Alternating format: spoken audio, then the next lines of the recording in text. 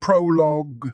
A golden depression, a white manor, a garden lined with colorful blossoms, the young girl's smile, and a boy watching over her. It was a vivid, unfaded memory of happier times, and he wished to gain that happiness back. But it was difficult. He built a manor, a city of gold with a beautiful garden that seemed to recreate the paradise of heaven up above. It was even more splendorous, even more impressive than what his memories told him. But no matter where he looked, he just couldn't find the final piece of the puzzle. Even with his power, enough force to become one of the great pillars supporting the entire world, he was unable to get his beloved girl back. If she couldn't be found, the smile would never return to his face. He had, after all, established all of this for the sake of that one young girl. His name was Leon Cromwell, a demon lord known as the Platinum Saber, and the name of the girl he searched for. At the throne room of the vast, spiraling palace looming in the center of the golden land of El Dorado that he ruled over, Leon exuded as much military might as he could at the three suspicious-looking characters taking a knee before him. They were dressed unusually, all black clothing with large umbrella-like hats to match the weapons merchant Damrada. It went without saying that it was Laplace and his cohorts. You, then? This is the second time, is it not? Yes, my lord. It remains a great honor and a joy to have made your acquaintance. However, we regret to inform you that we cannot honor the request for the certain classified materials included this order. It was Tia who responded, looking suitably composed. They had the lone woman in the group handle negotiations, hoping to give the demon lord the best impression possible. That, however, would come to an end today. Now they would follow the plan Yuki devised and halt activity in the Western nations for the time being. Misha, one of the leaders of Cerberus, would take over as the main contact point with the Rosso family, continuing regular business as Yuki's team moved operations over to the Eastern Empire. What's more, with the loss of Maribel, the power of the Rosso family itself had taken a major hit. The kingdom of Celtrozzo was the main point of procurement for the classified goods mentioned, and right now it was unlikely the Rossos had the force remaining to perform the stable summoning ceremonies that were required. Plus, Tempest had now joined the Council of the West, which essentially meant the Western nations were now under the influence of the demon lord Rimuru. There would be more eyes on them than ever before. Everyone agreed that now was the best time to pull out. Oh, a rather bold thing to say. I see you're wasting no time demanding more money, unlike Damrada. No, Lord Leon. It is nothing like that. As you know, the demon lord Rimuru is attaining a prominent position within the Western nations. He appears to frown on the summoning of otherworlders, and he strictly prohibits it. Thus, we have come to the painful conclusion that it will be difficult to continue defying his will. Listening to Tia's brisk reply, all Leon could think was, I knew it. He had received similar reports from his plants in the Western nations. He was fully aware this was just a matter of time. Besides, this approach really had too many unknowns to it. In fact, the chances of success were astronomically low. It would have been foolhardy to expect success from the start. He was, after all, being far too specific with the type of summons he wanted. He had sent orders to his team, having them perform summonings on multiple occasions. Over 30 summoners aided in the effort, and it took 7 whole days to ensure that every required condition of Leon's was fulfilled when conducting the ritual. But it still worked less than 1% of the time, and since the same people couldn't be involved in another summoning immediately afterward, they had only so many tries. Their chances were close to 0 from the start. Leon himself had conducted a few summonings, but every one of them failed. His last success produced Shizuezawa, and 66 years had passed since then. The more you narrowed down the conditions, the longer the interval required between each attempt, and there wasn't much reason to expect the next summoning to work either. So he came up with the idea to perform incomplete summonings they could attempt with more frequency. The person Leon was looking for was still a young girl, so an incomplete summoning that resulted in a young child would boost their chances no matter how slimly. So his project spread across the Western nations as he engineered as many attempts as possible to collect as many children as possible. And now it had all come crashing down. There was no other way, and there was no new great idea to explore. Leon found himself burning with an intense impatience, but still he kept his voice cool as he spoke. Rimuru, we have no treaty signed with the West, and I've made no request for cooperation. We were interfered with in the end, but that's all in the past now. But why are you shutting off business with me? If the West is beyond our grasp, there's always the East. Leon's penetrating voice echoed across the throne room. The powerful coercion that filled every syllable was like a point-blank attack at Ter, whose body froze. He was simply on another level. Your average magic-born couldn't even bear standing before a demon lord, and even a strong, high-level one like Tyr had trouble dealing with Leon. But Ter wasn't alone. Allow me to explain that matter, my lord.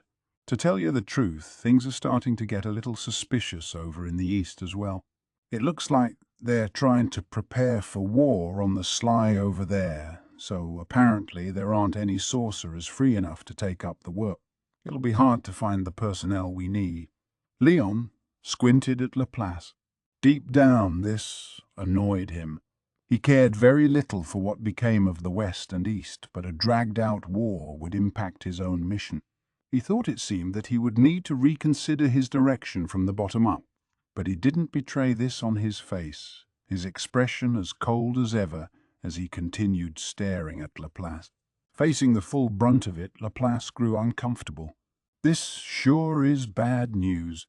The fake demon lord I killed was nothing compared with this guy. Ain't nothing like the real thing and all that. Maybe the boss is right. Trying to exact revenge from him directly might not be such a hot idea.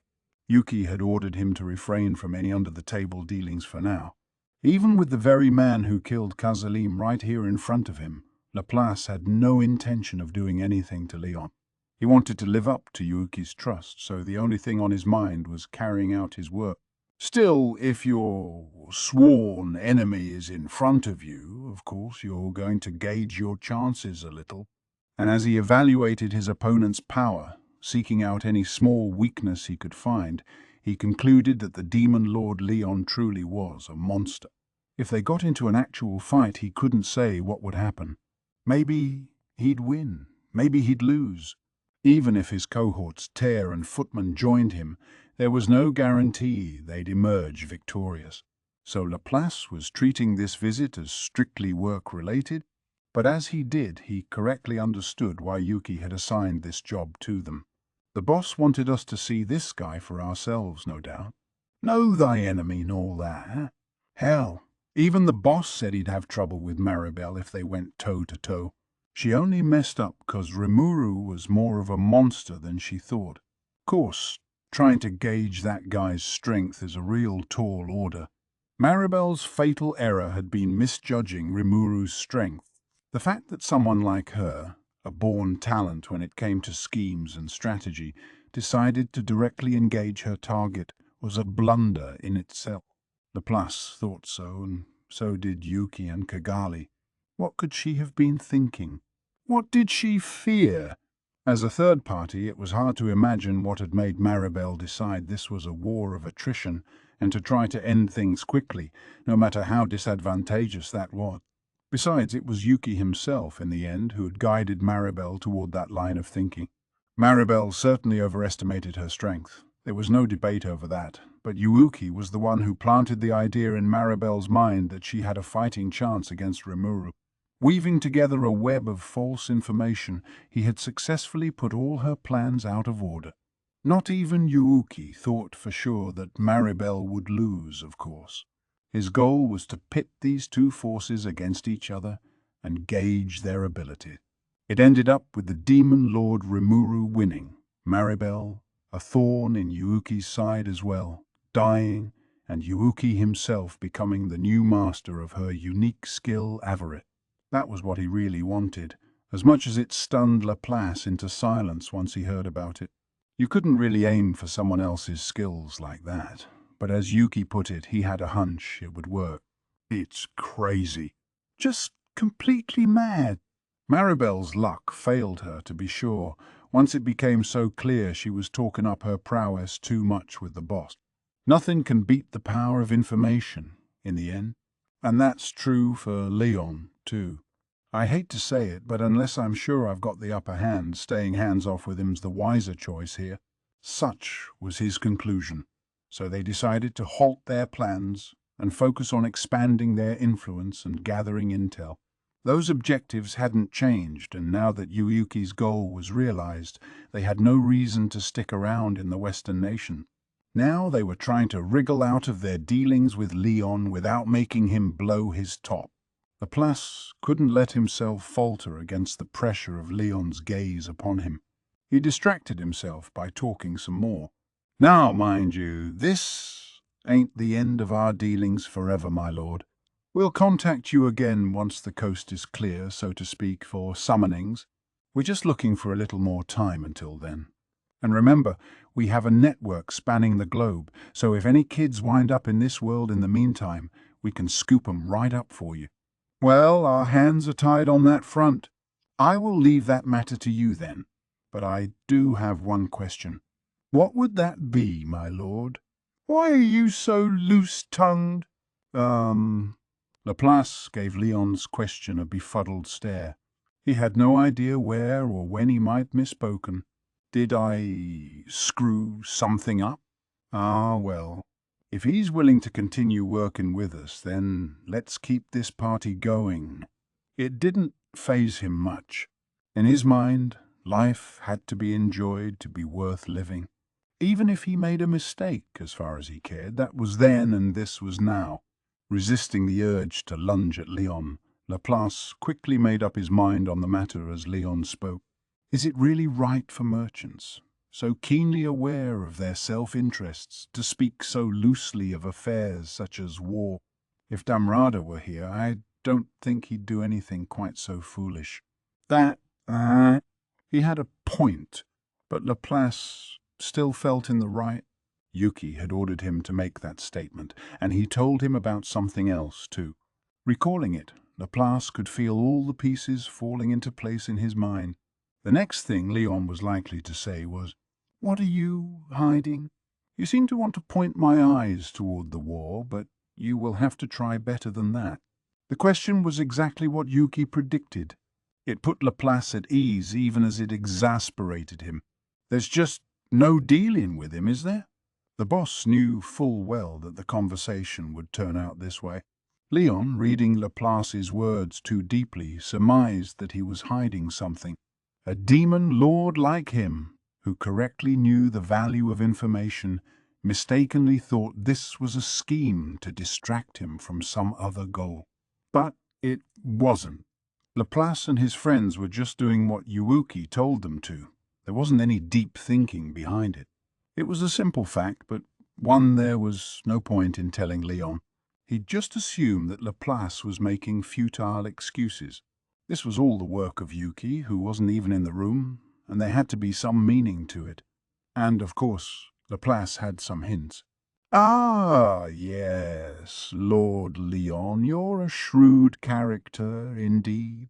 To tell you the truth, this really is the end for the confidential goods for now, but we actually still have 5 at a certain location.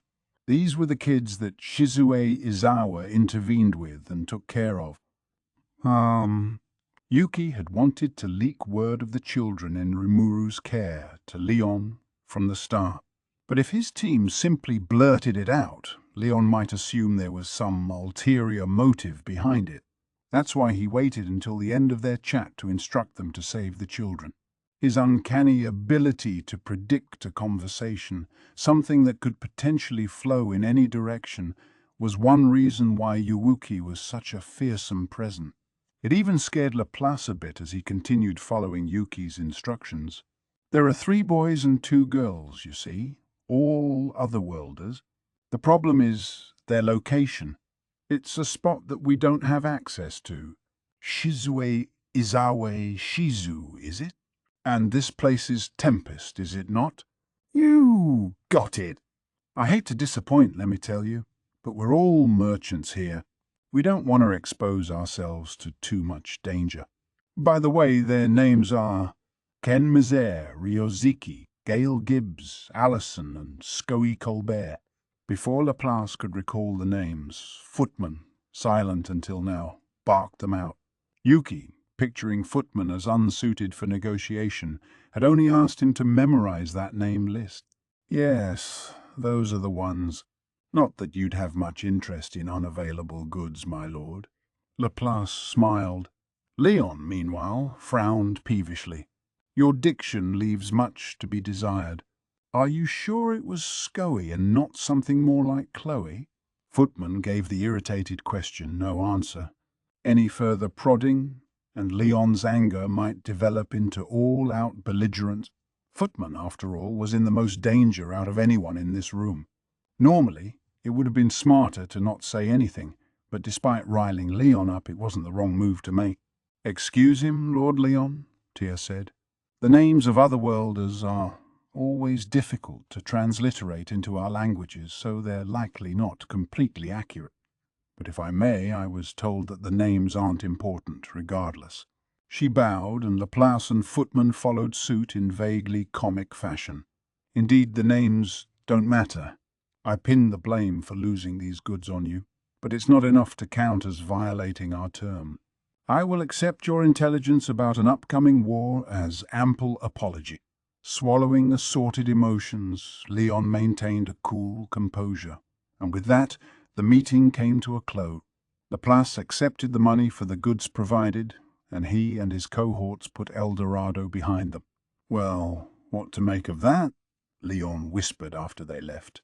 His long hair tied back in a ponytail shone a beautiful gold color, a stark juxtaposition to the gloominess of his long eye.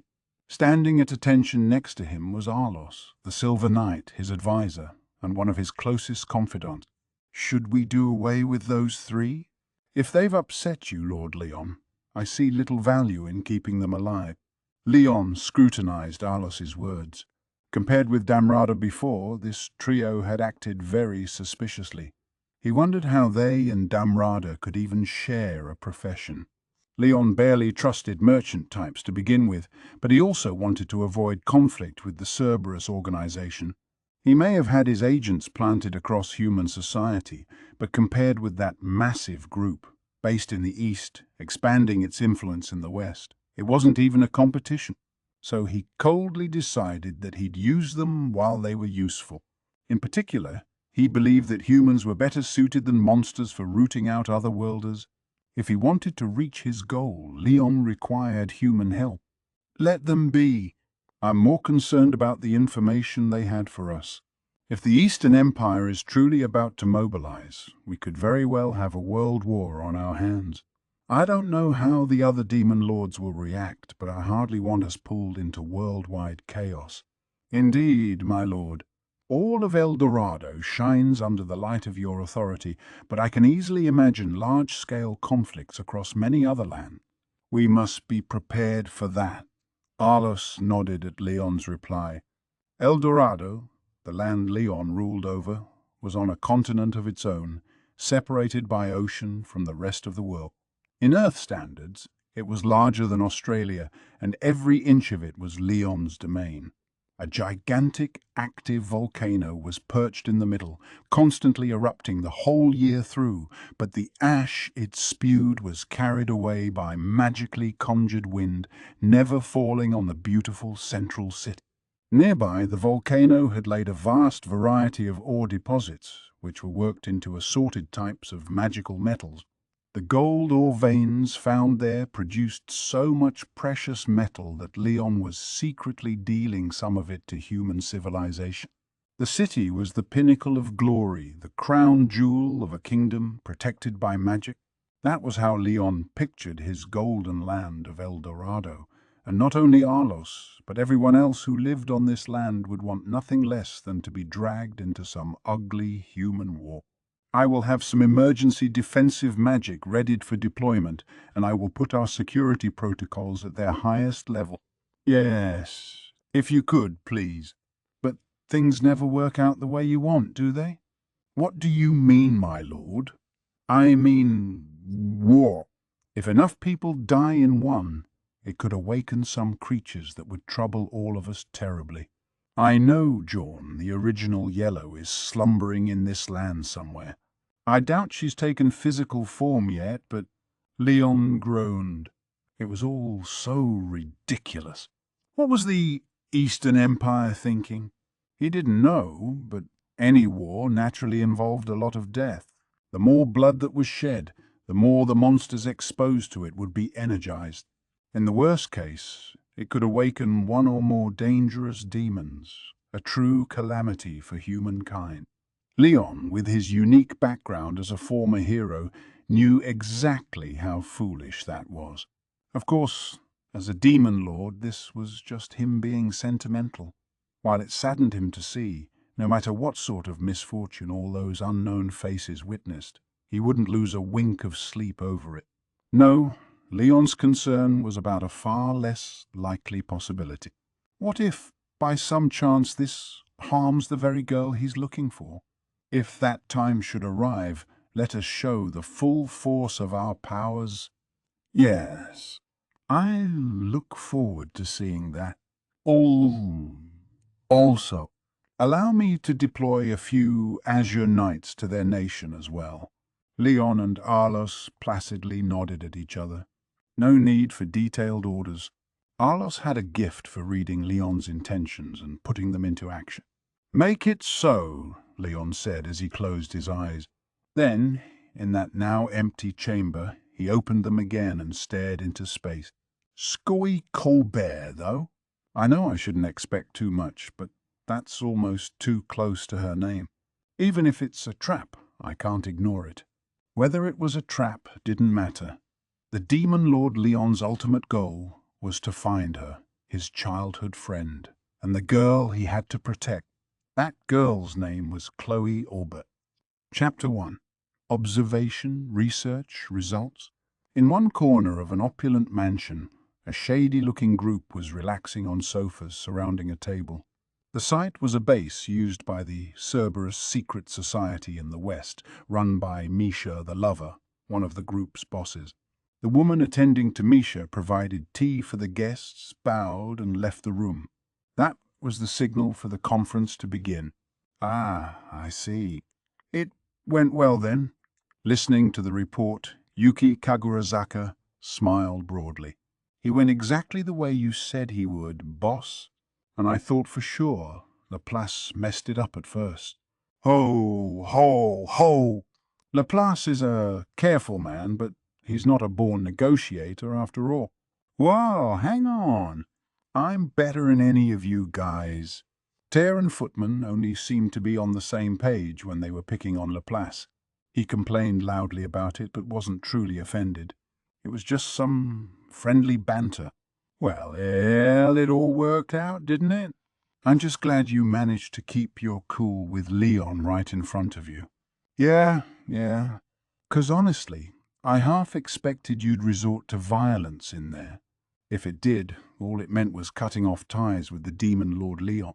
Now that they had decided to lay off the Western nations for a while, Yuuki laughed the concept off as no great shake.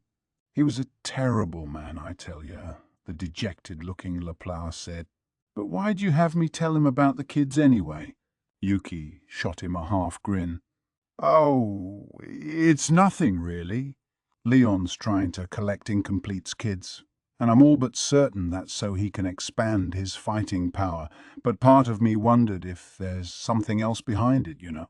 Ah, so you wanted to reveal to him that the Demon Lord Rimuru has 5 of them?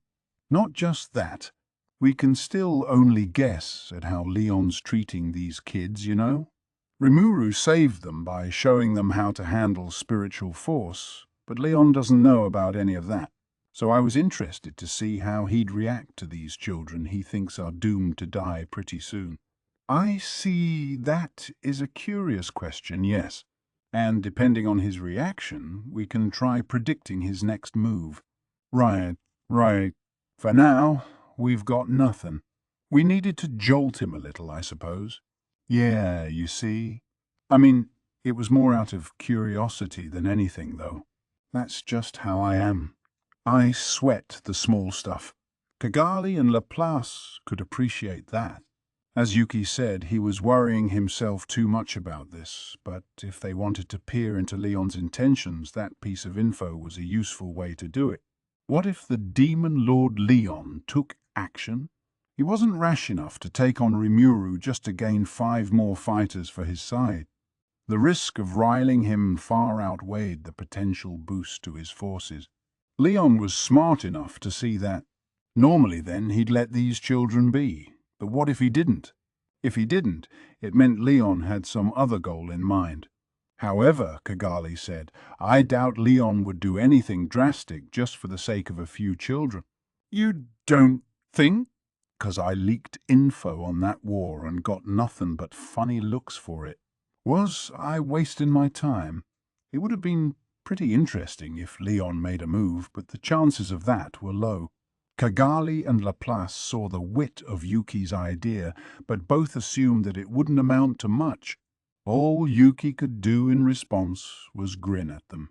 Yeah, like I said, I'm sorry. But unless you massaged it like that, it would have been weird if you just talked about the kids out of nowhere. If you started with that, then with your acting skills, I don't know. He paused, but his intentions came across well enough to the group. I hate to say it, but it's true. Footman's too tongue-tied and short-tempered. Laplace is shallow and fishy-looking, and I alone could never have pulled it off. Ter, acting entirely blameless, made Laplace roll his eyes and Footman sneer at her. This, too, was often how their conversations went. But then Ter seemed to recall something. Maybe I'm overthinking it like you said, boss, but there's something that bothered me a little too. Oh, what's that? Well, when Footman rattled off the list of goods, Leon was all. Leon? He asked about the names again. When Footman said Scoey Colbert, he replied along the lines of, Are you sure it's Scoey and not Chloe? If he claimed that the names didn't matter, I don't see why he would even care, but he's just high-strung like that, you know? He fusses over the details. Ho, ho, ho! So irritating, isn't it? Maybe he was just poking some fun at my pronunciation. Laplace and Footman saw no major concern. Yuki and Kigali, meanwhile, exchanged looks. What do you think? I doubt he would reacted if he truly didn't care. Yeah, but really, there's no way that's just too much of a coincidence, isn't it? Well, if it's fate we're dealing with, there's no such thing as never, you know. So, you think he really? It would indicate to me that, yes, the Demon Lord Leon's primary goal is that girl Chloe. Seriously? Yuki looked stunned. If that possibility was correct, it meant they had just inadvertently tossed away their upper hand against Leon. Kigali, meanwhile, was even more frustrated. The anger was written all over her face. If that was Leon's goal all along, then her comrade Clayman wouldn't have had to be killed. Ter couldn't hide her surprise at the unexpected possibilities that sprung from her observation. But it was the cold, heartless truth. Are you kidding me? Is that what you really think? Yuki and Kigali were born schemers. That much was true, but not even they had insight into everything. They always thought 2 or 3 steps ahead, ensuring they could handle any situation that arose after failure. Laplace knew that well, but even he thought they were overreacting this time, and Footman solemnly nodded his agreement. Well, it's still just a possibility. Not one we can afford to ignore, but nothing set in stone yet. So your curiosity didn't cost us anything after all, huh, boss? Cost? Hell, it might have earned us a hell of a lot. Right, right. I don't want to expect too much, but if things turn out that way, wouldn't it be pretty fun? And if we work things right, We could use this to pit a couple of annoying demon lords against each other. That's a win-win on our end, I'd say. Yeah.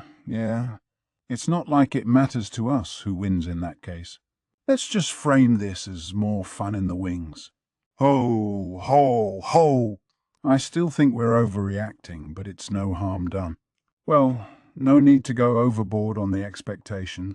It's not like everything's gonna go the way we want it, you know. Laplace, sensing everyone relaxing a bit on the issue, attempted to sum matters up. Once the group nodded in understanding, it was time to move on to a different subject. Misha called for her attendant and got another round of tea going. So, how about you update us on your stuff, boss? Laplace asked after a brief break. Yeah, I'm concerned about the Chloe thing, but we can focus more on that later. Let's move on to the main topic. Yuki nodded at Laplace and took a sip.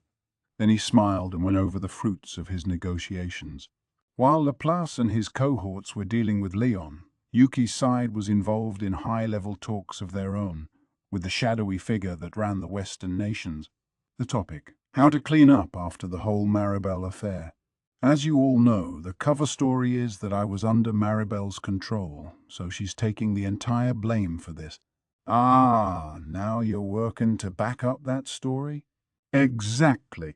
I mean, if I was under her thrall, I couldn't really head out to the Eastern Empire, could I? No, you're right. Yeah. I thought that was kind of off, too. Regarding this avarice power, it was a toss-up whether I'd be able to grab it from her. More than that, my main aim was just to get Maribel killed. After she was, I'd be free to move around again.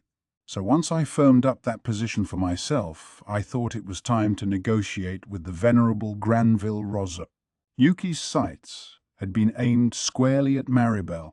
He needed to distract her so he didn't completely lose his position in the West, and eventually that distraction led to her death. With her out of the picture, Yuki had his free will back, and anything nefarious he did before could be framed as Maribel's order. And it worked. Maribel was gone, and Yuki had obtained powers far beyond what he expected. The negotiations went similarly well, and what he heard there was the main reason why Yuki called for this meeting. So if you don't mind me starting at the conclusion, we have one more job to do before we head east. He glanced at the surprised faces surrounding him, trying to look serious. Got that? Now let me give you all the details, start to finish. With that, Yuki began describing his conference with Granville. We were at peace, and in Rimuru, the capital of Tempest, every day was packed for me. Once things calmed down a bit, I sent out another ruins expedition team, but they didn't find a body or anything. Either Yuki was telling the truth and she blew herself up, or he'd done something with her. Regardless, any issues stemming from this incident had already been swept away. Maribel was a princess of the kingdom of Seltrozzo, but spreading word that she attacked us in the ruins would just aggravate the situation. So I contacted Seltrozzo on the sly and had them chalk it up as an accident, something made possible by our mutual desires to keep it from becoming a big thing. Once you're an old enough royal family, accidents are just part of the package, so our arrangements went pretty smoothly. Still, their king and queen just seemed so emotionless to me. Under those parents, I could see why she relied on her knowledge from her past life so much. Had Maribel gotten to enjoy a normal, innocent childhood in her new life, would things have turned out differently? I couldn't help but wonder, as much of a what-if thing that was. And that brings me to the 5 elders. Granville Rosso, eldest of them all, boss of the Rosso family, was the real puppet master pulling Maribel's strings. I'd been steeling myself for some kind of retribution toward us, but there had been nothing. Perhaps they were admitting they were up to some no-good antics and decided not to respond as long as we kept our mouths shut. It'd been over a month, actually, and Granville had kept mum, and that was more than enough time for our needs, too. Taking advantage of Zoe's information and grasping the goings-on in the Western nations underground, we were now sure there was no greater threat over there than the Rossos. We did pick up on a few groups of interest, along the same lines as the Sons of the Veld, that mercenary team, but it wasn't clear whether any of them shared in our interest. If they were clearly hostile, that was another matter, but we had no reason to rile them. I didn't want to go prodding any hornets' nests. I didn't have to, so I decided to just keep tabs on their movement. We were on good terms with the Free Guild and enjoyed the backing of the Western Holy Church. Really, I don't think any organization was big enough by now to pick a fight with us. It was only natural then that Tempest was now leading the largest faction in the Council of the West. At the start of another peaceful afternoon, we were holding our regular cabinet meeting. In what amounted to the blink of an eye, our nation had all but taken the place of the 5 elders, and maybe that's why we had this pile of new issues to deal with. The Council of the West, after all, played an enormous role in establishing consensus among the Western nations. Councillors voted on measures to enact, which basically meant that the more councillors you sent, the more of a say you had. Now that I had at least some goods on every nation in there, though, the group's members looked upon our representatives as mediators of sorts. Our rising influence in the West thus meant the number of complaints and petitions sent our way was skyrocketing. Talk is cheap, of course, and apparently a lot of people were taking advantage of the bargain to push their pet project. This is exactly why world domination is such a stupid idea. I don't think you get a single chance to take it easy if you're in a ruling position. Now I understood why the other demon lords didn't seem to care much about lands outside their boundaries. If you wind up inadvertently taking over some destitute area or another, you're obligated to address whatever people are dissatisfied about there. People talk about eliminating disparities like it's easy, but from the eyes of the one doing it, it never went that way.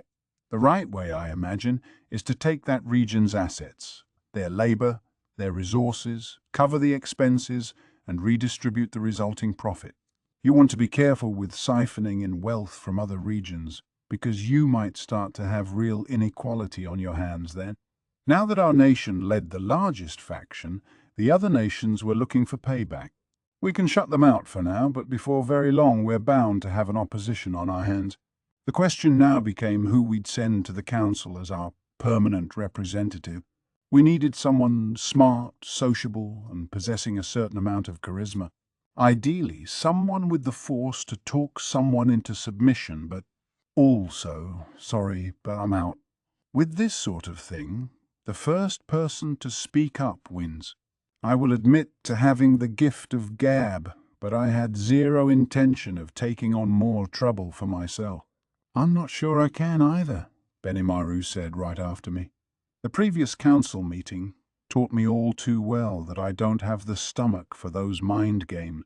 In a battlefield with no physical combat allowed, I'm as good as useless. I felt he was being a bit modest, but he likely meant most of it. Benimaru certainly would have trouble against all those sly old nobles. My mission is intelligence gathering. I cannot afford to leave my position as Rimuru's eyes. So was out too. That much I expected. I didn't want to lose him either. Geld bowed out as well. He had common sense, and I knew I could rely on him, but I had left a mountain of important work in his hand. Our construction schedule was packed, and he definitely didn't have the time to take on more. I thought Geld would be a fine counselor, but I would have to eliminate that choice for the time being. Which left? Me? I passed a quick glance at Gabble, quietly taking in the proceedings up to now. Gable, surprisingly enough, was a pretty sensible person, and I could, maybe see him shining in this important post. Well, all right, there was a lot to be anxious about with him, but there was really no one else. Hakuro was my military advisor, charged with building up our soldiers. Shuna could be trusted for the job, but if she left for that, it'd impact work around our own nation. Rigurd and the other goblin elders were off the list for similar reasons. We had tons of thorny issues to tackle. A legal system for our new nation, negotiations with other countries, managing our growing population, and much more. They were taking the lead on all those issues, and if Shuna or Rigurd departed, it could grind the whole thing to a halt. We were training a new generation of leaders, yes, but I wanted to see them grow some more first. I'm in the midst of a project to capture and bring back wyverns to train as mounts to improve our air offense. It requires the extensive use of a great number of types of potions, so I would like to continue recording data for this project. Ah, yes. There was no doubting that Gabble was the right lizard man for the job. It seemed better to let him nurture our budding wyvern force than send him off to the council against his will. All right, Gabil, keep up your current work.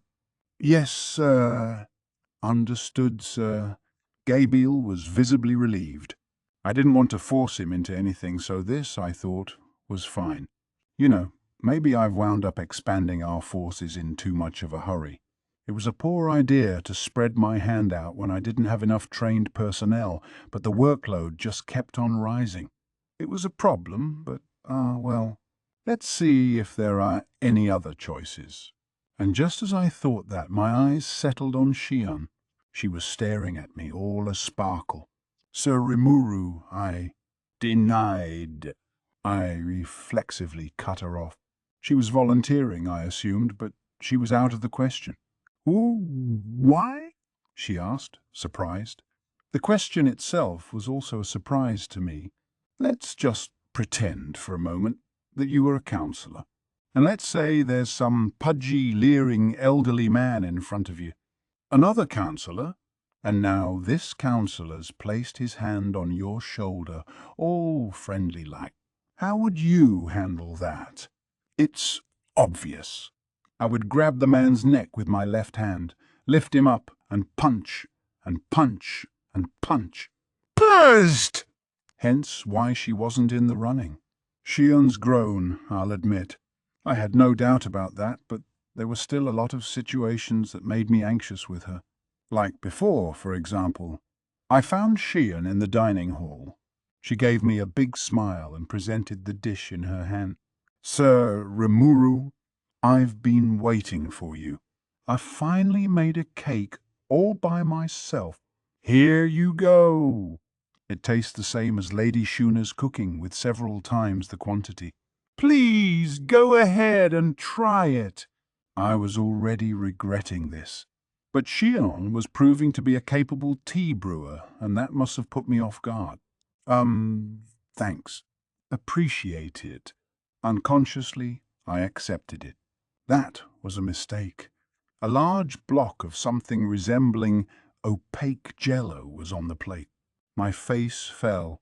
This is cake. Staring at this object, I looked around for assistance, but nobody was there. Did they all escape? No, Gubichi was at his post, sprawled out on the kitchen floor. So there's one victim. I now realized I had visited the dining hall at the worst moment possible. But it was too late. Hey, this is cake, you say? Yes.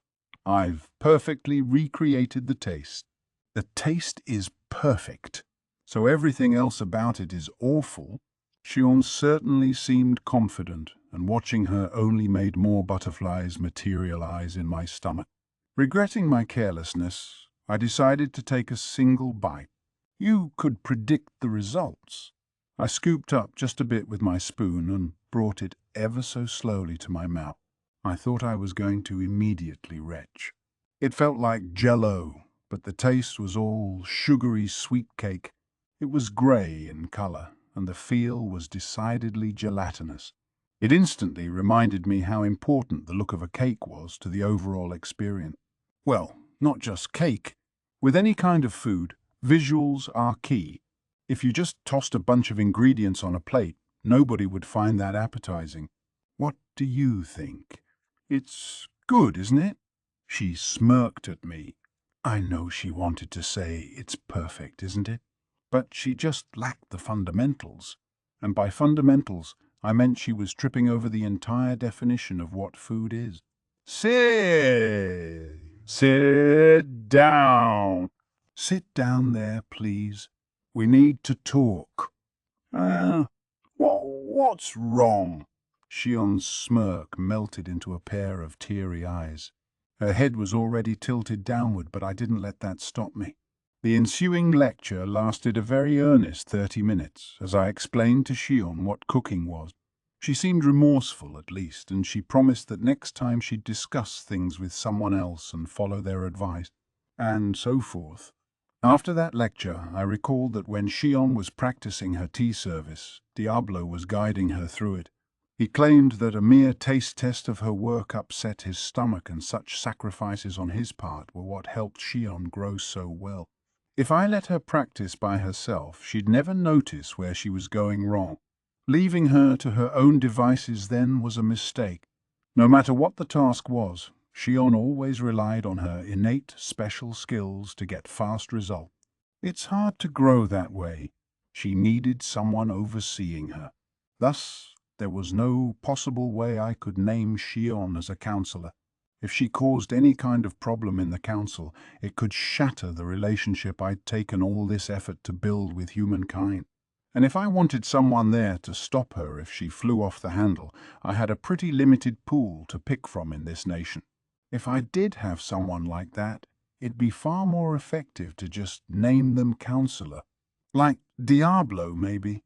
I think Diablo could handle it pretty well. I kind of let my true feelings fall from my lips. Everyone in the meeting room nodded. Yes, Diablo would put us all at ease. It'd be easy for him to cajole those nobles into doing our bidding, and I doubt he'd ever back down against violence or take bribes. Rigid, Benimaru, and Gabi all deeply trusted Diablo. Shuna and Shion joined them. With his brains and cleverness, I'm sure he'd make things go your way, Sir Rimuru. I hate to admit it, but my undersecretary is a talented man. Besides, if he can get out of my hair and go to Inglesea for me, my job as first secretary will be more important than ever. I'm not sure you'd find anyone more qualified. They all seemed in agreement. Shion had less virtuous motives, perhaps, but there was no doubting her appreciation for his ability. Nobody voiced any objections, and there were no other brilliant proposals, so we settled on Diablo as being our top candidate. But I'm sure he'll hate it. I get the feeling he's going to despise doing odd job work like that. That's why he's gone out to look for minions of his own, and for all I know, maybe he'll find someone good at negotiating for me. So for now, let's call Diablo the main candidate, subject to future changes. That seemed good for now. Of course, until we actually pick someone, it'd be me showing up for council meeting. I wanted someone else in there fast, so hopefully I thought Diablo would be kind enough to come back soon. This was an urgent issue, sure, but for the most part, it was my problem. Fortunately, after deciding to wait on Diablo, the conference ended without any other major hiccups. Nothing beats peace. It's a good thing, not having any problems, and it's even better to have free time to enjoy. So I decided to pay a visit to Kuroba. Why? Because thanks to having some more time on my hands, I had discovered something I wanted to talk about. I called for him upon entering his workshop. Kuroba! You got a moment? I waved at the nervous-looking apprentices as I went to the inner room. There I found Kurobi observing a row of several swords. Ah, Sir Rimuru, just who I wanted to see. There's something I wanted to report to you about, actually. Oh, to me? What's up? If he had something to report, it was likely some new work of his. He always gave form to my ideas, working with Kaijin to develop all kinds of things, so presumably he had created some other useful item for me. And I was right. Well, regarding the thing you asked about earlier, I think I have a complete version. Kurobi pointed at the swords in front of him in all shapes and sizes. Judging by how happy he looked, I assumed they were pretty special. But what did he mean by what I'd asked about earlier? I blather on about all sorts of nonsense on the regular, so I couldn't recall exactly what he was referring to. But a quick assessment took care of that. Understood. This weapon is a broadsword. Level. Unique. Oh, it is a unique. And if Kurobi crafted it, it's got to be quality. But I didn't think that'd be enough to make Kurobe act so self-assured around me like this. With his talents, he could forge several uniques a month. If he employed his usual methods, he could finish up a blade in one day. These averaged unique in quality. Even if they were failures, they were still in the upper echelon of rares. If he was more thorough with his work, that took 2 or 3 days, but it pretty much always resulted in something unique or better. He was still far away from crafting a legend-class weapon, it seemed, but I really believed he'd do it someday. Plus, if you had a talented fighter wielding one of his blades, that alone could progress it up to legend, I thought.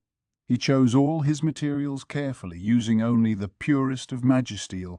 Weapons made from that took on the will of their owner to evolve further, so I really didn't think it was long before we'd see our first Kurobe-forged legend-class blade.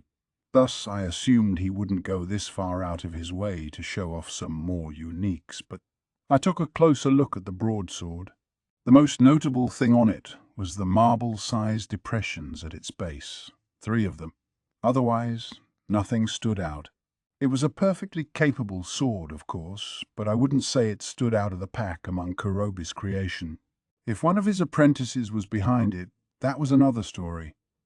This might be a strange thing to say, but it was a completely normal unique. There was no special inscription magic applied to it, apparently, but hang on. Now I saw something. What is this? It's an impressive unique, but nothing too rare for you, is it? Hiding my excitement, I pretended not to spot it. Oh, did you forget? Hey, this is special. It looks like a normal weapon at first glance, and no magic's been applied to it, but you won't believe what it featured. At this point in time, not even Raphael's, analyze and assess skill could find any unusual effects to it. If it was what I thought it was, perhaps I should expect a lot. As I stood there, heart thumping, Kurobe took out a glowing ball, then casually installed it in the hilt. Just stick it in a hole like this, and then report. The weapon broadsword has transformed into the magical weapon broadsword. Ah! What was once a regular weapon was now a magical one. So that crazy idea of mine was finally in production. Ooh, you really completed it. So you have noticed, Sir Rimuru? That's right. This is the exact mechanism you described to me. Right. I did discuss this idea with him. I knew Kurobe was always working on his research, but I had no idea he wrapped this up so quickly. It almost scared me. He was a taciturn man, never one to brag about his achievements, but his work explained with perfect eloquence how great he was. Truly a role model for all artisans. Wow! Kurobe! Kurobe. This is amazing. Seriously, this is the most amazing invention ever. I was now audibly excited. Kurobe gave me a satisfied smile and a strong nod. Wonderful. Now he was smirking. I had almost never seen a smirk look so natural on someone's face before. Shion's smirk mostly irritated me, but here I just had to hand it to Kurobe. There were several ways to craft magic weapons. In my case, I could use Raphael's combined disassemble skill to easily apply magic effects to just about anything. Kurobe could do something similar, but Kaijin and their apprentices didn't have the ability to cheat like that. What did they do then? The most common way was to have an enchanter inscribe something on it. Dold knew how to do that, so he would come around to inscribe what this workshop finished. This completed the magic weapon, and then you just had to run some magic power into the inscription to trigger the designated spell. But you could only infuse a weapon with so many different spells. 2 was usually the limit, and once you inscribed a spell, there was no removing it. The other method, as I think I've mentioned a few times before, has to do with how the weapon evolves. Once it's exposed to the magic force of the user, Weapons will often have certain extra powers applied to them. It's tough to aim for this, and it takes a lot of time, but sometimes a weapon gains unexpected force. This method was also the subject of ongoing research toward a way to streamline weapon evolution. By the way, I had donated part of the large cache of unique weapons we obtained at the Amrita ruins toward this research. I wasn't expecting it to lead to quick results, of course, but it's important we kept up a continual effort. So what had Kurobe just made? Oh, just something that rendered everything that came before it obsolete. I first brought up this idea while drinking with Kaijin and Kurobe. First, we'd take a sturdy magisteel weapon, perfect for the transmission of magic. Next, we'd create a set of magic-generating external plug-in cores. Then I theorized you could have a magic weapon that wasn't hardwired for just one spell or the other. For example, what if you placed a magical stone infused with elemental force in a sword? The answer was the blade before me. And it wasn't just some magic stone in there. It was a high-purity jewel. What do you think, Sir Rimuru? Just like you pictured it. So here's a sword with holes ready for magical expansions. And meanwhile, Kaijin succeeded in compressing magicules into these pure, refined magic crystals. Kurobe held his nose in the air. So Kaijin was part of this. Generally, it was Kurobe who forged the base weapon and Kaijin who put in the jewels and other final touches. It took the two of them working together to complete something as wonderful as this, I assume. We call these element-infused magic stones element cores. We just call them cores around the workshop. Gabble's been out capturing wyverns, so since Vesta had some free time, he helped with the research too. Those two had been working on spirit cores, you know. A kind of power reactor, right? So he said they already had a way to infuse magic stones with the 4 primary elements of earth, water, fire, and wind. I recalled Ramirez lecturing me about how it was key for a spirit core to generate all the elements at the once or something. If Kaijin's team was working on that, making stones with just one element must have been simple by comparison.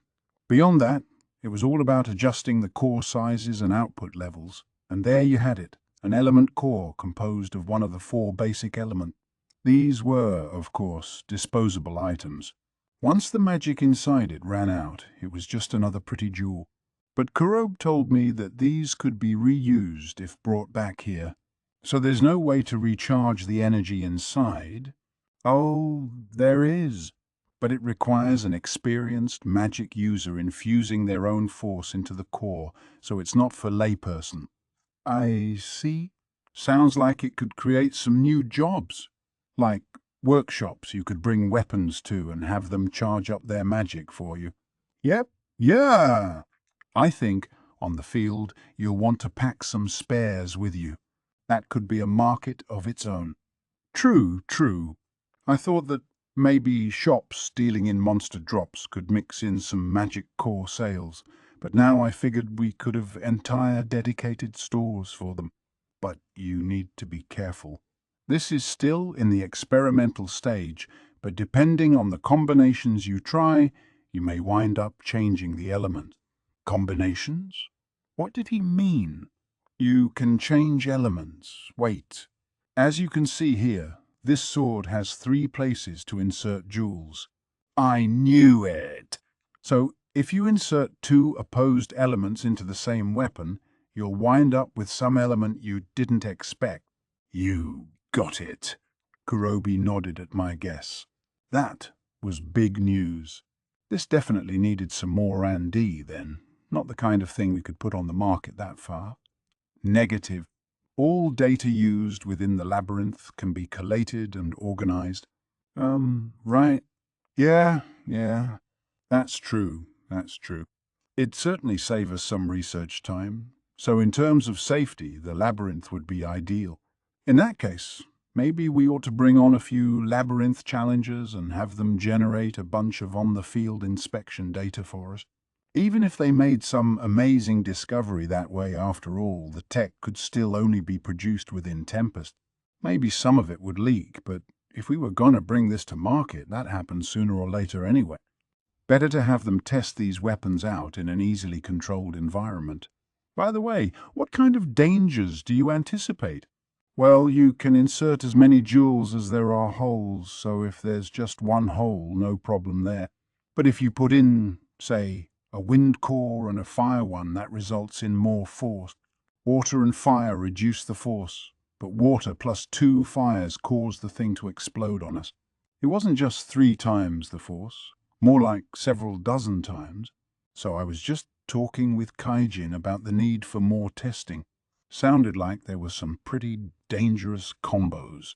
More experimentation was needed, yes, and we'd need to test every result. Just as Raphael suggested, putting them in the hands of labyrinth explorers was our quickest bet. Is 3 holes the maximum? Yep. Yeah. 3's the best we ever managed. In fact, a 3-holed weapon was apparently something they had around a 1 in 100 chance of forging, and that was with Kurobe's full effort. Thus, they still only had this one here. Their apprentices, meanwhile, were still way too green to craft anything like this. Only 4 of their most advanced students successfully forged weapons with 1 jewel slot. Even Kaijin only managed one with 2 holes, which tells you something about how tricky these are to make. Yeah, so this is the only successful 3-slot weapon we have so far. But with the right combination of cores, I think you could easily get Legend-class force from it. Kurobe sounded proud. Magic swords are already valuable enough, but if one let you change its element on the fly, that just blew away all common sense. Imagine a magic weapon you could flip a switch on, so to speak, and instantly strike at your enemy's weak element. It was amazing. I couldn't even guess at its value, but I don't think Kurobe was kidding when he hinted it was Legend class. And with the right configuration, it really could be a Legend class force. From the bottom of my heart, I had to congratulate Kurobe and his team. It was astounding. Based on our discussions, we decided that core-compatible weapons should be sent to the labyrinth first. We'd also manufacture a large number of throwaway, non-rechargeable cores and toss them into the maze's treasure chest. And once Kurobe's apprentices could learn how to craft these weapons in bulk, I planned to make those into labyrinth boss drops ASAP. 3-slot weapons weren't gonna be easy to make, of course, but the way I heard it, those plans were doable as long as we didn't strive for top quality. If we cut the durability enough that the weapons dropped down in class, that ought to be doable. You see, any problems with that? Nah, I think we can make it work. They'd be pretty brittle, so I wouldn't want to rely on one in real battle, but Kurobe seemed a little reluctant, but his stuff still ought to hold up well enough for testing purposes. As long as we could get some data on the assorted core combinations, I was happy, so hopefully we could find a way to make lots of weapons with 2 or more slots and get them into Labyrinth Runner's hand. Besides, serious Labyrinth regulars weren't idiots. You'd have to be a third-rate dungeon hacker to risk your life over some mystery weapon. I figured people could switch between their regular equipment and an experimental kit for this, keeping things clean. These weapons ought to be useful for parties without magic users too. Yes. Let's make test subjects out of our customers. Rimuru, why are you grinning evilly? Oh, just your imagination, Kurobe. He promised me that he'd get production of a full lineup underway soon. With his consent, we now had a plan in action. We'd have to use a lot of high-quality magisteel, but it ought to provide more training for the apprentices, and it'd let us test things out and produce market-quality goods suited for on the field use. I was already picturing these blades being part of the standard-issue uniform on anyone ranked lieutenant or above in our army. These, combined with a few cores to cover for the bearer's weak elements, had the potential to raise the standard for all our forces. Okay, have at it. Yes, sir. Yes, sir. For now, it was all in Kurobe's hands. So, Sir Rimuru, did some kind of business bring you here today?" That jogged my memory. The sudden reveal made me forget all about it, but I did need to speak with him. "Yeah, well, it's about this sword of mine," I said as I took out my straight sword and presented it to Kuroba. "Does it have a slot in it now?" "No, not that. I wouldn't have been so surprised today otherwise." "Right, yeah.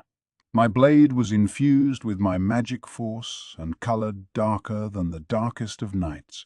But now, when I held it and let my magic flow into it, wow! The blade, it's glowing gold. No, it's the entire rainbow. A whole array of colors." Kurobi stared agape at it, clearly shocked. "Amazed, huh? Well, so was I, let me tell you. So that's why I'm here. I was in my chamber looking at it when all of a sudden this happened. It surprised just about anyone, this dazzling rainbow sword. We didn't mix gold into it or anything, but now it was shining brighter than Orichal. So I looked into it and understood. This is the divine metal crimson steel, is what I got back. Apparently, it's this really great metal that performs even better than the orichalc I produced, but I decided to visit Kurobi to find out for sure. What? What could this be? I can't assess it at all. It's called crimson steel, apparently. See? Crimson steel? That actually exists? That's a mythical ore, said to retain its elemental attribute for eternity. I thought it was just a fairy tale. Kurobe was almost too excited for words. I had thought it was a pretty remarkable mutation, but I guess it was even better than I thought. So the two of us began researching this crimson steel blade. What we found was that it didn't react to anything apart from my own magic force. When Kurobe gave it a try, it remained jet black as usual. Metallically speaking, it just reacted like magisteel at that point, even though it was really crimson steel. It's apparently the ultimate metal, one that repels all types of wavelengths. It even fully absorbs light without reflecting it, which is why it was so dark in color. This was also why, amazingly enough, it defied all attempts to analyze and assess it. Only when I ran my magic through it, transforming it into battle mode, did it begin to shine. I was worried it'd stand out too much if I whipped it out in public, but by now I knew that, as long as no magic was in it, it'd behave. It was also way more durable than your average weapon. Because it could retain its elemental attribute for eternity, that meant it was basically unbreakable. If it ever did break for some reason, I could just infuse some magic to repair it. It made me wonder how a fight between two crimson steel blades would turn out, but it's not like there's any way to test that out. One thing I could say right now, however, is that this sword really was suited for me. Compared with anything else in the world, its evolution had made it impossibly durable. Combined with my absolute defense, it ought to stand up to some pretty rough use. Even better, this sword wasn't yet complete. I was planning to chisel out some slots on the hilt for cores so I could change its element at will. Just imagining that put me in a dream state. It's already an excellent piece, and it'll get even better. So much to look forward to. What a blade that is, though. It hardly looks like I forged it any longer. Oh, not at all, Kurobe. You did great work on this. Thanks, Sir Rimuru. Always glad to hear that from ya. It took someone like Kurobe to birth this sword. He was endlessly modest about himself, but there was no doubt in my mind. Now I'm wondering if I could have beaten Hinata with this. Kurobe masterpiece like this has to be equivalent to legend class, right? But Kurobe himself surprised me even further. Against Moonlight? Her own legend class? Well, maybe even better than that, eh? With this blade, maybe we're getting into God-class territory. Like what beat Sir Veldora himself? God-class. The ultimate of lofty peaks. No weapon of that class was known to currently exist, and none were even described in legend or tradition. But here it was. In fact, Mylim's Tema sword, similarly magical, was also in this class. She showed it to me once. I couldn't assess it back then, but Raphael stated that it was higher quality than Hinata's moonlight. And now I had something that came to that point, this amazing culmination of force. Even now, Kurobi thought, it'd rank among the upper echelons of legend-class weaponry, so I felt safe expecting it'd reach that peak in the end. We both marveled at the sword for a while. Man, swords like this are just so cool, aren't they? They sure are. I don't see patterns along the sword this pretty too often at all. That Japan-style Hammond pattern, the fruits of all of Kurobe's technical talents, dazzled the eye up and down the permanent, unbending crimson steel. It seemed like a work of art as we gazed at it, sighing in reverie. It was so beautiful that I thought we could have stood there staring forever. Truly the best sword in the world, and it's still evolving. It seemed safe to say that I had a god-class blade here, and considering how low my expectations had been at first, I couldn't be any more elated. I heard hurried footsteps coming toward us. They didn't slow down when they reached the door to my office. Instead, the door flew open without a knock. Only Milim would do this. If anyone besides Milim tried something so rude with me, they'd swiftly face a pummeling at the hands of Rigard. Or, in the case of Veldora or Ramirez, no snacks for a week. Today was a special day, however, so I let it slide. After all, our Rimuru, it's hatching. It's about to hatch. She had taken to constantly carrying that egg around with her as of late, never letting it go. And she'd been holed up in my nation instead of her own, meaning she wanted easy access to me in case of complication.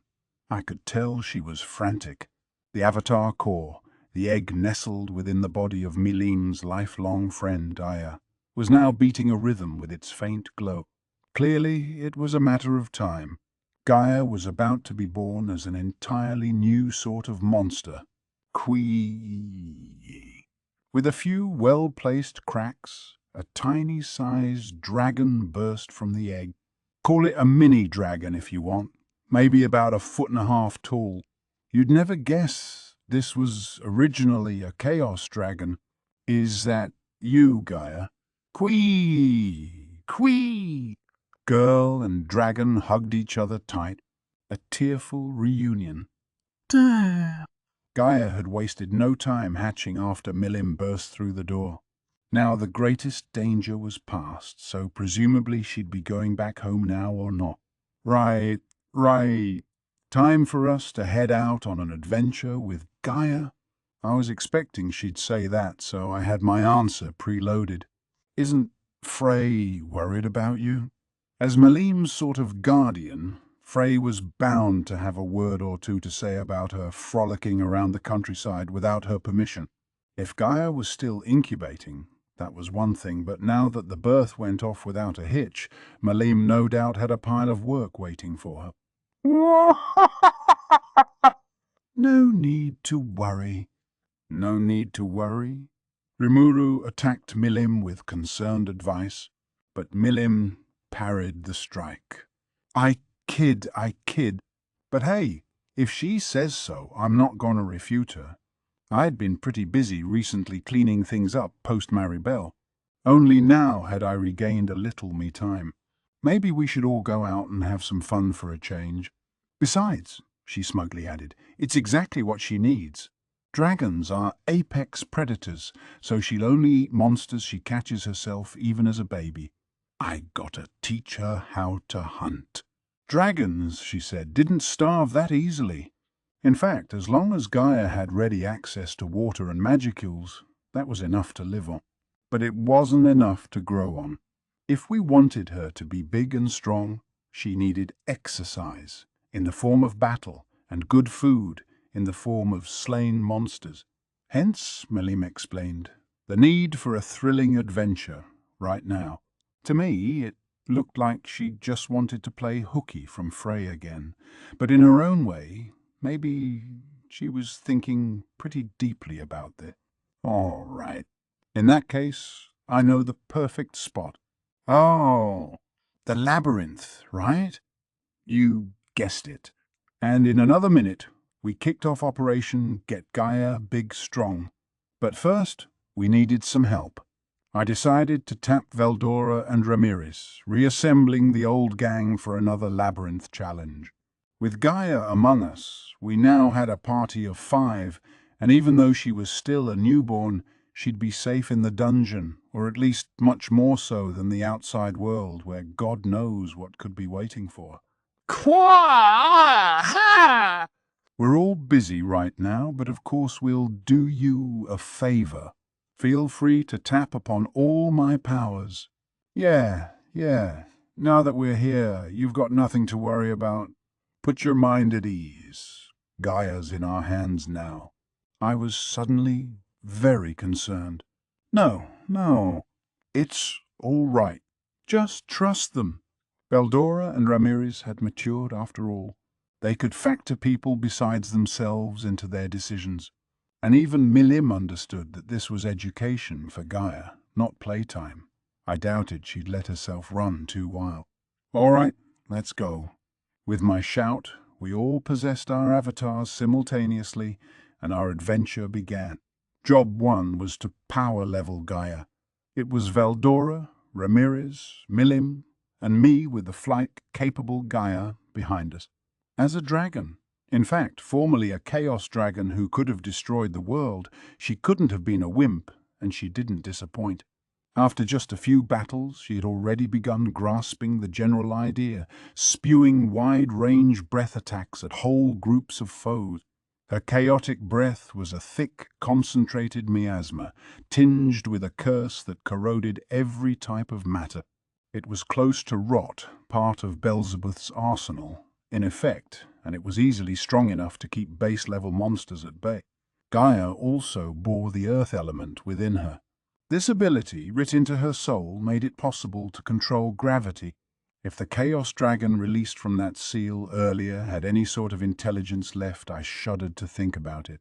There'd be chaotic breath and gravity fields that waited on you like boulders all over the joint. The fallout would have been far, far worse. But that's in the past. Now, Gaia was Milim's cute lil pet and our erstwhile companion, nothing to be afraid of. Then a bloodboar appeared, a B-ranked monster with powerful kicks who lurked around floor 30 and below. Its head and shoulders were protected with hard bone and muscle, its outer hide thicker than steel.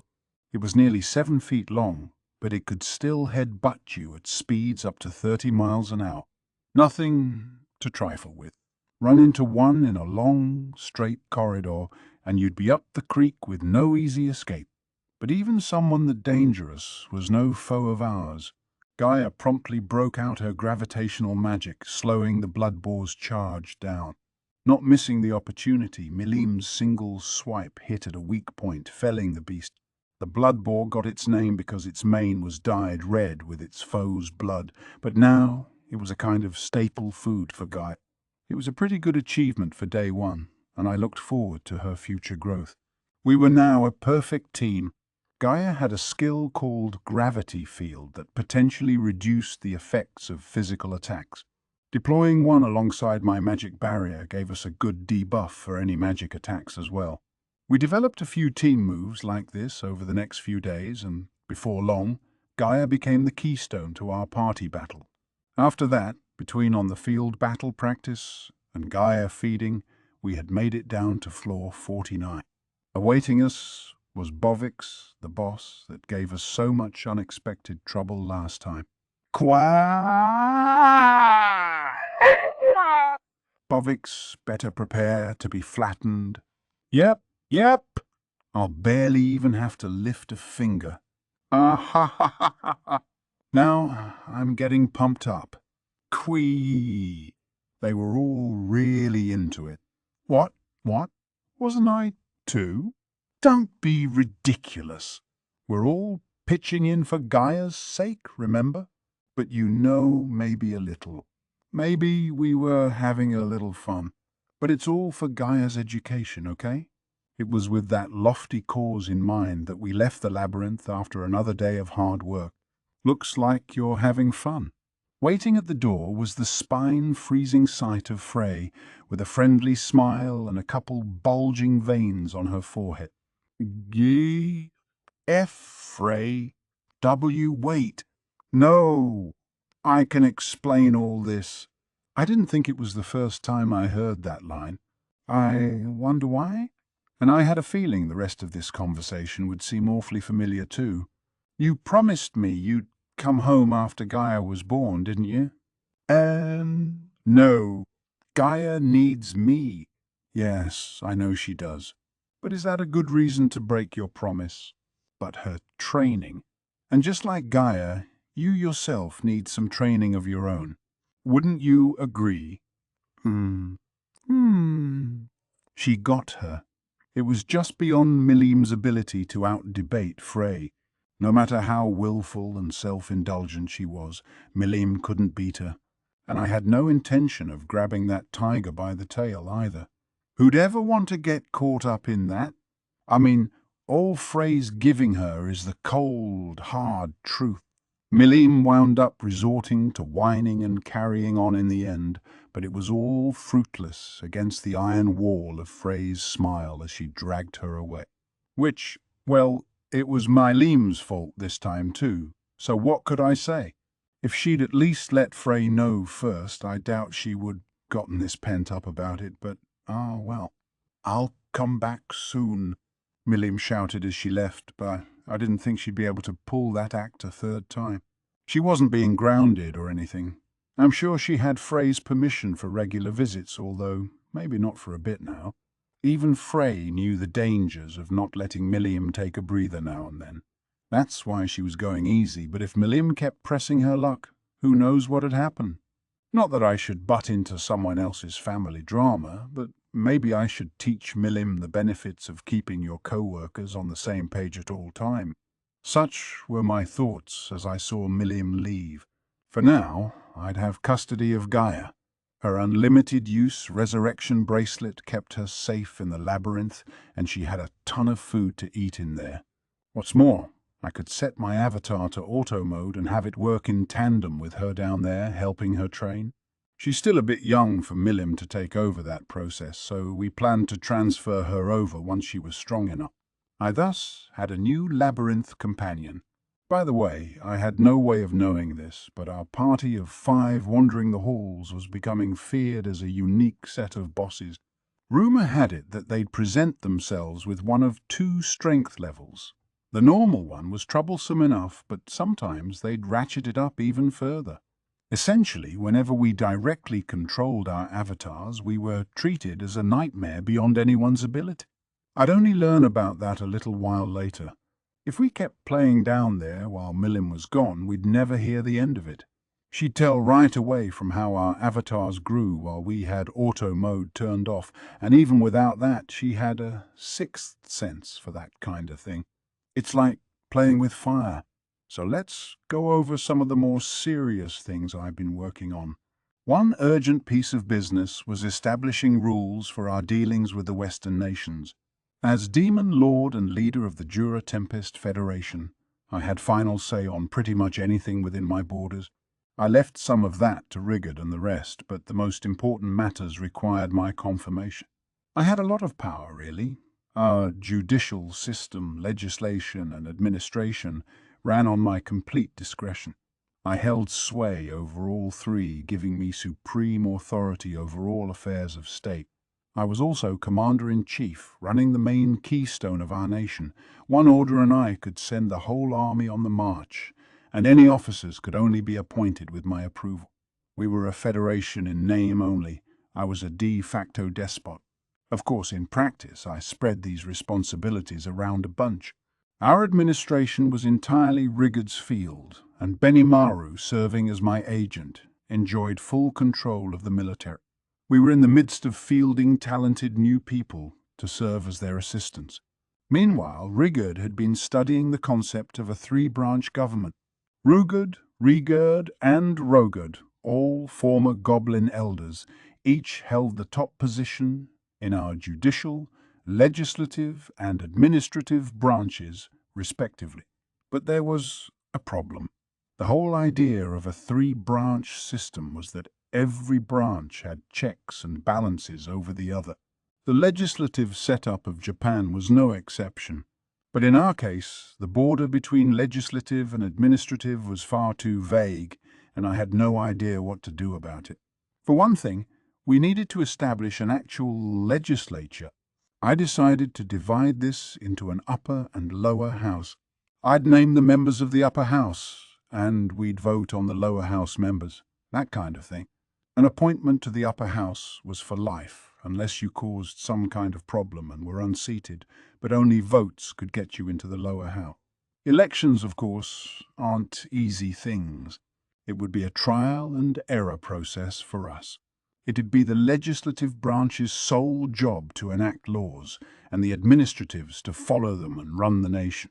I wanted our administration to be loaded with talent. Looking at the Japanese government, even if the Prime Minister changed out pretty frequently, the bureaucrats behind the nuts and bolts operation of the country were like steadfast mountains, barring recent events. I needed people with the perseverance to doggedly build up long-lasting policies over time, never throwing in the towel. Long-term projects often grew a lot of fat on them, and administrators could always get bought off and do nefarious things, but I hoped that everyone keeping a careful watch over matters would prevent that. For these administrative positions, I recommended the elders of the assorted species associated with Tempest. Those two advanced in age to serve could name representatives to fill in for them. Going forward, I thought we'd see this evolve into a meritocracy. For now, we still needed to talk about alleviating opposing interests between races, but in the future, I imagined there'd be more of a sense of unity, of a single nation of Tempestian. It'd take time, but I wanted our nation's policy to be peaceful reconciliation. That's fine and all, of course, but there was an issue. A lot of the talent pool for this kind of thing belonged to the weaker species, while the heads of the more warlike races weren't suited for working with complex written documents. This was kind of a big problem. Should I focus on our strength as monsters or on our intelligence and willingness to cooperate with humans? The question agonized me. No matter their muscle, I couldn't give major authority to the lawless. This was public knowledge around Tempest, and the beefier Tempestians were kind enough to be satisfied with military posts for me. But that meant they had no authority to speak about our administration's direction, and depending on how our policies went, that might sow some discord later. Our legislative leaders would gather feedback from the people and stamp their seal of approval on it. But if our administration was run by the brainiest of the brainy among our weaker races, the stronger ones could stand to lose their civil rights. Even now I could see the discontent that resulted. A government administrator had a heavy task. They had to manage the nation's budget, taking command over the massive amount of riches flowing into Tempest. Mijiel Mile was our top man in finances, but he alone wasn't enough to catch any discrepancy. Our administration also had to oversee how our land was apportioned out. I wanted proper zoning and development, but that whole process looked easy to muck up. To prevent logjams, they needed the authority to send out orders under my name. Finally, the judicial system. The judiciary's most important job was to deliver justice for arrested suspects. Policing came under the authority of the administration, but all three branches would have the power of arrest, one of the checks and balances. The judiciary had to judge them in courts, and that meant it had to be the most impartial branch of all, not listening to public feedback and solely protecting the legal order. Judging by the law, and not from your gut, is a lot harder than it looks, and keeping tabs on that was another consideration that gave me a headache. So Rigard and I were studying hard in order to flesh out our three-branch system. The legislature would listen to the people, talk things over, and enact laws. Being consistent with this would help us pursue an open government. For the administration, we were training Rigard and other talents to serve as bureaucrats. I also wanted to hurry along the establishment of a law enforcement agency in order to strengthen the authority of our nation's core organization. Benimaru's military, as well as Soi's team Kurayami intelligence unit, answered only to me. To keep from duplicating orders and causing confusion, I decreed that they didn't need to follow the administration's commands. Along those lines, I planned to appoint a fairly big name to lead our public prosecutor's office. That left one more thing, a problem with our judiciary. Running an impartial court could easily make our judges into targets. If I wanted to be thorough with this, I needed people with not just intellectual skill, but physical strength. Our judges would have bodyguards, of course, but that still left me with concern. Anyone who did something like attack a judge out of spite would absolutely get the death penalty, but some attackers may just be willing to accept that. Monsters are far stronger than people. No matter how well guarded you were, you could be lunged at in a flash. Thus, I preferred that our judges had some strength of their own to work with. In that case, I'd be worried about Rugud by himself. Indeed, he's my right-hand man in every way, but in terms of muscle, he'd lose out to an army lieutenant. Rugud would never let your average youth beat him, but Rugud could be a calculating schemer, but in his decisions, he was completely above the board. The judge's bench was the perfect position for him, but if push came to shove, he wasn't strong enough to defend himself. Rugud definitely could hold his own one-on-one against an army captain, though. Shame he was already exercising his authority over our assorted government organizations right now. Transferring him to the judiciary would be tough. Also, I'd really like to establish a public prosecutor's office in our administration. Gobta and the gang can keep tabs on criminal activity around the nation, but doing the same for our leaders and legislators is asking a little too much, isn't it? Yes, you're right. In addition to our diverse array of monsters, we have a number of well-known magic-born visiting our lands. The Founders' Festival has attracted many powerful fellows to the city as well. They could potentially cause all kinds of strife. The Founders' Festival had a lot of positive impacts for us. It also attracted a bunch of would-be strongmen with a penchant for violence. That was, in a way, what we aimed for, but some of those fools couldn't keep their brawling inside the labyrinth. Our security team had beefed up its forces since Gobta's return, but to Rigurd that didn't seem like enough. You mean magic-born who are a rank or so? Just a few, but yes. They didn't show any outward signs of violence, but I do think we should stay on our guard. He was right. Better to be prepared. There was wide variance between people's abilities to fight, so if we waited until a magic-born went berserk, it'd be too late. So a prosecutor and a judiciary, and we still need to decide who to send as our Council of the West representative. Everybody's already got enough on their plate, so I hate to make any unwise personnel shifts. It could lead to potential chaos, indeed. Mama, a lot of headaches. Our systems were starting to fall into place, our laws being enacted, but our mechanism for keeping the whole thing running was still weak. And don't get me started on all the unfilled posts. I know this is one of the harmful side effects of growing so fast, but what I'd give for some more people. But no point stewing over people who weren't there. I needed a change of pace, so I decided to make a couple field trips to our work sites. Gel's construction of a new capital for the former beast kingdom of Eurazania was proceeding smoothly. All the foundational work was already done. The stakes driven into the bedrock, the magically reinforced concrete kept in place by rebar and steel frames, and seeing it was awe-inspiring. Magic-infused solid rock provided more merits than simply being sturdier. It emitted its own wavelength of magical force, allowing it to repel lower-level magic. You couldn't transport it with gravity reduction spells, which was a disadvantage, but that merit still made it worth the trouble. Once that huge tower-like palace is completed, it'll be impervious to most magical attacks, whether from the outside or inside. On the site, I could see gigantic blocks of cut-out and polished magical rock, several hundred times harder than concrete, lined up in rows. In the middle, supported by this foundation, was a support column that thrust into the heavens. Blocks were suspended from it to construct the outer wall. The scale was so gigantic that even this column struck a dizzying presence. People darted around like ants. Everything looked out of scale, proving just how massive this structure was. "Well, hello, Sir Rimuru. Thank you so much for coming." Geld ran up to me, grinning as he greeted me. I had used Dominate Space to transport myself here, not wanting to get in the way of things, but Geld must have noticed me anyway. "Hey, Geld. Long time no see. I'm glad to see everything's going well." "Thank you very much. I'm sure everyone will be delighted to hear that from you." His cheerful laughter echoed across the site, much to my relief. He wouldn't be acting that way if things were awry. You can only enjoy your job if you're working in a bright, happy atmosphere.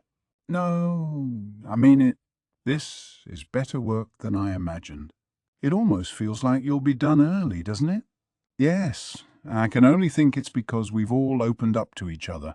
As Geld explained, he had been thinking for a while after our previous discussion.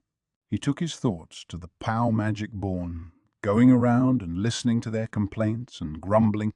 If someone just doesn't care, then nothing you can say will reach their heart. Geld wasn't the type to rule by force. Instead, he started by learning everyone else's thoughts. A lot of them feared their future treatment. Given how they openly warred against you, Sir Rimuru, they worried they'd all be done in once construction was completed.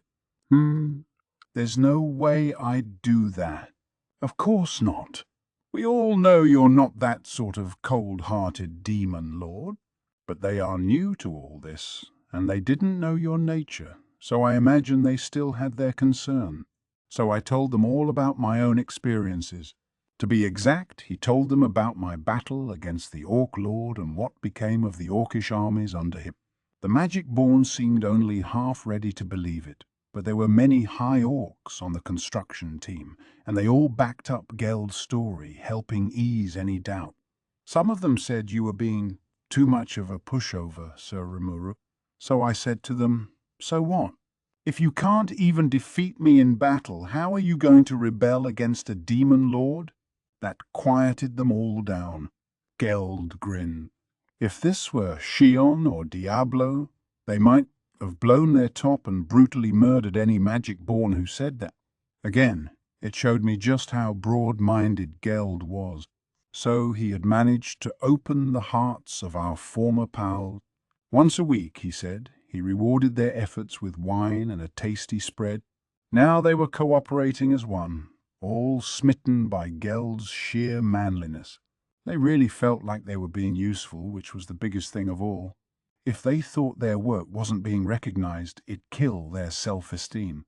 Hard work not only freed them from being prisoners, it also showed them the joy of a job well done. It should be obvious, but this was far more efficient than any kind of forced labor. So the higher-level Magic-Born's cooperation was providing us with a huge boost. With the increased labor force, we no longer had staff shortages. Work started to just hum along, and so construction was going faster than I expected. Compared with a building job in my old world, the pace was kind of frightening. In fact, there really was no comparison. All this with no heavy machinery, driven by elbow grease, alone. It really made you take a step back. But then again, one look at the work site quelled all questions. Common sense never applied to Magic-Born. Some could take weights of several tons and just heft them on their shoulders, all by themselves. Any scrap material or rock could be pulverized with a single fist. Flight was a given with these guys, so safety at lofty heights was never a concern. Any regulations drafted with humans in mind simply didn't apply. I just had to nod in awe and accept it. No wonder this was going so fast. And this wasn't the only building site. In war, deploying in multiple directions at once is usually ill-advised, but not with construction. We decided that a multi-tiered plan that followed a certain order would be more efficient. It'd train our combat engineers as well, so I left teams of crewmen to our commanders, assigning them areas to cover. To be exact, we now had 4 distinct construction departments. One in Dworgen, one in Englesia, one in Inglesea, one in Eurasania, and one in Thalia. In Dworgen, we already had a complete highway in place. The inns serving it were finished, the roads widened to allow for a dedicated Magitrain rail line. We were even hiring adventurers as day labourers. Wherever work's available, people come soon after, so things were pretty busy over there. Next, Englesia. Things here were about the same as Dworgen. We had built the highway there on the wider side as well, so rails were being laid down. That work would be completed soon. Construction over on Eurasania came last. We were expanding the highway right now, taking care to preserve the local ecosystem as we did. Any trees cut down during construction were slated for use in the building of the new capital, so we were fine-tuning our transport logistics. Thalian, meanwhile, was slow going. We had to start by clearing out forest land, so we were experiencing more delays than I thought. I'd assigned high orcs to handle this task as they were capable of carrying things around via their stomach. The high orcs were the most skillful group for this, so simply making a road wasn't a problem. However, they also had to transport the trees they felled, and that required labor. Once things wrapped up in Eurasania, we planned to shuttle the staff over to Thalian to help out. For now, at least, they would open a path in the forest. We could take our time paving the highway later on. Opening the planned tunnel and installing rails were both projects we decided to put off for later. That was the state of things in the 4 regions. Not everyone agreed with a Magitrain line between us and the Dwarven Kingdom. Some people feared the possibility that we'd misread the Eastern Empire's moves and let information on the project leak out. They could potentially steal the Magitrain plans and use them against us in a military invasion, a kind of double-edged sword. We could also have the rail lines we spent so much time on get torn up and destroyed. Others suggested that we should be focusing our building efforts on things like anti-Empire military outposts. The highway's largest lodging facility was on the site where the road met the Amold River. They wanted this reworked into more of a fortress city. I gave it some thought, but opted against it. It seemed pointless.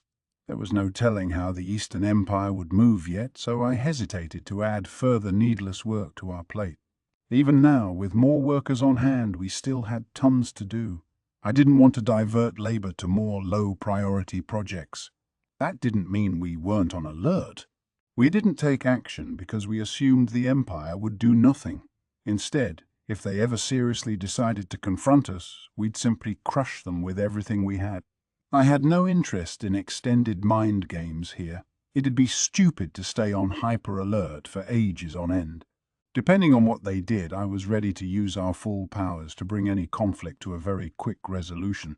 My cabinet and I reasoned that was the cleanest way to go at it. Yes, we did need to worry about damage to our railways and so on, but if it happens, we can always rebuild. We couldn't delay development because we were scared of potential future events. The Angels' attack, for one. No matter who's confronting us, we weren't about to step down. If the enemy comes riding in, we annihilate them and start building again. We needed to consider protecting ourselves, but really, our greatest asset wasn't thing. It's people. If we keep our workers safe, we're good. And after pursuing that plan, I found that our construction work was going at a shockingly fast clip. My final stop on this impromptu inspection trip was the Kingdom of Farminus. As promised, Yom had recruited a team to handle the preliminary work for a Magitrain line. They had picked sites for the rail line, according to the report I read, and surveying had just been completed. I figured they'd get to work on that after the harvest season was over, but Yom, or Mjuran really, made this a bigger priority. "Why wouldn't I?" she said with a smile. We know how rich we can get off the foreign currency we receive for our crops. If we should ever have a famine, that's enough money to easily provide food support. I would absolutely hate to see your Magitrains ready to deploy on us without any railways to support them. She was more passionate about the project than I was. As the Queen of Farminus, she was now taking an active policy-making role for her kingdom. Guess I don't even have to be here, eh? This is more up Rommel's alley, anyway. He's running things on site. Yom grinned as he introduced me to Rommel, a man I had seen a few times before, the sorcerer on Yom's team during his adventuring days, if I recall. He looked nervous as he updated me on their current status, unfurling a map detailed enough to be classified material and explaining in detail where the highway would go. It had all been surveyed to the level of detail I requested, and I had promised to make the final checks, so I quickly headed over, examining the whole path before the day was through. There's still a few kinks we need to work out, but overall it makes the grade. You wrote down exactly who's responsible for each section, right? Yes, Sir Rimuru. We've procured everything as you outlined to us. Okay. Then have the people running this section, and also this section investigate these spots for me again. It seemed to me personnel training was going well here. They had a complete project map in place, all within permissible levels of accuracy. Some of the teams weren't quite all there yet, but I could tell they were diligently studying their craft.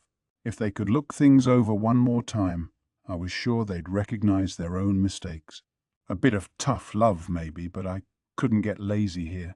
Maybe we'd have computer precision if I did everything, but that'd be meaningless. I wanted them to earn the achievement of doing this themselves. It helped raise the next generation of engineers. At this rate, I didn't think the fixes would take much time. We could likely push construction up a bit. I probably need to ask Kaijin soon to get our automatic magical generators ready for them. These generators were real impressive, all but guaranteeing the safety of travelers on the highway to Blumen. Since they operated as stone slabs reacting to magicules, they served as guideposts for the highway as well. Tempest's visitors liked them a lot, as did our soldiers who ran the highway patrol. The magicule count around Farminus wasn't as high as the Forest of Jura, but we planned to put the generators in regardless. Yom and his court gave us a warm welcome that day. I gotta love how you're still swaggering around by yourself everywhere. Doing whatever you want, huh, pal? I'm jealous.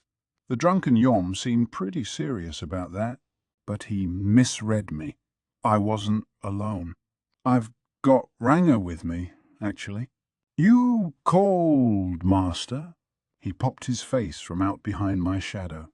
Ooh, you were there? You startled me. I'm sure he did.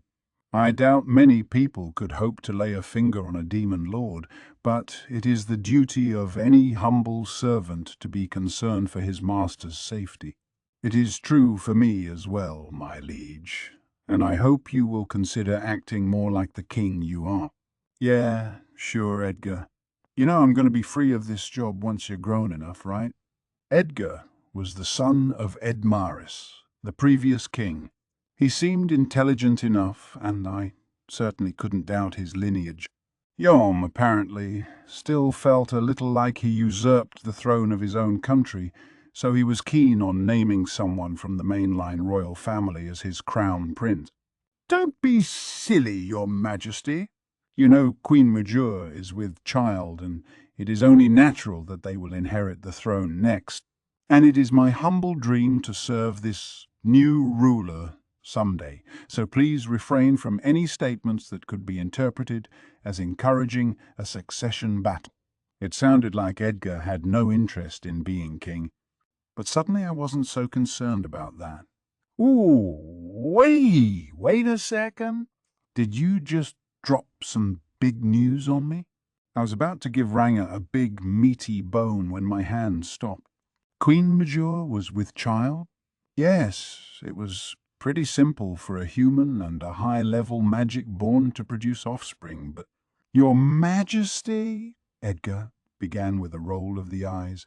After everything Sir Rimuru has done for you, you still haven't informed him of the pregnancy? Oh, but I was too embarrassed, and it seemed awkward for me to break the news, so those two really were made for each other. But didn't monsters and magic born get weaker upon giving birth? Would Majoran be okay? That won't be a problem, she briskly replied. I was originally human after all, and I may weaken, yes, but at this point in my life strength means little. I'll retain all my magic and knowledge, so it will hardly be much of a hindrance. And by the way, that Grusith still ain't recovered from the news. Guess it was too much of a shock for the guy. Ah, I was wondering why I hadn't seen him at all. But hey, there's plenty of fish in the sea, you know?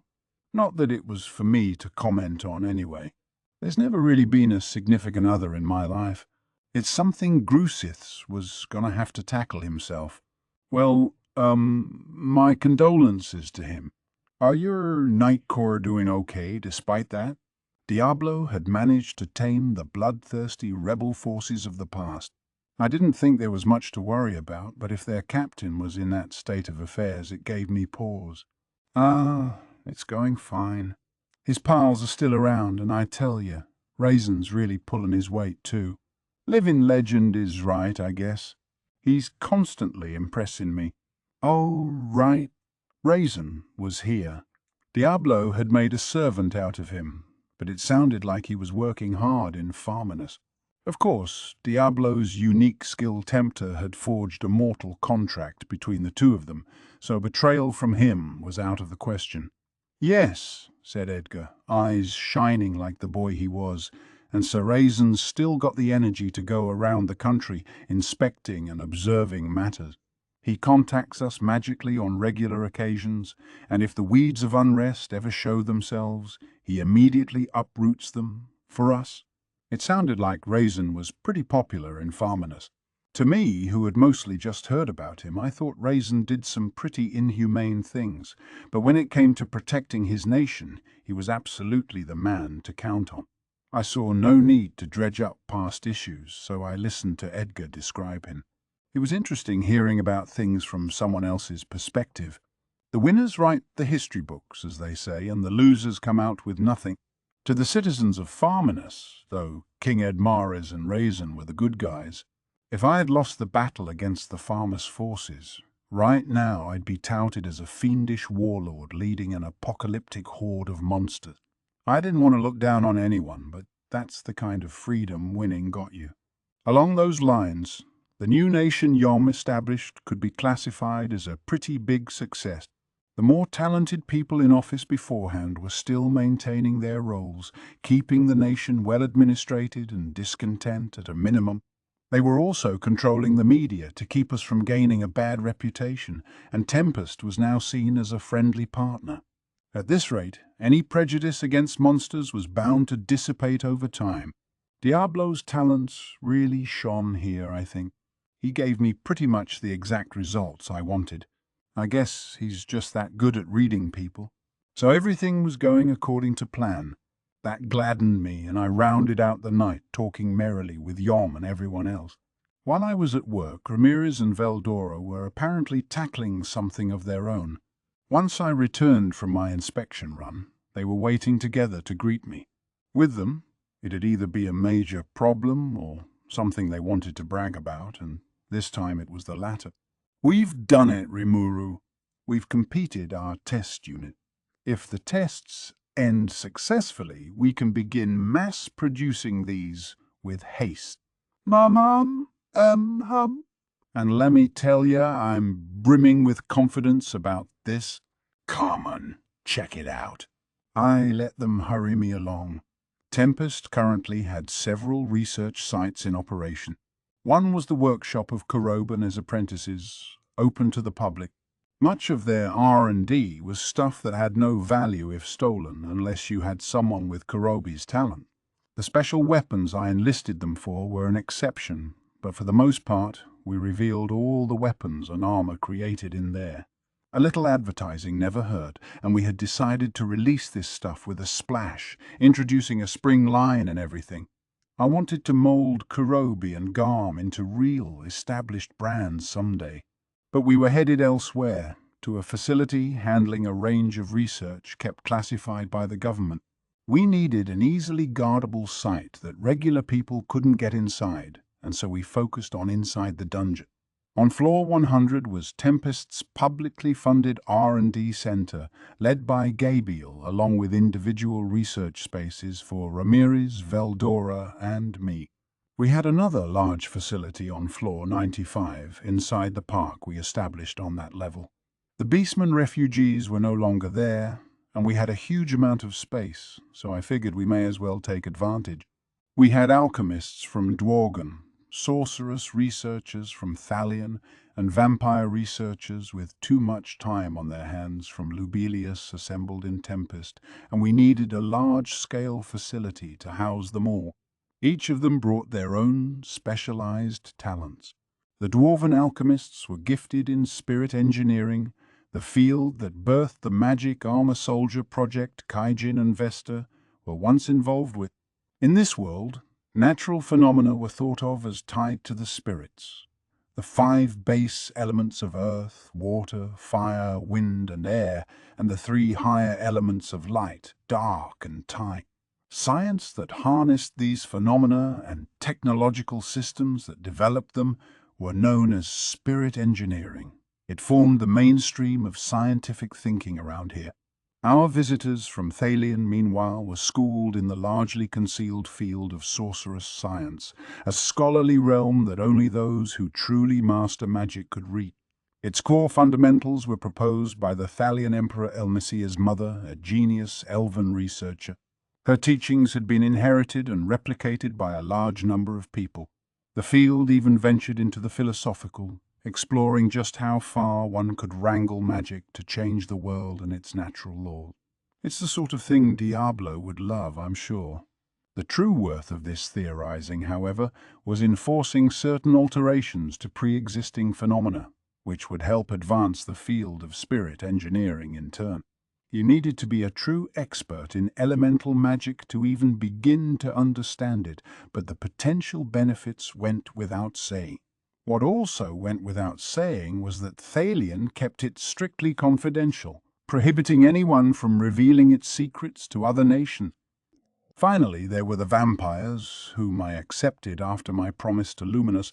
These were overcomers, vampires powerful enough to be deemed calamity-level threats, and they were all rather eccentric characters, but at least there weren't many of them. I had very real concerns they might cause me trouble, but it turned out I shouldn't have worried. Hey, Sir Rimuru, let me tell you how curious we are about all the fun stuff in here, man. This was my main contact among them, and he was an extremely cheerful, affable man. They just loved new things. None of them minded humans or elves or dwarves among their co-workers, not when they had such big intellectual curiosities to satisfy. Some of them came off as pretty arrogant, but Veldora and Ramirez worked alongside them, and while Ramirez was never going to serve as a decent authority figure, her servants Beretta and Trini weren't about to stand for it. Anyone too arrogant for their tastes got less than royal treatment. "Yeah, get me some tea, girl." "Yeses, right away, sirrah." Man, work took a lot out of me today. My shoulders are killing me. "Oh, let me massage them, sirrah." And these were the overcomers? Eesh. Those damn fools. Pathetic. The vampire's leader whined a bit about it, but nobody dared lodge a complaint at Veldora or Ramirez. They were a lot more cooperative after that. Their research, meanwhile, was actually pretty interesting. They were taking the opposite approach from sorcerous science, something Luminous dismissed as useless, but I disagreed. On Earth, we'd call their field of research physical engineering. They were trying to discover the rules of nature with all the magical elements removed. The laws of physics they produced from that, laid out in intricate detail, stemmed from the heart of their science. This was all totally reproducible work, but while I should have expected it, in a world where the degree of magic in an area can affect things differently, it was treated as kind of a fringe field. Luminous didn't like it, which I thought was interesting in itself. Even if all this data gathering was just a pastime for a bunch of bored vampires, their massive archives held a lot of purpose for me. They made it easier to examine the effects of magic. Any great new breakthrough is the product of a number of much smaller ones, so I thought their research didn't deserve revulsion at all. So I now had teams of leading experts in a variety of intellectual fields in my nation. The information they brought was invaluable, the potential results, when you mix them together, incalculable.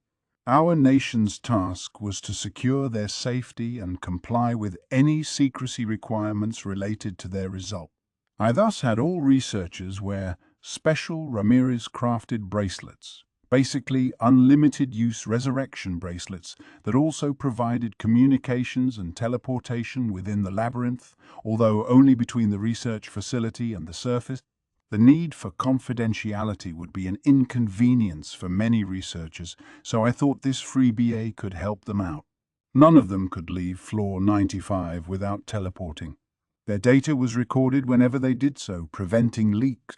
They could also ask a dryad to teleport them, but that required trainees okay, so any spy activity in the labyrinth would be doomed to fail. Of course, I thought the overcomers had an honest chance of fighting their way down the normal route, but it'd be inherently dangerous.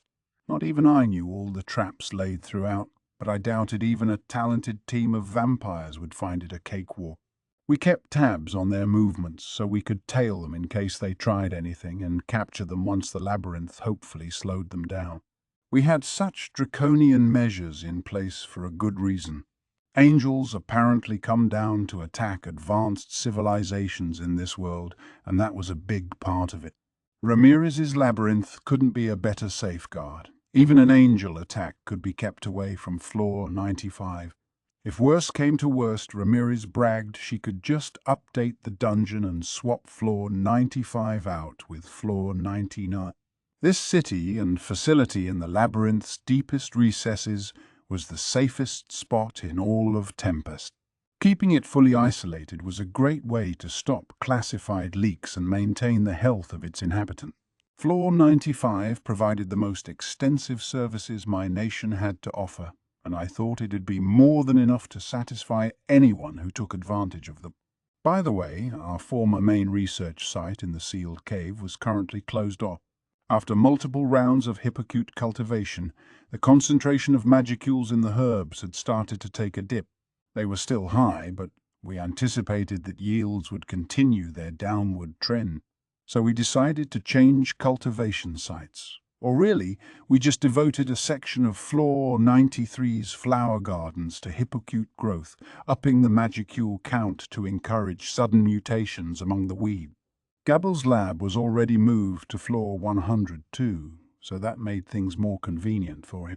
The shuttered cave was now populated by wyverns, accessing the site from an expanded tunnel extending to the mountain's rear side. This was classified as a military secret, more or less, so the public wasn't allowed on premises. As a result, we planned for all top-level research to be done in the labyrinth from now on. It was this large-scale facility on floor 95 that the two of them guided me to. We didn't visit one of their private rooms, signifying this was the result of collaborative work with the others. Work on the test unit was going well, apparently, as was the related research, and they even said it'd be done before our rail lines opened up. I hadn't been down to floor 95 in a while, and in the meantime, it had transformed into a sort of forest city. In the middle of a beautifully kept park, there was a townscape that seemed to sprout up among the trees. I was impressed at how quickly they set all this up, but was sure we were seeing some elven ingenuity at work. Maybe the treants as well. Either way, it was a lovely space. Transient labyrinth challengers, of course, couldn't come in here unless they were studly enough to hack and slash in the long way. I personally took advantage of the members-only elf club from time to time, but almost never came here during the daytime, so I didn't think it had changed quite this much. I left its development wholly in the hands of Veldora and Ramirez, and I have to say that I liked their work. It offered variety from the rest of the levels, and I'd love to enjoy a leisurely tour sometime. That was on my mind as I followed them toward a modern research building, made of reinforced concrete and standing out within the park in the middle of the city. There was a large building situated next to it, with one block devoted to accommodations for visiting researchers. I had directed the construction of this building, but now, for some reason, it had this natural, weathered look to it. It struck a really unique presence, and I didn't mind it at all. Very charming. I like how it's kind of nestled among the trees. Right? Right? Every research lab needs to look like it houses a dragon's hoard of secrets. Veldora was patting himself on the back like a kid who just completed work on his secret treehouse hideout. I have no idea what or who gave him such a skewed view of the world. Everyone's getting along so well in there these days. You know, there was talk about forming a kind of secret society. Secret society? What were these people even doing in there? He. You're the one who blew the lid open on all their research first, aren't ya, Rimuru? That sure took care of anyone looking to steal people's data and make it their own. Yeah, that did happen. There were a lot of wars between nations, and plenty of clashes of opinion between the world's scientists. Most researchers, keeping their homeland's interests in mind, concealed their tech while trying to absorb some from their rivals. I didn't see that as constructive, so I just laid bare everything we knew. The word classified didn't mean anything to Raphael anyway, so I collated it all into easy-to-grasp instruction manuals for the public and passed out copies using up all the valuable paper Yuki procured for me. Maybe a little wasteful, but I felt it was a justified loss. I really wanted to manage our documents with real plant fiber-based paper, not parchment. The stuff Yuki gave me was apparently from the Empire, and it was almost as good as what I had on Earth. Giving it all away, I thought, demonstrated just how dedicated we were. Ever since then, researchers had become a lot more frank with one another. Their intellectual curiosities drove them to seek collaboration. Finally, I collated all the secret info out there into written documents so anyone can browse through them. There were, a few complaints about that, but I think it's going to do a lot to advance technology. Oh, it will. And it has, Rimuru. There was kind of a big commiseration party after that dropped, and everybody hit it off with one another. As Ramirez explained, once everyone gave up on concealing their data and started working with others, it created a weird sort of solidarity across the lab. Since then, they had stopped being so obsessed over their home nations. Even the overcomer vampires were treated as friends and equals now. It was really fascinating to see, and I liked seeing it. It was great, but what came after was the problem. The researchers were now their own little community, with Veldora and Ramirez at the top, and thanks to that, the community was now an organized group, a mysterious environment where everyone could research whatever they wanted to their heart's content, a system exactly like the evil little secret society we had going. Ramirez, boundlessly fascinated by all this stuff, was now the mascot/head cheerleader of them all. Veldora, meanwhile, was positioned more like a mafia boss. At first I grumbled about it. I turned my eyes away for a moment and this happened. But then it dawned on me that if I had been around, it probably would have happened even faster. Wait. No. It wouldn't, I swear. So anyway, here's how we've arranged the externals of it. What do you think? Cool, eh? Like a villain's secret hideout? Oh God, it was a secret hideout.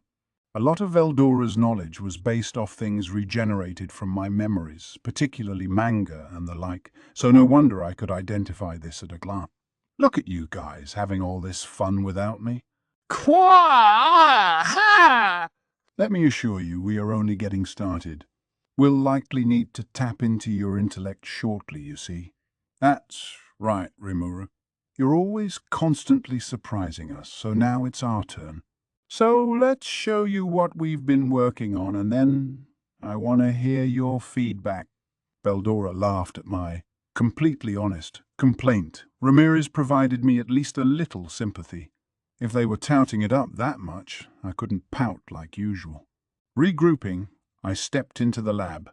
People in white coats restlessly beavered away. I passed by them as we came to what looked like a model train. Hey, boss! Surprise? It was Kaijin, of all people, in a lab coat that didn't look at all right on him. He seemed to be running things around here. The space, the size of a college lecture hall, was lined with rails, to the point that you had to watch where you stepped. There were miniature mountains, valleys, tunnels. Maybe they were doing aerodynamic analysis or something. Wow! This entire space is a test facility. Way to get it on the first guess. But what's really amazing are all the people gathered in Tempest for this. It ain't easy to build a facility this size. Kaijin was right. This only worked because of all these scientists working under the same roof. They had used assorted types of magic to create this massive diorama of sorts, the precision-crafted model riding the rails made by Kaijin himself. What's propelling this train?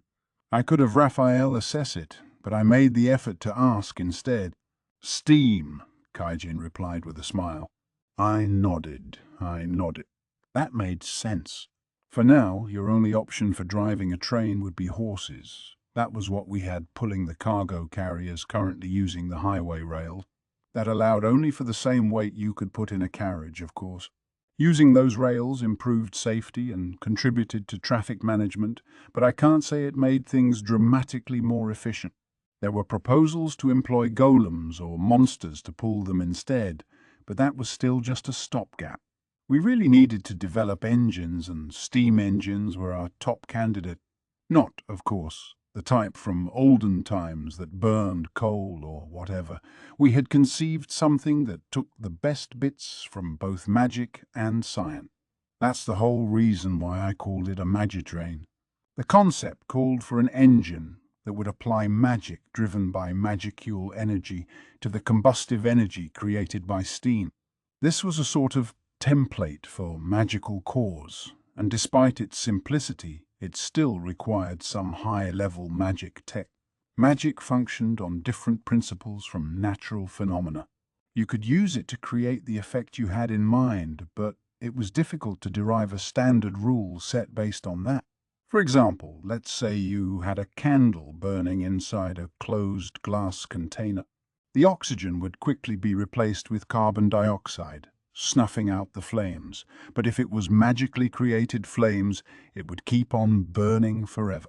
As long as the force and magicules instilled by the caster didn't run out, the flames will never disappear, although, of course, no caster had infinite power. Based on this experiment, magical flames clearly ran on different rules from scientific phenomena. It was thus difficult to take one magical procedure and apply it successfully to something else. That, I guess, was why nobody thought about connecting magic to physics in this world before now.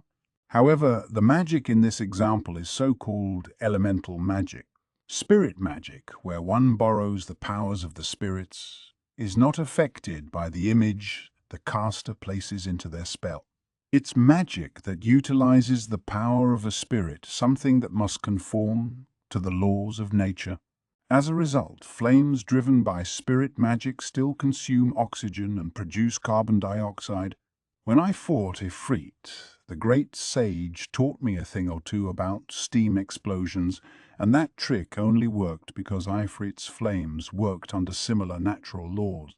If it was elemental magic instead, using magicules to rewrite those laws, it may have been completely ineffectual. It's also why I could use spirit magic under that holy field. Also, in the past, I used inscription magic to heat up metal and illuminate caves, but in the end, that still didn't produce enough light. Dole did a little innovating to apply the elemental magic light and change the inscription to transform magicules directly into illumination. Basically, this world lets you use magic to skip procedure and go straight to the results. That had the adverse effect of delaying scientific investigation into natural phenomena. Science, based on physical phenomena, was better handled using spirit magic itself based on nature. And that's how I hit on the idea of spirit-based engines in the first place. We had been using the heat we generate in the forge to do things like warm-up baths, you know. But not even I thought you could use steam this way. Kaijin gave me an impressed look. Me, I was more impressed that he actually created a steam engine based off my description alone. Well, the basic premise can be used for a lot of things. Moving pistons, turning turbines, you know. Using steam or heat energy can help you do physical work, or you can convert it to electricity. The latter's something to tackle later, but it looks like you've worked out pistons just fine for now. Yeah, as you can see, boss, you can get a lot of power from electricity if you use it right. He turned to the miniature train. I had spoken to him and his team about electricity before. They must have kept up with their research because now he demonstrated a pretty good understanding, even better than mine, maybe. There were 6 cars connected to his model locomotive, each filled with little metal balls. If they were real, that was a pretty hefty weight it was pulling. We tried to replicate every possible environment in this test room. Right now, it's in a tropical rainforest. In the next space over, there's a desert climate, and next to that is an area with heavy snowfall. We're getting data from each room so we can make designs for pretty much any environment. Trainee was now explaining matters to me, Ramirez taking the opportunity to sit on her shoulder. The vampire in the room, canines sparkling, nodded their approval. Yes, glad we could be of service. I just love experiments like this. The vampire leader was a cheerful kind of guy, but definitely off-kilter. It wasn't that he enjoyed research so much as there was no room in his mind for anything else, but I'm sure they were helping a lot. I had been provided a carefully kept notebook filled to the margins with writing. This was pulp-based paper. We could have imported it from the Eastern Empire if we had any relations, but there was nothing for now, so I was having them research how to create real paper. Gabble's team was good at this sort of non-headline grabbing work, and when I left things to them, they quickly started test-producing some low-quality paper from tree pulp. I hadn't given any further instruction since then, but through a trial-and-error process, they had quickly reached this current level of quality. I know they had samples to work with, and documentation from me outlining the whole procedure, but it was still amazing. They deserved praise, and I resolved to give it to them. But back to the notebook. It was a neat piece of work. A series of questions, hypotheses, experiments, and results. Dynamic force and the magicules needed for an engine to provide it. Consecutive operation times and subsequent engine deterioration. Estimates on maximum load and weight distribution on the freight cars. They even used all that to calculate the stability of each room, setup, and figure out how fast they could operate the train. All this data would come in handy when making the full-size locomotives. I just took a quick read through the notebook, but it seemed to me like the needed theoretical work was already done. We had a working model after all, so I figured it was time to build a test engine. Unless... Hey, Veldora. This isn't the only test vehicle you built so far, is it? Well spotted. You're an intelligent slime, if you've already noticed. Veldora grinned at me, Ramirez sneering on his shoulder. I looked around, only to find Kaijin and his team, Trainee, and even Beretta doing the same. They had all filed in at some point, standing in a row by one of the doors. So, this means... It was a lot of hard work, you know. Summoning a fire spirit within the engine wasn't enough. You need something for power control, and if it was done manually, you'd need a decently well-trained shaman in the train at all time. We could train enough of those for our whole fleet, maybe, but that'd take too much time. So they put together a magic circuit that automates the whole thing. It's a control board that combines the fire spirit core and the inscription magic that controls it. Put them together, and this is what you get. Kaijin slowly approached the door as he spoke. Normally, summoning spirits is where our attempts started to fall apart. Lower-level spirits don't have enough power after all. You at least needed to summon a flame salamander or something mid-level like that. Those were B+ monsters, and no normal person could summon one and keep them stable for long periods of time. Was Ramirez involved with this? As the former Spirit Queen, it seemed in her wheelhouse. But containing my surprise, I watched as Kaijin put his hand to the door. Whoa! This is it! It was waiting beyond. Its body shone a lustrous black, clearly made of magisteel and looking like some ominous monster of iron. Here is the result of our combined skills. Magitrain Razira. Vesta's proud voice rang out as I marveled at it. I thought we were still in the experimental stages and it was already done. Still a test unit, perhaps, but the very first example of the train I always dreamed of. A huge step forward. We're planning to test the body's durability and performance. We're also going to add not just freight cars, but passenger cars, sleepers, and even dining rooms. Completing the steam engine isn't the end of the story, of course. I still want to get into the nitty-gritty to try to make this as complete a package as possible. Vesta and Kaijin were both excited. The other researchers seemed just as impassioned as they looked at Zero, but I'm sure there was still room for improvement. For example, regarding the electricity you discussed with us, that's some pretty tricky stuff to handle. We had a wind spirit generate lightning for us, but harnessing that energy as it looks like a non-starter. I'm sure it would be. Electricity can do anything, really, but it took a certain methodology to handle. We need to develop capacitors first. Once we do, we can use the heat the steam engine generates to create electricity. It'll be a lot easier to operate a train then, so I think it's a worthwhile approach. This was all a little over my head, but Raphael was kind enough to translate technical books from Earth into the local language for me. I had already provided these to the lab, and I guess Vesta's team was making ample use of them. It was sort of like recycling magic, and if it made things smoother for us all, then bring it on. Oh, and about that. I wasn't sure whether to say it when it came up, but I thought we could discuss it while looking inside this guy. A picture's worth 1,000 words, as they say. Come on in. Wait, were they already using electricity somehow? I began to doubt myself as I followed Kaijin in, only to find a surprise waiting for me. The inside of the locomotive was bathed in a soft, gentle light. I shot Kaijin a questioning stare. We readied ourselves for this the moment you gave us all those books, boss. Right, Vesta? Yes. Sir Rimuru. Ever since you tasked us with researching ways to use electricity, Kaijin and I have been poring through all the material.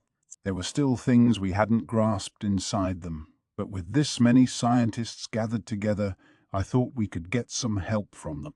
Right, that sort of thing. So they helped find answers to our questions. Plus, when we looked at that girl over there, Lady Ramirez's elemental colossus, that is, it just blew our minds. After all, it's basically a completed version of the magic armor soldier project we had abandoned. Certainly having a real-life sample to work with made things easier to grasp. The new elemental colossus, currently under construction, was already being used as an experimental test bed, it seemed. Very much so. Reading those books and gaining valuable feedback from everyone else made us realize our great mistake. Back then, we thought that spirit and elemental magic were the same thing during our experiment. That's where we went wrong. Yeah, so we looked at the sample to verify what we were missing. What they found was that different types of magic can run by wholly different sets of rules. Ramirez's elemental colossus ran on spirit magic, or more specifically, it used a summoned spirit. Kaijin's team was trying to operate a spirit core with elemental magic, but they just couldn't get it started up. Our answer to this, unfortunately, was to up the magic output. This led to magic-generated heat with nowhere to go, and the experiment ended in failure. I see. Although maybe the Colossus was arranged like this only because Ramirez couldn't use elemental magic. Regardless, that wound up being the key to its success. The Colossus was driven by a primitive sort of spirit core, but with all the scientists on hand here, they were apparently on their way to restoring its full ability. Once they fully analyze the master core I created for it, it'll be a full-fledged magic core again. I don't know whether to be happy or sad about this. Me neither. Here's this theory I gave up on, and we only failed because we had an assumption wrong.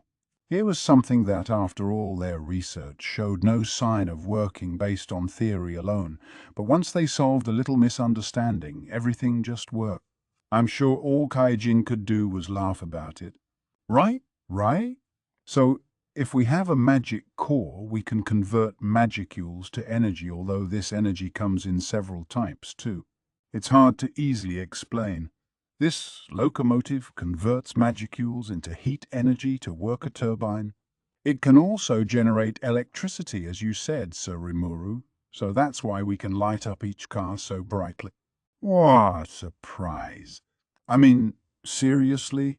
So this car was driven by a completed magic core. Giving magicules to each type of assorted spirit provides you the ability to convert them to useful energy, and you could even circulate this energy around. Electricity created by the turbine can be fed back to the magic core, they said, storing it for later use. I was sure they could generate electricity more directly, but apparently that made things harder to control, so they made it so the system used what the steam engine generated. When it comes to electricity, high output isn't necessarily all you want. You need both a power plant and a transformer, not to mention storage batteries to keep that energy. And they were handling all of that just with a magic core. Plus the magicule fuel was all around you in the air, and if it wasn't enough, you could just use a handy magic stone to power it.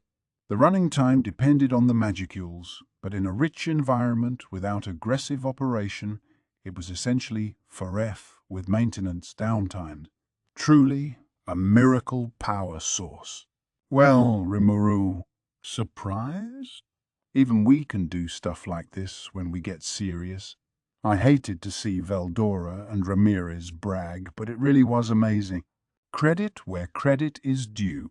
This is really great. Keep up the good work, guys. Certainly. Mum. It's smooth sailing from here on out. They knew they were being complimented. Now I wanted to brag to someone. It wouldn't be long before our nation had a train system, and after that, our Magitrains would start sweeping across the world. It was exciting to imagine. So, boss, there's something I wanted to discuss. Oh, what's that? Well, we wanted to hold a friendly icebreaker to celebrate the completion of Magitrain Azaro, and along those lines. A massive all-out drinking bash and party in the name of a friendly icebreaker, huh? And at my favorite nightclub too, of course. Well, fine. Perfect. All right, everyone, let's drink out the rest of the evening. Oh, thanks, boss. I know you sponsor that fancy tavern, so I couldn't go around reserving it just for ourselves. Kaijin flashed me a relieved smile. No, it's not really the kind of place I'd invite busloads of friends to party in. In fact, I don't think everyone here could even fit inside. Even for Kaijin, money wasn't necessarily the problem. Well, how about I have them set up some outdoor seating? We can close it off to the public for tonight and call it a staff appreciation event. Given how well everyone worked with one another already, icebreaker was a misnomer. So I decided to cover the bill for a party to thank them for their efforts. Though really, to be honest with you, any excuse was fine. There's no better way to celebrate something than with good drink. Whether it's a little get-together or a company event, as long as it's time spent with one another, it's all the same. And what luck! We happened to be in an elf-run town that was like paradise on earth. Time for everyone to share in the joy and charge our energy for the future. How understanding of you. We can't wait, Sir Rimuru. The staff, just as excited as Veldora, all thanked me in unison, as if they practiced regularly. Even the vampires enjoyed some alcohol. I guess not requiring fresh blood widened their palates a bit. And in the midst of the celebration, "This is so great! Now I can drink on someone else's coin, too." Yes, it's quite wonderful, isn't it? But careful you don't drink too much. None of that, Lady Ramirez. Sir Rimuru told me that underage drinking is strictly prohibited. A certain pipsqueak tried seizing the moment to wet her whistle, but she was thankfully stopped in time. Chapter 2. New Companion. The demon trampled across the dark realm like a savage beast. Beyond the gates of hell lay a spirit realm one could call the land of the dead, or even hell itself, and there he was, annihilating demons, like a living manifestation of violence. The powerless ran screaming, the more powerful banding together to defend themselves, but to that demon it was just helpless struggling. All foes fell to his might and his rampage continued. Demons were a kind of spiritual life form. If you destroyed the physical body of one, it would self-regenerate over time. Perhaps he knew this because he held nothing back, showing no mercy to anyone coming his way. The name of this personification of violence was Diablo. It's been so long since my last visit. Quite a number of chumps have sprung up in the meantime, haven't they? Assembling a group of these will accomplish nothing. I need to find my old friends. His old friends were those comparable to him. His mission during this long journey was to recruit them. Hey,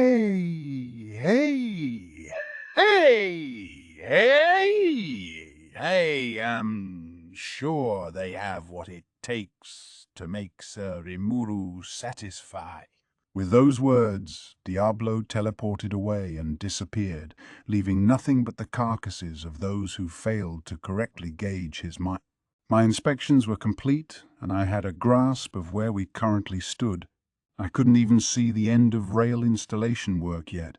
We were considering 3 lines for now, from the Dwarven Kingdom to Tempest, from Tempest to the Kingdom of Blumund, and from Blumund to the Kingdom of Farminus.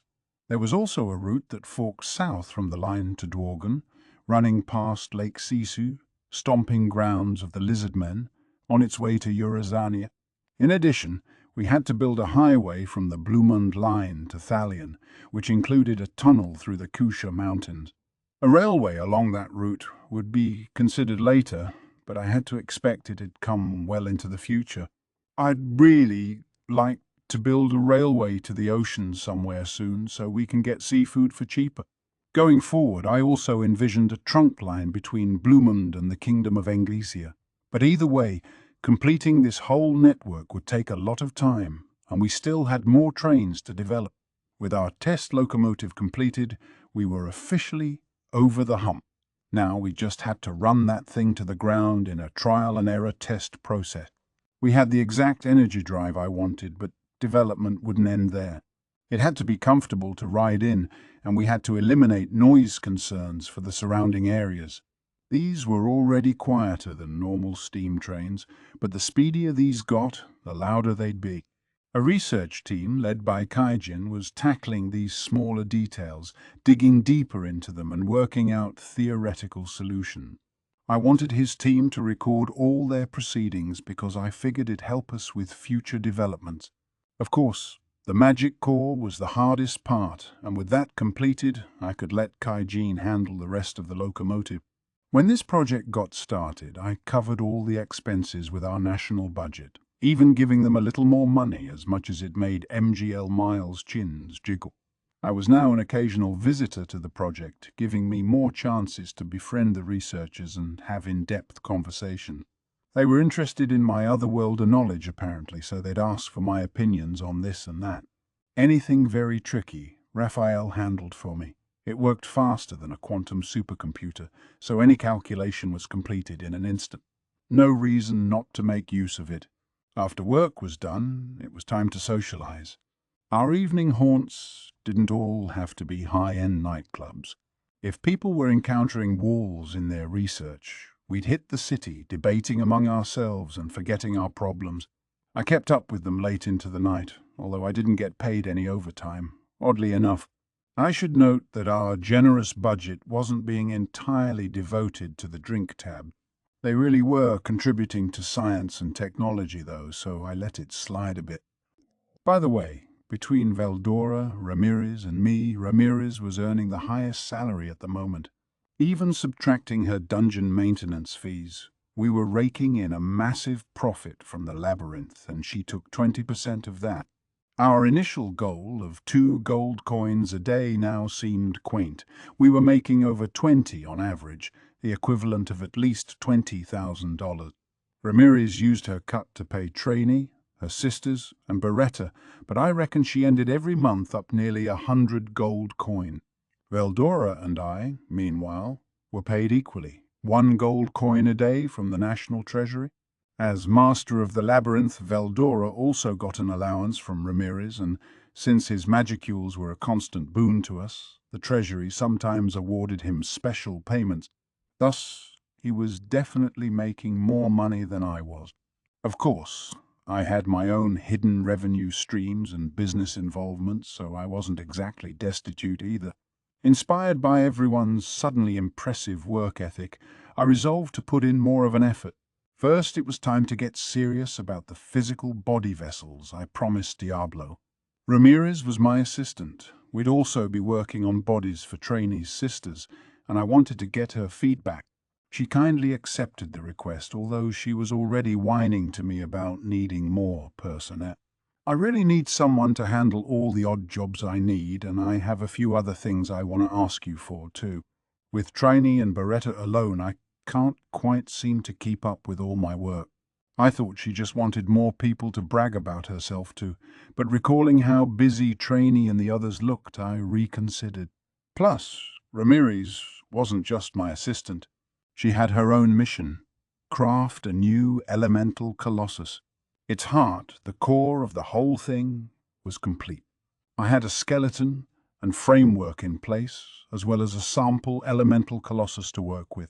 I figured we could just proceed based on that, but modifications always take a lot of time.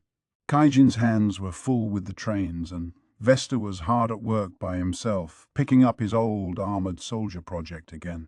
He was already lending a hand to Ramirez in his spare time, and I worried he was overworking himself a bit. This was going to be built into the completed magic core, so I want to get some test data, and for that, we'd need as many people as possible. What about Veldora? Yeah. What about the Master, indeed? Whenever I ask him for some detailed piece of work, he disappears. I see. Maybe not worth relying upon, then? It makes sense to me. Veldora is Veldora, always busily running from one spot to the next. I thought he'd be a bother to most people, but he actually wasn't. He was smart, despite his personality, and I suppose he really was helping out a lot. He certainly loved being the center of attention, so instead of asking him to assist Ramirez, I felt it was better to just let him do his own thing. All right, I'll round up someone. Great. Thanks. With that promise, I began pondering who to select. The days then proceeded by peacefully as ever until one day when they came along. Right in my office, atop my desk, was a huge pile of documents requiring my approval. I couldn't guess how long it'd usually take to process all these, but in my case, I left it to Raphael. It nimbly evaluated all the proposals, rearranging them by priority level.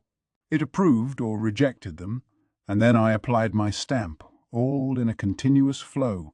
Maybe it wasn't that taxing, but this kind of rote work was always a pain to me. Silently I stamped away, wishing Diablo were here to handle this. Time for a break. Returning to slime mode, I lazed around on my sofa. This always felt great, the softness of my body and the elasticity of the cushions. Put together, it felt like a ball pit full of feathers. Now that sleeping required a trick or two for me, this was my secret little heaven right here. Then I heard knocking. I wanted to keep chillaxing for a bit longer, but someone was here. Ah, well. Switching to human form, I sat on my chair. "Come in," I replied, making sure my pose was just right. The door opened, revealing Shuna. She bowed at me. "Sir Rimuru, you have a visitor. He gave his name as Dano, and he says you'd know who he is." Just as expected, a visitor was here. But Dano, though, there was only one Dano I could possibly know of. He's a demon lord, isn't he? Part of the octagram. What's he here for? A demon lord? Should I ask my brother to assemble our troops, just in case? No, that's all right.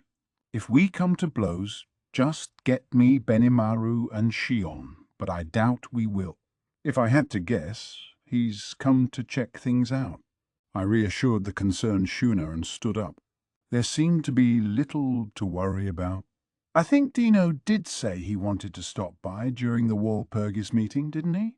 I kind of ignored it then, but I guess he was serious. Very well. I will make the arrangements. With a nod, Shuna guided me to the room where Dino was waiting. It's helpful to have a lot of rooms for occasions like this. Then you can choose one for the situation. Merchants and the nobility can have ornate parlors. Famed monsters or suspicious people can be shown simple but solidly built rooms, if only because they might cause expensive damage otherwise. Thus, Dano was waiting in a functional, if not very flashy-looking, chamber. When I came in with Shuna, I found Dino looking pretty, well, casual. In fact, he was sprawled out on the sofa, taking full advantage despite being a guest. He certainly didn't care what people thought about him, for better or likely worse. "Hey, nice to see ya. Doing well?" He greeted me from the sofa, showing no sign of getting up. Shuna wrinkled her nose but silently bowed and left the room, no doubt to fetch some tea. "Great, thanks," I said as I took a seat facing him. "I got a lot of problems to deal with, so things aren't exactly chill, but..." I took a closer look at Dino. He looked just as blass and unaffected as the last time I met him, but still his attitude suggested I better keep my guard up. No wonder Shuna was wary of him. "You got problems? That sucks." "Yeah, kinda. I'm still pretty new to demon lording, so nothing's going easy for me yet. But what brings you here?" "Oh, me? Well, I said I'd visit you, so here I am." His reply was rather brisk, sounded like a lie to me. We both quickly fell into silence, but just then Shuna came back with some tea and snacks, navigating the quiet chamber like nothing was amiss. Hastily laying everything out, she bowed again and left the room. She really is a professional. I took a sip of tea and turned my eye toward Dano. He was the first to relent. "Well, to tell you the truth, I got kicked out of Dagrul's place." "Hmm?" "Yeah, I'm kind of homeless, so I'd been hanging at Dagrul's joint. I'm also penniless, so..." "Wow. This is a demon lord? He may be honest, but this guy's bad news, isn't he?" So I thought about what I ought to do, and I remembered that Dagrul's sons had nice things to say about their time in your country. So now I'm looking for a place here. I couldn't show him a single iota of mercy. No, you can't." I immediately turned down the request. "What? What? Hmm." The room fell to silence again, Dino reacting like he never pictured me saying no.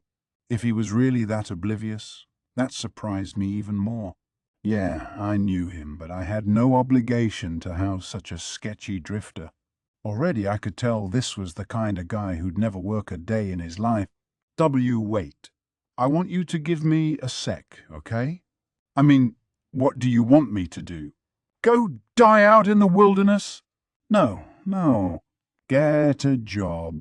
Are you crazy? To me, staying out of the working class is part of my style. I've never earned any of my money the past few 100 years, and I've never paid for any of my food or drink. Well, there you go. You're penniless because you don't work. No wonder you can't pay at restaurants. Wow. Impressive. You can leave after you're done eating that, okay? The sooner someone like this was out of your hair, the better. Ignoring him, I reached out for the snack in front of me, a fluffy cream puff to go with the tea. Delicious! Doubt I'll ever grow sick of this. Dieno looked a bit panicked, but he followed my lead, took a bite, and suddenly his eyes changed. All right. I'll become a citizen of this country, so let me serve you. This nonsense struck me like a lightning bolt. What? Look, why are you coming in here and... No, I'm serious. If I can eat stuff like this every day, I have no regrets. Let me call you Sir Rimuru. Your wish is my command. I told him I wasn't gonna hire him. I know we've met before and all, but it was just that one time, okay? What do you really want? Finishing my cream puff, I gave Dino a stern look as I sipped my tea. His eyes darted around, a habit he shared with Ramirez, except he wasn't nearly as cute. But giving up, he shrugged and dropped the couch surfer act. Well, the way Guy puts it, I'm probably best off here in this country. He didn't tell me why, though. He's selfish like that. It's a pain in the ass if you defy him, and I really did get kicked out of Dagrel's place. And I got sick of thinking about it, so I just came over. Guy? That redhead? Yeah. That redhead. Mama. He didn't seem to be lying. Guy must actually said that. But why me? Understood. It is very likely the subject Guy Crimson dislikes supporting the subject DNO and wishes to have you care for him instead. Dude, way to be blunt with it. But that did seem likely. Oh, right. I got a letter from Guy. Dano took it out and handed it to me. Between the seal and the eerie force oozing from it, I could definitely spot Guy Crimson's mark. The entire contents of the letter. Take care of DNO for me. Guess I wasn't wrong then. If DNO was carrying this around, he must have been mooching off Guy for a while. Apparently, I was having the hot potato thrown in my direction now. So, we good? No, we're not good. Irritated, I thought matters over. This was a pain in the ass, but antagonizing Guy was ill-advised. He was on a level of his own among demon lords, and I doubted I could beat him now. It'd be safer, certainly, to accommodate Deano than tangle with Guy. So do I just grin and bear it? If I do, I'm not gonna let him screw around. I never invited him as a guest, and I didn't want to set a bad precedent. Then I remembered, this guy's subservient to Ramirez, isn't he? And she said she needed more staff. Maybe this is actually perfect timing. I can't let my guard down around Dano, but whether he meant it or not, he did offer his services, so I may as well reach out and accept them. Yes. Let's make him Ramirez's assistant. I grinned at him. All right. But you're gonna have to work. What did you say? Quit acting so shocked, dude. You told me seconds ago that my wish was your command. Bottling my frustration, I tried to explain the job in question to Dieno. Of course, when I say work, it's really simple, actually. I want you to be an assistant to Ramirez. Ramirez? Ramir? She's here, too. She sure is. She's helping with a lot of my work. I thought she was like me, just holed up in her labyrinth all day. Looks like Dino thought Ramirez was a kindred soul. I could see why, but these days she was actually working pretty hard.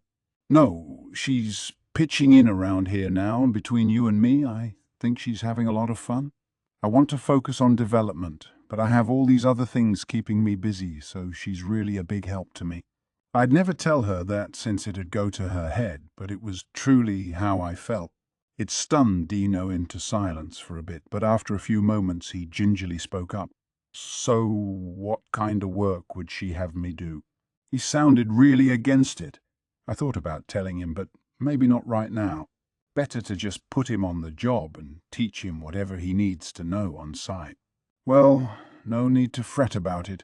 Whatever you're able to do is welcome. But let me show you to your workplace first. All right, all right. Don't expect much from me. Oh, don't act that way before you even start. I think you'll be just fine.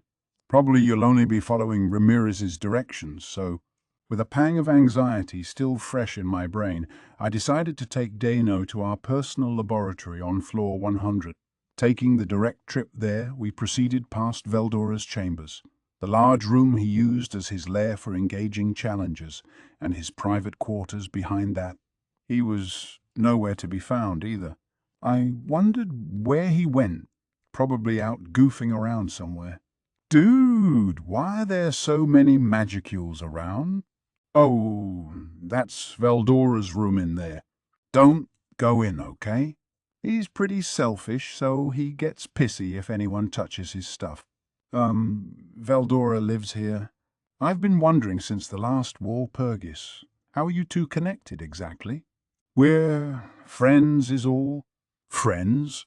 You seemed like more than acquaintances to me, yeah, but, well, Dino was usually a little droopy-eyed, but now they were opened a bit more, out of surprise. So that's why Veldora seemed to disappear from my detection. He was hiding in Ramirez's labyrinth? Ah, not exactly. He disappeared because he learned how to control his magicules. He used to let his aura pour out of him, so there were tons of magicules all over the place. If I wanted to invite a bunch of visitors in here, I couldn't really have that, now could I? So I had him practice controlling his aura. Oh. Veldora, ruler of the forest of Jura, and now he's holding his aura back so well that not even I can detect it. Him! The agitated DNO must thought I made it sound too easy. But it was the truth. I mean, he was pretty amenable to it. Otherwise, I'd say the majority of people in this city would be having problems right now. Yeah, but I mean, all that magical energy he had until the heroes sealed him away. People feared him as this flying disaster, his aura spreading across the world. So why? That sounded pretty mean to me, although it was probably the truth. Given his past with Luminous, he must have misbehaved a lot. Well, I suppose he's changed a little. Now, if I ask him to do something, he'll actually listen to some extent. He's not that selfish any longer. Didn't you just say he was selfish a moment ago? Oh, did I? Understood. You did. Oh, yes, but I mean it's never that bad. But that aura control, remember? In a situation like this, it was best to change the subject as soon as possible. I decided to tell Dieno about what happened when I released Veldora. And with his aura, I told him he'd look cooler if he held it back, so he practiced pretty hard. It was tough for me, too, helping him with it. It was tough, but worth it. Not that we had much choice anyway. As he was, I couldn't possibly show him around to others. Ah, really? Wow, Rimuru. You definitely live up to my expectations. Weren't you just trying to bum free meals from me? You might try to sound all cool right now, but you can't trick me. I'm amazed you actually managed to tame Veldora, he continued, still looking impressed. Really, though, Milim's way more selfish than he ever was, and even she couldn't mouth off against Frey. Everyone has people they know better than to mess around with. Well, Veldora's hardly the only selfish brat I had to deal with. Milim, too. I regaled Dana with the story of how I met Milim and how intensely unfair she acted toward me. She wasn't here, so I was free to speak my mind, telling him all about her most recent, annoying nonsense. I also told him about some of Veldora's terrible exploits as well, figuring I could ask him which one he thought was the worst. There was a lot I had to talk about, and it seemed to put Dino in a state of shock, unable to even comprehend half of it after a certain point. I never did find out which was the worst in his mind. In the midst of this, we finally reached my laboratory.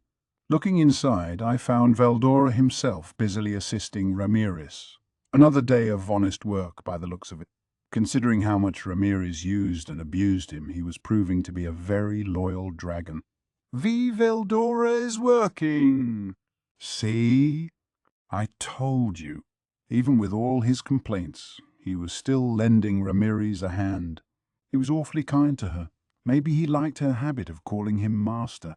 He always did what I asked him to in the end, and it was even easier to keep him in line if you buttered him up a little. By dragon standards, he was a pushover. Vesta was there too, despite his responsibilities modifying the elemental colossus on floor 95. I said we were short on people, so maybe he decided to put my job first. Ramirez and Veldora were having fun, flashing evil grins at each other, but Vesta looked exhausted and in dire need of a break. I wondered if he was all right. "Hey, guys, how's the research going?" I said hello as I stepped inside. Vesta stopped whatever he was writing and stood up. "Ah, Sir Raimuru. Nah, stay where you are. Hey, you doing okay? You kind of worn out. I'd like to say I'm okay, but this kind of research is rather taxing on the mind." Sounds a bit hard to talk about. I considered asking further, but Veldora interrupted. Well, Rimuru, I am pitching in here, as you can see. I normally wouldn't, but Ramirez insisted, of course. Thanks. It really does look like she could use more help. My research was treated as top secret. I couldn't bring in researchers from floor 95 for it, so I could only show it to people I could trust. Well, no, I could only show it to people who wouldn't bitch at me about it, more like, after all, I was preparing a small army of bodies to implant demons into. Research or not, people might see it as a military threat, so it's better not to let people from other countries know. Hey, Rimuru? I've been waiting for you. The Master's been helping me in a lot of ways, but I still need to fill up my open spaces fast. I thought you'd say that, so I brought along some help today. You know this guy, right, Ramirez? It's Diano, a demon lord like us, and it sounds like he wants to help starting today. If you need anything, ask him, okay? I doubted Diano had any academic knowledge, but anything requiring muscle ought to be up his alley. It's not like an amateur could assist at a research lab anyway. Chances are he'd be doing things like moving stuff around and collecting data, but we needed people to cover the more basic tasks like that so he could still be useful. Dino looked around the room, curious. Name's Dino. As you know, I'm a demon lord, more or less. I don't like working, but I've got no other choice, so I'm gonna help out here. Thanks in advance. A pretty listless way to introduce yourself, but that's all right. At least he was willing to pitch in. I moved on, discovering why Vesta was here and what they were up to. Vesta was at my lab on floor 100 because Ramirez kidnapped him, basically. As expected, there wasn't enough staff on hand, so she placed a temporary halt to his work and put my own project first. Vesta didn't have any say in the matter, but I'm not sure what I could have done. We needed someone to fuss over the details of organizing documents and collecting data. Beretta handled the physical labor while Trainee was taking care of Ramirez and managing her labyrinth. Veldora didn't want to help with any of that, so Vesta was the next best option. You can afford to ignore the elemental colossus for now? Well, not really, but once we're done with this, trainee sisters can have bodies too, right? I figured we could kick off development from there. That did seem more rational to me. Sorry you got it so rough, I told Vesta. He shrugged and gave me a childlike grin. Part of me wants to see the Armored Soldier project to completion, but this research has its gratifying aspects as well. I guess he had mixed feelings about it too. He had a valid complaint, but being involved with this research made him happy too. I guess, as a scientist, he had his own internal conflicts and they were helping him rapidly mature. He looked a little surprised to learn Dano was a demon lord, but he recovered almost instantly. All the surprises Tempest offered must have given him a protective shell of sorts. As talented as he was, I figured he'd want to devote himself to his own research, but maybe that's not necessarily the case. No, he was just worn out because of this research. But indeed, I hope to continue with the research here. These base bodies you're trying to create, Sarimuru, I'd like to see them completed. There's a new surprise every day. I almost hate to lose time to sleep. He didn't try to hide his excitement. I guess his haggard look was just the result of sleep deprivation. There were magically driven ways to refresh oneself, but it wasn't an all-in-one solution. You still needed to take breaks. You couldn't just go on forever. So I decided to order Vesta to rest for now. Since Dino happened to be here, he'd be able to handle any miscellaneous tasks for the time being. So Vesta was now explaining the work to Dino. Hopefully, they'd get along all right. Dealing with a new demon lord sure didn't faze Vesta anyway. Now, Sir Dino, not to hurry things along, but would you mind assisting me?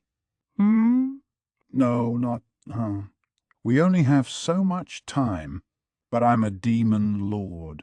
So.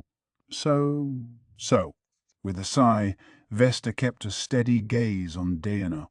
Listen, whether you're a demon lord doesn't matter here. Look at how much fun Sir Veldora and Lady Ramirez are having with their work. I can see that, but I'm glad you understand. Now, let's begin. Okay, Vesta's a strong guy. I watched them for a while, but it looked like they'd be okay. I decided not to worry about them. Now for our research results. I know I promised Diablo and everything, but preparing 1,000 physical bodies took a ton of effort. One idea was to craft a magisteel doll like Beretta and then make copies of it with Raphael, but this sounded like a slog to me. At the same time, however, painstakingly crafting each one was out of the question. So I came up with another brilliant idea, a facility that could manufacture mass quantities of these bodies. For this, I prepared a set of reinforced clear glass capsules, around 3.5 feet wide and almost 10 feet tall. I called these incubation capsules, and as the name suggested, they were meant for growing monsters and other organic matter inside. Each one was filled with a liquid solution, water from the sealed cave's underground lake, internalized inside my stomach. This was magic water, infused with a high concentration of magicules, making it useful for diluting or strengthening all kinds of medicinal effects. Each incubation capsule included a port for magicule injection, letting people add more at any time. We could freely adjust the concentration of the magic water to best suit the monster we were trying to generate inside. If that concentration dipped down too low, our system would automatically inject magicules, keeping the count at a predefined level. I had 1,000 of these capsules ready.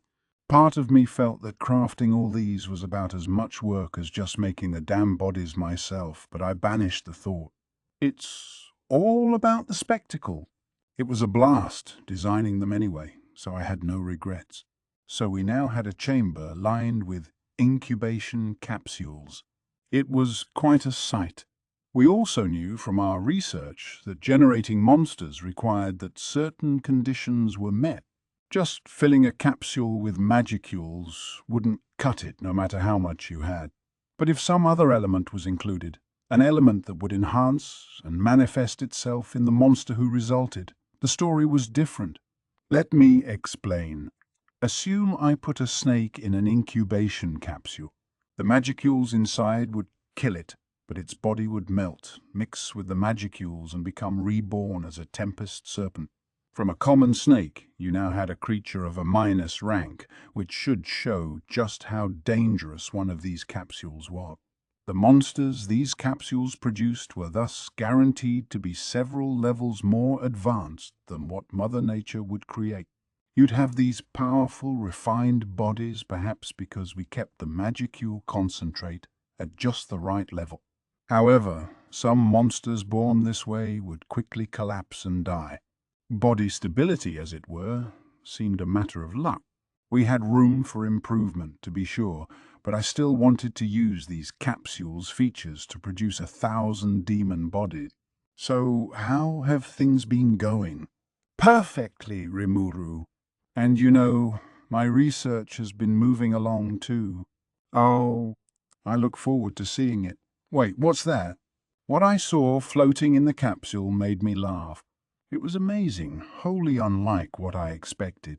Personally, I thought we'd just make skeletons out of magisteel and toss them in the capsules, producing the base for a bone golem.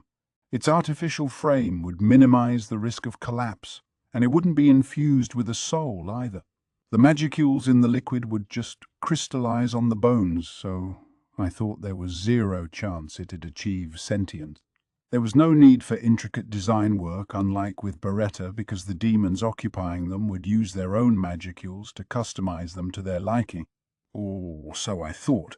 Floating inside the 1,000 capsules here were 1,000 bone golem bodies, that much was certain.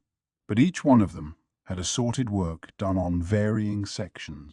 The area around their hearts stood out the most. In the middle, where their hearts would be, a spirit core beat a rhythm instead. This. Yeah, it's my idea.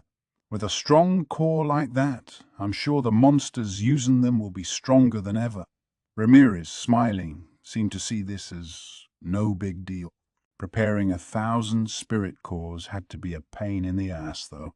I didn't need much time for that, but unless you had a real interest and passion for it, it was too rote a process to enjoy very much. That's why I chose the simplest method for making all these bodies, but that wasn't good enough for Ramirez. She put in the hours required to produce 1,000 of those, and each one had a pseudo-soul inside it as well. It even featured tech we cribbed from the Thalian homunculi.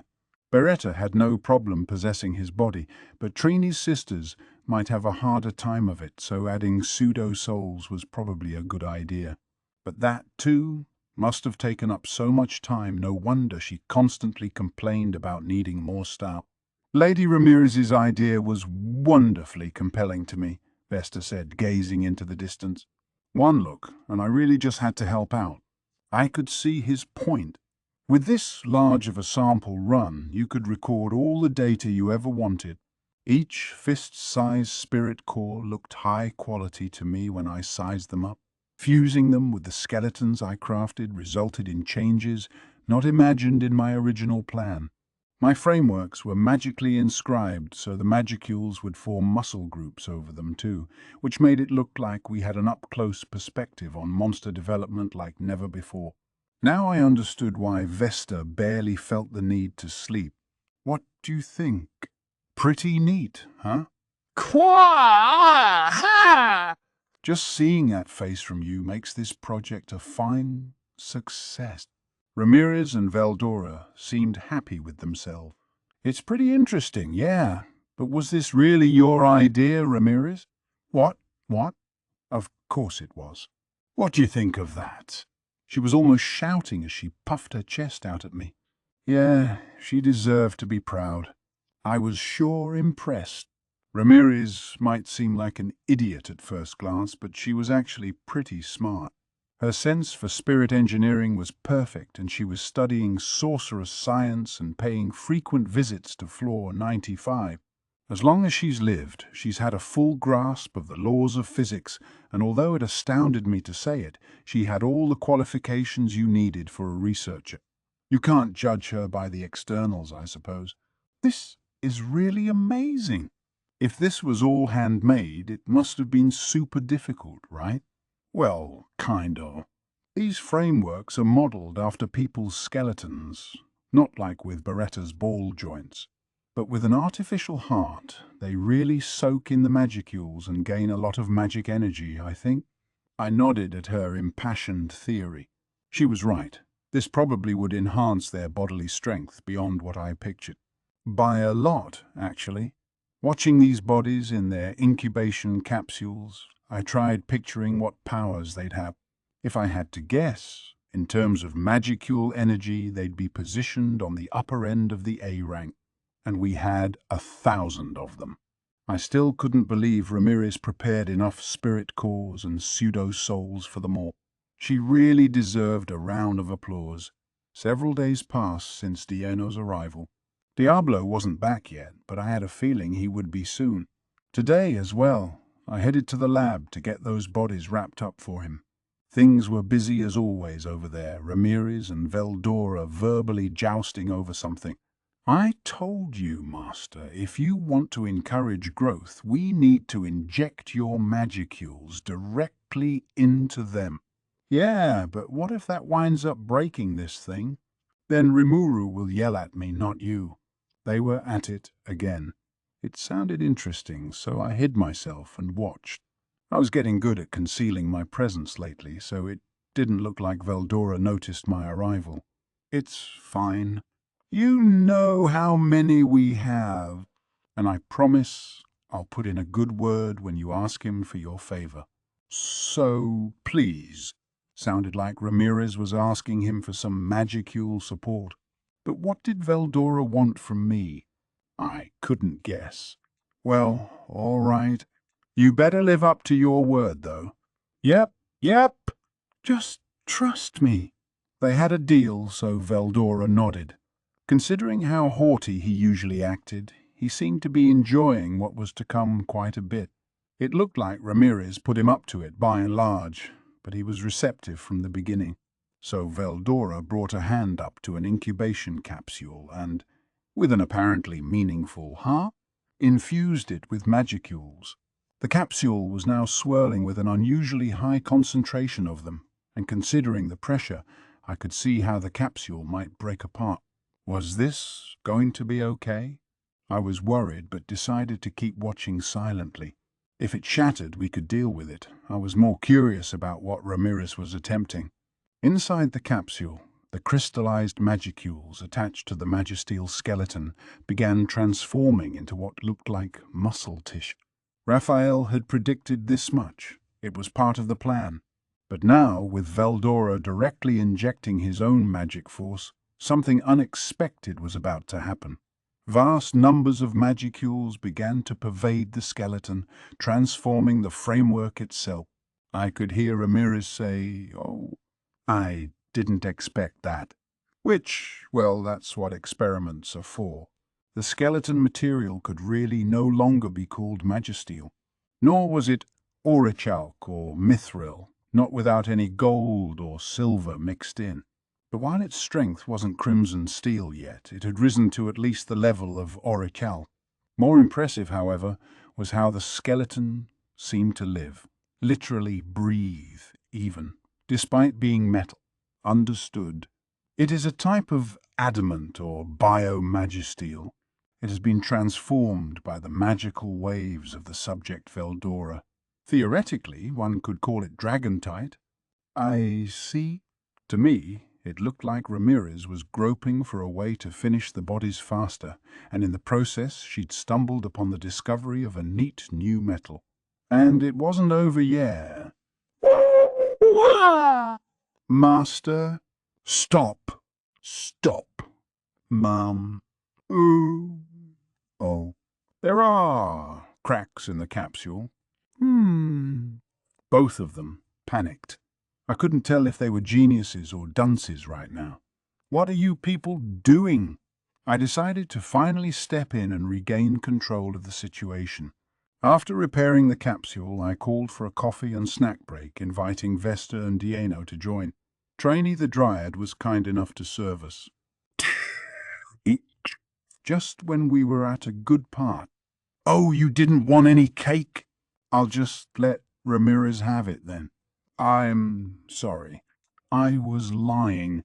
Well, no, it was true, but, just a slip of the tongue. Dino was having a snit over his work being interrupted, but he bowed his head and got back in line once I threatened to leave him high and cakeless. Are you sure that's how you want to act, Dino?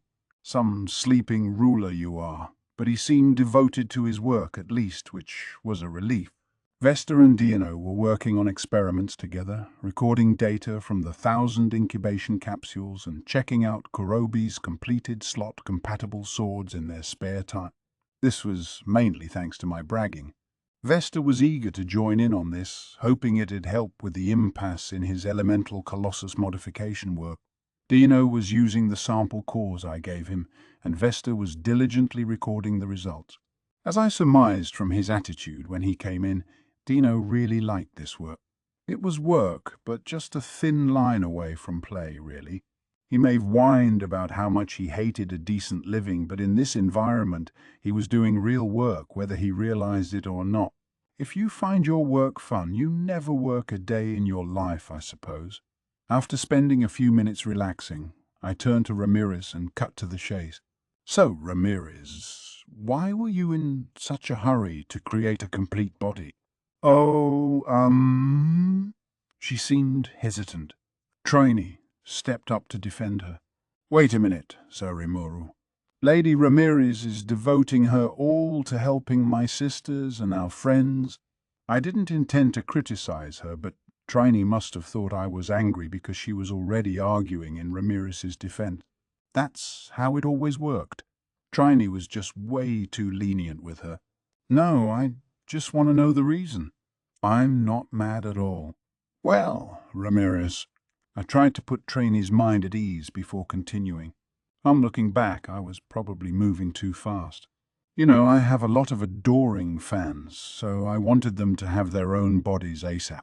That'd make them a lot happier and stuff, and I'd have more personnel, and then everybody's good, right? Awkward as she seemed, Ramirez did have a point. Even without bodies, the dryads could work and operate within the labyrinth. Treants, on the other hand, couldn't.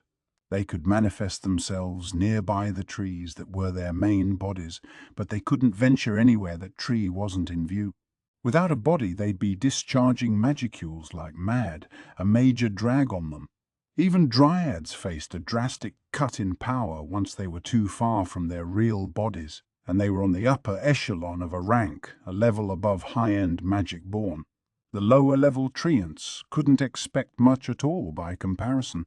As Ramirez reasoned, the bodies in these incubation capsules would give physical freedom to both the dryads and the Treant. Thus, she was surreptitiously completing and borrowing a few bodies for herself. Well, if that's all you wanted, why didn't you ask? Diablo's not back yet, and I don't even know exactly how many demons he's bringing with him. We can always make more if we need to later, so let's get bodies ready for the dryads first. Are you sure? Of course I am. Thank you, Rimuru. She flitted happily in the air, doing a few laps around me. But this suited my purposes as well.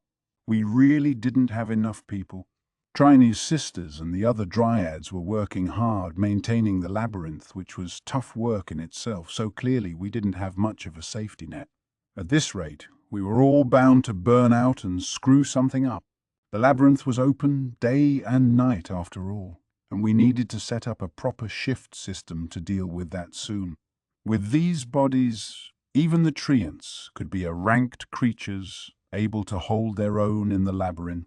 If they managed to wreck their physical bodies somehow, they'd be safe. They were just possessing them is all. This would likely only apply within Ramirez's labyrinth, which was as far as their thoughts could travel, but that was good enough. The dryads, meanwhile. So, yeah, I figure we could make Treya, Dorith, and Alpha and the others into Dryasdol dryads like you, Trainee. Are you sure about that? Even before I could finish, Trainee latched onto my proposal with astonishing speed. You're sure, Rimuru? Ramirez was similarly uneasy, leaving Dino and the rest in the dark. Am I sure about what? Evolving creatures to dryas doll dryads takes a ton of work, doesn't it? Oh, kind of. But I owe them for all their efforts, and I'd like to have them keep helping with the labyrinth, so... Yes, but we've been granted a place to live already. Lady Ramirez has agreed to work with you, Sir Raimuru, and as her servants we are only carrying out our promise. Trainee sounded apologetic, but her help around the labyrinth was a massive boon. To pay for that, I wanted anyone evolved to Dryad to have the chance at an independent body. It'd involve handcrafting a body for each one, but in a way, making handsome-looking male and female figures was a hobby of mine. And besides, just reusing the bodies I was making for Diablo seemed trite. Dryad bodies really demanded you make them with wood, I thought. No, you really do help us a lot. I'd like you to keep up the good work, so please don't be afraid to accept them. I'll let each one of them decide whether they'll use one of the bodies here or evolve into a dryas doll dryad with the bodies I carve for them. Trainee eagerly nodded. Ramirez, next to her, was grumbling along the lines of, why's he kinder to Trainee than me? I don't like that, but I ignored it. After the break, Vesta and the others went back to work. This might be beyond my knowledge, but it's fascinating. I have a job, and it's time to carry it out. Let's go, Vesta. All right, Sir Dino. Dino, emphasizing the fact to nobody in particular that he was working, took Vesta out of the room. I'm not sure he had ever worked before in his life. He was clearly a worthless grifter, but he was making an effort for me, so whatever. I guess I'll go back to my own work. Wait. Rimuru, I have a favor to ask. Ramirez, time to fulfill your end of the bargain. Great. This was bound to be some insipid, time-consuming favor, so I was trying to flee before he could say it. Veldora was waiting for just after the break to bring it up, wasn't he? Now, to tell you the truth, the master says he wants an assistant, and I'd love to have more people around, so, if I could be assigned one too, just as insipid and time-consuming as I thought. Here we go again, we're already aching for people, so I wasn't about to give Veldora another playmate. No, look, everyone's busy here, so there's no time to give you someone to mess around with. Wait. Rimuru, you have the wrong idea. Currently, I'm assisting Ramirez, guarding the labyrinth, and performing a number of other important tasks. I don't see the harm in someone available to help me relax, to soothe me and sing my praises. Ramirez was nodding at this heartfelt defense, but considering the conversation I overheard earlier, I think I'd have to disappoint him. Well, sad to say. Wait! I was interrupted again. Veldora was hell-bent on getting my approval today, wasn't he? Guess he wasn't backing down. To be honest with you, ever since I was in your stomach, I have had someone I feel confident in calling a companion with me. I dearly hope you will deign to grant a body to him as well. This came out of nowhere. I had no idea who he meant. What kind of acquaintance was this? Understood. Is believed to be the high-level magic-born Ifrit. Why is Veldora friends with Ifrit? Report.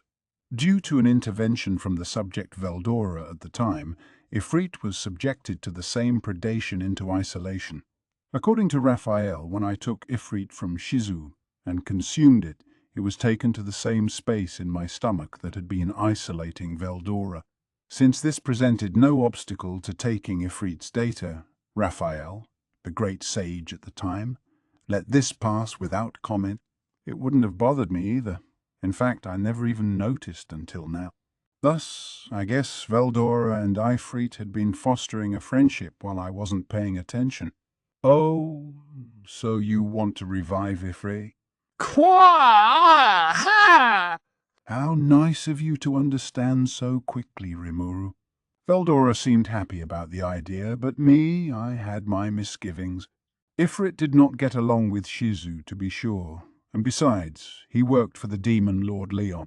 If I resurrected him, would he even try to cozy up to us? The thought prevented me from just deadpanning short of that. You don't want to? Please, Rimuru, let me ask you as well. I want you to make my master's dream come true. Veldora was acting all sad, and now Ramirez was joining the fray. Give me a break.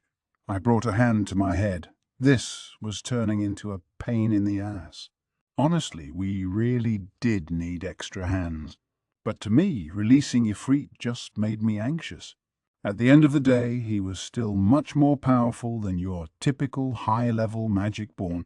Maybe we could beat him in battle, but if he went on a riot, we'd have a lot of trouble to deal with, and he might always flee back to Leon, too. I didn't want to wake up a sleeping dog here, and I didn't think I could be blamed for that. But didn't Ifrit swear his loyalty to the demon Lord Leon? Do you even know whether he'll serve you if I revive him? Mum. I see. No, that is no concern at all. My passion's rubbed off on him, so he's eager and willing to help. Really? It looked like Veldora was discussing matters with an unseen partner for a moment. That had to be Ifrit, right? So I guess they had some unknown method of speaking to each other. Were you talking to him just now? Yes. Well, there is nothing I cannot accomplish. The master's really something, I have you know. Why, he even had Ifrit summon a huge number of flame salamanders for our magic trains. So I really think having him join us would help out a lot going forward. Oh, he did? He did. Summoning spirits, of course, was easy with Ramirez's help in the labyrinth. But once we started running magic trains worldwide, we'd likely want to go to person, handling all our salamander needs. In terms of what we stood to gain, I really had no counter-argument. And if Veldora was really willing to look after Ifrit and keep him on good behavior, well, maybe it'd be right to trust in him. All right. If you say so, I'll grant you permission, but you need to take responsibility for this to the end, all right? You got it. Oh, that's so great, Master. I felt like my children were begging me to buy them a puppy. In that case. Yes. Rimuru, you still have the empty husk of Charybdis after removing the core from it, right? That is the afterimage of my own magic force, so it will be easy for me to work with, and,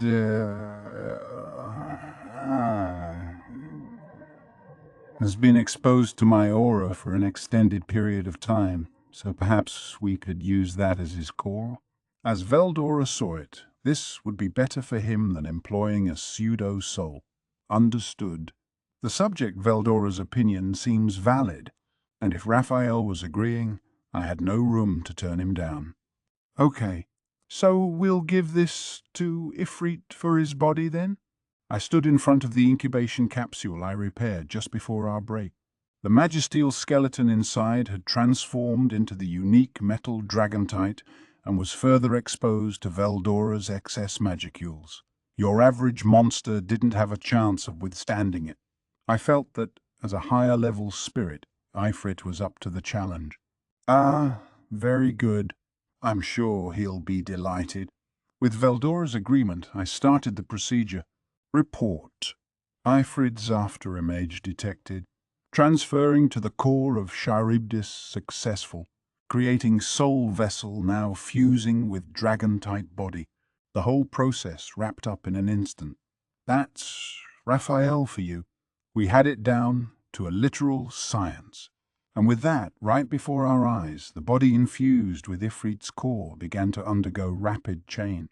The skeleton, now dark silver, seemed to be growing muscles as we watched, blood suddenly flowing through them. The skin protecting them was dark brown, the same as Veldora's. The eyes were gold, the dragon-like pupils shining a deep crimson red. Also, this really looked like a woman. A pretty one, too. Ifrit. How's it feel to come back with a new body? So this beautiful girl was Ifrit? Ignoring the question of whether spirits have genders for now, I seem to recall fighting a muscle-bound masculine figure. What happened? We meet for the first time in the physical realm, Sir Veldora. And Sir Rimuru, I cannot thank you enough for restoring me. Ignoring my confusion, Ifrit faced me and fell to one knee. I feared his loyalty to Leon would lead to instant aggression, but that didn't seem to be a concern any longer. Yes, sure. Glad you're doing well. I wanted to ask you something. Anything. Anything. I wanted to ask him a lot, actually. But the first thing, the last time I saw you, you were, like, more physically geared for combat. Or you looked like you could, move around a bit easier. Not to dance around the subject too much, but you didn't have such big breasts, did you? But I was too timid to say it. I mean, how could I? Ifrit was now dressed in some kind of exotic South Asian-style outfit that left almost nothing to the imagination. Ifrit's shoulders, navel, and inner thighs were completely visible, and the allure was just blowing my mind. Oh, this form? Ifrit sighed for some reason. I think this is Veldora's fall. Veldora's preferences taking form. He was about to call it Veldora's fault, wasn't he? He seemed kind of exasperated about it. The vibe I got indicated he had been through a lot. Maybe his time in my stomach wasn't all smooth sailing after all. If you think about it, he was alone in there with Veldora the whole time, with no place to run. There must have been some harrowing experiences. Mum? Yes, thanks to me, you have taken on a physical body. I hope you will not forget to appreciate this. I will not, Ifrit replied, resigned to his fate. What does he mean by your preferences, Veldora? Well, I am a higher-level flame spirit, but I'm now able to exercise my powers over wind as well. My hair would normally be a deep red color, but it's taken on a much darker hue. From what I can tell, the impact of Sir Veldora's force has had a profound effect upon me. I believe the fact that Charybdis was a female type may have caused this change to me. Report. This is correct. Whoa, so even his sex changed. I guess it wasn't deliberate, though, so I didn't want to comment on it too much. Oh, I see. Well, if you're not a fan of that, I have no complaints at all, Ifrit said with a smile. No matter how it looks, this form is far more powerful than I used to be. Glad to see he was so adaptable. I suppose getting browbeaten by Veldora all this time must have made him used to things. I kind of like that. And besides, unlike when I brought Shizu within me, I detected no hostility from him at all. You don't, resent me or anything, do you? No, I don't. Inside you, I learned about a great deal of things from Sir Veldora. Looking back, I feel that I and Shizue Izawa as well perhaps felt our duties and responsibilities too much. We rejected each other and were unable to interact at all. Now I can't help but think we could have found another way to overcome this. Sounded like Ifrit wasn't dragging any baggage from the past along. In fact, he seemed to even regret not working things out with Shizu. The mood was thus unexpectedly somber as we decided to all sit down and work out our future. Ifrit told me about assorted things as well. Life, as I surmised, had been tough on him. I began sensing an affinity among us. Now I was sure there was no better person to leave in Veldora's control. As he put it, while he still had feelings for the Demon Lord Leon, he couldn't call those feelings loyalty at all. Right now, he said, I see myself as already defeated and killed once by you, Sir Rimuru. I was lucky enough to have Sir Veldora rescue me and keep my consciousness from fading away, but I feel I am a completely different being from before. I do still believe that Sir Leon is a great demon lord, but right now I only wish to serve Sir Veldora. That seemed believable to me, and Veldora never doubted Ifrit from the start. I saw no need to fret over it. All right. Well, consider yourself officially Veldora's assistant now. Very well. I will stake my life and body on serving him. He definitely sounded serious. It's not that I had put the affair with Shizu totally behind me, but that was true for both sides. We needed to work past that, and in the meantime, I decided to accept Ifrit. Now, Rimuru, I have one thing to discuss. There's more. I really didn't want to get involved in anything else, but if I didn't hear him out, I'm sure he'd harangue me about it. What is it now, Veldora? Well, I was hoping I could give a name to Ifrit. Ifrit, you see, is not his individual name, but that of his spirit type. All upper-level spirits summoned by the spirit summon, Ifrit spell, are referred to as Ifrit. That was actually a decent suggestion. A name, huh? He might need one of those, yeah. But the naming process in situations like this could be fraught with danger. I had personally screwed it up multiple times, so I knew. But if you name Ifrit right now, wouldn't that be kind of dangerous? I know you have a huge Magicule store to tap, but get the levels wrong, and you could be in deep trouble. Too many Magicules would be poison to Ifrit and even potentially damage the namer. I managed to survive all my namings more out of luck than anything. Qua! But you can accurately calculate the exact amount required, can you not? If I am pumping in too much energy, I want you to shut off the soul corridor linking us. That sounded safe enough. Report. This can be provided for. Raphael was eager to help, likely because I was in no direct harm. All right. I'll help. Good. I knew you would say yes. So we were now naming Ifrit. Ifrit, from this day forward you shall be known as Charis. With a solemn voice, Veldora gave Ifrit his command. Charis was now the name of Ifrit, a name that was more a contraction of Charybdis than anything resembling Ifrit. I thought something like Iris would be more suitable, but better to keep my mouth shut with things like this. Now, via the soul corridor between them, I could see Veldora being drained of his Magicule. Ifrit, right now, was a special A in rank, with enough Magicules to be deemed a calamity-level threat. He'd lose out to Shion or Benimaru, but was about equal with Sowai or Geld. So, if he was given a name, yes, my lord, then by my name, as Charis, I solemnly swear to serve my master, the great Sir Veldora. The name was accepted, and at that instant Raphael shot off the soul corridor and sealed up Veldora's powers. Mission accomplished. Veldora had successfully named Ifrit, and now Ifrit was evolving. He had far, far more magical force within him. Now he was Demon Lord caliber, a far cry from trainee and even above people like Carillon or Frey. Report. The upper-level spirit Ifrit has evolved to Flame Lord. A Flame Lord! Apparently, this was what happened when spiritual life forms attain physical bodies and assume something closer to demonic form.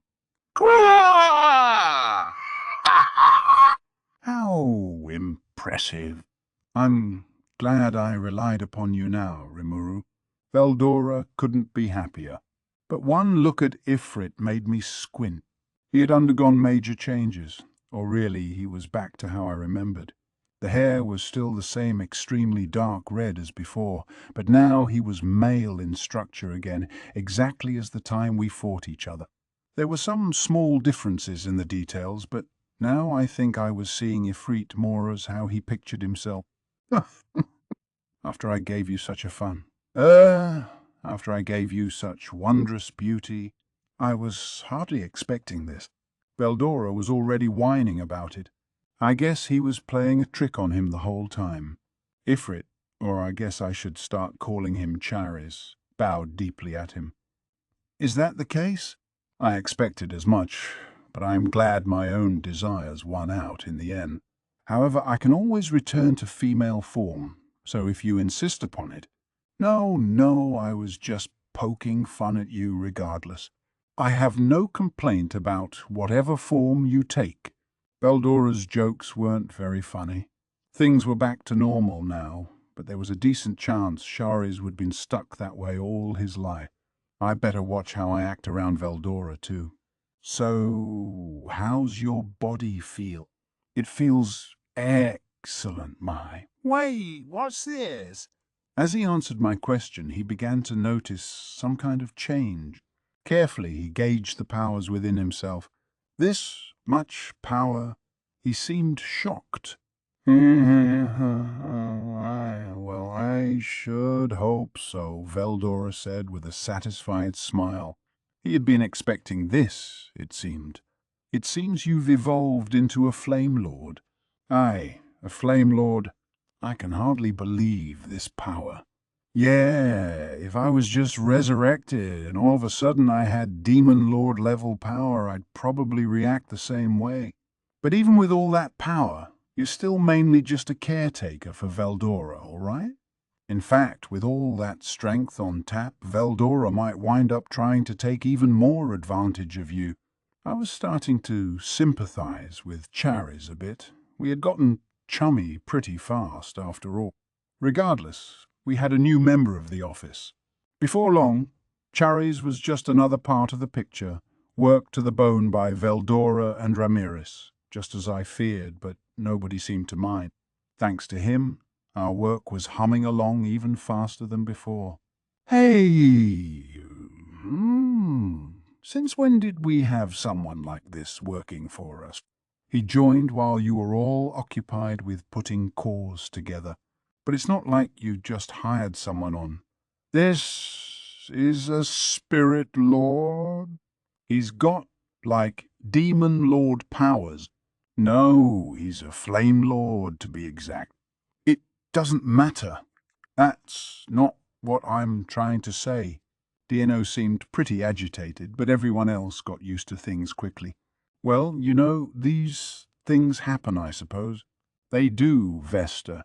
DNO, if we're going to work with Rimuru and the Master here, you can't afford to let things like these throw you. I know, but he looked less than convinced, but with the help of everyone else, grudgingly accepted it. Yes, it's best to just adapt. Knowing when to give up is key. So now I was cutting down more trees and creating more dolls.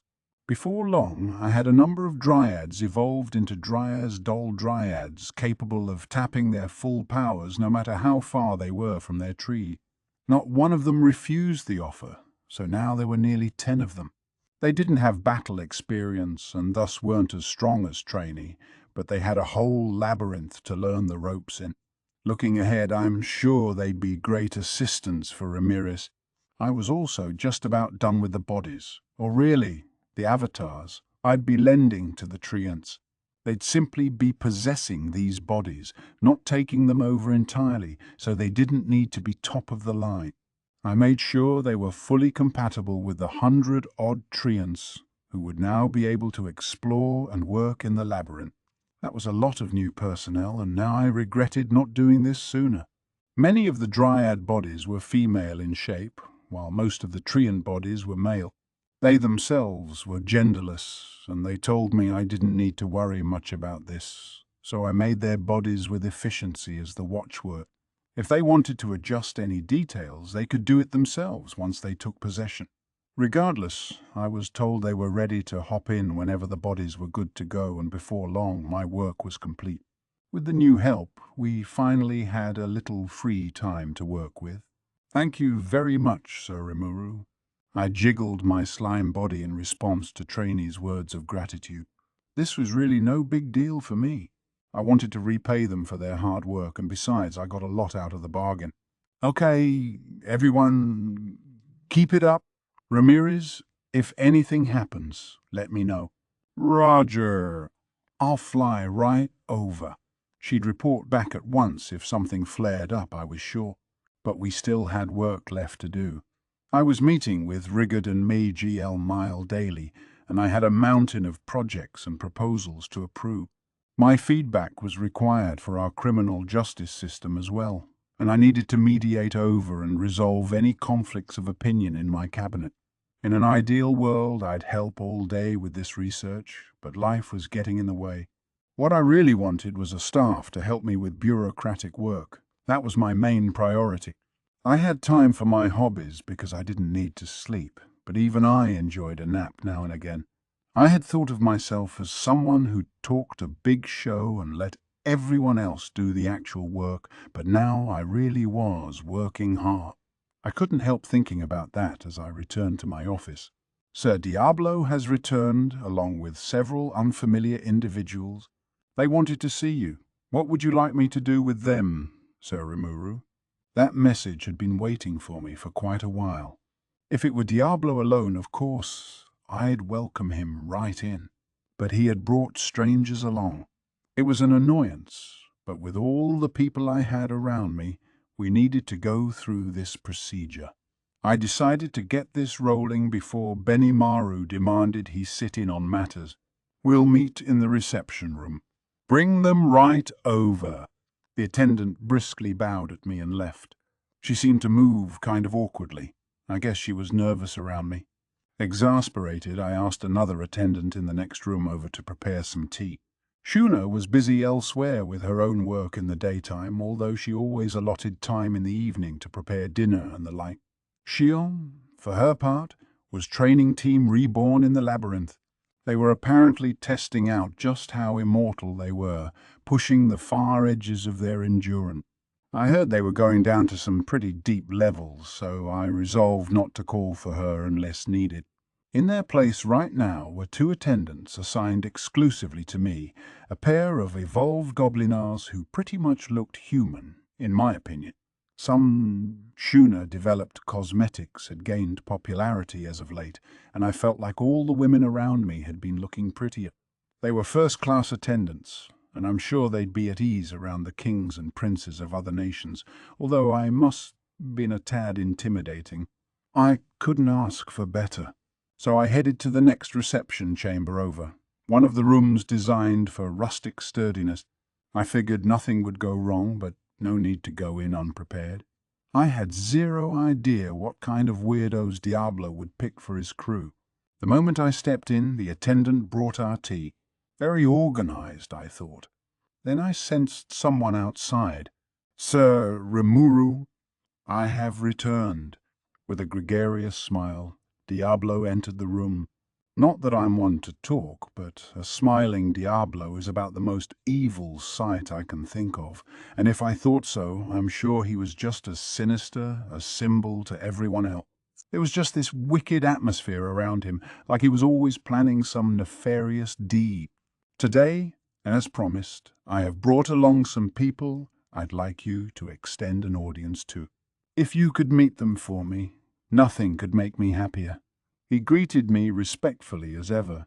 It was needlessly polite, really, but I had gotten used to it. He saw me as his sole superior, approaching me almost like a god after all. Behind Diablo were 3 women. He had talked about people to work under him. Were these the ones? They looked young, but I suppose age didn't matter to demons. I had no idea how old Diablo was, but he said he'd be tapping old friends, so they must be decently well-aged. At his behest, the 3 girls filed in, bowed to me, and sat down on the sofa. So these are all your acquaintances? They didn't look that powerful to me. Negative. These are archdemons, among the most powerful of demon kind. They are fully suppressing their magicules in order to pose as human. Raphael quickly stepped up to correct my mistake. I thought I had an eye for this by now, but I still had room for improvement. I tried ratcheting up my magic sense a little, but they still seemed like normal people to me. Wait, archdemons. Even among those who could summon higher-level demons, calling for an archdemon was well on impossible. Just one of them provided a whole column of tactical strength for any army. You had to be willing to make colossal sacrifices to even have a chance at summoning one. If the human race tried it, that'd be a national-level project requiring all kinds of large-scale ritual. Now I had 3 of them on my sofa. And wasn't Diablo an archdemon as well? If these were his friends, maybe I should have expected this. Yes, these are the ones I decided were worthy enough to enjoy a personal audience with you, Sir Rimuru. I see. They certainly camouflage themselves well. I can hardly see a difference between them and regular people. I'm not sure even a paladin could tell these were archdemons. Diablo smiled appreciatively. Well spotted, Sir Rimuru. I told them to devote their full force to concealing their race, but you saw through the ruse regardless. Yeah, kinda, I said, giving Diablo a cool, collected nod. It was all Raphael, to be honest, but still. So, are there more? Yeah, I have 7 or so others I think would be useful. He always had this exaggerated way of talking about his business. I had 1,000 bodies ready for him, and now we'll only need like 1% of them. Of course, I did use 100 of those bodies for the treants already, so that worked for me. Beyond that, I have a number of rank and filers, who I picture as serving under the people you see before you. I hope you will give them the honor of joining Tempest's forces, Sir Rimuru. Oh, there are more. All right. How many of those did you bring? I will allow them to brief you on that. It is good to meet you, Sir Rimuru. I must regretfully say that I lack a name at the moment, but I look forward to hopefully working with you. I understand that Black adores you, which I honestly found hard to believe, but now I see why. Oh! I was greeted by a beautiful woman with snowy white hair. She stood before me like a noble heiress, remarkably elegant. There was a fetching, fleeting element to her smile. She seemed so kind and gentle that I could hardly believe she was a demon. Yes, from the moment I laid eyes upon you, I could not stop my heart from racing. I sincerely hope you will add my 200 followers and me to your force. With a cheerful smile, the white-haired lady pledged her oath. Honestly, it embarrassed me to get complimented like this, but Diablo had already accustomed me to it, so I let it slide. Me, too. And me as well. I want to offer my 200 servants and myself to you, Sir Rimuru. The energetic young lady who spoke next had purple hair and a ponytail on her side that complemented her naturally cute looks. Despite Diablo's declaration, I almost doubted whether she was a demon at all. No complaints here either. I've brought my own army of 200 along, and I'm ready to let you have 'em all. The dazzling, pompous blonde spoke up last. Diablo, peeved at her act, was about to stand up before I lifted a hand to stop him. I had the impression she was trying her best to be polite with me. No need to scold her over little things. That rounded out our greetings. I had 3 girls here, each arriving with 200 people. So Diablo wanted to add 600 people to his personal force? I had to hand it to him. This was scary. He was seriously trying to form his own army. Now each of these people has 2 trusted assistants with them. In addition, there is one more whom I thought would make an amusing addition. These 7 are accompanied by approximately 100 servants, making for 700 in total. I had hoped to assemble a team of 1,000, but regrettably I am forced to disappoint you on that front. My mishandling of this affair truly pains me. No. Don't worry about it. Let's go meet them. So 700, not 6? That was almost too much. Thank you very much. But before that, I thought I should debrief you in detail on how I came to invite them to my side. Is that gonna take a while? Well, Sir Rimuru, I wish to keep you updated on my activities. And so Diablo was already beginning his boastful speech. I needed to stop it at once. Okay, I'll pass on that. I'm sure they're not here to listen to you brag at me either, so how about we save that for another opportunity? An opportunity I was pretty sure would never come, of course. Diablo froze, giving me a huh. Look, look. The three demon girls snickered. I suppose they were worried he'd talk about himself for hours, too. Satisfied I was in the right, I grinned. I don't want to keep everyone else waiting either. Introduce them to me. I understand. In that case, allow us to relocate. He looked disappointed, but I couldn't spoil him. I'll admit that Diablo was a talent, but giving him preferential treatment in front of the new staff wasn't a good idea. I'd never want to be accused of playing favorites, so he'll just have to put up with it. Of course, what I really feared was him talking my ear off all day, but that goes without saying. Diablo, of course, recovered quickly. As a spiritual life form, he had real backbone. You'd think that meant he wouldn't be swinging between joy and sadness after everything I said, but he did anyway for some reason. Very strange.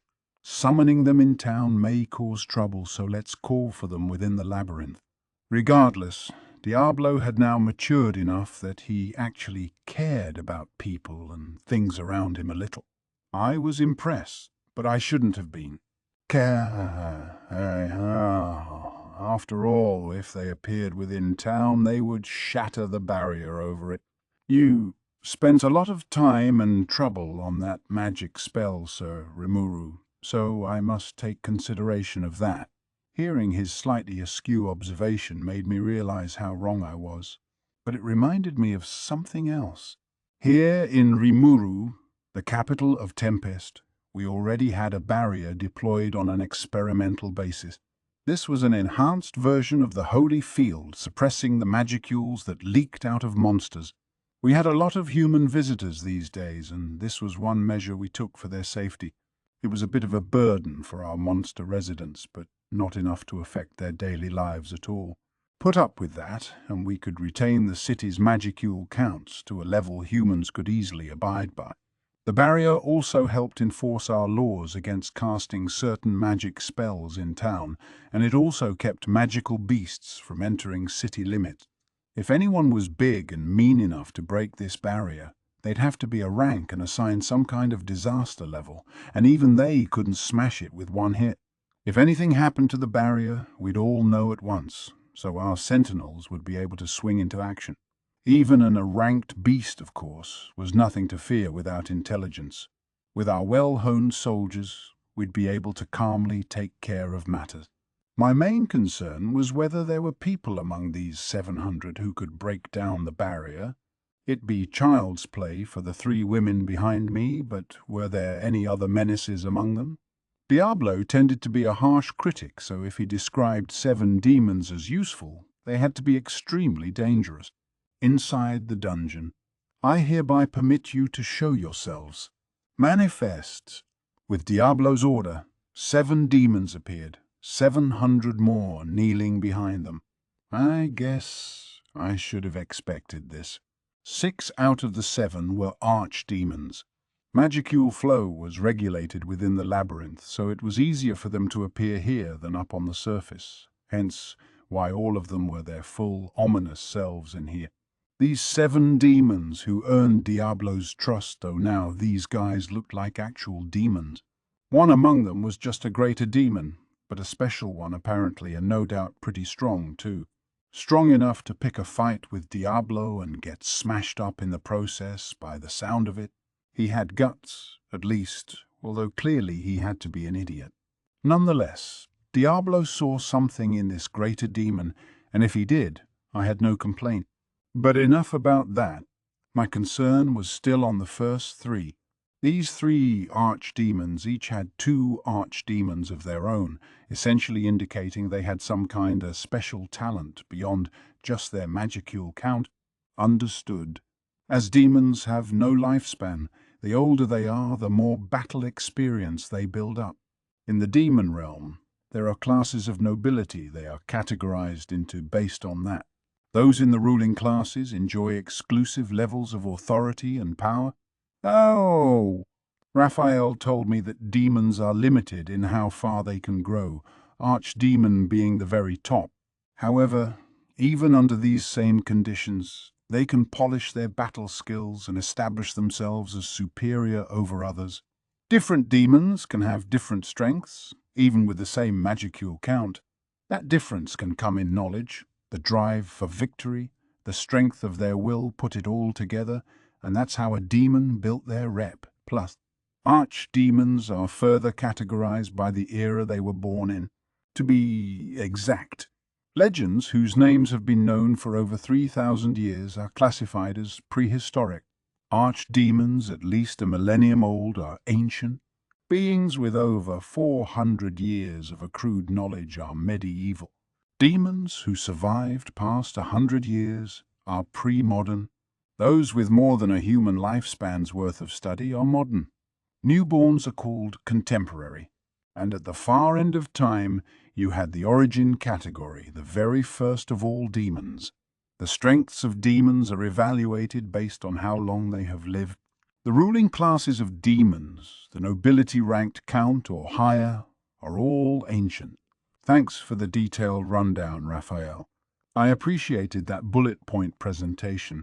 Now to use this newfound knowledge to examine the demons before me. The first 3 were in the ruling classes, and these 6 were their subjects. I suppose this meant that the trio, and Diablo as well, were all very old demons ranked count or higher. I may have been oblivious at the time, but I befriended some pretty notorious characters, didn't I? It made me shiver a bit as Diablo smiled. This group, I feel, boasts some aspects worthy of your attention. When I regaled them with stories of your wondrous deeds, Sir Rimuru, they all broke down and begged for the chance to serve you. Thus, I decided to grant their request and let them join me. It sounded like a very moving tale, although I felt like he was making up aspects of it. I took a closer look at the 7 underling demons. Maybe they had wept, but I'm not convinced they were begging to serve under me. My evidence for this was how clearly all of them had been beaten up. With the lower-end greater demon in particular, I marveled at how he was even alive. Diablo really was making up that story, I thought. All 7 of them looked like they had something to say, but none of them spoke in front of their boss. They were very well trained, or I'm sure Diablo sternly warned them otherwise. From this moment, we shall ever be your faithful servants, Sir Rimuru. Please grant us your orders. The 7 of them all bowed their heads and swore their fealty, the choir of 700 behind them doing the same. 700 demons lying prostrate before you is quite a sight, let me tell you. Diablo observed the spectacle, smiling and nodding. He scares me. The fact that he was my ally made me breathe an internal sigh of relief. I'm so glad he's on my team. As spiritual life forms, demons must acquire physical bodies, or else they have to expend tons of magical force to manifest themselves. I didn't want to subject them to that forever, so it's time to get this party started. The process was really simple. First, I used Beelzebub to consume the demons. Then I called upon Raphael to combine each one with the pseudo-soul inside each incubation capsule. It worked great. Before long, all the demons had their bodies, customizing them to their liking. They'd be fully used to them in 2 or 3 days. I did run into some problems with the first 3, though. I didn't want to give them the same treatment as all the demons under them. They were apparently long-time friends with Diablo, so I figured they deserved a few perks. Besides, they were beautiful, and I'm nothing if not a patron of fine beauty. If I wanted to have them drop the demon look and appear more human without affecting their appearance, that much was a snap for me. So I offered my services. Would you like me to work on your outer appearance? Are you sure? Of course, I'm sure. In that case, by all means. The white-haired beauty smiled and accepted the offer, the other 2 following her lead. With their consent, it was time to get started. It's tough to change someone's appearance without adjusting their internal bone structure. My fingers were more than nimble enough for the effort, and Raphael's calculations were perfect. Forming and adjusting their looks was a cinch for me. and once their structures were set up, some magicule flow fine-tuning should perfectly recreate their look. I also gave them a little extra, mixing gold into their magisteel skeletons to make them orichal. If they're friends of Diablo's, they deserved that much. In this world, gold was kind of an all-purpose metal, keenly compatible with magicules and providing durability and capabilities that far surpassed majesty. They were literally beautiful down to the bone, and very appreciative. Thank you very much, Sir Rimuru. And if they were happy, I was just as happy. Mission accomplished. Now we just had to wait for everyone to wake up. Oh, and it'll be an annoyance if they don't have names. Whoa, what are you doing in here? Hey, Rimuru. Did Diablo bring his underlings back? I want to say hi to them. Whoa, look at this. Dieno, Ramirez, and Veldora had invited themselves in. Yeah, I explained to the ignorant Dieno. Ramirez is right. Diablo's brought his team over. They're all demons, so I have a set of bodies for them. No, I knew that, but if he did, why was he acting so surprised? Well, after all, if he's gathered this many demons together, Diablo must be quite formidable indeed. Oh, the numbers, huh? Yeah, there's a lot. Veldora seemed to have a point. If I wasn't forewarned, I probably would have been just as shocked. And not just that. I'm a little surprised, too. The three leaders over there, is it me, or are they really, really old? Ramirez looked kind of put off. Dieno nodded his agreement. Yeah, I said, they're ancients in the ruling class, so they've supposedly been alive at least 1,000 years. It's got to be more than that, isn't it? Was it? Raphael couldn't have made a mistake. Negative. It is a difference of interpretation. With no way of knowing an exact age, estimates given are strictly estimate. If they have lived over a millennium, then it is not out of the question for them to be over 30,000 years old as well. I supposed that was true. Being over 1,000 could potentially make you 3, 4, even 10,000 years old. Raphael wasn't wrong, but it didn't necessarily have the right estimate either. Yeah, but it's hard to ask a woman for her age. I have learned that well. It leads to unwanted anger, to be sure. Well, one's age isn't all that important anyway. If I've got a trio of ruling class demons on my side, I'm not gonna ask question. If you're fine with that, Rimuru, then so am I. Funny way to think about it. I sure couldn't do that. Well stated, Sir Rimuru. It is not the years in your life, but the life in your years. Am I right? Maybe. Diablo seemed eager to close the book on the subject. As embarrassing as it was for me, I followed his lead. Dieno and the gang had almost made me forget what I was here for, so I decided to focus on what I'd name these demons. I figured I might as well keep it simple and stick with the exotic car theme I started with Diablo. It's not like fighting power should be measured like the price tags of cars, but with the ancient demons in front of me like this, I think they deserved names like that. Okay, I boastfully stated at the 3 body frames in the capsules. From now on, you 3 can call yourselves Testarossa, Ultima, and Carrera. The first among them had beautiful, shimmering white hair, snow-like skin, and floating amid all that blinding white, elegant, vibrant eyes and soft red lips, which reminded me of the classic Ferrari Testarossa. Ultima was the perky lady with purple hair and a bubbly personality, and I thought the name perfectly suited her image. Carrera, meanwhile, was every bit a Porsche. Blonde locks, a cutting stare, a real leader of the pack. You can't just name them like it's nothing. Only Dieno voiced any concern, but the warning already came too late, so there was no point panicking about it now. Look at Ramirez and Veldora. They didn't freak out about every little thing I did. Par for the course for him, I'd say. Yeah. As if Rimuru would act any other way. There you had it. As the three archdemons listened on, I worked them through the final stages of the body-claiming process. Muscle covered their golden frames, and in an instant they were naked personifications of beauty. The magicules kept flowing into them, clothing their bodies. The incubation capsules shattered, unable to withstand their mystical auras. I could see why, thanks to me naming them. They had now evolved into demon peers, nothing like they were before. Their power was overwhelming, upgraded to a dimension beyond all common sense. Wow, muttered D&O. Not even old-era demon lords like Carillan could take those guys. I couldn't even guess how deep they go down, man. Good thing I'm not on hostile terms with Rimuru. Nobody reacted to him. Only Vesta, who showed up later than the others, could be found in the corner whispering, "I see nothing."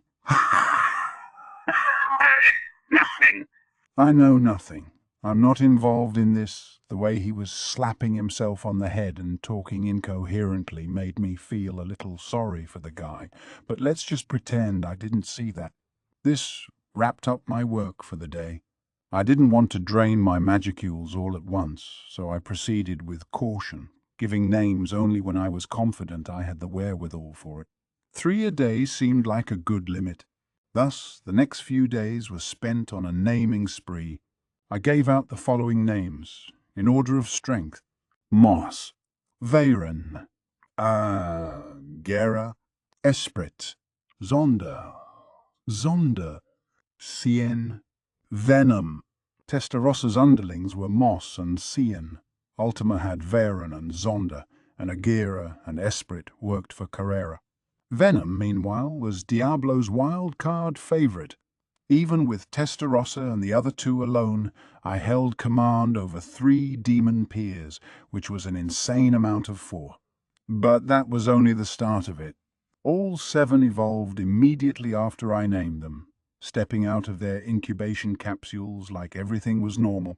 2 of them had become demon peers. 4 others remained as archdemons but seemed a little different.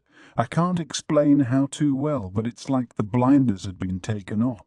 Venom also evolved into an archdemon, greatly boosting his own fighting power. To me, it was so much of a surprise that my brain just shut off. I mean, demon peers aren't beings, you see, just pop up all the time.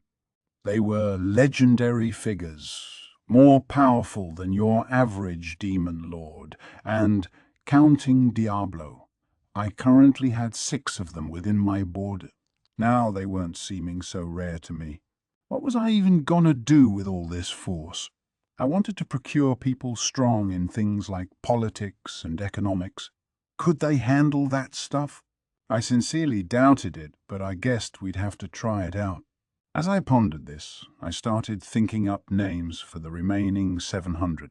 This was my promise to Diablo, and I wanted to see it through to the end. I had, as it turned out, made some miscalculations. Raphael informed me that the magicules that had already built up in the incubation capsules would be enough to name them with. That was good news. Just the motivation I needed, in fact, because I whipped through the whole naming process in just 2 days. Now these 700 were prostrating themselves before me. Most of them were lesser demons to start with, but with a name and a physical body, they had evolved into greater demons. As expected, they had all gained enough magicules to be firmly a ranked territory, and now I had 700 of them at my beck and call. Not that I'm one to talk, but something about this screamed stat inflation to me. Some of them even looked for all the world like archdemons. Did I just have another oops moment? It was simply astonishing. I mean, the first 3 alone, Testarossa, Ultima, and Carrera, were more than enough already, but it was too late to turn back now. Let's pretend that I didn't notice anything. That was probably the best way to preserve my sanity. Sir Rimuru, I cannot contain my joy upon receiving such a wonderful name. And all this force. Please allow me to continue granting you my absolute loyalty. Testarossa spoke for everyone there when she addressed me. I nodded my approval. Sure, have a blast, guys. Thinking about it, this was all Diablo's fault, wasn't it? All I did was keep my promise. I'm sure he'll educate them for me and stuff. As irresponsible as it was, that's what I wanted to think. As Rimuru was attempting to escape reality, Diablo, I think I understand why you are so enamored of Sir Rimuru. Yes. Amazing, isn't he? He saw us for what we really were, and he concluded that we were not a threat worth considering. Even that old demon Lord Dino turned white as a sheet when he saw us. Testarossa and the other two demon leaders were talking among themselves. Rimuru had no way of knowing, but this group had zero intention at all of swearing loyalty to him when they had first showed up. Their old friend Diablo had only convinced them to lend him their powers for a little while. They had lived a long time, becoming the strongest their world had to offer, as were the demons who served them. Two of them were even defined as prehistoric by humankind, and over all those years, neither of those demons had tasted defeat even once. This was Moss and Varen. Moss, an archduke in the demon realms, second in power only to the Origin, a spotless battle record for tens of thousands of years. Varen, an old, crafty Marquis class noble whose life spanned over 4,000 years. He had been defeated by Moss several times before, reincarnating himself each time. The other servants were no pushovers either. Agora, a Viscount, and a pre-modern demon. Esprit, also a Viscount who boasted a streak of victories dating back over the past 500 years. Zonda, a Baron who'd been undefeated for 300 years. Cien, another Baron with a similarly long record. Agora was a special case, a demon who'd been undefeated for 3 centuries after bowing to the force of Carrera. He preferred fighting with a sword over magic, a rarity among demons. Meanwhile, Esprit, Zonda, and Cien had, like Varen, repeatedly resurrected themselves. They all got their starts long ago, very close to the Origin's own family tree. Venom was another special case, a demon born with a unique skill. He hadn't lived very long, but his growth and maturation were noteworthy. Diablo had rounded up this band of standout demons for his plan, and Rimuru, oblivious to all this, just casually gave them names after a moment's thought, an incredibly reckless move. As a result, every demon reborn here had obtained power beyond the natural ways of the world.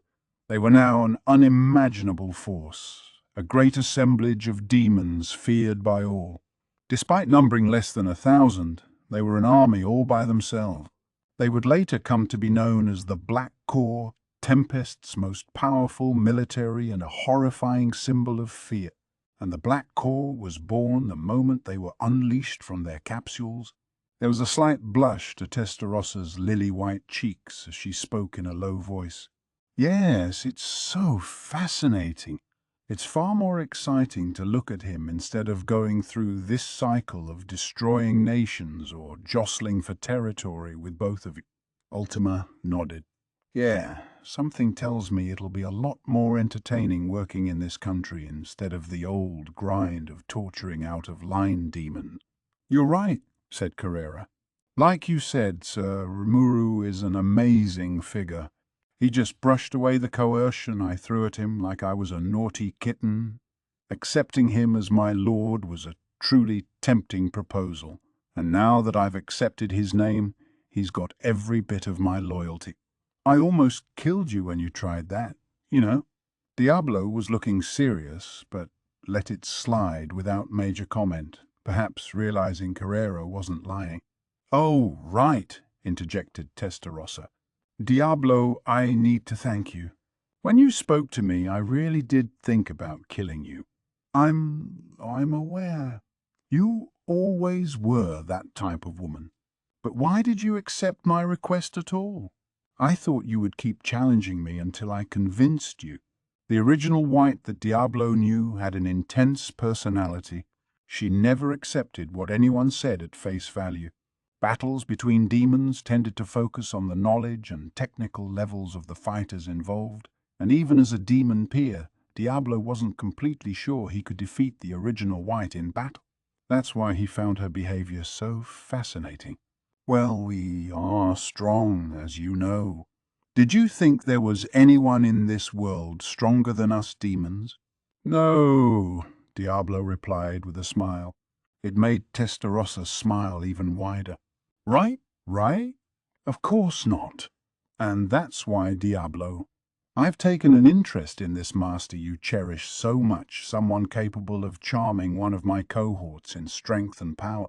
If he proved a trifle, I would have considered killing him. As would I, huh?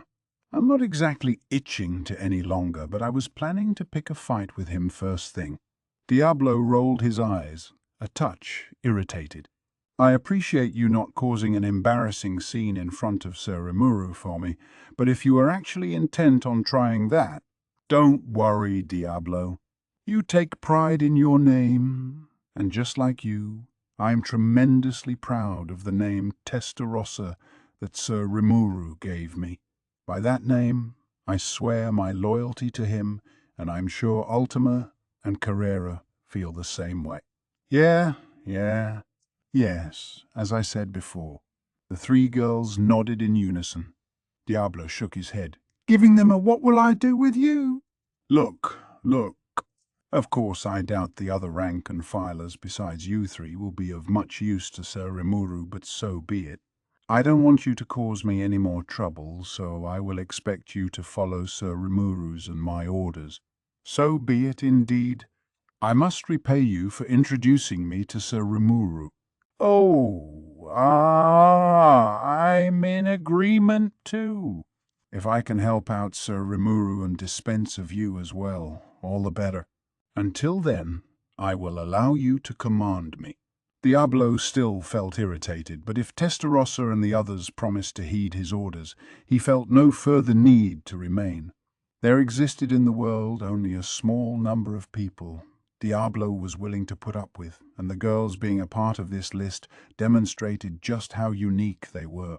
And so, unbeknownst to Rimuru, the chain of command was set in stone. This is the sort of conversation Diablo reportedly had, or didn't have, or whatever, as he gave me his report. I was trying to enjoy a little peace for a change, but, well, and that is how we worked matters out. They are now under my command, but there's still no telling what kind of nonsense they might pull. I'm sure you have little to worry about from them, Sir Rimuru, but regardless, stay on your guard? All right. What was he going on about? He's the one who brought them over here. But it was too late to rant and rave about it. I just wanted one day of peace and harmony in my life, and now it looks like I had more problems. And here I thought we had more allies now. Of course, I didn't have the slightest idea how true any of this was, and if they're under Diablo's command, they're all his responsibility anyway. What? What about the guy who appointed him? Gee, I don't know, who's that? So I decided to just toss the problem completely aside. Chapter 3. A Disturbing Presence. I had a rather unexpected boost to my military, and really having more friends was something to celebrate. I decided to promptly meet with Diablo to discuss how to put these demons to work, and I'd have Testarossa and the other top demons join us as representatives to get their feedback. So there are 3 posts I'd like to assign as soon as possible.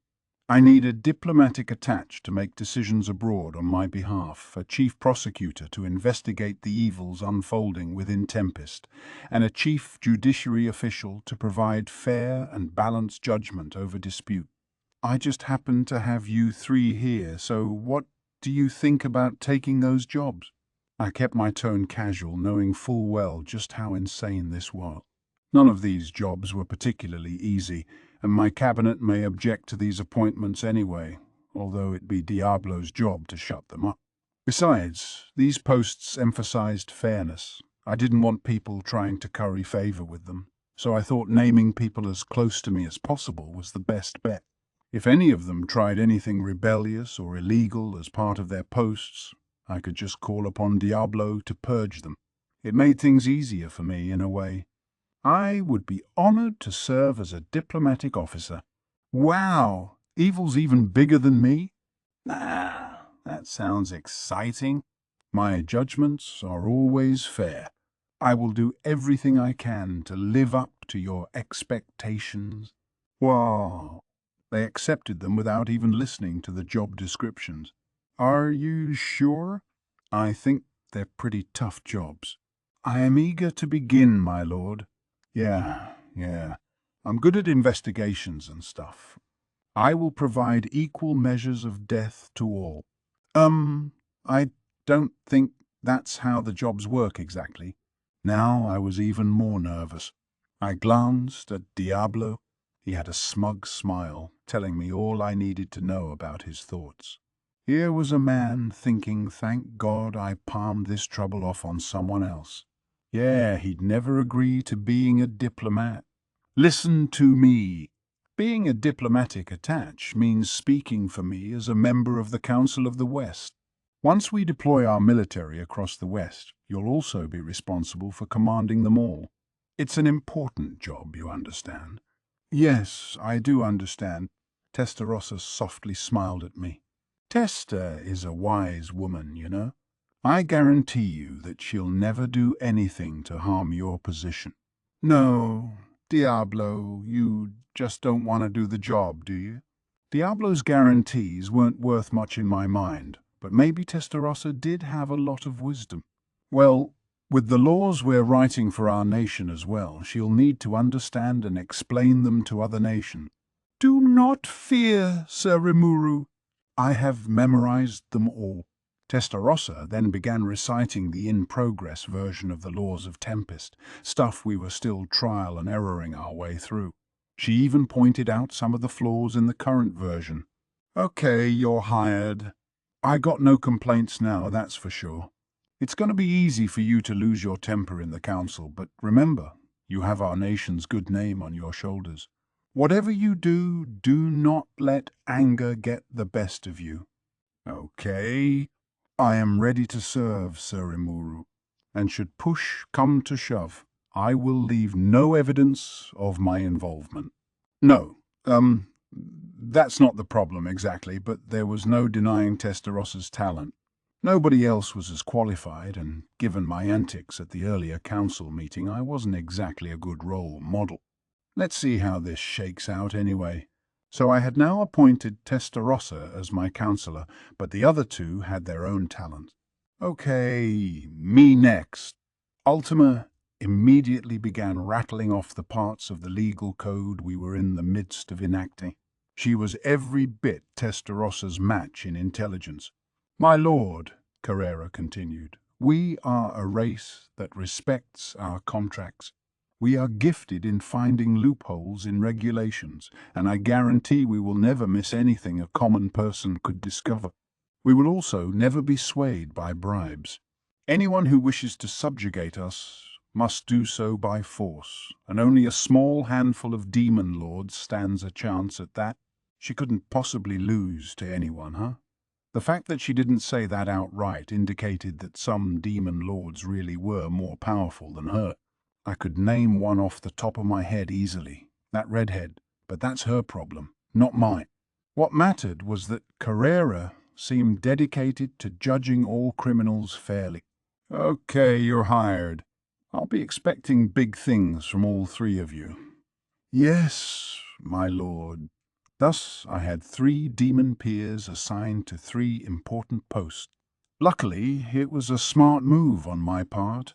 Soon, Tempest would become a constitutional state like few others, its systems and procedures providing an example that spread across the land. These laws apply to me as well, by the way.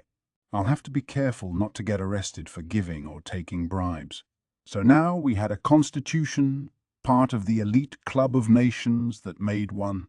It was still in the testing stages, but our government was divided into 3 sections and functioning. Ultima and Carrera were dedicated to their work, And I have to add, they had some talented people working under them as well. They organized their respective departments in the blink of an eye, exercising the full extent of their powers. Ultima had also taken a shine to Rogard, calling him Rog and following all his instructions. Rogard even reciprocated, calling her Milady and treating her almost as nicely as his own daughter. Rogard, in fact, had no idea who Ultima really was. He was a bold, courageous man, but if he found out she was such a powerful demon, even he might start acting all sensitive around her. In consideration of that, I only told him that she was scouted by Diablo. It's her work that counts anyway, so I saw this as harmless. Carrera, our new Chief Justice, was also doing well. Rugard, our Attorney General, was back in our administrative office. Our Department of Justice was now its own organization, so it'd no longer be affiliated with that branch. That didn't mean it could do whatever it wanted, though. The administrative, legislative, and judiciary branches of the government all kept an eye on one another now. Rugard, in his role, was observing and supporting Carrera, my appointee. From what I heard, despite any eccentricities in her personal behavior, she was a talented worker. She'd never fall to bribery or violence, so I suppose Rugard accepted her. Good to see. There's no such thing as a perfect political system, so we just need to solve problems as they come up. Now we had to provide the council with draft copies of our relevant legal codes. So, Testarossa, are you all ready? Yes, Sir Rimuru. Moss has made all the necessary arrangements.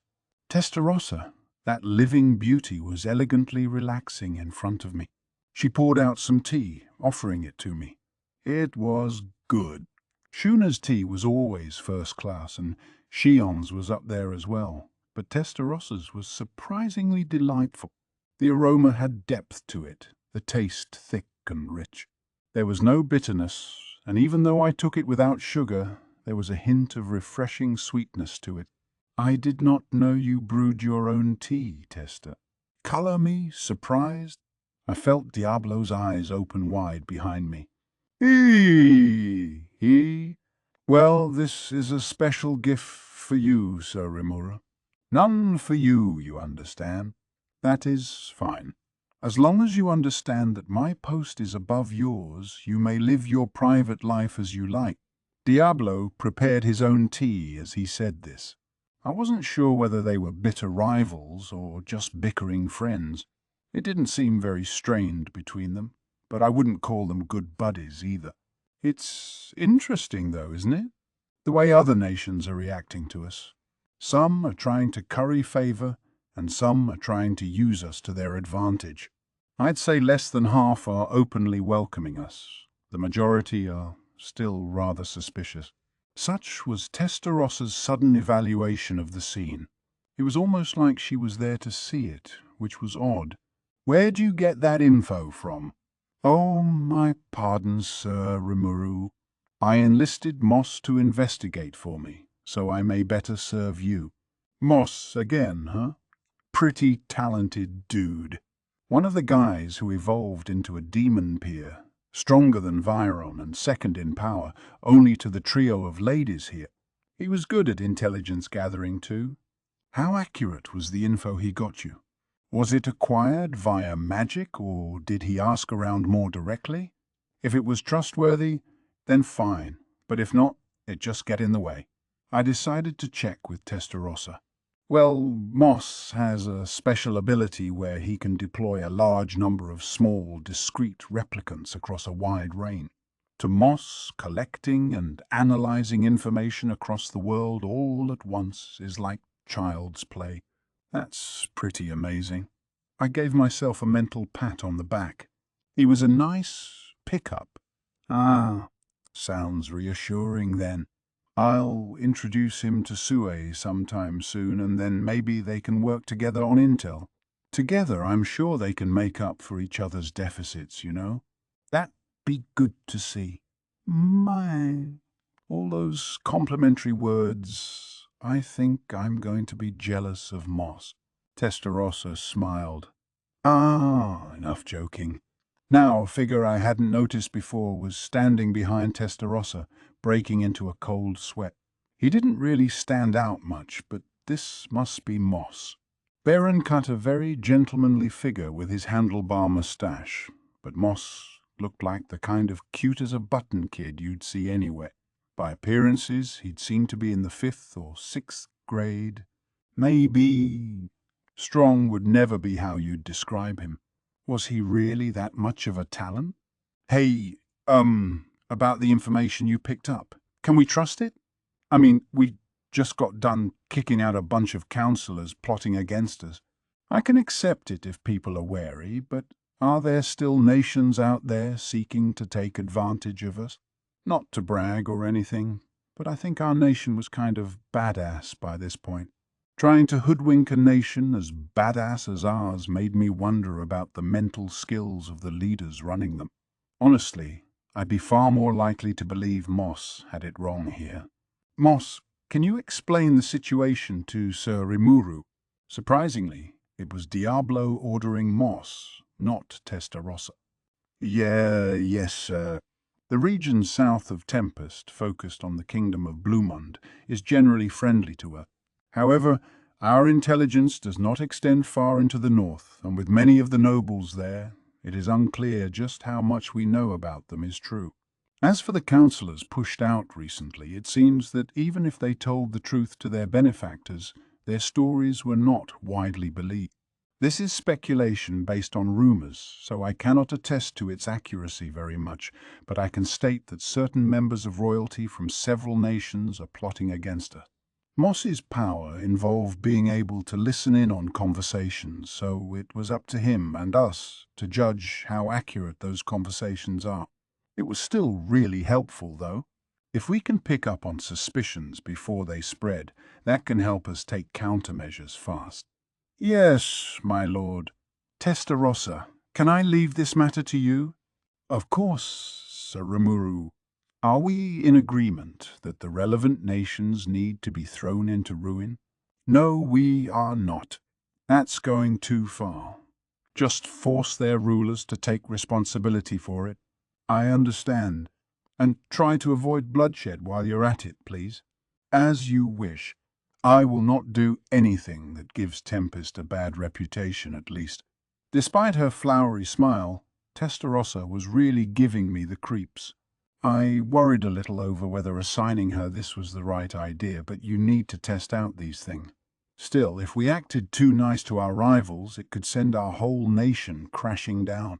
Being seen as a pushover will just lead to more needless damage in the future. All right, then. Proceed so our nation retains its current dignity, but don't be afraid to show them the full brunt of Tempest's gravitas. And so Testarossa was my new council representative. That took care of the biggest problems. Those had been giving me headaches for the past few months, but starting today, my mind would be much more at ease. Was I retreating the lab to do a lot of whiz-bang research? Well, I need to at least look like I'm trying down there, or I'll come off like a charlatan dropping in for fun. Being a grown-up is knowing how to balance social responsibilities like that. In a way, you want to avoid making a 100% effort in the workplace, because then that'll be expected of you every time. A real performer knows how to execute a full effort they can provide on a regular basis. Work's supposed to be fun anyway. Of course, I can try to sound like I know it all here, but that's still just an ideal. And I guess that if I'm satisfied with myself right now and have an environment like that to work in, I must be truly happy. Anyway, today I decided to check out our new school building, which we recently completed construction on. The children I brought in from Anglesea will study here, together with our own. Like I said to Yuaki, the best way to prepare children for adulthood is to get them interacting with one another, and in a school with nothing but monster children, I worried my kids would have trouble adjusting to human society later. With this school, there'd be no worries. We now had a lot of adventurers and other people coming here for work, many of whom brought their entire families, children included. In many low-income families, children were obliged to work as well, but I prohibited that by law. A child's job is to play and to examine and study whatever they were interested in. I wanted to have humans and monsters learning together in the same classrooms, and in the future I wanted to see this grow into races and species working together. That was the theory behind this setup. Plus, we didn't only have children learning in this school. Grown adults were mastering the basics of reading, writing, and arithmetic here too. They were highly motivated given how these skills were rapidly becoming necessary in Tempestian life. Remaining illiterate would narrow their work options and potentially lead to errors that had caused trouble for their co-workers, and adults understood that, which is why so many were studying now. One common refrain you hear in the classroom is, I ever gonna use this stuff in the future? Not here, though.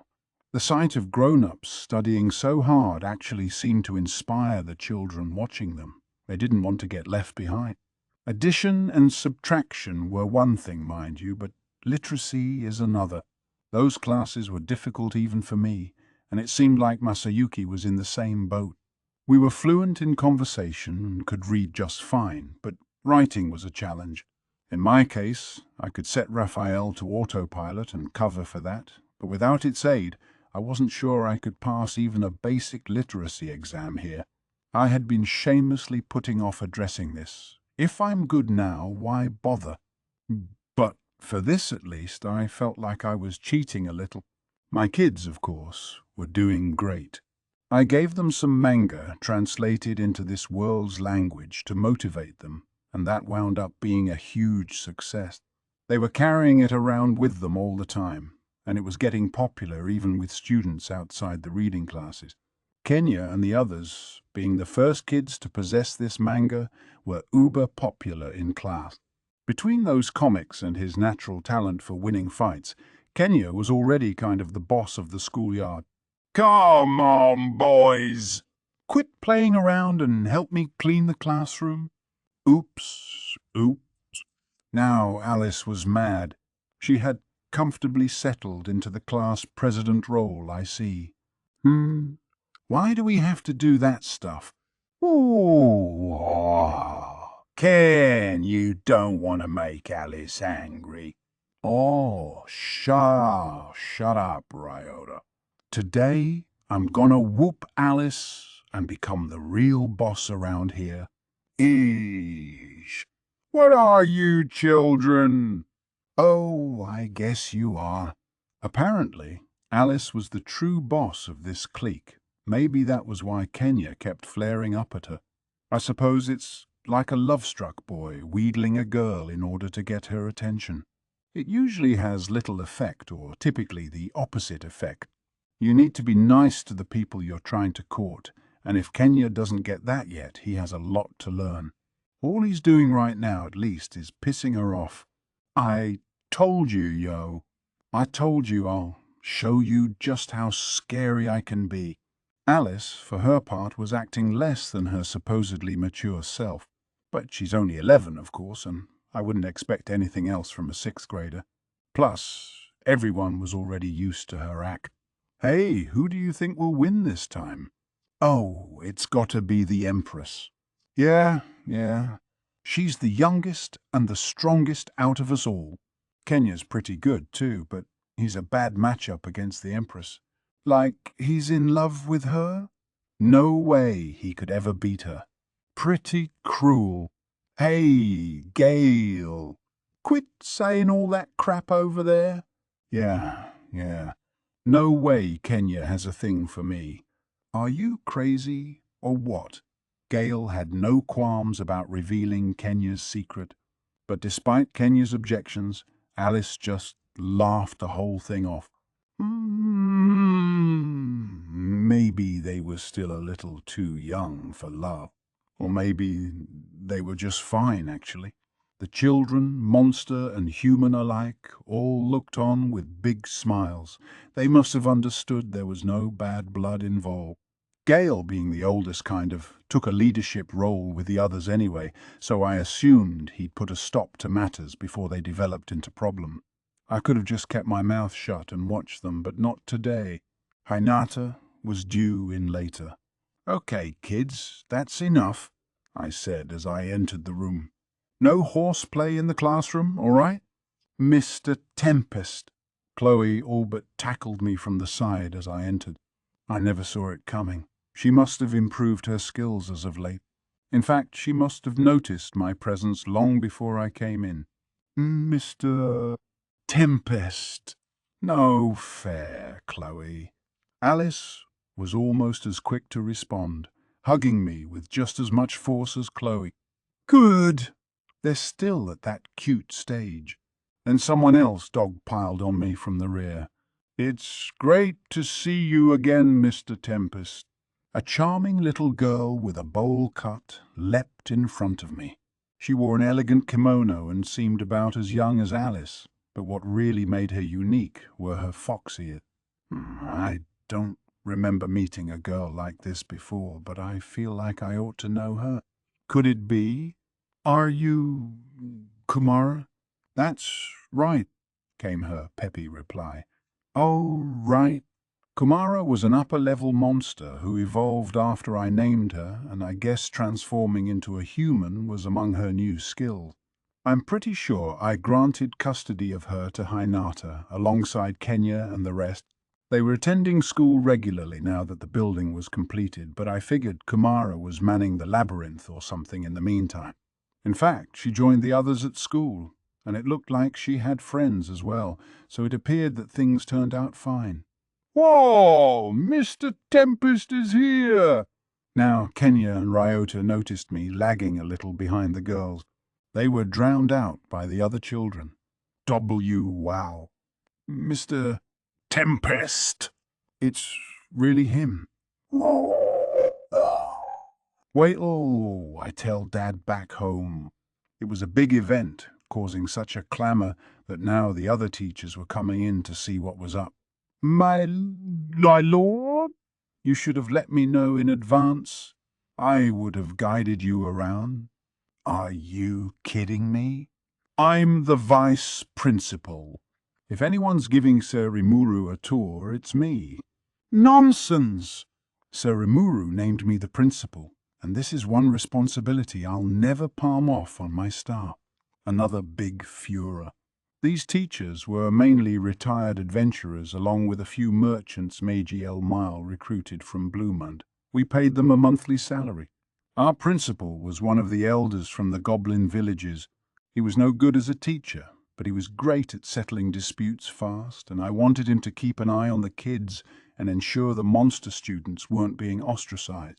The rest of the staff was all human, including a paladin we brought on as a special lecturer, and Hinata stopped in to look after Kenya and the others when she was free. It all seemed to be going well, really. The paladin looked out of his comfort zone at first, but now he was instructing our monster and human students as equals, with no prejudice involved. That was a huge help. Yeah, called today a kind of stealth meeting. I had some business with Kenya's class. Oh, is that the case? Well, I hope you'll be interested in sitting in on a class next time. Indeed. Just let us know a date and time and we'll show you a perfect class. The teachers and students all nodded at one another. But hang on. What did he mean, a perfect class? I didn't need them putting on an act for me. What was the point? Oh, whoa, whoa! Don't put Sir Muru on the spot! This chaos would have continued a while longer were it not for Fritz, the paladin in charge of my class today. Having a captain of the Crusaders preside over a class is pretty amazing in itself, I thought. You're teaching today, Captain Fritz? Oh, Sir Rimuru, no need for that captain stuff. Just Fritz is fine. Oh, then you can drop the Sir stuff with me, Fritz. I could hardly do that. Humour me with that much, if you wouldn't mind. I might get dirty looks. Fritz smiled at me. He struck me as the last person to care about honorifics like that, but not even he could get that informal. And neither could I, really. Calling the heads of other states by their first names would be pretty stupid unless I was a real big shot. Ah, yeah. If we were alone, sure, but not in a place like this, huh? Thanks for understanding, Fritz said with a wink and a smile. Getting winked at by a man wasn't all that gratifying to me, but I did like his approach.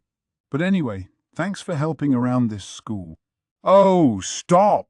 Compared with Lady Hinata's harsh training, it's like heaven around here.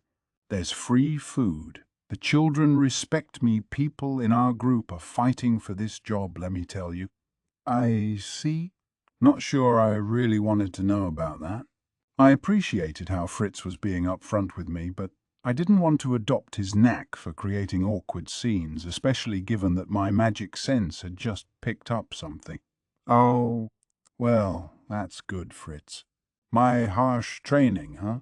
With your talents, I thought I was going easy, but maybe I shouldn't have bothered.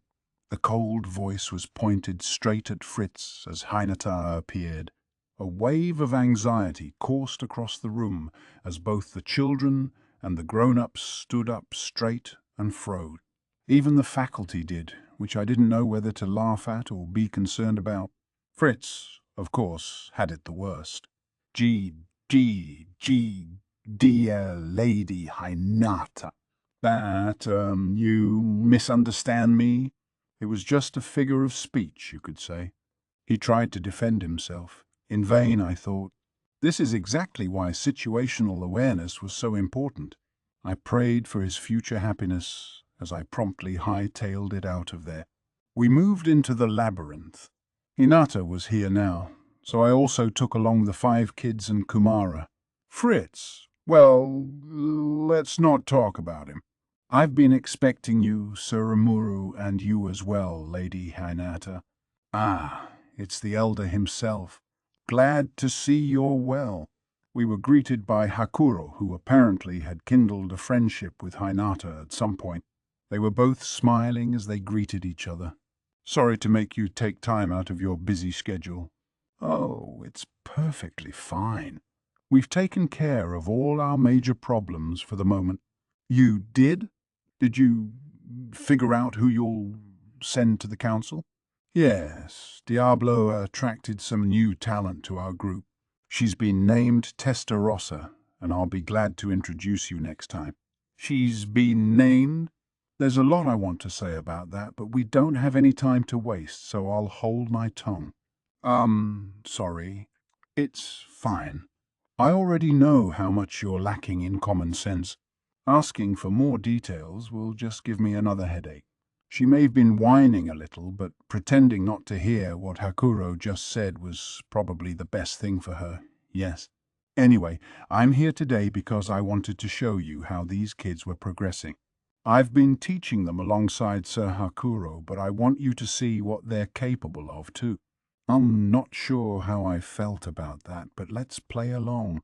If you're phrasing it like that, I guess they've kind of grown. Kind of is one way to put it. Once you see them in action, you'll get it. This labyrinth is so useful, isn't it?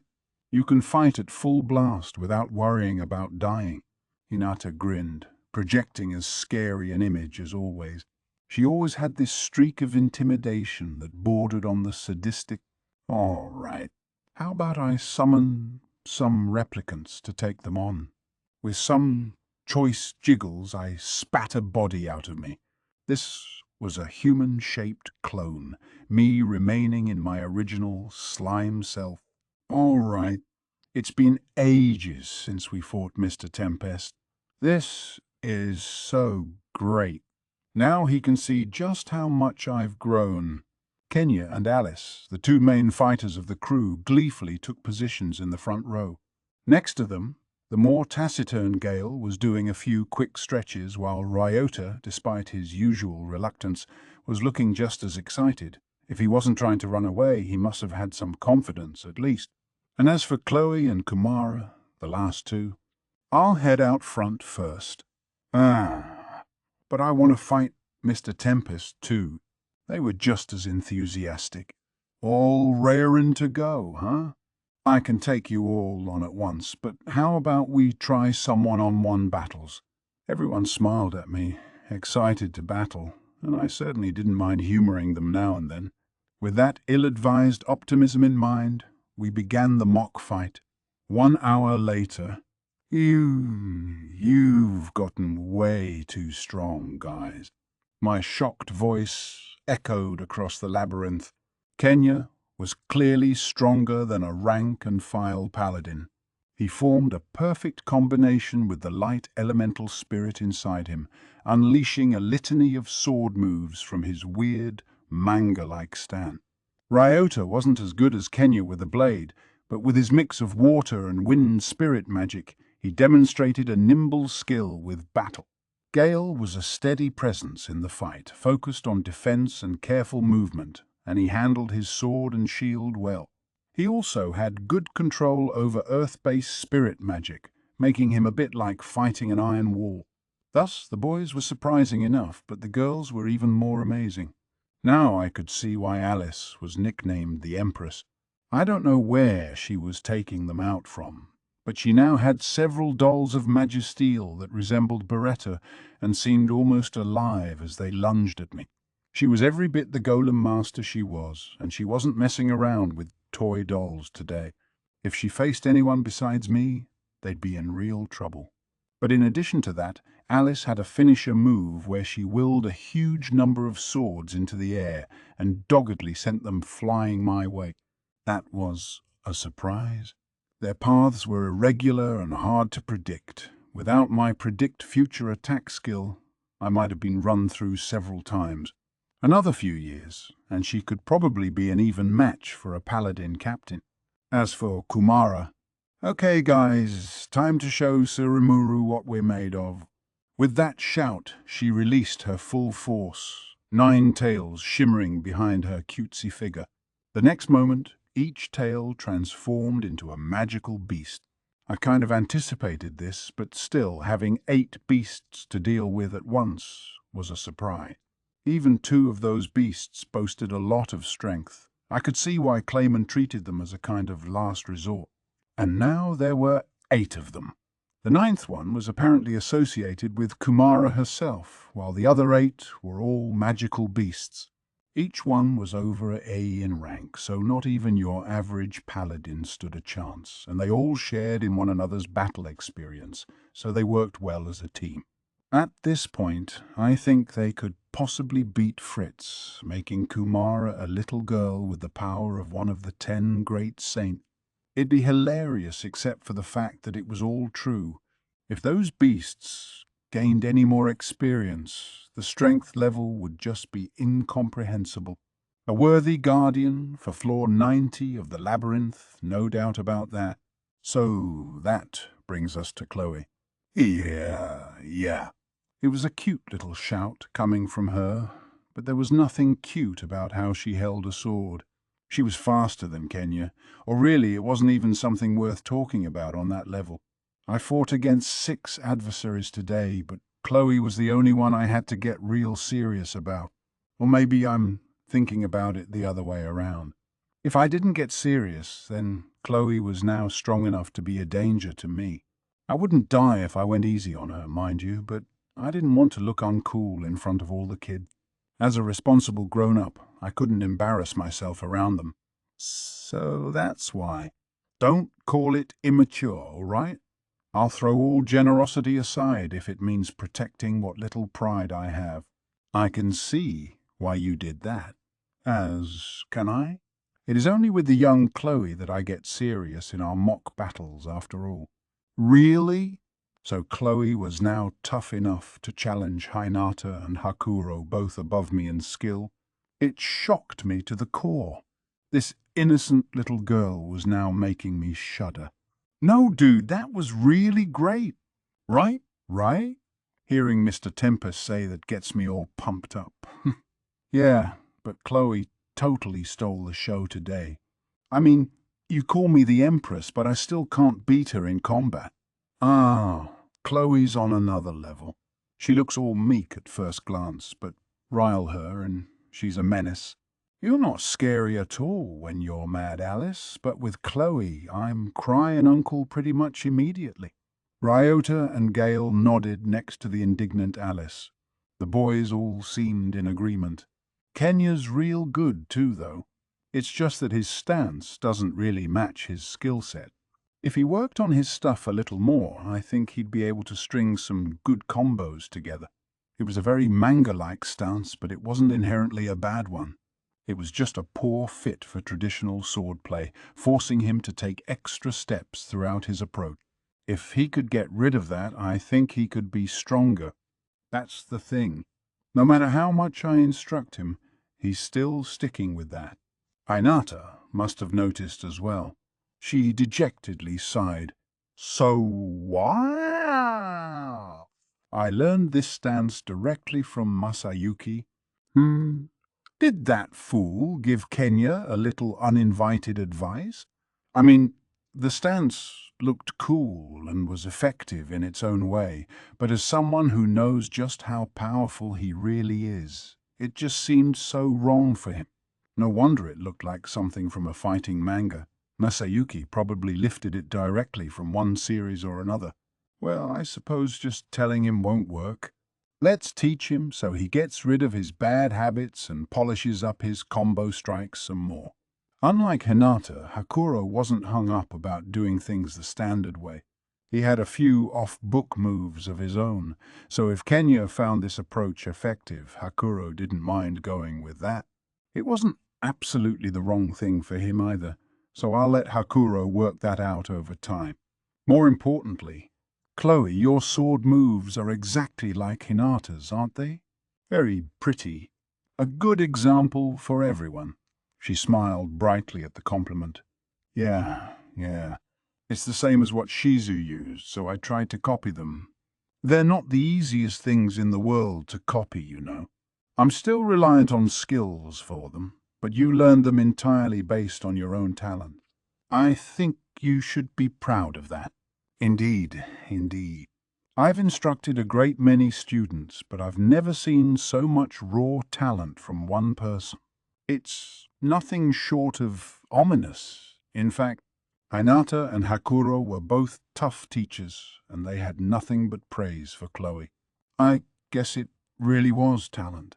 She was still young, but I couldn't even guess what would happen as she matured. I wasn't sure if I was fearing it or looking forward to it. It turned out, however, that Hinata had some other business today. I called you here in part so you could see how these children were progressing. They all have talent, but they're still young. I wanted you to have an accurate gauge of how they are right now, to ensure we don't guide them down the wrong path. That was always a consideration for me, of course, but I accepted the word of caution. Shizu had watched these kids after all, so to Hinata I suppose they were kind of like her own siblings. All right. We have a lot of people in town who can guide them, Hakuro included. Me too, for that matter. We'll make sure they don't go down any wayward paths. I thought you'd say that, but just in case, you know. She was such a worrywart. I loved how kind she really was, despite that cold facade she always put up. So, did you have some other reason to be here today? I asked her, as the kids all play fought against Hakuro. Yes. In fact, it's the main reason. She stopped there, eyes turned toward the children. Even Hakuro had trouble dealing with 5 of those kids at once. He could keep up with their moves, yes, but if he delayed his reactions for even an instant, he'd suffer a lethal blow. In terms of pure physical talent, someone like Kenya was easily above him. He couldn't let his guard down for a moment. Kumara, by the way, wasn't participating in this. If she really wanted to fight, she'd overwhelm Hakuro with pure numbers. But even without her, Chloe gave the kids a decisive advantage, so I thought this was a good pairing. It was, in a way, a grand demonstration of fighting skills, one boundlessly entertaining to watch. Isn't that amazing? Hinata softly said, especially at her age. She was looking at Chloe. The other 4, Kenya, Ryota, Gale, and Alice, were all impressive enough in their own right, but Chloe was simply extraordinary. Without her, Hakuro could easily wrap up this battle without breaking a sweat. The mock battle came to an end, all the children panting as Hakuro started giving them advice. If they were fighting this hard every session, I could see why they were advancing so fast. Hinata then moved on to the main topic at hand. "Sorry," she said, focusing on me again. "I just got caught up watching them. But Lady Luminous, she's pestering me about when we'll hold the music exchange program." I figured she was interested in the idea, but she's even more enthusiastic about it than I thought. So I thought I'd let you know. That was unexpected, or to be exact, I'd been busy with so many other things that I kind of procrastinated on that proposal. "Oh, right, she really liked our recital, didn't she?" "Well, Batten and the orchestra are still practicing regularly. They've been expanding their repertoire. Honestly, I'm amazed you remembered all those songs. I can't read sheet music or anything, so writing down the songs in my head just seems impossible to me." "Wow, so Hinata actually admits to being bad at something?" She didn't seem too enthused about the concert either. Maybe she was tone deaf. A feeling of superiority washed over me, even though I was wholly reliant on Raphael for that stuff. "Well, maybe we ought to stop by soon then." Yeah. Transporting your musicians might be a pain, though. We could send over a few paladins and transport them via a warp portal, a few people at a time. "I'd appreciate that, thank you. It's a big orchestra, and they have a lot of bulky instruments with them. A wagon caravan didn't seem practical to me. Lubelius, if I recall, was protected by a large barrier that prevented anyone from teleporting directly in. We'd need some other kind of rapid transport. A train system would instantly solve this problem, but that was for the future. No point pining for it right now. Plus, of course, this wasn't just about transporting the musicians. They all had their own instruments, which really complicated matters. If we used horse-drawn carriages, they'd have to traverse a highway that's not even completed yet, and traveling down unfinished roads could lead to bumpy patches and broken gear, so I'd like to avoid that if I could. I was really starting to envy the dragon airships the Emperor of Thalion used. A train trip would be fun enough, but if you really wanted to cut down travel times, air was the only way to go. Land and sea were your best bet for transporting goods, but for recreational and other travel, a plane flight was always the fastest and easiest way. Thus, I appreciated Hinata's offer. I'd be helping as well, of course, so we began to make plans for the big travel day. As we went over all the details, the resting children gathered around us. "Are you going somewhere with Miss Hinata, Mr. Tempest?" I explained to Chloe that we were holding a music concert in Lubelius. "I want to go too." "Me too?" I'd probably fall asleep during it, but if Chloe and Alice are coming, so am I. "And me. Guess I'll join you then." If I let them go alone, no telling what they'll do. Chloe led the fray as they all clamored to come along. What to do? I supposed it'd help broaden their horizons and all that, but I couldn't guarantee that it'd be completely safe. Kumara looked up at me as I pondered this. I want to go too. Being the guardian of Floor 90, she had a job to attend to, but she just looked so forlorn to me as she asked. Maybe the logical part of her brain told her this wasn't doable. But it's totally natural for a kid to want to join her friends on a trip, and I wasn't in the habit of turning that down. "Oh, there's no need to be so hesitant. Don't be afraid to say what you want. I'll indulge you at least a little bit." I didn't want her turning out like Milim, but it wouldn't do for her to lose her childlike charms either. I patted Kumar on the head as I spoke. It felt just as soft and fuzzy as she was in fox cub form. I suppose the kind of warmth it gave you was something that transcended boundaries between monsters and people, although Kumara was in human form here, so maybe I'm just thinking nonsense. Whoa! And no school while we're on the road, too. Why do you want out of school so bad, Ken? You have fun in there. What are you, stupid? School's fun. Yeah, but getting to play around while everyone else is in class, it makes you feel special, you know? I get what you mean. I don't want people to think I'm like you, but I'm kinda excited too. Right? Right? That sort of thing. I had yet to say yes to anyone, but the kids were already mentally packing their bags and openly talking about cutting school. I get it. I really do, but I never tried doing that when I was a kid. Ah, fine. But you'll have extra homework to do while you're out, all right? Ah. Oh, come on, Mr. Tempest. I ignored Kenya's protests. He needed to learn early on that you can't always get everything you want. Life can often be unfair, so this was my way of toughening him up. Call it a rare parental gesture from me. I wasn't harassing or punishing them at all, so hopefully they would understand. I'm just happy being with you, Mr. Tempest, said Chloe, the original instigator, with a grin. Well, whatever. It'll make for some good memories. You're so easy on them. Oh, are you against it, Hinata?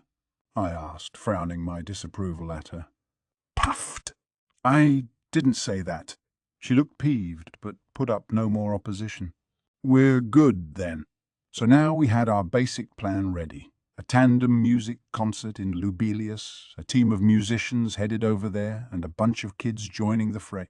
And here we were, the holy empire of Lubelius. Already the kids were agape at the exotic sight of Lubelius's city streets. Baton and the musicians, meanwhile, were tensed up, unable to stay at ease. Diablo was with me as my secretary, as well as Shion. I had her stay home during my last trip, so she got to come along this time. Instead, Veldora was watching over things in Tempest. I reminded him of his vital position as Labyrinth Master, which kept him from getting any funny ideas. Really, Veldora could go to pretty much any nation besides this one. He and Luminous in the same place was just far too dangerous. Report. The chances of a problem occurring are 100%. You couldn't spell it out more clearly than that. If there's a big mine in the ground in front of you, you're not gonna march straight for it. Hinata was our guide here. Welcome to Lubelius, she casually told us. The Holy Emperor himself will be greeting you shortly. She was talking about Louis, and I had insider knowledge, of course, that he was only playing the role of Lubelius's leader. Baton and the others, however, didn't. It was classified information, and I told the kids to keep mum about it around the orchestra. So tonight there's going to be a dinner party to formally greet all of you. Tomorrow we'll be tuning things at the concert hall, and we're slated to begin rehearsals the day after that. The show's scheduled for 3 days from now. Does all of that sound good to you? What do you think, Baton? Yes, Rimuru. I think that will be fine. Everything's been magically transported here already, and I believe it all made the trip safely. We'll need to adjust our setup for the concert hall size, but I understand they have an orchestra of their own, so I don't anticipate any issues. Sounds good to me. You sure, though? You're only getting 1 day for rehearsals. Here in Lubelius, yes, but we've never missed a day preparing for an event like this back at home. We'll all work as one to answer the call. Great, then. If he was that confident about this, I was sure their extended efforts would pay off. Talent really can beat hard work sometimes, but then again, hard work is never going to betray you. It connects to confidence, giving you the internal strength you need to express your full skills in any situation. Keep up a regular effort and you'll truly start believing in yourself. I internally gave Baton's response an a plus as I nodded at him. If he was that confident, I felt safe expecting big things from them. That night, his orchestra received the royal treatment from the nobility. For the most part, it made them more nervous and awkward than ever. Sir Rimuru, we're just regular citizens of Tempest, you know. Is it really all right to be afforded rooms like these? We were traveling with over 100 people, and they were all given their own room to stay in, each with a maid on standby in an adjacent chamber so you could call them in at any time. There was even a salon on the level of a 4-star hotel spa, available completely for free. Batten and his musicians hardly knew what to do with themselves. The dinner party was just as swank, featuring a cavalcade of bite-sized courses served on top of a small spoon, a feast for the eyes and the palate. Each course was small but carefully seasoned and designed to keep your attention. Everyone loved them. Kenya and the kids acted like it wouldn't be enough for them at first, but by the end of the banquet they were all rubbing their full belly.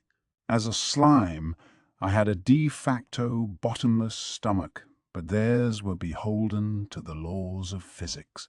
Stack up enough tiny courses like this and you'd still have trouble eating them all. Unlike these innocent kids, though, our orchestra had mixed feelings. Tempest was full of culinary delights of its own, but you weren't going to see intricate masterpieces meant for kings and princes like this. They've never had anything like it, and they certainly had not enjoyed this level of service before. I could tell them not to be nervous, but it was an impossible ask. Don't worry about it. It just shows how much they're looking forward to your performance, I'm sure. At times like this, I took solace in the fact that I wasn't doing the performing. I didn't need to go up there and sing, as it were, for my supper. If I were in the same position as Batten, I'd probably be too anxious to eat anything. Talk about a wasted opportunity. So I encouraged our band to enjoy themselves more as the dinner party went on. After it ended, everyone retired to their rooms. The kids were already asleep by now, overstimulated and exhausted from the day's events. With everyone else resting, I was all alone. My newfound ability to take naps helped for such occasions, but it looked like I wouldn't have to rely on that. There was a knock on the door. My apologies for interrupting you late at night. Our leader has invited you to visit her, Sir Rimuru. Would you happen to be available? I had been silently approached by Luminous's personal maid, an overcomer. She seemed like quite an elegant talent, unlike the ones who populated our research lab. I had thought Luminous was going to snub us today, but it looked like she wanted to see me after all. There was no need to turn her down, so I roused Shion and Diablo and we followed the maid down the hall. "Good to see you again, Rimuru," Luminous offered me in greeting. "I admire the restraint you show, not bringing that evil dragon along." She was talking about Veldora, right? I couldn't blame her, given what he had done, but it still seemed kind of mean. But that was none of my business. "Yeah, good to see you too. And he's a troublemaker, you know? If I brought him to something like this, it'd be more of a headache for me than anyone." He. You know him well, then." It was a short exchange, but I felt a real connection to Luminous now. Veldora's helping me in unexpected ways. Waiting for us in that ornate chamber were 3 people, Luminous included. Gunther, her elderly butler, was stationed to her left, and Louis, the man serving as emperor, was standing to her right. With the passing of her stand-in Roy, this meant all the surviving members of Luminous's 3 servants were on hand. I wasn't sure why Hinata was missing, though. "But you didn't call for Hinata?" "No," Gunther replied. "She may have advanced from enlightened to saint, but she's still a former human being. Whether she no longer requires sleep or not, she has still not shed her human habits." "I did reach out to her," added Louis, "but she told me some nonsense about sleep deprivation being bad for her skin." It was indeed past midnight, so they didn't force Hinata up. That made sense to me, but then Luminous gave me a light smile. "It's odd, though. Her body's structure has transformed to something closer to a spiritual life form, so skin deterioration should be the least of her worries. But it's true, Hinata actually does require sleep. Even as a saint, her body's still as it was during her human years. It will take many more years for it to undergo the full evolution. A lot of people have the wrong idea about this, but there's nothing superhuman about Hinata at the moment." She had a little laugh at this. "Unlike monsters, humans cannot undergo sudden, explosive physical transformation. That means Hinata still retains some of her human characteristics, which, if looked at from a certain angle, could be seen as a weakness. This was something I subconsciously suspected, but it just showed how ridiculous monster transformations could be. I, of course, did not require sleep, and neither did Diablo. Shion did, more or less, but 3 hours per session was enough, and she could stay continually active for 7 days or more without rest. Benimaru and Sue were apparently the same way, which showed just how well monsters adapted to their environment. But regardless, if Hinata wasn't here, it wasn't my job as Luminous's invitee to Ket. Right, well, here's a souvenir for you. It's a collaboration between Shuna and Mr. Yoshida, an apple brandy pound cake. I thought Hinata would complain about serving this while she was absent, but late-night snacks are a beauty. No, I'm sure. She liked this kind of thing, but if she didn't know about it, she wouldn't have to agonize over taking a slice or not. It's an act of kindness, really. What a feat! How thoughtful of you. Luminous was certainly complimentary. I must thank Shuna for letting me have this. My 2 self-styled secretaries would never demonstrate that kind of good sense. Diablo was always extremely considerate of me, but that didn't apply to anyone else. They both have a screw loose, really. But anyway, so what did you want to see me for? Yeah, well, I wasn't entirely sure whether to inform you, but I've decided I should. It seems that Granville is up to his tricks again. I am very much looking forward to our concert in 3 days, and I don't want anything to get in the way of it. So I thought I would ask for your assistance. A rather casual way, I thought, to give some unpleasant news. I wanted to tell her that it was no topic to discuss over cake. Shion was nodding at this, but I don't think she understood the portent of it. Diablo, meanwhile, looked like he couldn't care less. If an enemy came along, he'd eliminate it. Those were his thoughts, no doubt. But this was a pain to me. I was on foreign soil, not my own country. I could summon the demons, as well as the forces Soe deployed across the land, but I didn't want to go overboard. Besides, if it's that big of a deal, shouldn't you really be telling Hinata? Yeah, this kind of thing was right up her alley. She was far more qualified to patrol this nation than visitors like us. But Luminous shook her head. Do not underrate us, please. No matter what kind of rabble attacks us, Lubelius's defenses are ironclad. We've thoroughly enhanced our defensive measures to prepare for that evil dragon after all, but we are not flawless. There is a possibility they may sneak in undetected through some previously unknown opening.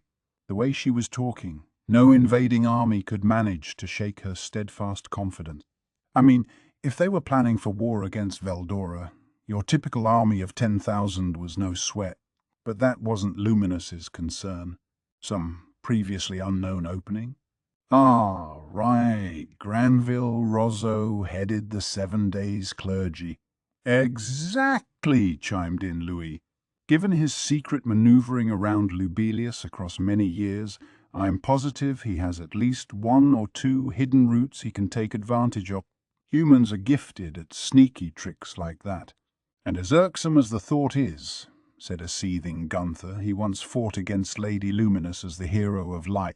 With that experience, he could conceal himself entirely, and we'd have no idea he was there.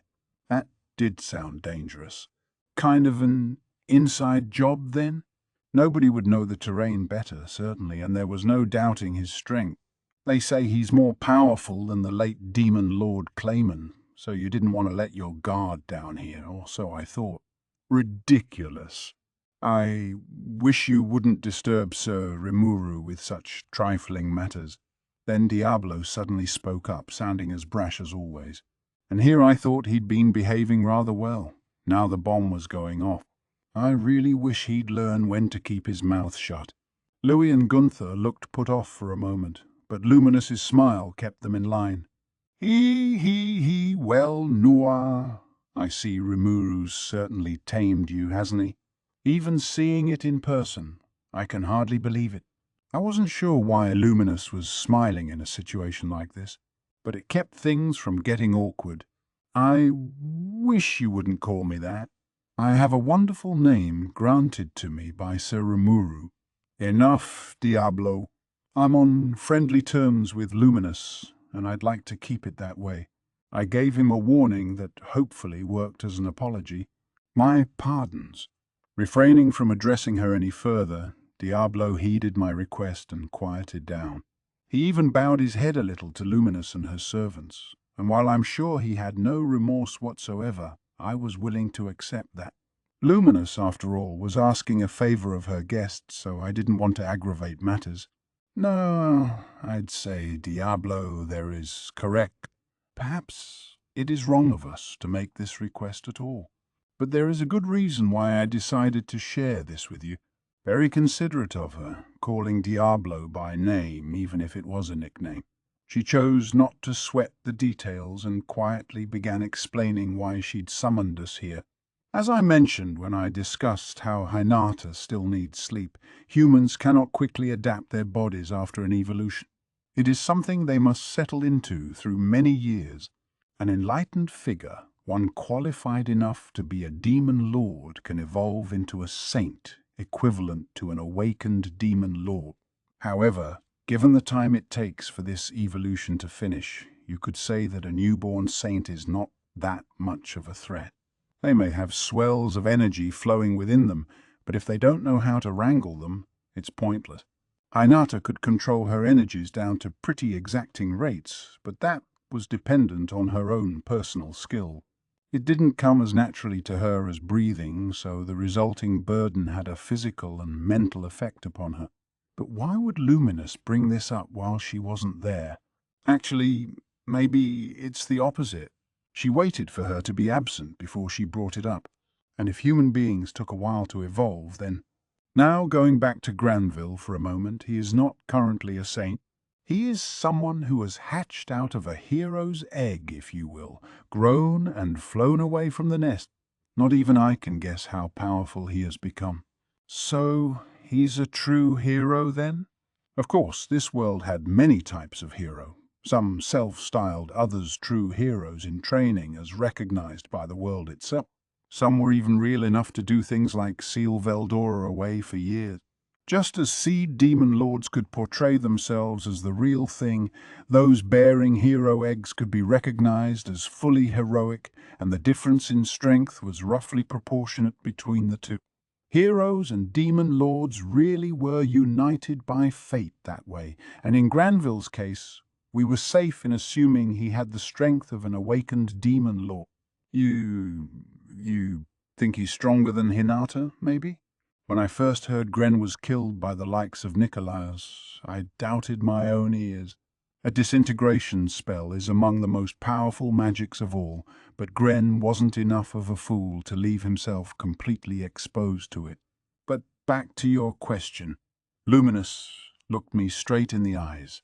So this is why she didn't invite Hinata. Yes, you're right. You're right. I had hoped to tame that man for myself. Having fought him once, I know for a fact he's stronger than the demon lords of old.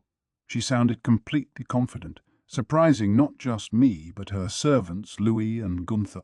They were both silent now, perhaps not realizing how misinformed their judgment of him was. Indeed, we never directly fought Gren, so... But you would rate him that highly? I would. I gave Gren free rein because I wanted to keep him in my personal sandbox. We both shared common goals, so I forged an agreement with him because I thought it would be fun. As head of the 7 Days clergy, he was granted all kinds of political power. In a way, I kept him as my personal ace in the hole. That ace wound up betraying her before she could play it, going over to the other side and wrapping his hands around her neck. It was an error in judgment, I suppose, but I felt like I was a part of the cause a little bit. Not that I was to blame, but, well, Maribel's dead now, after all. The cherished child of the Rozzo family. If the notoriously careful Granville was on the move now, that had to be his motivation. Yes, the child I caught sight of at your festival. I wasn't aware at the time, but she was quite a foe, wasn't she? If Granville treated her with so much respect, she might have been the key to all his ambition. Maribel was a handful. If she stayed away from the spotlight, letting her conspiracies naturally play out, we'd have a maelstrom of evil to deal with. The enemy in front of you is never as potentially lethal as the one seething from far away. Still, though. So, what does Granville want? He can't be taking action at this point out of some twisted desire to avenge Maribel. That is probably no. Never mind. Luminous stopped herself from saying something. She shut her eyes for a few seconds, deep in thought, before quietly continuing. Even long ago, his one hope was to spread peace across the world. He fought against countless slavering monsters and vicious magic beasts, defeating them in his quest to protect the human regions of the world. I fought that stubborn old man many times, until he understood that I wanted to live alongside humankind instead of eradicate them. Once we forged an agreement with each other, that was when peace finally spread across the West.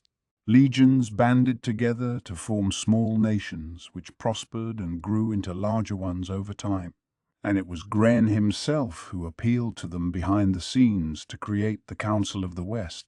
Hearing the story like this, Granville, or the hero Gren, really did seem like a legendary figure.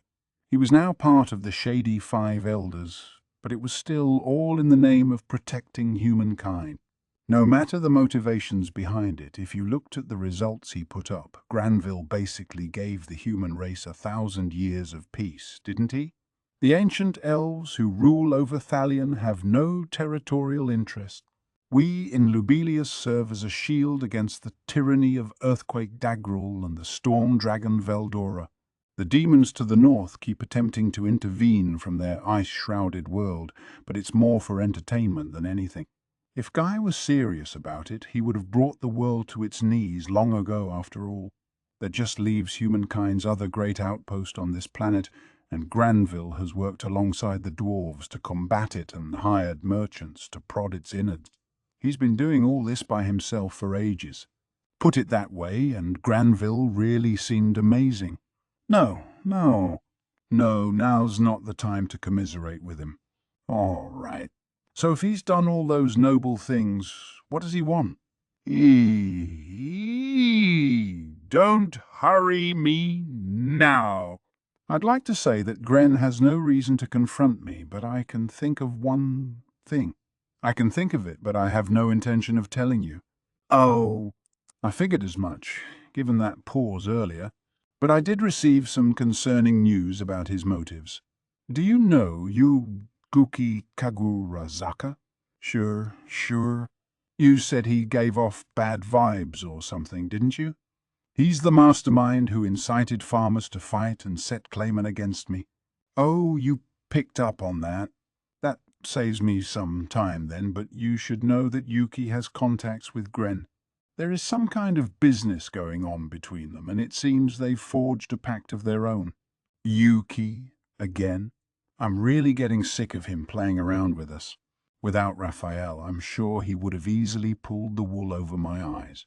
If we kept letting him run around free, I'm sure we'd be constantly encountering the same problem. Maybe it's about time to settle matters. So, Yuki's motivations are lurking around behind Granville's moves? That they are. And I think one of his targets is all of you. I see.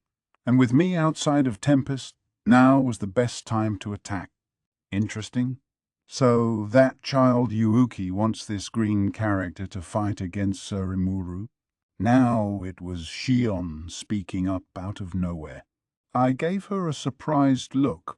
Knowing her, I assumed she was spacing out on the conversation by now, but she actually had a full grasp of it.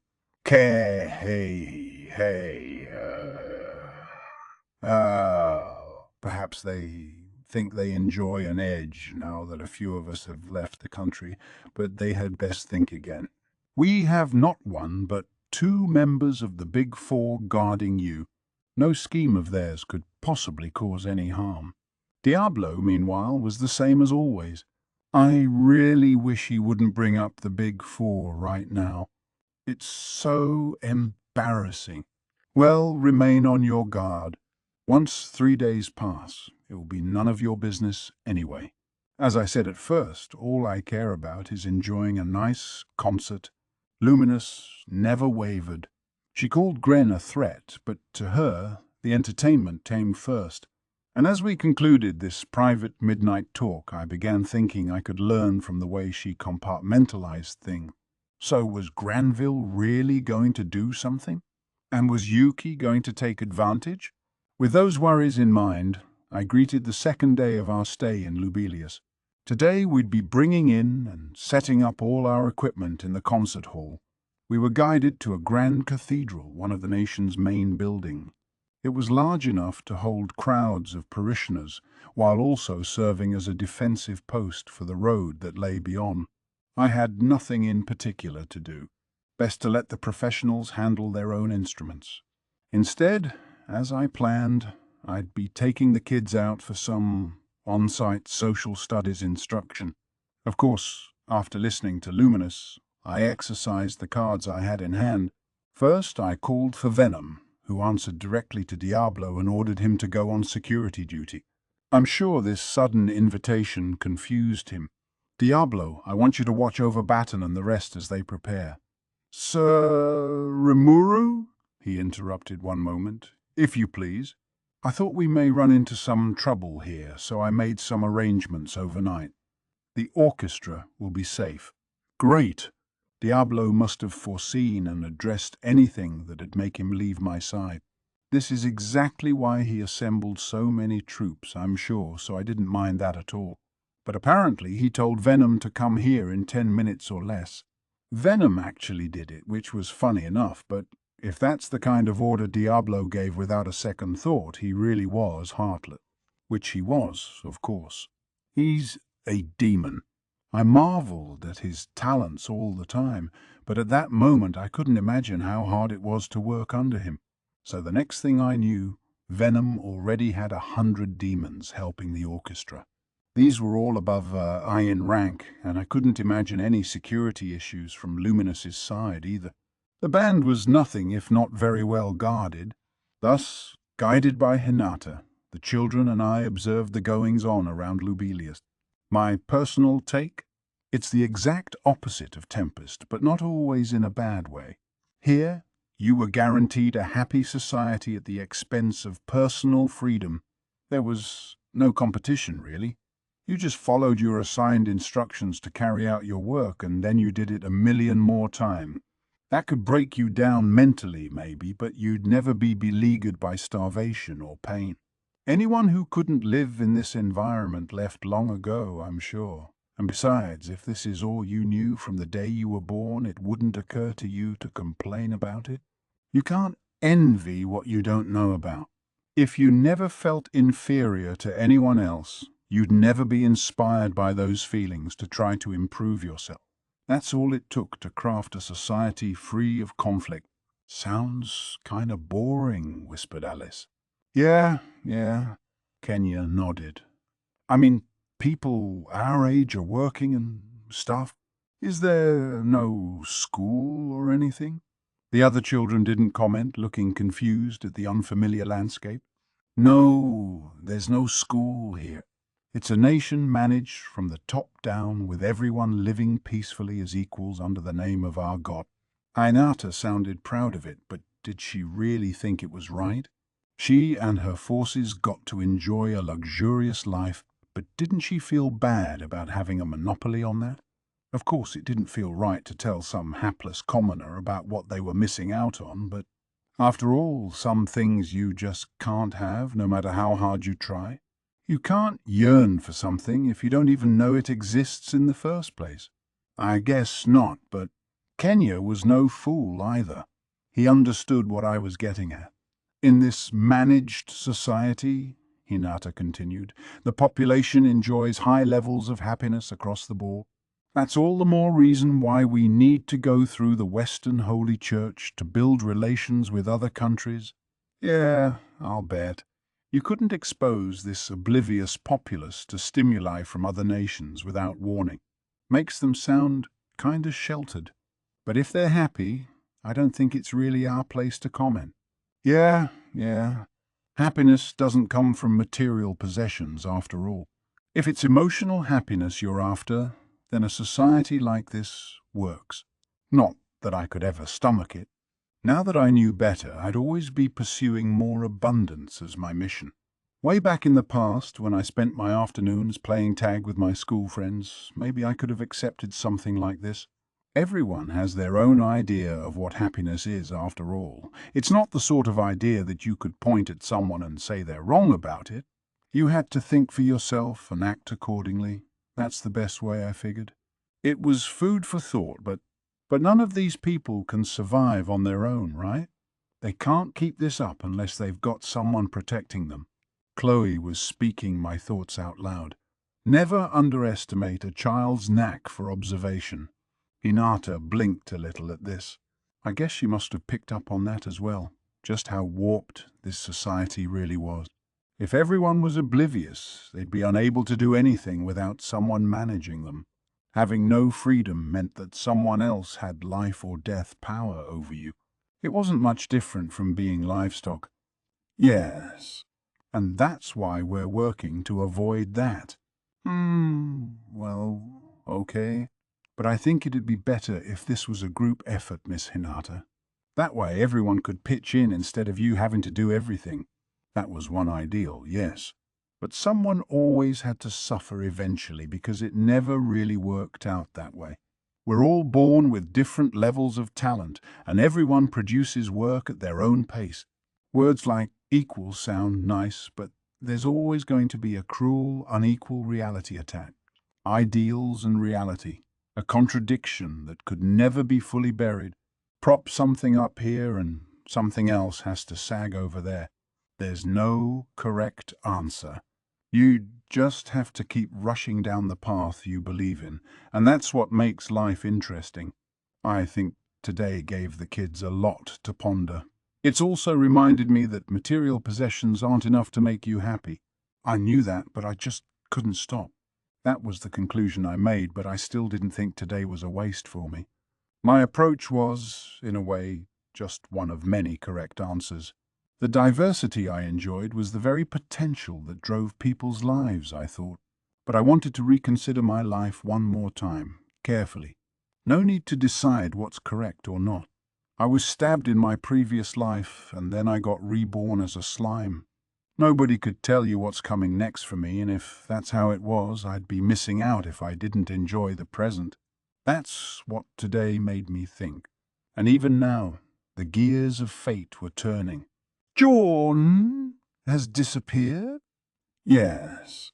It is hard to believe, but I detected a massive amount of magic force, and then the demons sleeping there seemed to vanish. Unfathomable. Leon thought he misheard Arlos's report at first. In Leon's domain was an area shared with the demon realms, the spiritual world the demons call home. It was a land covered in thick miasma and magicules, one where a demon with untold powers could occasionally manifest itself. Your typical demon, bereft of a physical body, could be handled by Leon's Night Corps, even if they were an archdemon. However, they had discovered an older demon in this land, one that's such an absolute threat that not even Leon could ignore it. This was Jorn, the original Yellow. She had yet to obtain a physical body, which limited where she had access to. However, her presence was still enough to keep Leon from moving an inch from where he stood. Anyone else would have been helpless against the carnage she wrought. She's an insane demon, the sort who'd throw nuclear-level magic spells around for fun. She would be impossible to live alongside, and she has no interest in negotiating. Without your backup, Sir Leon, she would even threaten my life. And now you say she's gone? Yes, Claude. I couldn't believe it myself, so I went to see, and the region that normally overlaps with the demon realm has been dimensionally repaired. I can only assume that someone has blocked the gates of hell. Impossible. Claude, the Black Knight, widely considered the strongest fighter in all of El Dorado, was snapping at Arlos, the Silver Knight and his comrade in arms. Everyone who lived here, not just Leon, was tormented by the demons. If Jorn, The original source of all their woes had disappeared. It was such good news that nobody would dare believe it. In fact, the missing gates of hell seemed to portend even more ominous events for the future. The gates were a kind of door that overlapped between the physical and spiritual worlds. Its presence allowed bodiless demons to appear and interact with normal space for a limited time. Many knights had been deployed to close this door, but the demons stopped them. Ever since Leon built his nation here, there had been continual skirmishes on regular occasion. What made this so difficult for the knights was that spiritual life forms could resurrect themselves as long as you didn't kill them at the root. Even worse, a demon just killing some time could easily cause massive damage to Leon's forces. To Leon, who ruled over an otherwise bountiful realm, only the demons kept him up at night. If he truly wanted to, perhaps he could sweep them all up by himself. But one false move, and it could lead to Jaune awakening. And even then, Leon could probably beat her, although it would require the fight of both of their respective lives. That's why he had avoided that so far. What could have happened? Jaune is just, she's not like Misery and Rain, the way Guy describes them. She just doesn't listen to reason. After carefully weighing his interests, Leon decided to maintain the status quo, even if it meant taking some losses. And now, out of nowhere, that threat was gone. He and all his forces agreed about one thing. No way had it just happened to turn out like this. Now more news was reaching Leon's nervous ears. "Report, my lord. There are currently 5 children being kept under wraps in Tempest. We've confirmed our intelligence with their former academy in Inglesia, and we're almost done assessing it. It would appear the demon Lord Rimuru is forging a secret pact to sell the children to the demon Lord Luminous." "What? What?" "Lubelius and Tempest have signed a peace treaty. Both demon lords are on good terms with each other. Our guess is that Rimuru has deceived Yuki Kagurazaka and is using the magicule-rich children for his own business dealings." They had just received a magic call from a member of the Azure Knights currently investigating Tempest. The news gave Leon pause. The Rimuru he met at the Walpurgis meeting didn't strike him as the sort to pull a move like that.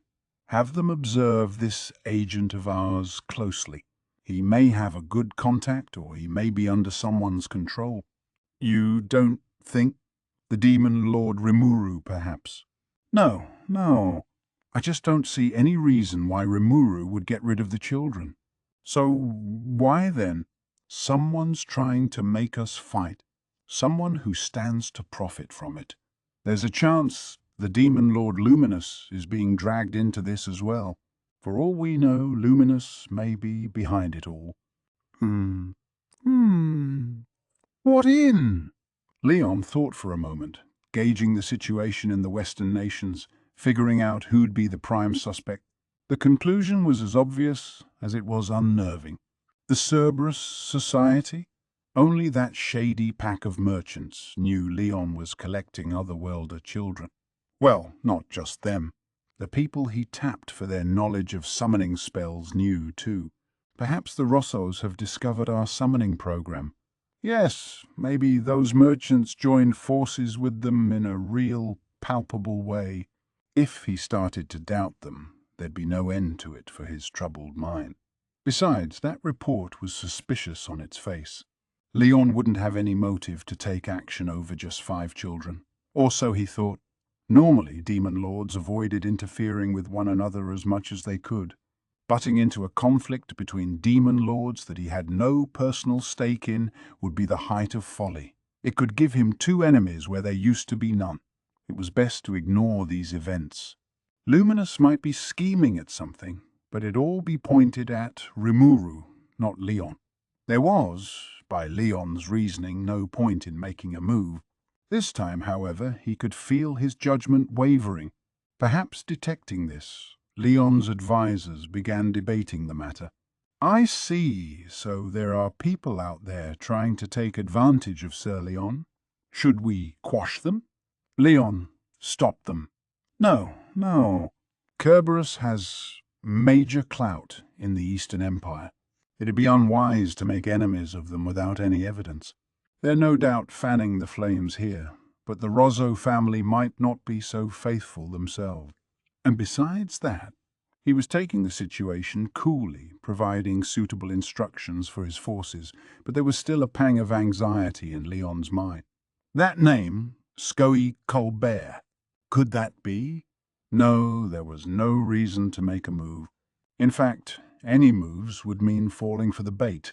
Leon understood that, but he still had trouble resisting the impulse.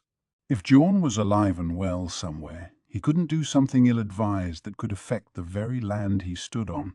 The scales in his mind remained stationary, pointing out the correct choice. And yet, strange. I just feel like I have to act right now. He had fallen silent, his advisor looking up at him. My lord, we are all your faithful knights. We will gladly follow any orders you give us. Yes. No matter how selfish you may be, we will never chide you for it. Grant us your orders, and I promise we will make them come true. You, Arlos, Claude, and all the other knights were unquestionably loyal to him. Either Jorn's disappearance is an extraordinary stroke of luck, or Leon closed his eyes. When he opened them again, there was a fearless smile on his lips. I accept your loyalty. I must go myself. Guard this land in my stead. Yes, sir. Yes, sir. Here, in the golden land of El Dorado, great forces were now in motion. Leon Cromwell, the Platinum Saber, was about to reach for his sword and end his long silence. Ah, the demon Lord Leon's on the move, huh? Just as I thought. It's not just any child he's looking for. So maybe Chloe really is the one. It meant that Leon's true desire wasn't the children, but a certain person who came from another world. By the laws of cause and effect, this made it seem quite likely that Chloe was what Leon wanted. But, Sayuki, Leon's not necessarily going to do what we want, will he? He's probably headed for Lubelius, but I doubt he's accepted the info we've given him at face value. In fact, I'm sure he doubts it. I'm sure he does. But it still let us narrow down his motivations. That's good enough. Yuki was satisfied, but Kigali and the others didn't see things his way. They seemed concerned, unsure about his thoughts. I agree that Chloe merits attention, but don't we lack concrete proof that she's the central figure? Relying on uncertain odds like that strikes me as out of character for you, Sir Yuki. Yeah, right. And here we are, leaking sensitive information to him. It's all but asking him to doubt us. So what was the purpose of all that? I'd like to know too, boss. I don't think you made a mistake, but now Leon's gonna have it in for Cerberus, won't he? It's basically ended our relationship. I don't see how we've gained anything at all. Laplace and Thea weren't hiding their concerns now. Footman didn't join them, and the ever-wise Kigali felt it proper to keep her mouth shut. I can understand if the clowns here are confused, Misha said with a bewitching smile. It's true, we didn't stand to gain anything from this. We did it for just one reason, and that's because the boss has decided we can't deal with the demon Lord Leon any longer. That set off a light bulb in Kigali's mind. I see. So that's how it was? Not that we won't deal with him, but we can't. What do you mean, Lady Kigali? Ho, ho, ho! Not like we'd understand her if she told us. All we have to do is follow the orders and— Quiet 1 second, Footman. Whether I can understand it or not, I want to hear it. Footman scowled a bit at Tia's interruption. They usually got along well, so it stung a bit. The way he saw it, they didn't need to get mired in complex reasoning. Just do what Yuki and Kigali and the others said, and everything would work out fine. He truly believed that, but now it seemed he was the only one. The others trusted Yuki and Kigali, but they wanted to know what they were working for. Yuki looked at them and smiled. In terms of being easy to use, Footman sure is a helpful guy, but if you want a better chance at success, people like Laplace are leagues better. Of course, it's not like we had some grand reasoning behind this. As he thought over this, he began to venture an explanation. Well, the fact that Leon's taking action now is all the reason we needed. You know how we had you guys deliver one final shipment of classified goods to him? I only did that because we were planning to shut off business with Leon, and I wanted you to have a chance to see your hated nemesis in person once. So you really wouldn't have cared if we started kicking ass in there? You're exactly right. Assuming you escaped alive once you were done, that is. Yuki grinned, a smile brimming with confidence as he attempted to calm his minions down. Children or not, collecting otherworlders takes a lot of hard work. We know Leon did it to boost his fighting power, but we kept helping him anyway. You know why, right? Yeah, because we wanted to keep that connection with him. Right. So what did we need to keep that relationship going? The classified goods, right? The otherworlder children? Hummer. And now we can't get any more of them. Why? Well, because the Rossos we had been counting on to summon them for us are... What is it? You see, Tia, this way we can pin the blame for cutting things off on the Rossos. If we can't get any new supply in, we certainly can't keep our business going. We can't go around looking for kids that just happen to wander into this world, but we can pretend we are and sell them that way. So this way, we're seizing the initiative. Even if we cut Leon off for now, we can still make contact with him later if we need him. But that's still no reason to deliberately make him suspect us, a confused Tia said.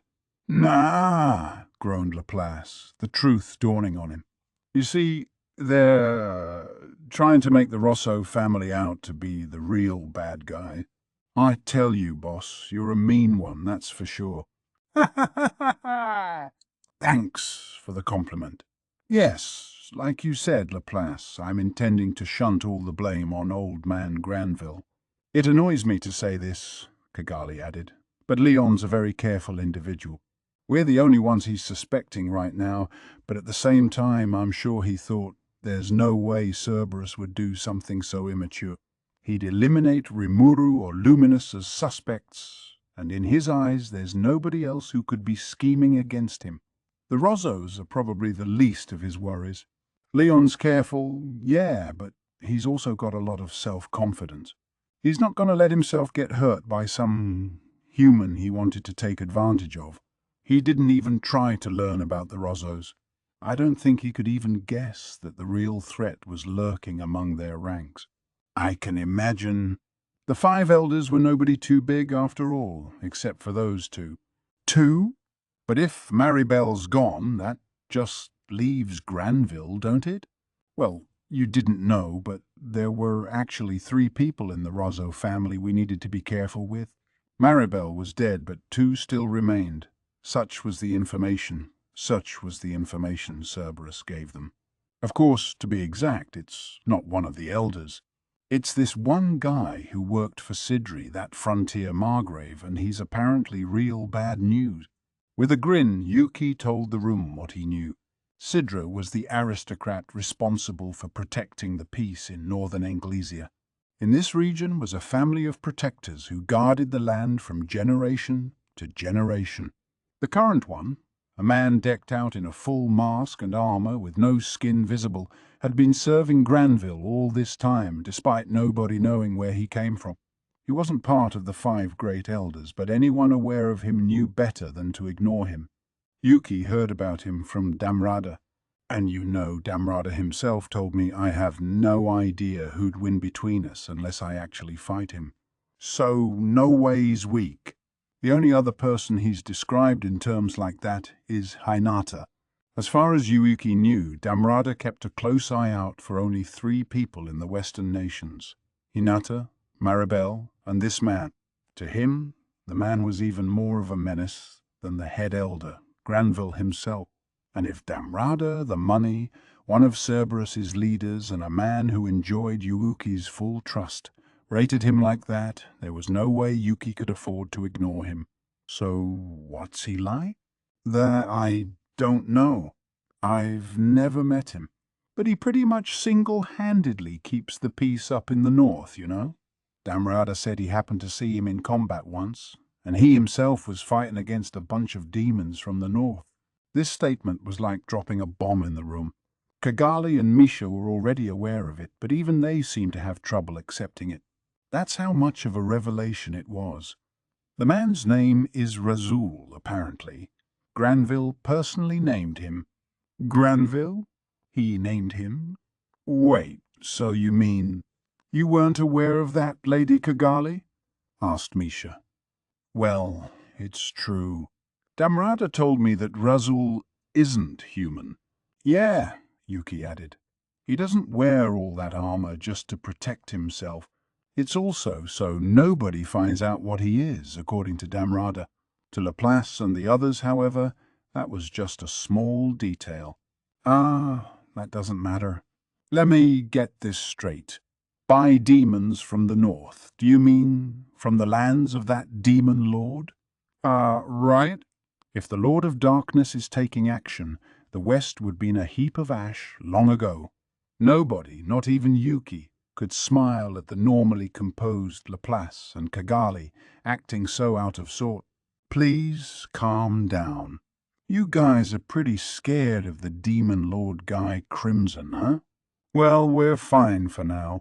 Regarding your question, yes, the northern demons were people working under Guy. It looks like Guy's tolerating it when his forces decide to attack human settlements for fun.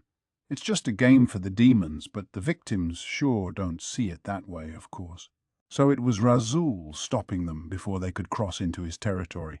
Just one man protecting human society from all those demons.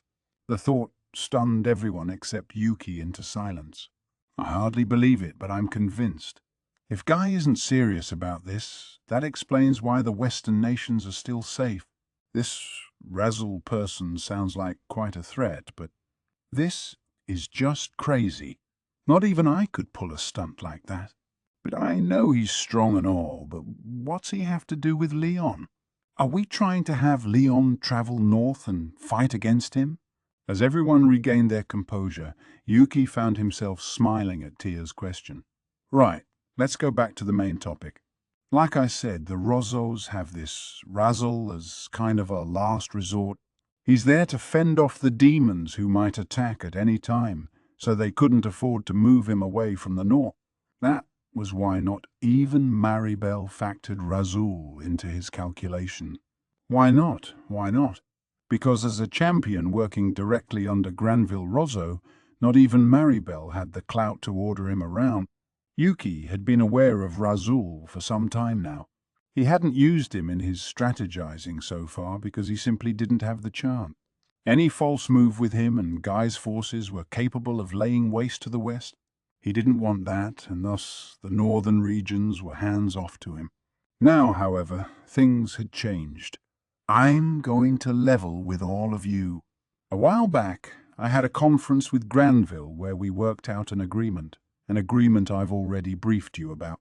The smile disappeared from Yuki's face. Everyone else nodded. Right, said Kigali. The god worshipped by the Western Holy Church was exactly who we expected it to be. And out of sadness for losing Maribel, Granville decided to join forces with you, Sir Yuki. Stupid old man. Silence, Laplace. So along those lines, Granville asked for your help with something. Are the preparations for that going along well, Sir Yuki? Yuki and Granville's secret meeting. In the midst of it. Yuki was the one who informed Granville of Maribel's death. She had challenged the demon Lord Rimuru to battle and lost. Left with no other option, she set off a magical control reactor, got caught in the resulting explosion, and died. It was the same story Yuki told Rimuru earlier. Yuki had considered giving Granville another lie, but opted against it. Now that Rimuru's suspicions of him were gone, He didn't want to be needlessly inconsistent. Although he couldn't say how Granville would react, Yuki wasn't at all afraid of him alone. Even if he was part of the 7 Days clergy, those protectors of humankind, Yuki saw him as just a poor, elderly man possessed by a mad, greedy desire for power. He wasn't about to let his guard down, but he viewed Granville as a beatable opponent. The old man had several of his guards with him at the conference, including a couple of other worlders. It'd be a bad idea to make enemies out of all of them, but Yuki still felt at ease. With Maribel gone, all he really needed to watch out for was this Razzle guy. Thus, he faced up against Granville, not bothering to hide his true nature. "I see, so Maribel is dead." Mum, hummer. And let me tell you, it was hard for me as well. Her controlling me, making me fight against Rimuru. I know the free guild's built under the council and gets their operating budget from them, but this is really a breach of contract, isn't it? I had my free will taken from me, and I really think I deserve some compensation. "So what happened with the demon Lord Rimuru?" Granville asked, pushing Yuki's demand aside. Yuki expected that to some extent, shrugging without showing any real disappointment. "What happened? Nothing, really. He may have doubted you before, perhaps, but now I think he believes all of this was Maribel's scheme. That's the way I framed it with him. Besides, and I hope you won't think ill of me for it." "Mum?" Granville's expression hinted at severe exhaustion, something Yuki didn't anticipate. He shut his eyes tightly, remaining silent for a moment. "I see. So Maribel is gone. Now all hope is lost for the Rozzo family. And if it is, we must use the secret treasure she hid away for our revenge." "She? And, the secret treasure, you say?" "I'm not sure what you're talking about, but I'd like to stay out of it if you don't mind." Don't say that, Yuki. You know already, don't you?" "You're no fool." "No what?" "That the god of luminism is none other than the demon Lord Luminous herself." "Oh." Yuki had assumed as much, but it surprised him to hear it from Granville's own lips. At the same time, he wondered why he'd reveal such a vital secret to him. "Well, if you're telling me that, then what are you scheming?" "Scheming? Oh, don't call it that. I've accepted you, you know. With Maribel gone, you're the only person I could entrust the future of the Western nations to, or really, the human race itself." Granville rose from his sofa, speaking to Yuki in exaggerated tone. Yuki wasn't obedient enough to believe him. "Ah, come on. I don't need to be some savior. Rimuru's probably gonna step up to do that anyway. He really does want to live alongside humankind, you know." Yuki snickered a little. He assumed all talks were off now, but Granville wasn't done yet. "You're still young, Yuki, very young. Maribel could see into the future, but it appears that you cannot. That demon lord, Rimuru, we cannot ever permit his continued existence. Lady Luminous had no interest in the human world, and that's exactly why she and they could coexist. But not Rimuru. He's going to corrupt humanity and spread chaos worldwide, I'm sure of it. There will be seas of blood." "Oh, wow. What's your basis for saying that?" "My sixth sense." That's kind of irrational. My sixth sense as a former hero. It is pleading with me to slay the demon Lord Rimuru." This made Yuki pause. He squinted at Granville. He may have called himself a former hero, but to Yuki he looked like a shriveled old man. He had fancy clothes, sharp eyes, and the charisma and drive of a leader and ruler, but Yuki just couldn't see the kind of strength that would put Granville above Maribel. "A hero? You're joking." "You can choose to believe me or not. But I want to know whether you'll assist me in defeating the Demon Lord Rimuru.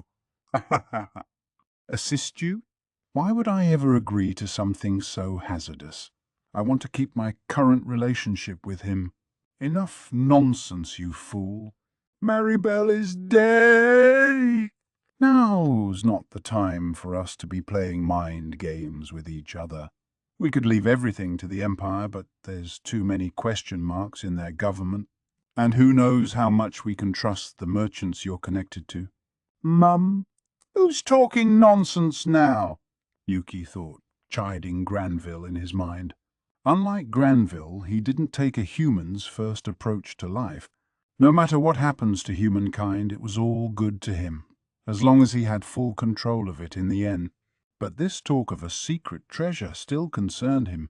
By the sound of it, Granville felt this would be enough to defeat Rimuru, and Yuki wanted to find out what it was. Granville, meanwhile, paid Yuki's thoughts no mind. I won't ask you to believe me. I simply want us to join forces just once. Again, how does that benefit me? I will grant you Lady Luminous's hidden treasure. And that is? The ultimate weapon, the one that sealed Veldora away.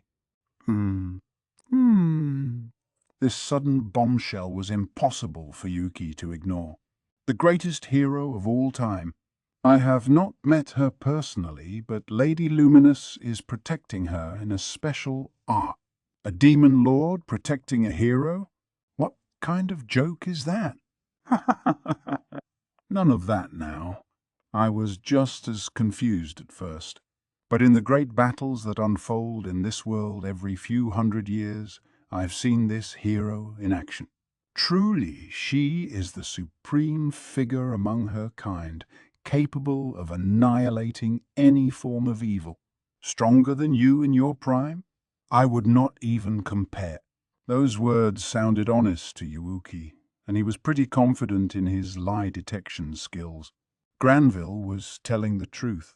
And if he was, Yuki had an idea why this hero disappeared and left Shizue Izawa to herself.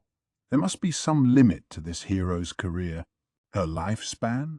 Well, regardless of the reason, if we can seize that ark or whatever Luminous is guarding, we can get the strongest pawn of all for ourselves. And then, so this ultimate weapon was in the custody of Luminous, likely under some sort of spell. If Yuki and his friends could figure out what kind of spell it was, that's quite fascinating. But I'm not enough of a mark to believe you at face value. I'm sure you're not. So here's a suggestion. I will attack and cause a scene at their main cathedral. It'll no doubt lead to confusion and chaos at Lady Luminous's castle, and in the midst of that, you can fly in and steal the ark. It was an attractive suggestion, so advantageous to Yuki, in fact, that he doubted it all the more. What do you gain from this? Isn't the Demon Lord Luminous your master? You're so bent on getting revenge for Maribel that you'll defy Luminous herself? Granville greeted this question with disgust. Of course I am. I was once on good terms with Lady Luminous, but she's already disposed of me. Our relationship hinged on the promise that she wouldn't oppose the human race. Now that she's joined hands with the Demon Lord Rimuru, Lady Luminous, or rather, the Demon Lord Luminous, is my enemy, and nothing more. The malice was clear in his words. Yuki picked up on it, astonished by its sheer force. Wow, I thought he was a used-up old man, but he can still cut it on the front lines, can't he? Maybe this isn't such a bad offer after all. He began to seriously consider it. On one hand, he'd insist upon Granville rising up first. That reduced the chances of a betrayal and gave him an opportunity to size up his powers before putting his own skin in the game. In the worst case, he could claim Granville tricked him with his lies into joining in, but he could judge how serious he was once battle began. If he couldn't gauge whether Granville intended to actually fight this out, there was no point joining in. Interesting, very interesting. I still have a few doubts, but considering what I stand to gain from it, maybe giving it a venture isn't such a bad idea. I thought you would say that. It will be a temporary alliance for us, but there will be no better way to cap off our friendship. Can I count on you for this? Well, if you're willing to set the table that much for me, I might as well trust you a little, huh? So, how are we gonna make this a success? Yes, well, the two of them began going over the finer details, and at the end of it, the mastermind in full control of the Western nations shook hands over it with the magic-born scheming to conquer the world. First, the Rosso family would exercise their full resources in an attack on the cathedral.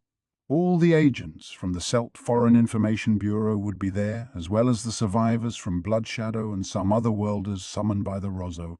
Even Razul himself, guardian of the Western nation's northern boundary, would be present.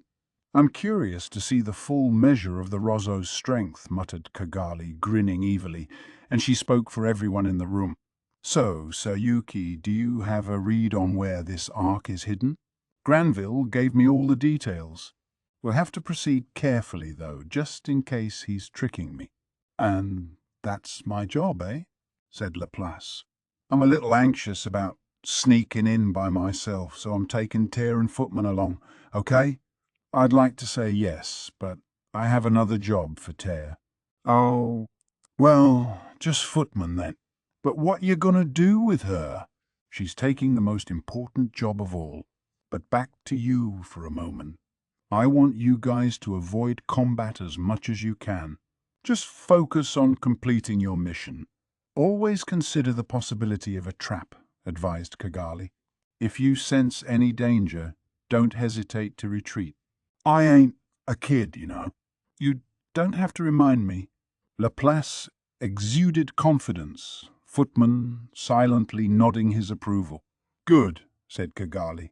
Remember that Luminous was the master of Valentine, a demon lord as powerful as I was.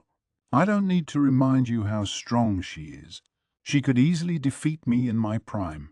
Do I make myself clear, Laplace? Your first priority isn't to steal the Ark. It's to get as much info as you can without pushing your luck and come back home safely, all right? Fine, fine, fine. I ain't got no obligation to old man Granville. This ain't a moderate jester's job anyway, so I'll do my best for you guys, okay? Yeah. Yuki nodded. So, for this job, I'm gonna be supporting you. If that Ark's every bit the decisive weapon Granville claims it is. Support? What? Don't you trust me?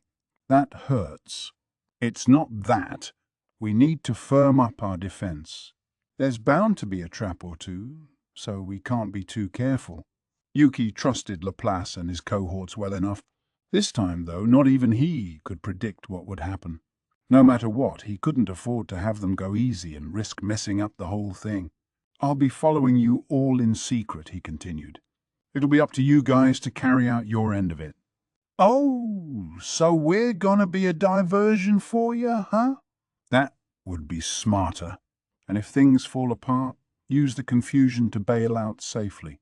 I'll take our prize in the midst of that. He grinned. The plan was perfect, and after several rounds of planning with Granville, Yuki realized he was dead serious about it. This was definitely going to be the best shot he'd get. The chances of another opportunity like this was slim to none. Regardless of how things shook out, Yuki thought he absolutely had to get his hands on that Ark. Okay, but is this Ark really everything you're saying it is? It is.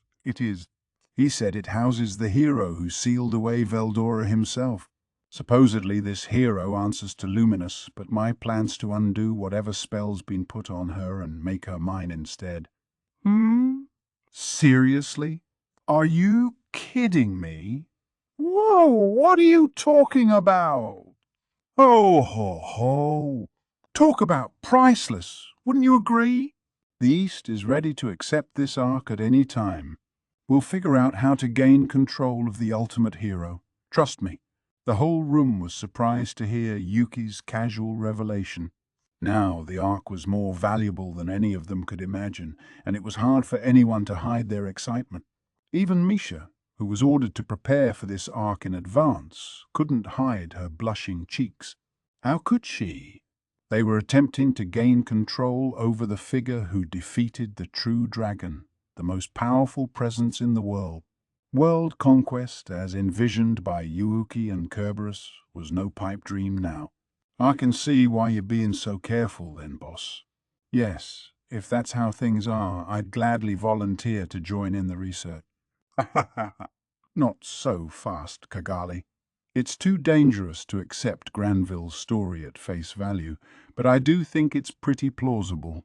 So we can't mess this up? I'm sure Sayuki's presence puts all our minds at ease, but we can't afford to have any of you drag us down. Am I clear? Roger that. Ho, ho, ho. Understood.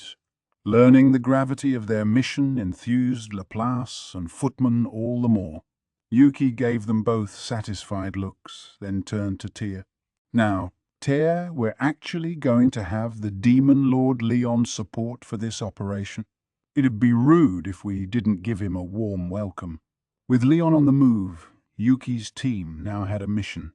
If he chose to stay put, they would have likely done the same, maybe providing a little help on the sidelines.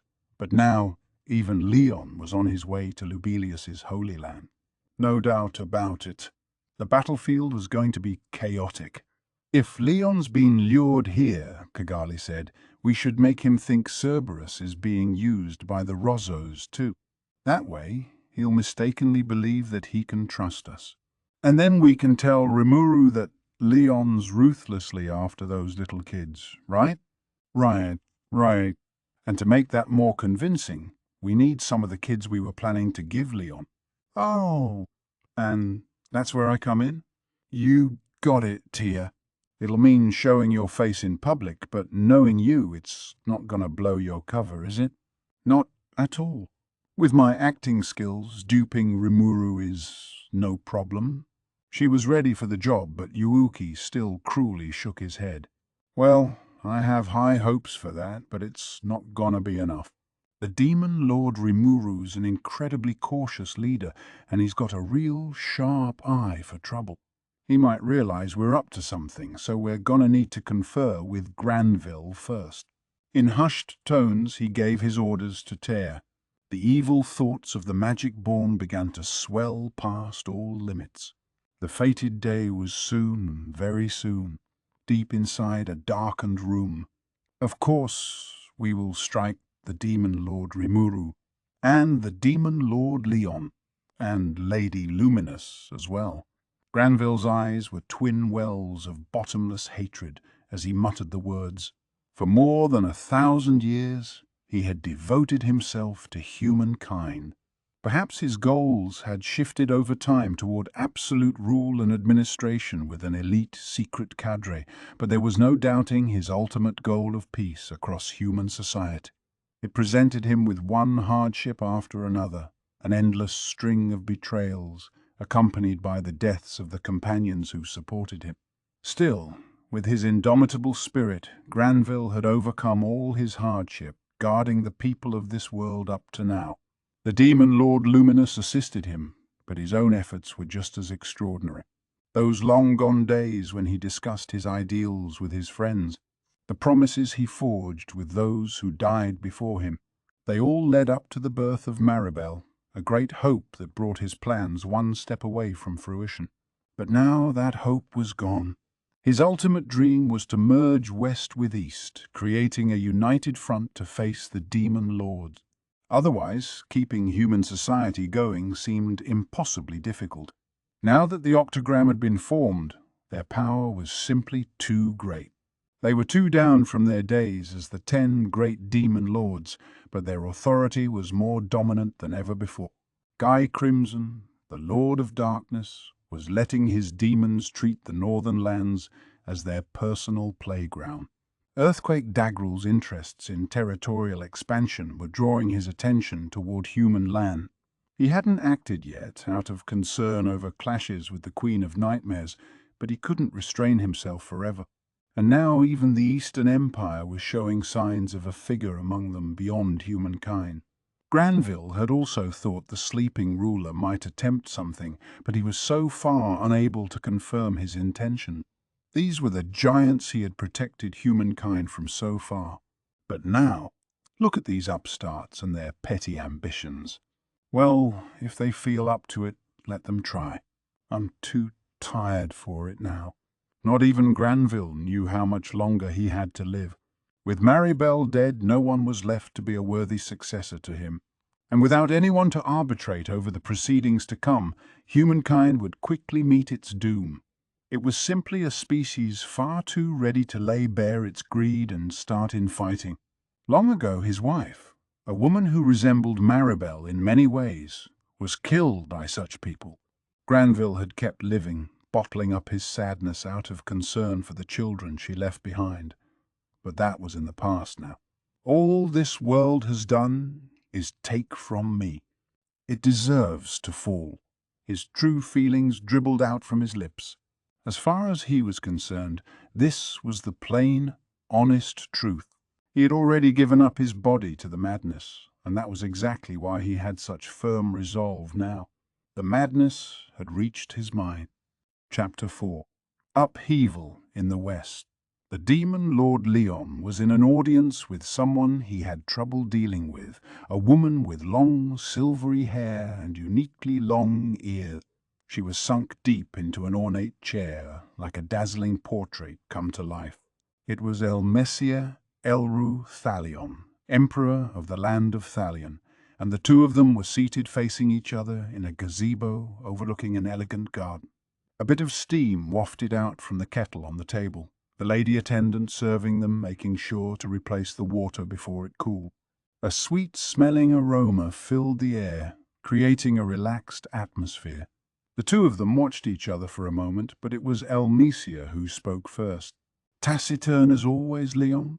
You have come to see me for the first time in ages, and you're that bored already?" Her tone of voice was kind, as it should be. Elmesia and Leon knew each other, not just as the leaders of two important trading partners, but as close personal acquaintances. One could tell this from the simple fact she granted Leon this kind of audience. They had known each other since before Leon was a demon lord, back in his hero days when his exploits took him to Thalion. They had been friends ever since. I'm afraid now is not the time for idle laughter. I can't say I've ever seen you laugh a great deal. Well, that doesn't matter very much, does it? Time is of the essence right now, so let's get down to business. Yes. I have some pastries from Mr. Yoshida's boutique. Would you care for a bite or two? Elmesia's interruption stirred the attendant into action. She pushed a cart up to the table, cutting a couple slices of cake. I don't have much of a sweet tooth. Oh, it's good, you know. But these cookies are made with tea leaves baked in, so they aren't quite so sweet. Matcha cookies, I believe they're called. I'll have that, then. From past experience, Leon knew there was no talking over her. It was the same way with the demon Lord Ramirez. Everyone he had trouble with shared the common trait of never really listening to him in conversation. He calmed himself, already resigned to not having his way here as he reached for a cookie. Too sweet. Oh, you can't even take that. No, it's not bad. You never were very honest with your feelings, were you? Ah, well. So what brought you here today, if I may ask? Are you about to ask whether I've seen the children in the demon Lord Rimuru's nation? Leon sighed. I can never relax around her. She's already picked up on matters. In that case, he felt, at least this would save him some time. He mentally switched gears. That's right. I believe Rimuru has it out for me. One of my previous underlings made contact with him, filling his mind with all sorts of ideas. Yes, Shizue Izawa, right? The Conqueror of Flames, was it? She's a household name in this empire as well. Why do you know her? Our relationship was supposed to be a well-kept secret. How about we continue with the conversation? Time was of the essence for you, wasn't it? Leon was growing irritated. He wanted to raise his voice, shouting, "Who do you think is wasting my valuable time right now?" But he suppressed the urge. "Yes, well, I was thinking about extending an invitation to Rimuru sooner or later. I had wanted to clear up our misunderstandings, and I find him too dangerous as an enemy anyway." Letting himself be toyed with by someone was not an experience Leon relished very much. Even dealing with Guy, he could maintain his own pace well enough, but Elmetia was simply too much for him.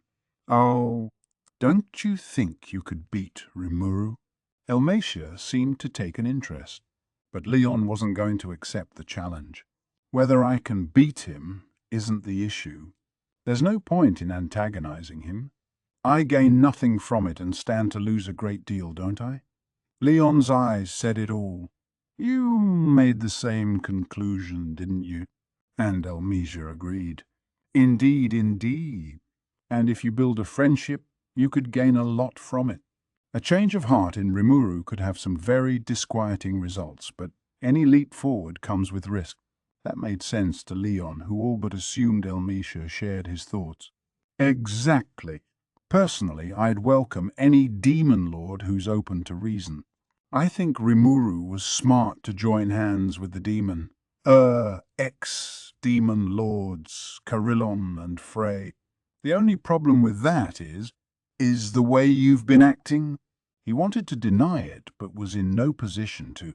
The whole reason Leon and Rimuru weren't on good terms came down to Leon's mishandling of Shizu. But very well. I will make some overtures along those lines for you shortly. If Tempest and El Dorado start taking pot shots at each other, it would be highly annoying for us as well. But, yes, the children. I did see them, actually. They seemed to enjoy the festival very much. They did. So, now, not so fast. This cake is so lovely." Leon was normally the epitome of calmness, but he was reaching the end of his rope. This, he bitterly thought, was exactly why I didn't want to come here. But now was no time for complaints. Among those children, was there a little girl by the name of Chloe? Asking so directly like this came with risks. There was no guarantee Elmesia wouldn't try to deceive him, and Leon always endeavored to keep Chloe herself away from danger. But he accepted Elmesia as a friend, and in these urgent times he didn't want to withhold secrets from her. It was with all that in mind that Leon decided to come out with it. So you finally see fit to believe me? Very well, Demon Lord Leon. If you trust in me, I won't hesitate to cooperate with you." Elmesia was signaling a change in atmosphere. She turned toward Leon. Now they were both ready to compare notes.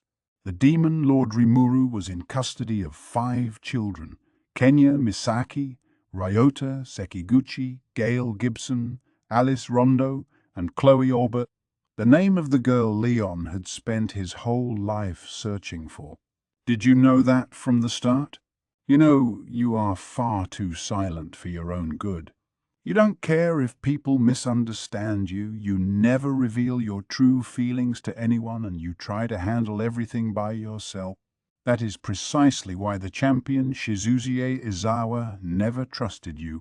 Isn't it, ex-hero?" If Leon had ever spoken honestly with Shizu, maybe their relationship could have turned out differently. Elmesia was teasing him about that. She knew Leon was a nice person, deep down, and that was why she couldn't put up with him being reviled and feared as a demon lord now. He replied. "Enough with your silly suspicions. I've sacrificed a great many things. I'm willing to do anything to rescue her. No matter how bad a reputation it gives me, I'll gladly accept it all." This was the truth. As a former hero and protector of humankind, he realized one day that strictly doing good wouldn't be enough to reach his goal. Ever since then, He never recoiled from getting his hands dirty as he dauntlessly pursued his desires. It was too late to pretend otherwise. He wouldn't attempt to justify his actions. That was the rule and the faith that he lived by. Ah, you always were rather inflexible. Do you want Chloe to hate your guts as well? Silence. So Rimuru is taking good care of these children, is he? Then he must be trying to lure me into some scheme of his. You have so far failed to eliminate the Rossos or Cerberus or even the demon Lord Luminous. And it's troubling you, isn't it, Leon? You really know everything, don't you? He whispered, the strength drained from his body. It was a reminder of how extensive Elmesia's intelligence network was and how right he was to enlist her assistance. At the same time, it also struck him with fear. He was afraid of her, not militarily, but politically, and that certainly didn't make it any easier to deal with her. Right, well, enough picking on you for now, Leon. Based on our investigation, Tempest and Lubelius are in the clear. The demon Lord Luminous truly intends to stick to her treaty with the demon Lord Rimuru. That much, you know, is obvious enough from the actions of Hinata, their paladin captain. As for Cerberus, it's a bit harder to judge them. Much about them remains a mystery, and their bosses do a poor job of working with each other. Perhaps on purpose, it seems. So there's only so much we can learn about their internals from the outside. Let me move on to the Rossos for now. They are bad news. They're doing away with all their protections in the north in order to attack Lubelius, according to my sources. Every agent in the Celt Foreign Information Bureau is being deployed, apparently, and it's currently quite a mess over there. The northern nations to the east were lightly guarded, and battle was about to erupt in Lubelius. The news presented a serious problem to Leon. Then Guy must be making a move. And this was it. To be exact, the demon Lord Guy wouldn't lift a finger, but the demons under him were bound to kick up some dirt. If Guy himself decided to join in, nobody could stop the world from being destroyed then. Even Elmesia understood that, but that didn't make the situation any less dangerous for humankind. Certain demons in Guy's stable, Vert and Blue, made certain of that. Yes, that's what I'm afraid of. It presents a serious problem for us all. Unless someone stops his underlings, that might spell the end of the Western nation. Elmesia glanced at Leon, who appeared genuinely concerned. T! Don't look at me like that. I'm just... You're starting to sound like your old self again, Leon. No need to torture yourself. You don't need to put on airs around me. It is cute, but now is no time to play with you. Even in an emergency like this, Elmesia never changed. It honestly impressed Leon. Well, he replied, I'm sorry, but I'm going to work toward my own goals. I'd like to make some overtures with Guy, but he's such a contrarian. Negotiating poorly with him would have the opposite effect. Oh, I'm quite aware of that. We need to show we're making an honest effort, or that demon lord might lose all interest in the human race. If the Crusaders aren't able to move right now, our only choice might be to deploy the Magus to the northern regions. I'll organize a dragon transport to take you partway there. Are you sure? I told you there's no need for panic, but time is of the essence, isn't it? You'd better get going soon. Events were proceeding faster than Leon thought. Not even he could teleport someplace he hadn't been before, and Lubelius was protected by a barrier anyway. If he was headed there now, air travel was the fastest way. He appreciated Elmesia's offer a great deal. Thank you, then. I wish you'd be that thankful more often. Oh, and I'm sure this goes without saying, but Cerberus absolutely wants to ensnare you. It's a blatant trap. Do you understand me? I know, came the terse reply. I'm sure you do, she said with a slightly sad smile. Leon had always been that way, never showing any external sign of weakness, never giving up on his mission, no matter the danger. He never lost heart that way, a boy living like a true hero. Even as Demon Lord, that still held true, but he's still as clumsy as always. He hasn't changed a bit from back then. It made Elmseer happy and sad in equal measures. A little while later, as he boarded the dragon ship, Leon suddenly turned back toward Elmesia, as if remembering something. To repay you for your advice, I should probably tell you that Jorn has disappeared. You should be careful too. What? She reared back in genuine surprise. It made Leon chuckle a bit. Intelligence is practically your hobby, and you didn't know that? Glad I could help then. Then he turned back around and left, the thrill of victory echoing in his heart. After he was gone. You're kidding me. 3 of the primal demons, while I have half of the Magus deployed. What kind of sick joke is this? But I suppose it would require that much to make Leon take action, wouldn't it? I misread him again. Thus Elmesia was left behind, hand on her forehead, muttering about all these people selfishly ruining her plan. We had a clear sky from daybreak, a pleasant breeze heralding the start of a wonderful day. That, at least, was my expectation. Reporting in. A group has penetrated the cathedral grounds. There's talk of battle on the site, but the paladin apprentice who came storming in told me just how wrong I was. Calm down. What's their size and how much damage is there? Heineta, enjoying breakfast with me, kept a cool head. Again, whenever I see her like that, I feel so glad I'm not her enemy. Their numbers are unknown, my lord, but we've confirmed close to 100 hostiles.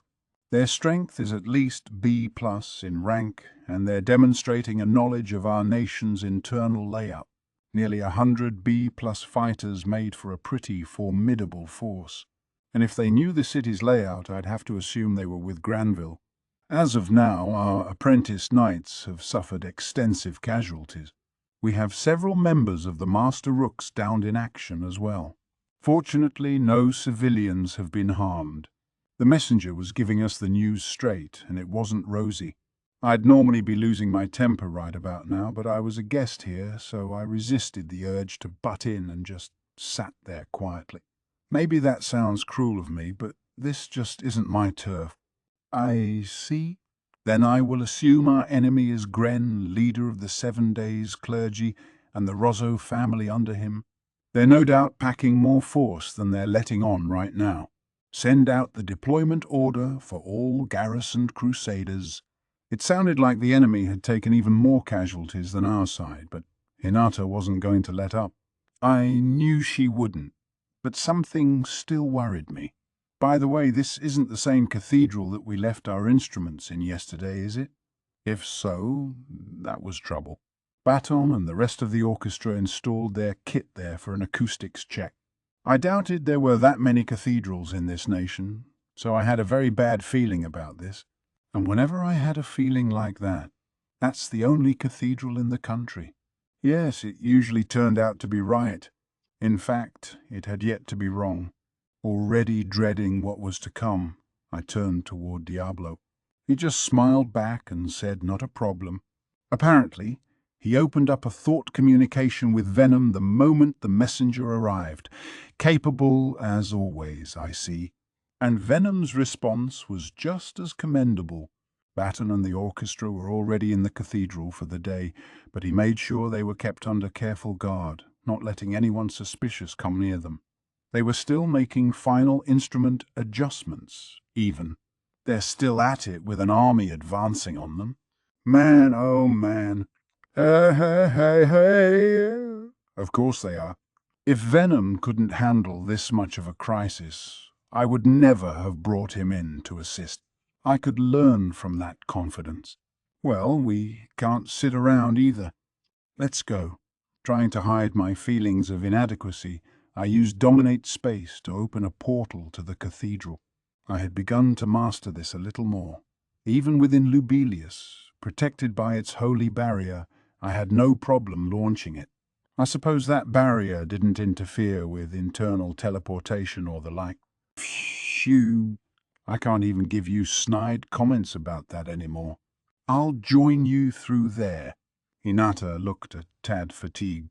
I was about to ask why she wasn't looking so hot this morning, but stopped myself, not wanting it to be misconstrued. See? I can learn from my mistakes. I don't want anyone calling me inconsiderate again. We were also joined by a man named Nikolaos. I thought he was a servant since he brought us breakfast, but it turns out he was a cardinal and chief counsel for the Western Holy Church. He had a fancy theologian's robe on beneath his apron, so I guess he wasn't lying. But why was someone that high up tending to Hinata's meals? The plot thickens, I suppose, but that didn't matter right now. Our kids were in the cathedral as well. They were all up bright and early, so I sent them over a little while ago. Diablo said they were under full protection, but you never knew what could happen in this world. Taking a deep breath, I quickly transported myself over to the cathedral. Once I was inside, I could hear the sounds of intense battle beyond the walls. Batten and the rest were there, looking understandably frightened. But then I heard Shion's booming voice. "Do not lose your composure. Have you forgotten what Sir Rimuru said? He himself told you to concentrate on your music, for you are guaranteed to be safe. So, why have you stopped practicing?" That's kind of an insane thing to say, isn't it? We're in the middle of a battlefield, Shion. Ordering non-combatants not to be frightened right now was really a big ask, I thought. My apologies, Lady Shion. I think we were all just a little caught in the moment. Did Shion's scolding actually restore the focus to Batten's eyes? And now here he was, turning back toward the performers and lifting his arms up high. They must have noticed me by this point, because I could feel their eyes on me. I don't know if that was the cause, but now everyone seemed more relaxed, their tension draining. They were even smiling. Let's continue our rehearsal. Nobody voiced any dissent. Batten, seemingly taking the orchestra's agreement as a given, began conducting, and beautiful music filled the room, not a single note out of place. It almost seemed powerful enough to drown out the war going on outside. Listening on, I couldn't help but be proud of everyone I brought along. Having this battle gain a sudden musical accompaniment made it almost seem like a stage show, but of course this was no production. In another moment I found the kids and ordered them to stay where they were. "But I wanna," began Kumara before I shut her down. Right now, she was by herself, only one tail, and just like the other children, she was too young for actual battle yet. Calling Shon over, I ordered her to protect them with Diablo. "What are you going to do, Sir Rimuru?" "Me? I'm gonna squish these roaches. Whoever's facing off against Hinata's forces is the cause of this, and it's time to kick 'em out to here. Normally, it'd be ill-advised for a guest like me to step into the fray, but watching Batten's orchestra give their all like this, I wanted to do whatever I could to make tomorrow's concert a success." "Very well," Diablo said. What's the matter, Vice Secretary? It's rare for you to actually accept an order from Sir Rimuru." Shion gave Diablo a surprised look. "Yeah, I was kind of floored by that too. I all but assumed Diablo would volunteer to join me, but if I wanted to keep this scene from growing any bigger, this was probably best. All right, the chamber is yours. Best of luck to you." Shion seemed to have her concerns, but given what she just told Diablo, she was in no position to protest now. That suited me just fine, so I flung myself outside and into battle. Enemies and allies were scattered across the cathedral entrance. The main door was battered down, not a trace of it left, and over 100 people were currently engaged in battle. Among the standouts, certainly, was the figure Hinata was up against. He was an old man, but his back was straight as a fence post, his moves nimble and artistic. He was dressed in a fancy-looking suit, and his sharpened eyes indicated he was no one to be trifled with. He wasn't a monster, but likely not human either, and looking at the aura around him, I could tell he was packing a formidable amount of force. "Who's that?" Granville Rosso, leader of the 5 elders and head of the Rosso family." "Him?" That made sense to me. "Maria," the man said, "find Lady Luminous and bring her here. If she resists, kill her if you must." At his summons, a woman stepped in front of me. Her features reminded me of Maribel, but she was a young adult in age. I wouldn't be surprised if they were blood relatives, but I couldn't say if she was Maribel's mother. Understood. Failed to confirm blood relation with genetic evidence. Whoa, you can tell just by visuals? Cool, I guess. So, if it was no coincidence that Maria looked like Maribel, that made me wonder what her strength was like. She sure didn't look like she'd hold her own against Luminous. Was Granville seriously ordering her to seize that woman? A demon lord? Very well. I will begin immediately. The woman called Maria walked off, never looking my way. It was all so mechanical. All I could say was that it wasn't like any regular human being.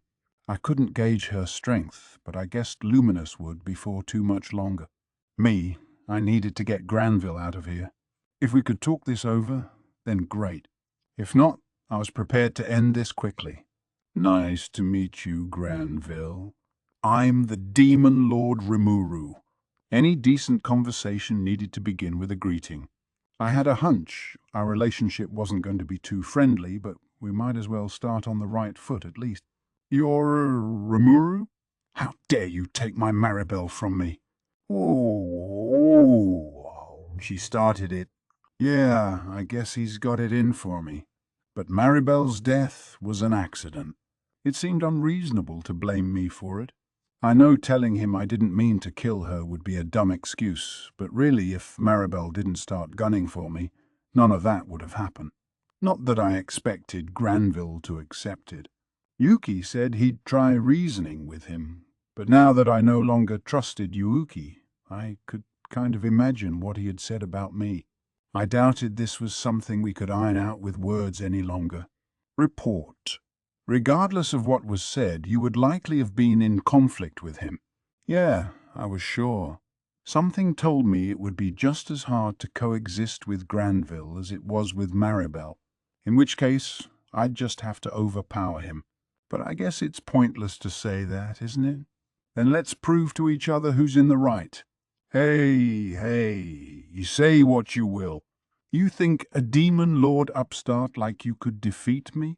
I'll fight you later, so just stay there and watch as your allies are picked off one by one. A demon lord upstart like me?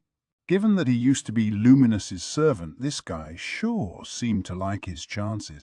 I mean, yeah, the power of a monster depended a great deal on how old they were, but any demon lord, no matter how young, should have at least given him pause. Guess this guy's more confident than I thought. But now someone else was here to challenge him.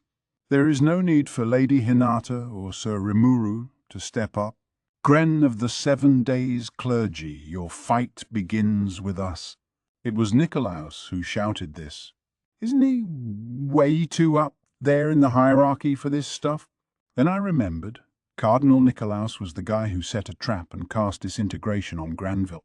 Gutsy move, definitely. He was currently accompanied by 3 Crusader captains, the sub-leader Renard, along with Arnaud and Lita. Fritz and Bacchus would been training at the labyrinth right now, so they weren't here. If this was going to happen, but again, that's not for me to judge. "Behold, Lady Hinata, watch us in action." At Nikolaus's orders, Renard propelled himself forward. Not just him, actually. Arnaud and Litus as well, all rushing Granville at the same time. These 3 captains were attempting to buy enough time for Nikolaus to cast disintegration again, I figured. A pretty grandiose strategy, but that must be how wary Nikolaus was of his foe. Renard used his magnificent sword moves to keep his foe at bay. Arnaud's keen perception let him match every move of Renard's, as Litus provided handy backup for them both. Normally, an attack from this trio would end the battle right then, But it was well within Granville's capabilities. Like a picture from a textbook, he engaged all three of them at once, wholly ignoring Nicolaus's spell casting. That creeped me out a bit, as did the serene look on his face, not a single bead of sweat on his forehead. He, I felt, was simply on a different tier from them. Nicolaus had only one verse left in the spell. Its effects would summon a layered, magical circle, with Granville standing in the middle of its light-infused dungeon. Once the disintegration was complete, there was no way to block its dazzling rays, as it dismantled the soul of its target at the speed of light. That's what should have happened. But now all common sense was thrown out the window. Fine spell there. No better way to read the flow of your magic. Granville's voice sounded frightfully cold as he spoke, like a teacher commanding his student from high above. Hinata, hearing it, muttered a soft no as the blood drained from her face. She must have noticed something, but there was no time to inform Nicolaus. Time to die. Disintegration. The rays of light were cast, heading straight for Granville, and suddenly they switched paths and were sucked straight into the sword in his hand. It happened in an instant. Even with my perception accelerated 1,000,000 times over, it was difficult to pinpoint. But I recognized exactly what happened, because I had witnessed it before. It was Overblade, Melt Slash, the most powerful of sword skills, just like what I saw from Hinata. Spread out. Renard and the others instantly heeded Hinata's order. They worked fast, true to their military precision, but not fast enough. Once Granville threw out his Melt Slash, it immediately generated a fan-shaped shockwave, and in that single moment, Hinata pushed forward, came in front of Nicolaus, and stopped Granville's sword. The frontal force of the Melt Slash sent Hinata flying. She bashed against Nicolaus, which kept her safe, but I'm sure Nicolaus was out of the battle. If she wasn't wielding the Legend-class Moonlight right now, they'd both be a pile of ash. That, and even the secondary shockwave, blew Renard and the other captains away. They were all on the ground, knocked out by that single blast. Are you all right?" Nobody answered. I could detect a twinge of panic in Hinata's face as she glared at Granville. Even someone as cold as her didn't expect this level of force, and now it was Granville doing the talking. I couldn't kill a single one of you. I must be getting rusty. You have that demon lord over there to thank." What do you? Hinata took a glance at me, growing calmer. Now she seemed to understand. "Oh, you saved them?" "Thanks, Rimuru." "You're welcome." I gave Hinata a light nod. Yeah, Renard and the others were merely knocked out because I lent them a hand. The moment I realized this was trouble, I launched absolute defense. Otherwise, they'd have vanished without a trace. The wall that skill built was perfect, I thought, but I guess I expected too much from it. Absolute defense, part of the ultimate skill Uriel, Lord of Vows, could block any sort of attack. There were some exceptions, such as Yuuki's anti-skill, so I couldn't rely too much on it, but it was always a helpful arrow in my quiver. However, although it was perfect for self-defense, trying to deploy it on someone else, multiple targets even, blunted its effect. Even if a little force got through, I could always count on infinite regeneration to wipe up any problems. That's why it so perfectly defended me. But not the paladin captains. The little bit of the shockwave that penetrated the absolute defense pushed them to the brink of death. They really escaped disaster by a hair's breadth. I had no idea someone besides me learned Melt Slash. Color me just a little bit surprised. An arrogant thought, Hinata. With all the years that have passed, some have reached your level, you know. Yeah. I mean, I could use it. So, although admittedly that was just Raphael doing its usual analyze and assess job on it, still, To completely leverage Melt Slash, you needed full, intimate knowledge of how disintegration worked. If there was a handful of people wielding that now, I guess the human race was a lot more capable than I thought. It did make sense, though. A human hero once sealed Veldora away, so at least some of them had to be that strong. Even being a demon lord, I really couldn't rest on my laurels. But look at me. My mind was wandering, and I really couldn't afford that. So, what is this I see? High officers in the Paladins, almost killed by something of this level? How worthlessly pathetic. You couldn't even begin to compare with the sword masters of the past, to say nothing of myself. Granville seemed to believe his own claims. He honestly didn't think Hinata would pose a challenge. That's a funny thing to say. Care to test that out? Hinata flashed a cold smile. She was just as serious, it seemed, and I had no room to interfere. Then a sudden, thundering explosion by the cathedral told me how incorrect I was. Ah, Razzle? I ordered him to destroy the cathedral, and it seems he's doing a thorough job. What did you? The kids and the orchestra were still in there. Shion and Diablo were charged with protecting them, but if all-out war was erupting, they were bound to be caught in it.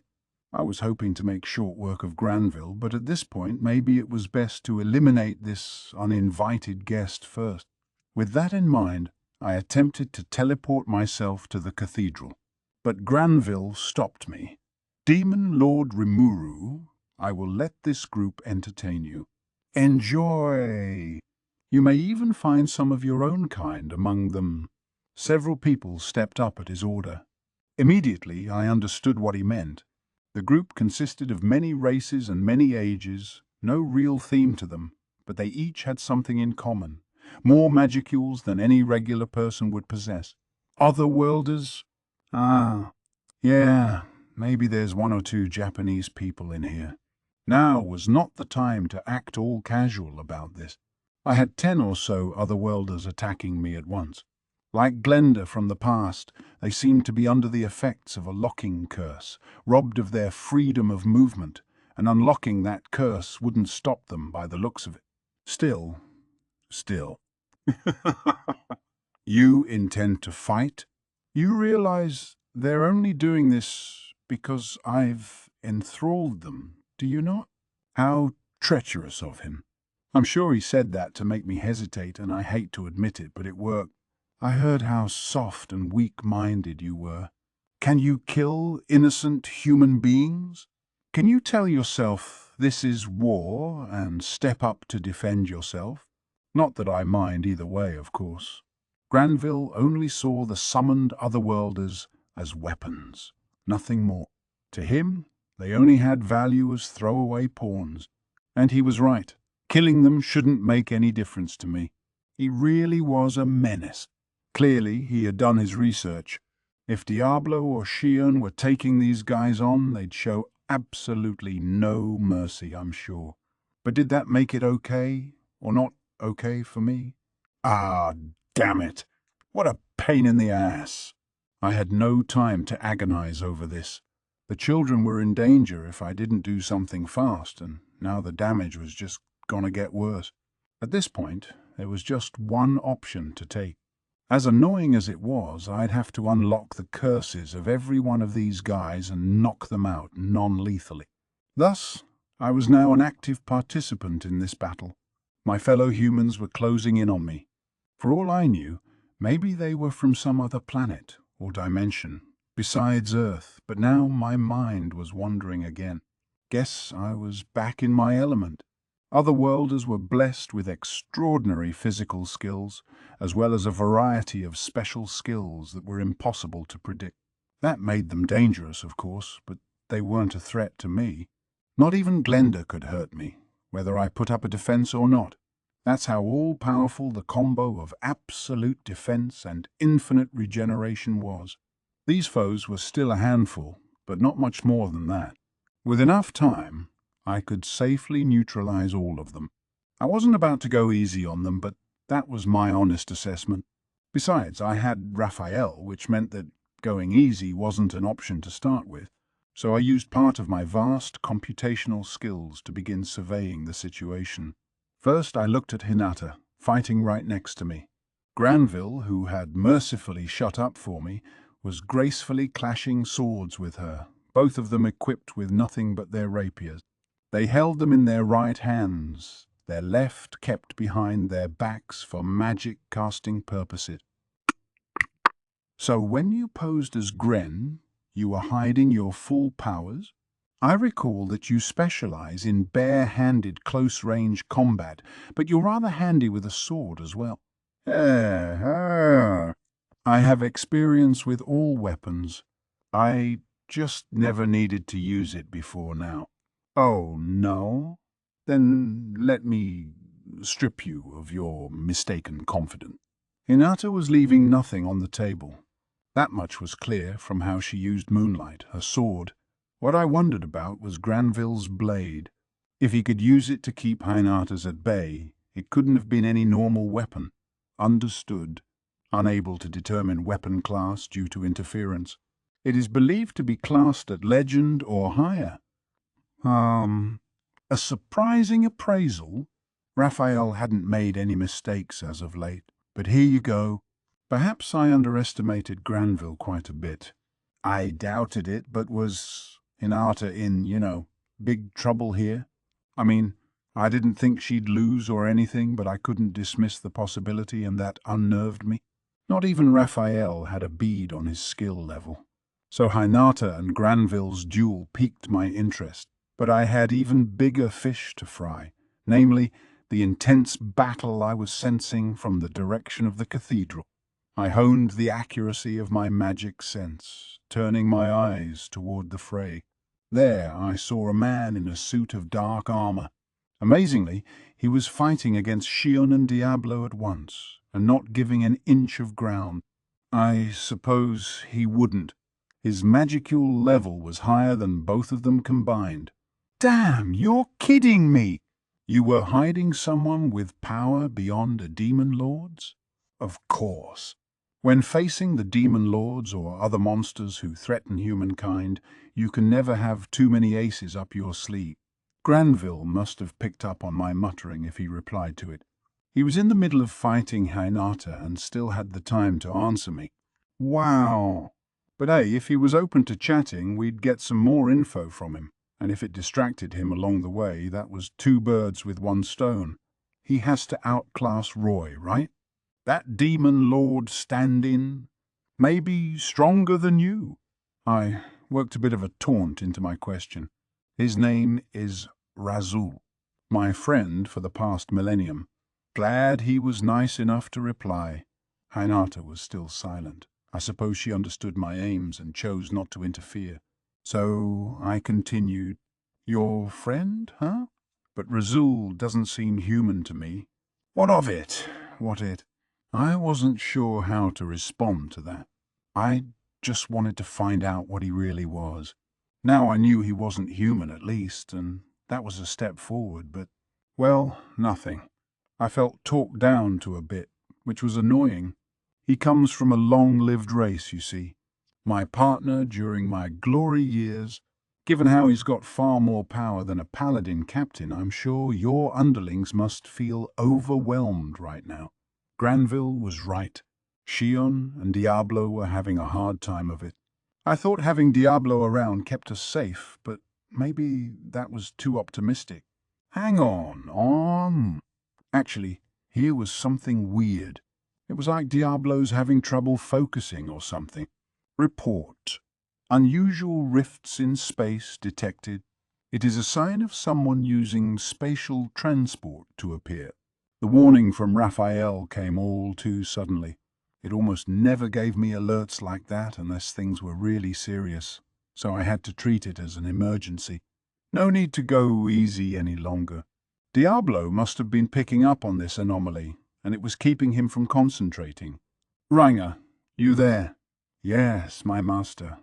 Ah, good. He was usually curled up in my shadow these days. Back up, Shion, but keep yourself concealed. Right away. At once, He used shadow motion to dive into Shion's shadow. When I saw he was ready, I gave out my next order. Diablo, is something bothering you? My pardon, Sir Raimuru. I know my difficulties in this battle are unforgivable, but the fact is that this adversary is more powerful than I anticipated. He is a highly evolved example of the uncommon insectoid race, and to demons they are a kind of natural enemy. Diablo described insectoids as cross-dimensional magic beasts with elemental powers. They appeared now and then in this world, but it was extremely uncommon for them to evolve into humanoid creatures.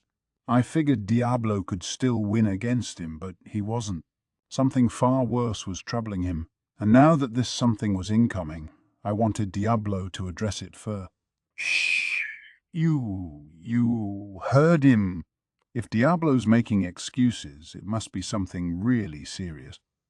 The moment I said that, I could practically feel Diablo's discomfort from over here. He'd never resort to excuses like this usually, so I immediately knew he was hiding something. And if I wanted him to retain full freedom in this battle, I needed Shion's and Ranga's help. Shh! I just planted Ranga in your shadow. Both of you work together to defeat Razul, that insectoid. No need to order us. I will live up to your expectations, Master. Looks like Shion picked up on Diablo's difficulties as well. I'm sure she would have taken measures even without an order. But if she did, it would have been Shion alone against the mighty Razul, which would only be more dangerous. Not that I didn't trust her, but I wanted our plans to remain as safe as possible. Maybe setting 2 allies against him was a cowardly move, but in an actual battle like this, guaranteed victory was always your final goal. Diablo, go take care of whatever's bothering you. Also, try to trust and rely on your allies more. Okay, very well. I suppose I thought a little too much of myself today. Allow me to take care of this problem at once. Not just a little, I'd say, but at least he sounded a bit more like himself again. Right, everyone begin. Yes, my lord. I wasn't used to giving out orders like these, but all 3 gladly accepted them. Now I just had to hope for the best, as I brought my full focus back to neutralizing the otherworlders. He said, Rimuru sees everything, I suppose. I would be a fool to think otherwise. Of course he does, Vice Secretary. Just go and deal with your problem already. You don't have to remind me. As I think you've noticed, Razul is more powerful than you. Are you sure you'll be fine, Secretary? He. I never thought you'd worry for me, Vice Secretary, or Diablo, I should say. You're strong, I'll admit. Stronger than me, even. So go defeat that foe so Sir Rimuru has nothing to worry about. That's your job, isn't it?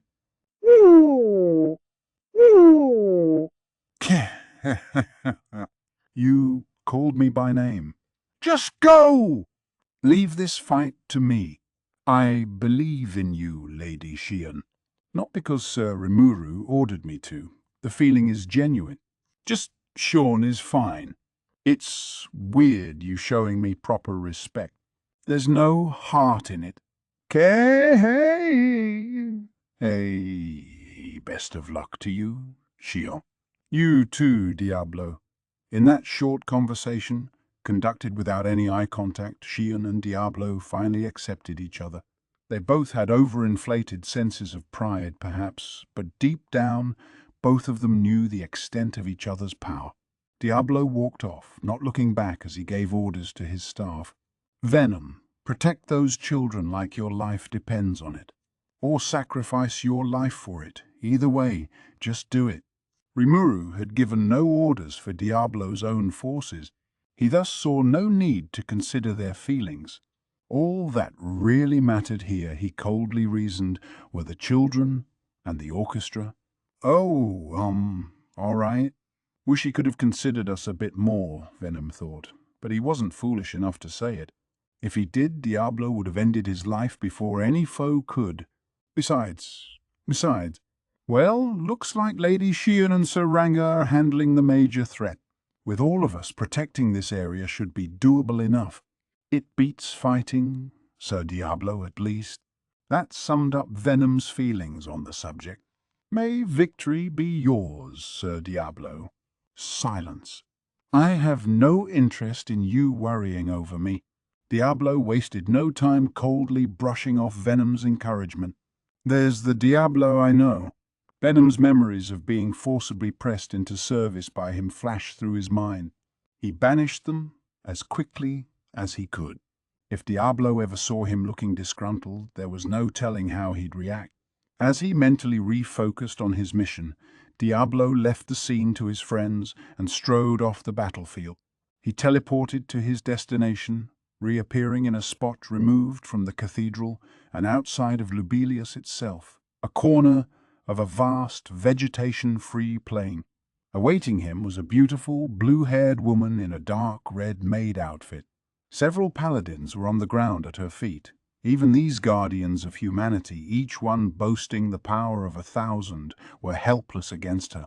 "How nice to see you again, Noir. I was growing impatient with your lateness.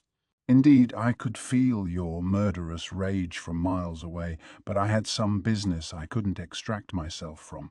But I'd really prefer if you called me Diablo Blue, or I suppose you had a name, too. Didn't you, Rainey?" Rainey, the blue-haired beauty, gave this response a satisfied smile. "That's right. The name Rainey was granted to me by Rouge, the original Red, the great Sergai himself, strongest of the primal demons. It's not at all like being named by some mutt of a demon lord like you were." Are you looking to die? Or maybe you want to be detached from this world entirely. I'll be happy to oblige." Diablo's smile remained, but his gold eyes were no longer friendly. The red pupils within them narrowed as he eyed his prey. "Let us battle, Diablo!" "Ah, I cannot wait for this. Ever since I detected you fighting Blanc over to the east, I've always wanted a chance at you." "Ridiculous. If you think this will be any fight at all, you are sorely mistaken." "Well, why don't we begin and find out?" With that signal, Rainey made good her question and went on the move, dropping a chop with her hand that moved beyond the speed of sound. A casual wave of Diablo's arm deflected it. It delighted Rainey. The wish she kindled for many long years was finally happening. Yes, this is it. I can't have this end that quickly. We are both primal, and yet you enjoy all of this freedom. No building your own factions, no undertaking someone else's mission. All demons want nothing more than a physical body, and you laughed that off. It was fair to say that Rain was jealous of Diablo. For someone like her who followed the rules by the book, his behavior was inexcusable. He fought Sir Guy to a draw, as loath as I am to admit it, and here he is now, blithely wandering around, no desire for more strength. As a demon, he needs to gain a body the right way. He needs to strive for what lies beyond his evolution. All of Rain's power was being thrown Diablo's way. After stewing over these emotions for years, she was now acting on them. Diablo, Noir, the original Black, was a unique demon. Long ago, he and Rouge fought to be crowned the strongest of their kind. The match, while ending in a tie, wound up sealing both of their respective fates. Rouge manifested in the physical world, gaining untold powers, but Noir refused to change, turning down his chance at evolution. The cases of Blanc, Jaune, and Violet could be understood. Those three colors were all meddling with one another, preventing any evolution, creating a sort of balanced rivalry that remained to this day. But Noir, despite having no such restriction, simply remained his natural self and enjoyed life as if he thought the other 6 shades were all fools. That is how things had been for tens of thousands of years, and it was exactly why Rain could never forgive Diablo. He was so selfish, going wherever his whims took him, living in perfect freedom, and Guy, the strongest of all, recognized him as an equal. Ah, ha, ha. You're right, you're right. All this dodging can hardly count as a battle. You always were good at evading things, if nothing else. I told you. Don't get the wrong idea. I simply have no need to tap my full force against the likes of you. Also, I should note that I have zero intention of avoiding you. Making apologies already? I'm sure you're still too new in your body to tap its full potential, but don't expect me to accept your pathetic excuses. Rainey fired a bolt of magic from her fist. Exposed to the laws of nature, it transformed into a nuclear cannon blast, one Rain called for with no casting time. But Diablo, naturally, had expected this, not demonstrating a moment of concern as he cast dispulsion magic to make the nuclear blast vanish.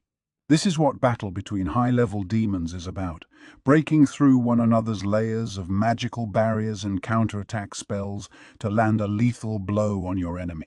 Neither side had any need for time-consuming spell casting as they threw supercharged blasts of magic at each other. And as more and more time passed, I can't believe it. You were drawing this while you were fighting? That right, Rainey? To me, fighting you was merely busy work. One can hardly call it an engaging game if you can already see the ending. Rain was in shock. The outcome was already set in stone. Surrounding Rain was a layered circle, alive and glowing with magical runes. It had appeared in the air just now at Diablo's signal, and now that she was in it, Rainey could no longer move. Whenever she tried to, even a little, Diablo could summon any magic she wanted against her. It was called, multi-layered disintegration, the antithesis to all demons, a magic dangerous enough to crush us all. Why do you... Diablo looked coldly down upon her, a slight sense of pity in his otherwise frozen mind, as if he couldn't understand why she wouldn't know. Ridiculous. As long as my faith in my master is deep enough, I can even hold sway over spiritual particles. Common sense, don't you see? Are you insane? How could that ever be common sense? But let me extend you the courtesy of ending this. You have insulted my wondrous master, Sir Rimuru, and soon you will burn with regret. 7 rays of light were released. Even one of these deadly arrows held the power of absolute destruction, and now they came crashing down upon Rainey. From the bottom of her heart, Luminous was irritated. Right here, in the midst of the concert, she invited the demon lord Rimuru to stage. She had allowed Granville to arrange an all-out rebellion. Such a dreadful error was unheard of in the history of her nation. She was taken by an urge to run to the cathedral and massacre everyone inside herself, but her sense of reason and her instincts restrained her. She realized that, as public of an attack as this was, it was undoubtedly a diversion. Louis and Gunther, stationed by Luminous's side, stayed silent, not willing to set her off. They said nothing. Like Luminous, they were greatly disturbed but not stupid enough to prioritize the wrong thing here. If Granville's blitz was a diversion, what purpose was there to it? I'm sure he knows about my cherished ark. That means there's a non-zero chance he's thinking about releasing the girl inside. The ark was the greatest of Luminous's secret treasures. But she had an even bigger reason to keep it absolutely safe, and she knew Granville was aware of that reason. This is why it was hard to imagine him gunning for the ark. But still, she trusted her instincts. And she was correct to do so. Here she was, inside her innermost chamber, a burial room, one nobody was supposed to know about. It was currently playing host to an uninvited guest. Well now, guess our little home invasion got spotted, eh? Or were you just beefing up the security around here? Ho, ho, ho! A pity. But here's a bit of prey we can have some fun with. Think it's all right for us to raise a little hell? Fine by me, but you better be careful. That little beauty over there's a menace through and through. You're the demon Lord Luminous, ain't you? The two home invaders, Laplace and Footman, stepped in, acting less than polite to their host. Luminous watched them as she elegantly relaxed on a couch in front of the ark she absolutely had to protect. To her, this pair didn't even remotely seem like a challenge, but something about the atmosphere kept her on close guard. Luminous took care to conceal her rage as she spoke. I will ignore your attitudes for the moment. State your names. Laplace was the first to react. He was a bit surprised that someone expected their break-in, but Granville had mentioned the possibility. To address it, he had provided them with a guide, someone to help them traverse the multiple defense lines blocking access to the chamber. It is an honor to meet you. I am Laplace, the Wonder Jester and Vice President of the Moderate Jesters, a kind of handyman outfit, know what I mean. And this here's Footman. He deliberately took a less than serious approach to the greeting as he motioned toward Footman. Ho, ho, ho! I am Footman, the angry jester. Glad to meet you, although I don't think we'll be staying long. Footman, to his credit, was standing strong against this demon lord. His mind worked on simple terms. If there's an enemy, he'd crush it. Now he was just waiting for Laplace's signal to begin. And we've got one more person here. Carmen. Another figure emerged through the door, a blonde-haired beauty. She's not too talkative, mind you. I think her name was... No. I remember her... Yes. Maria Rosa, the woman Granville loved. Yeah. Maria. That's the name. Wow, Lady Luminous. You two knew each other? Luminous winced. I'm not your friend, you know.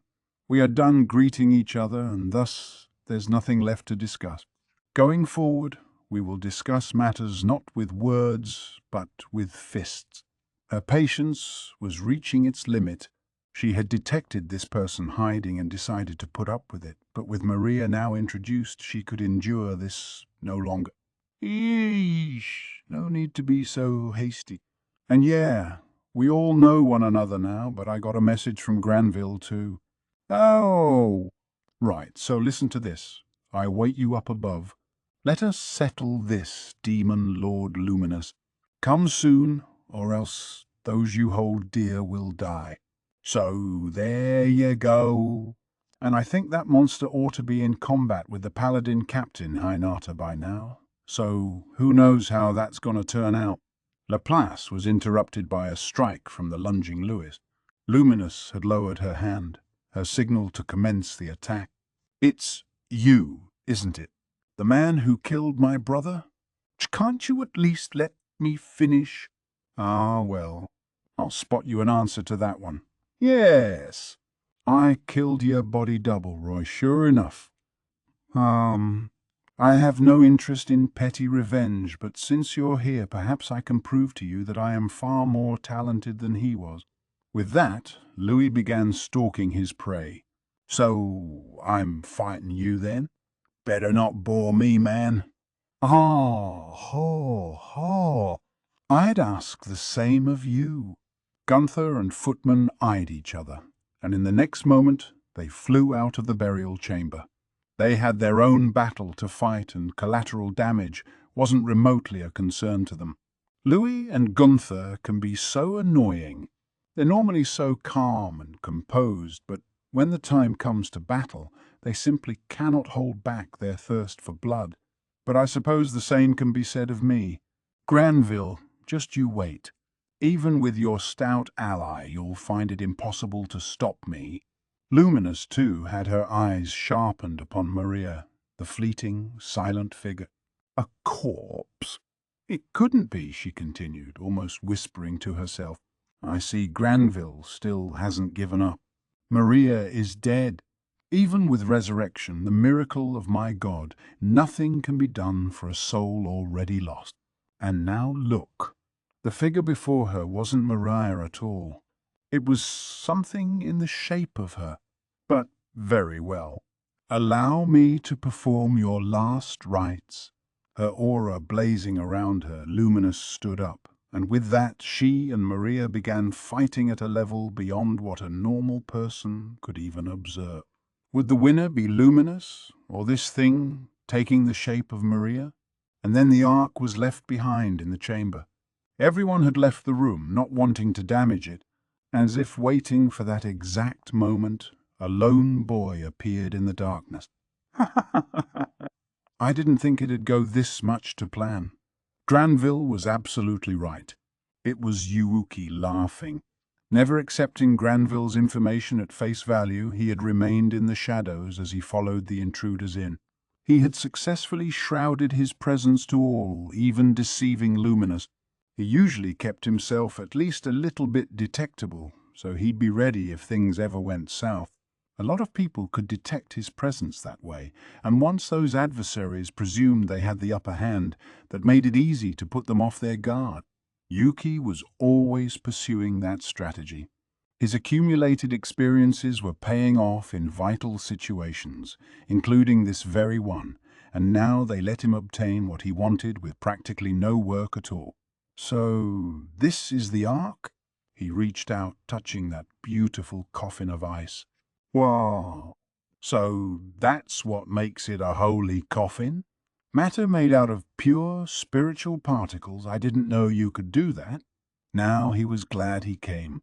He wasn't sure anyone besides him could even lay a hand on this thing. Even a magic burning coffin couldn't affect anti-skill, and that made it perfectly possible for Yuuki to make off with this ark. Then, without another moment of hesitation, he smashed it open. The hidden treasure Luminous worked so hard to protect shattered all too easily. Slumbering inside it was a beautiful young woman, the hero everyone was after, no doubt. Oh, there's a seal on this girl's body as well. Not that it'll work on me, but I can deactivate it later, I guess. Yuki chuckled. They certainly tried to be careful. A barrier more powerful than the ark itself covered the girl's skin from head to toe. He could take his time removing it once he was back to safety. As he made this decision, Yuki's eyes turned toward the girl's face. Who is this girl anyway? She seems vaguely familiar, but nah, it can't be that. She looked to be around 16, and while her long, dark, silver hair hid her privates, she didn't have a stitch of clothing on her. I guess this is technically assault or something like that, but not much I can do there. With that whisper, Yuki hefted the girl's body up. Well, I've got my hero. Now to flee the scene. With one more sly grin, Yuki quickly left the chamber. Why is there a hero sleeping in an ark anyway? Is she really the ultimate weapon, Granville called her? And what does Granville even want? Yuki was a skeptical young man by nature, but given his rash opinion of his almost excessive talents, he often figured things would work out in the end. That was what his pride did for him, and thus, despite his doubts, he signed on for Granville's operation. But at this point in time, he had no idea what kind of situation his actions were about to cause. The otherworlders lurched upon me like zombies. Carefully, I neutralized them one by one, making sure not to kill any. With my powers, not even 100 of these at once would give me a challenge, but undoing the locking curses on them all was a pain. Still, I couldn't help but wonder about these otherworlders. I focused my mind upon them for a bit, and yes, they definitely packed a lot of magicules. They had real physical skill, too. Some of them could even manage an A rank. But for some reason, they didn't seem particularly strong to me. I thought that was just the difference in talent at first, but something told me that wasn't the whole story. I was sure Granville's robbing their freedom was one other reason, but was there something else? Understood. In this battle, no adversary has used any unique skill so far. Aha! That was it! And it made sense to me. None of these guys were using any kind of special attack, and that made neutralizing them pretty straightforward work. But would a group of otherworlders this big really have no uniques at all? Or were they going easy on me? Either way, it was kind of creepy. Of course, no matter what Granville was planning, I'd just beat him and we'd be done with it. That was the plan I had in mind as I turned my attention toward the last one of them. She still looked like a young girl to me, maybe a bit past 10. Her power would have just barely stabilized by that age. Like the others, she was intensely powerful, but that was it. With a now practiced hand, I undid the lock on her. No problems there. She was conscious again and looking thoroughly confused, but there was no time to explain matters. Putting her to sleep for the time being, I laid her down where I had placed the others. There were a few kids like her in the group, which made things seriously difficult for me. Granville didn't seem to care much about how he looked in the midst of this, but regardless, I managed to take care of them all. I'm assuming he was just looking to buy some time. If I wanted to, it would have been quicker and easier to just kill them all. Along those lines, I guess it's mission accomplished for him. Still, the otherworlders attacking me were now neutralized. I don't know what he wanted to do with the time he earned, but once I ended this battle, it wouldn't matter anyway. I glanced across the battlefield to see how things were going. The children were safe, which was a relief. Meanwhile, despite it all, Batten and his orchestra were still starting to practice their music. They had nerves of steel, I guess, or something of steel. I suppose focusing on something is a good way to calm your anxieties, though, so maybe it wasn't that crazy after all. Hinata, meanwhile, was fighting on an even keel with Granville. I had to hand it to her. It was literally a supersonic contest, an advanced back and forth where no one could afford a single mistake. If I stepped in without a plan, I could destroy the balance and inadvertently turn the tide of the battle. Better save that for later. Shun and Ranga were being pushed back by Razul, but it didn't look like they were that badly outclassed. Shun was taking Razul's attacks, but as she did, she was swiftly healing herself each time. Ultra-speed regeneration really was like cheating. It was easily enough to make up a difference like this one. Ranga, meanwhile, was concentrating on offense, diving into Shion's shadow and sniping away when he found a blind spot, throwing in magic like death-calling wind and dark lightning. I was impressed with his nimble performance. The only problem was that none of it worked on Razul. I mean, Razul's just insane. I recalled that if he's an insectoid, that put him in the same family as Apito and Zegion.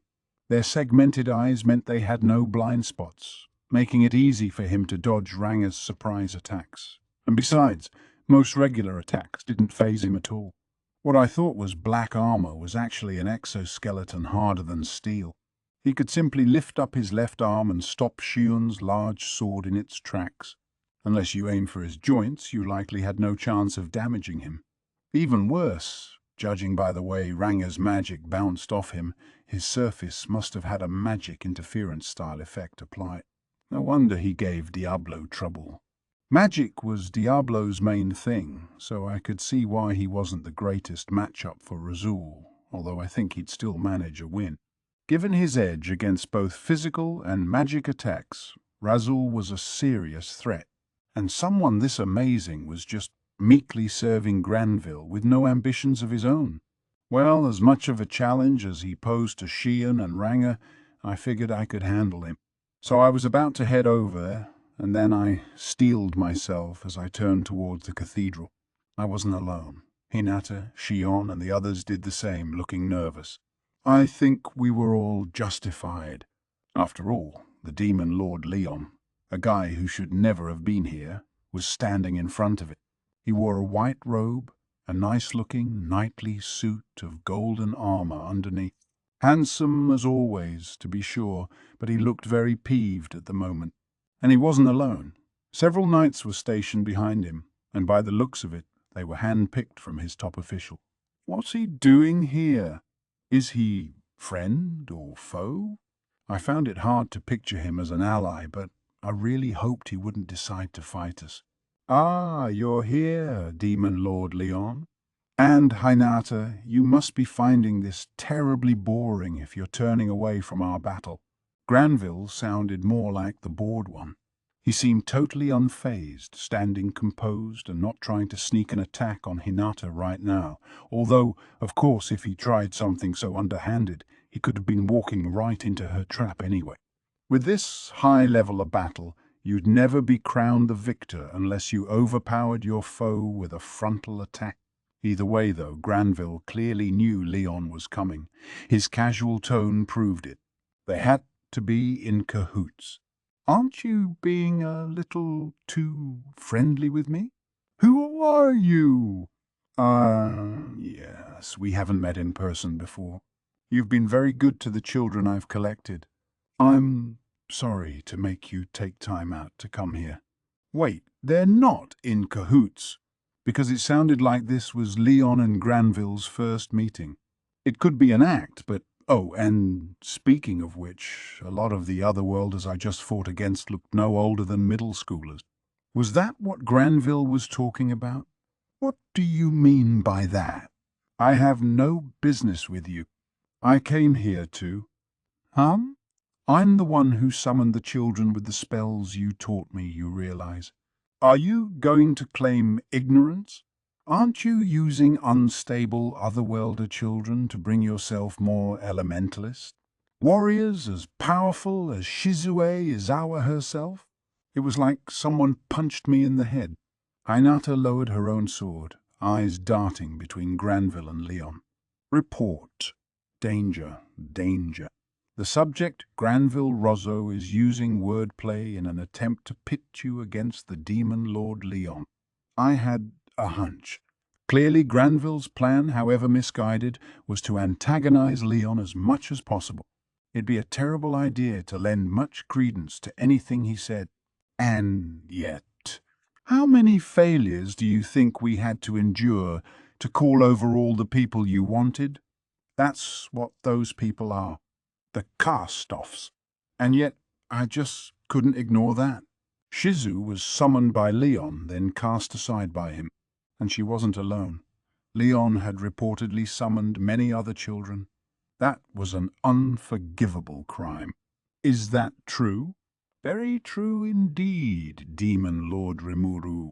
As merchants, it's our job to provide whatever merchandise our customers demand.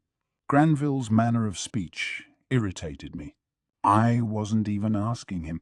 The providers need to have ethics too. Throwing all the blame on the consumer went against my creed.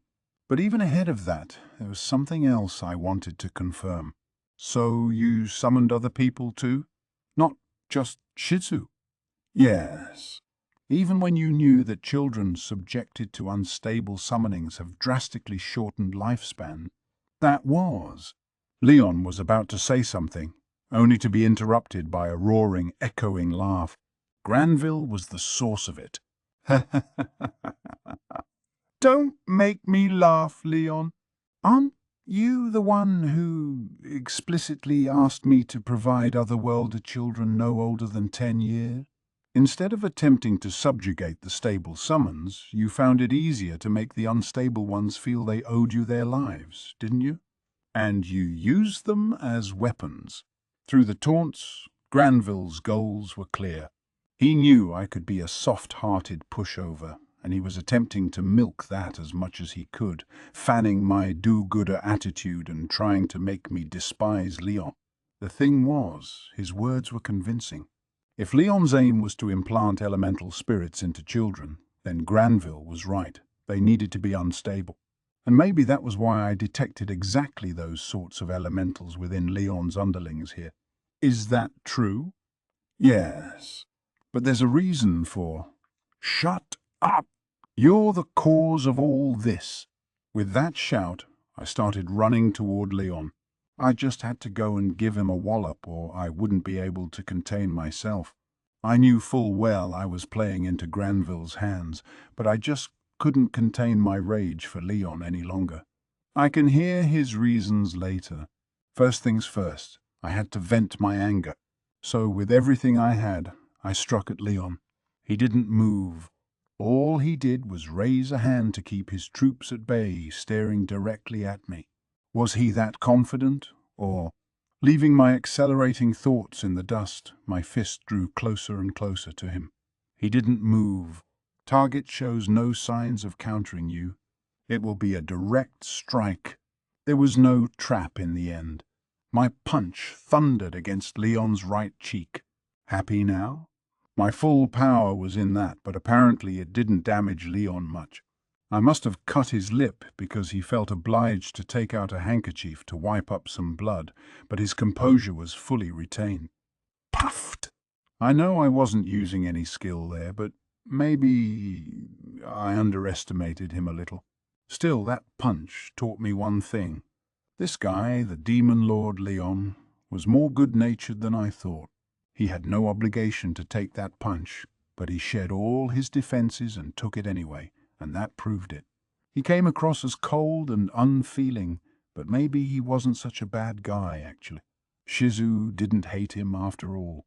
She tried to, but as she put it, she just couldn't, and it was her final desire in life to figure out what Leon's motivations were.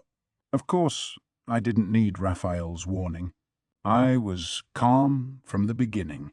I made a promise with Shizu, a promise that I'd take the feelings she left behind and shove them in Leon's face, and I was fully ready to take advantage of today for that. Leon had to have some reason for what he did. I could decide later whether to forgive him. As entangled as things were today, making a foe out of Leon as well would be suicidal. Getting emotional like this wasn't the shrewdest plan. He was no ally of mine, but he was no enemy either, and now that I knew that, I had to speak up.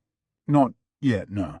That was my way of expressing Shizu's feelings, but I still need to show you mine. Let's talk about things in depth right now. So will he pick up on my intention here? I noticed an eyebrow twitch up. That's a relief. He's not such a fool after all. So great. Let's talk it out then. Our plans for how to deal with Granville. With that in mind, I readied my sword in Leon's direction. He was a dead ringer for Shizu in her youth. There was no pigmentation. His skin was smooth, his hair shining like each individual strand had its own glow. He couldn't be described as looking Asian now, but he still retained Shizu's core features, making them all the more beautiful. Now his golden eyes were trained upon Leon, his pink lips speaking to him. Not yet, no. That was my way of expressing Shizu's feelings, but I still need to show you mine. Let's talk about things in depth right now. Such were the words of Rimuru, and Leon immediately understood. I see he wants to take advantage of this situation. We barely know each other, and he's decided to trust me without a moment's doubt. He's more stout-hearted than I expected. But, Leon thought, he liked that. Rimuru seemed to be driven by emotion right now, but apparently that was all part of his calculations, his way of determining, in this chaotic battlefield, exactly who was friend and who was foe. I always knew I couldn't let my guard down around him, but at times like these, I'm glad he's around. He took his own blade up from his hip, holding it forward. As he took the Dragon airship here, Leon was briefed about an emergency magical call from Cerberus. It seemed one of his agents had fallen out of contact and there was a chance someone had blown their cover. Exactly who found this agent out they didn't know. Maybe it was the Demon Lord Rimuru, maybe one of the 5 Elders, maybe even the Crusaders, for all he knew. With the agent captured and no further information available, nearly everyone was a suspect. Of course, Leon wasn't gullible enough to fully trust Cerberus. There was a plausible chance they were hatching an elaborate scheme to deceive him. But one thing was certain. Being here right now in this holy space was akin to walking into a trap. And yet Leon couldn't stay away. Even if this is a trap, if I find Chloe here, no matter how much danger it entailed, Leon would never care. And now, crossing swords with Rimuru, Leon was finally serene again. He looked around, surveying the area. The scene was shockingly chaotic. It was difficult to determine who was on which side. The elite magic knights guarding him had been dragged into the fray while he wasn't paying attention. They had been lured into opening hostilities with some of the local defense forces. Keep yourselves defended. Do not kill the enemy. Yes, sir. Now seemed like an opportune time to give Arlos the Silver Knight some orders. He did so via an anonymous magical call, but there was every chance someone would eavesdrop on it. That's why he kept the order to something that wouldn't cause problems later. Regardless, Leon was the intruder here. To the demon Lord Luminous, he was an uninvited guest, and it wouldn't surprise him if she decided to retaliate. If she did, he wanted to retain as much of an advantage as possible while keeping the dead to a minimum. But where is Luminous? Leon and Rimuru were fighting near the cathedral entrance, while the paladin captain, Hinata, and Granville were a short distance away. Farther afield, Shion and Ranga, both present at the last Walpurgis, were in pitched combat against the insectoid Razul. Luminous, the master of these sacred lands, would never allow open warfare here, and yet she was missing. And if someone like Luminous were pinned down elsewhere, that was seriously bad news. To Leon, this entire situation was nothing short of nonsensical, but as he looked over matters, he could see where the trap was. Someone, he didn't know who, was trying to goad him into fighting the demon Lord Rimuru. What this someone didn't expect, and what Leon was lucky enough to see, is that Rimuru wasn't so easily hoodwinked.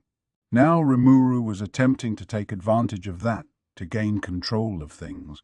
I see, so he's the one behind all this. Very well. Might as well try trusting you. It was a rarity for someone as wary as him, but for once in his life, Leon decided to meekly trust in Rimuru. Leon wasn't the only one thoroughly confused. Hinata was having similar trouble dealing with this rapidly changing battlefield.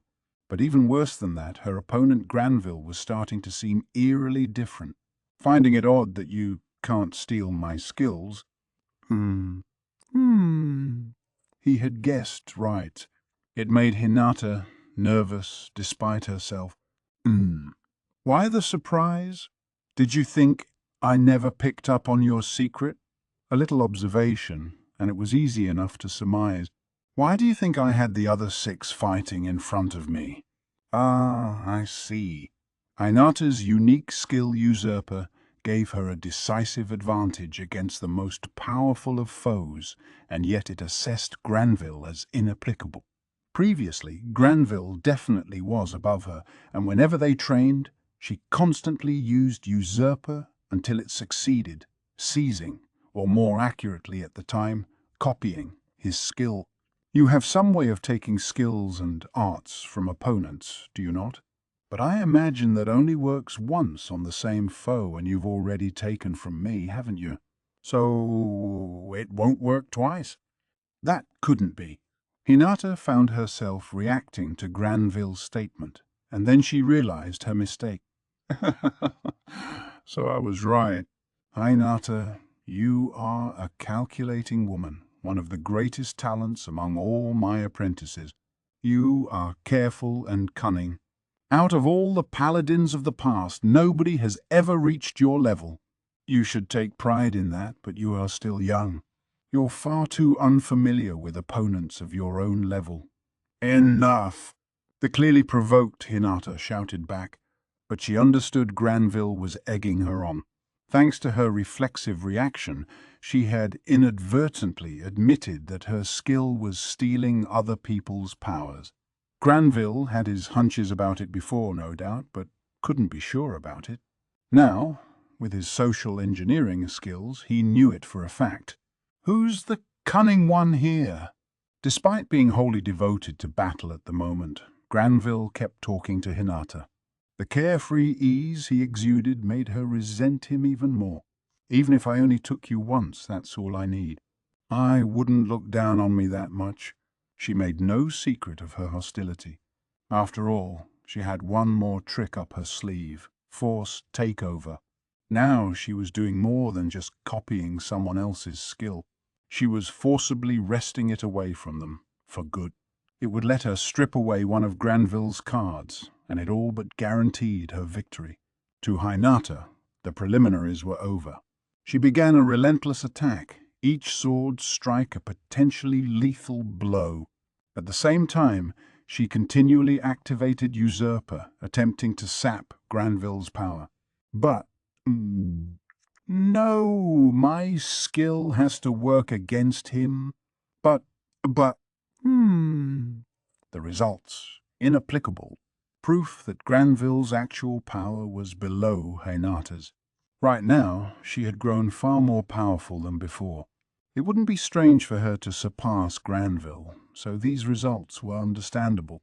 The only problem was that even when she seized a skill with force takeover, her final lifeline, Granville would just use that skill again the next instant. It happened over and over, no matter how many times she tried it. It was now impossible to hide her panic. She was definitely capable of taking Granville's skills and arts, but to Hinata they were useless. She had already taken them once, and thus she gained nothing from them. If she could at least take away some of Granville's skills, there'd be a point to it, but why? Did Granville anticipate this and set up some kind of backup system? It wasn't out of the question.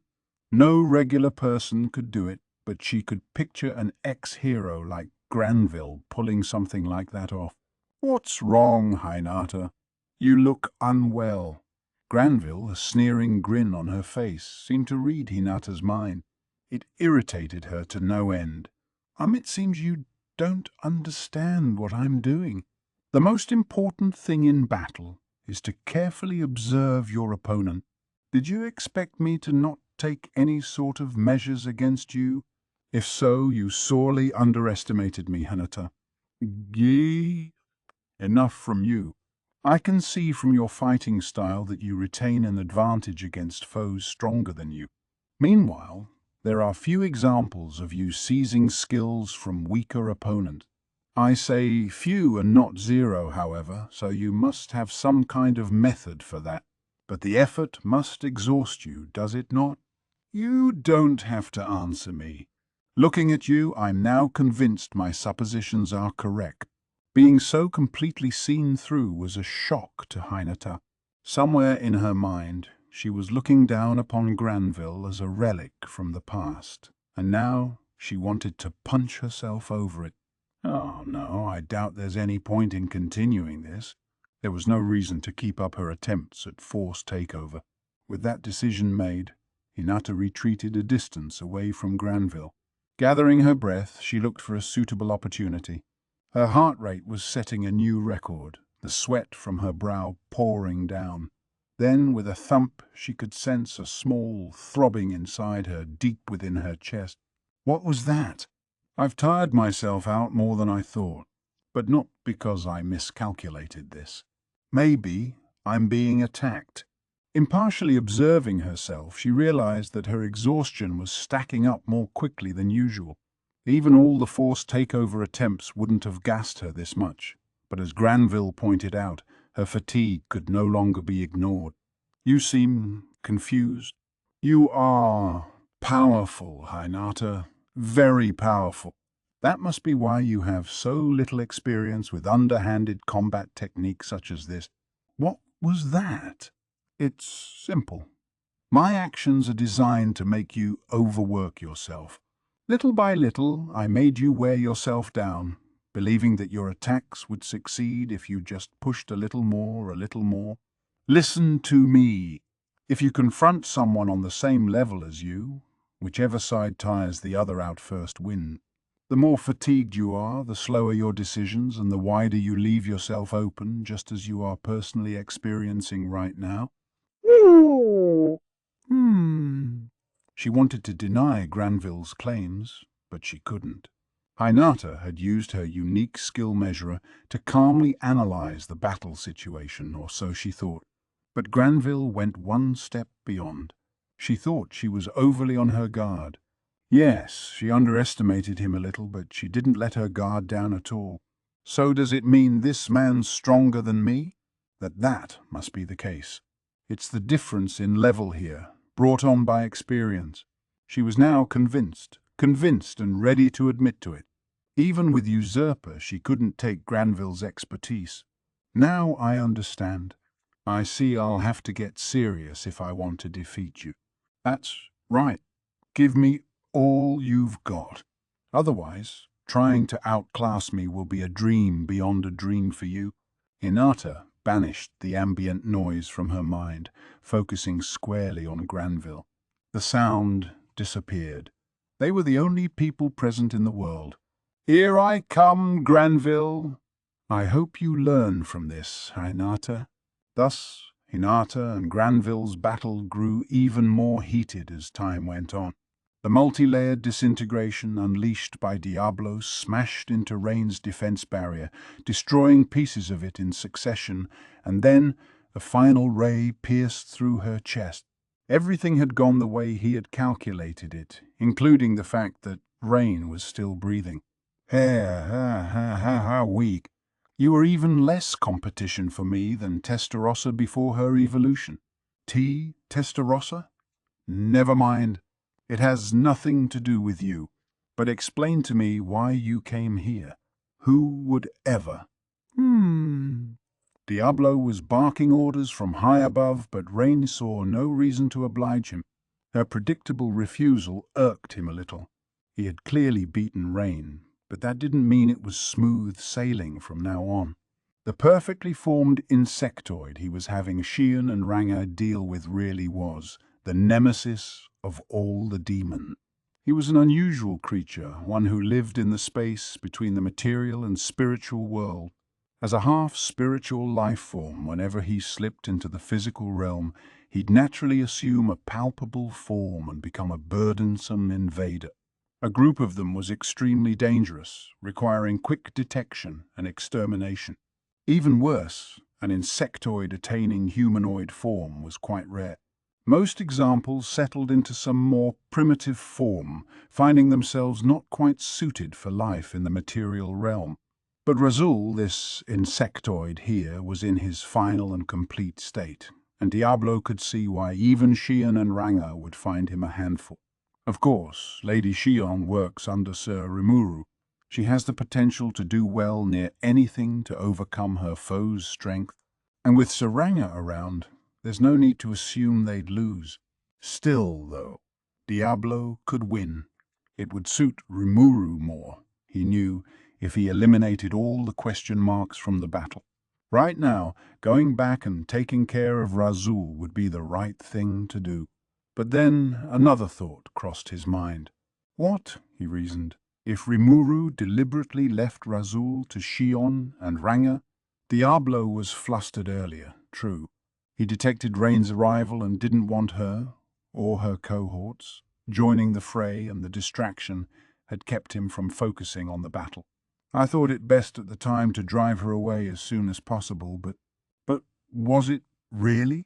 Perhaps Rimuru wanted Lady Shion and Sir Ranga to experience battle against someone stronger than them. In that case, it wouldn't be right to intrude. That seemed plausible to Diablo. Truly, these were the thoughts of someone crazed for battle, a nonsensical conclusion that no regular person could ever imagine.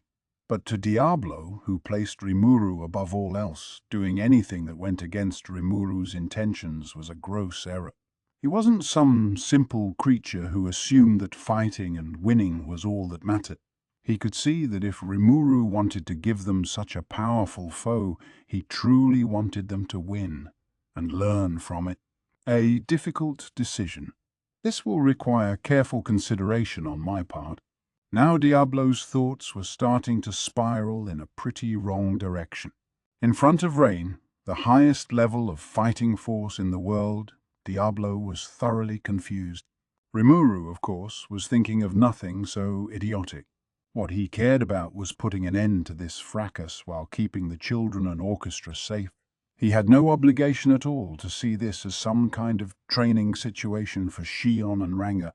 So Diablo was wrong. But with that wrong idea in mind, he now had a new path to take. I was going to kill you, but I decided against it. What are you talking about? Threats won't work on me. No need for that, thank you. I don't need your act any longer, so come on out, he told the demon with a large hole in her chest. Rainey didn't seem to understand this. In short time, however, her expression turned to panic. It wasn't the pale face from before as she faced defeat, but something rather more complex, a mixture of frustration and hatred. Noir, you only just evolved into a demon peer after all this time, and look at you. Just as set in your ways as always, I see. The true essence of strength does not lie in magicule counts. What's important is your level. I was taught to believe that differences in magicule energy do not make a decisive difference in battle ability. Ridiculous, replied Rainey, her voice raspy as her body began to fade away. By the time she was fully gone, nothing but dust in the wind, a ray of light shot out from beyond the heavens, only to disappear and reveal two people, blue and red. Rainey was the blue one, and she was kneeling before Guy Crimson, the strongest of demons, who had just entered the scene. Hey, Noir. It's been a while.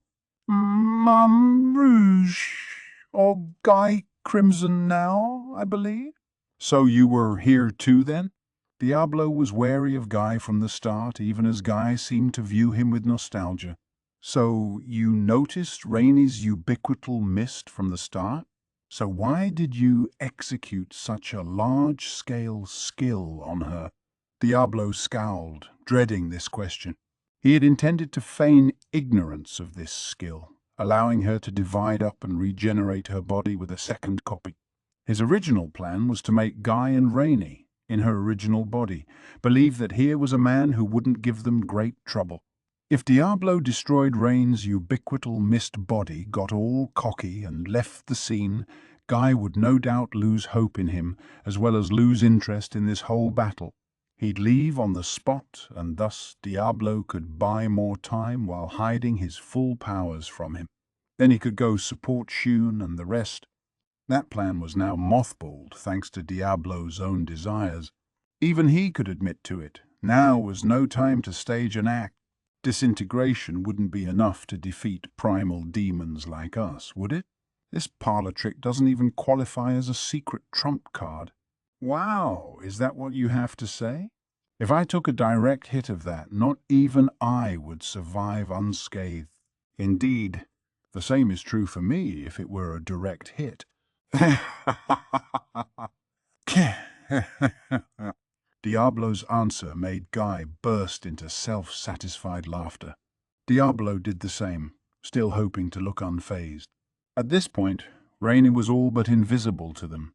So why didn't you evolve until this point in time? You had no interest in dragging others down, unlike the other three. You could say they're dragging one another down, yeah, but really it's just a game they enjoy. You're right, though, that I have no part in it. As for myself, Guy, let me ask you, is there anyone in this world stronger than us? The question was similar to what Testarossa asked. It was a view shared across all the primal demons, Guy included. Bringing up common ground like this made it easier to stoke kinship with each other. No, there sure isn't. Maybe the true dragon, if I had to bring up a name, but that's more of a phenomenon of nature, you know. Even the true dragon wasn't a threat before Guy. If Veldanava, the Star King dragon, was ever revived, that'd be another story, but as of right now, Guy was telling the truth. Diablo nodded. Precisely. So if I evolved while knowing that, any battle afterward would seem so boring. So one-sided, wouldn't you agree? He grinned at Guy.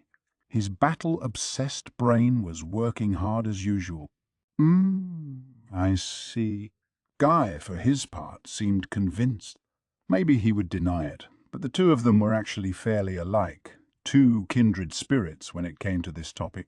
So, did the slime give you a change of heart? Sir Rimuru, I'll ask you to not refer to him as slime, please.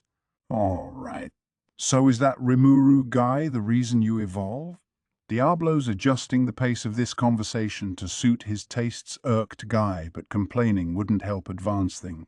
He hated playing by the beat of a different drummer, but this time he chose to make an exception. Very good, muttered Diablo. The growth of Sir Rimuru, you see, is a constant surprise to me.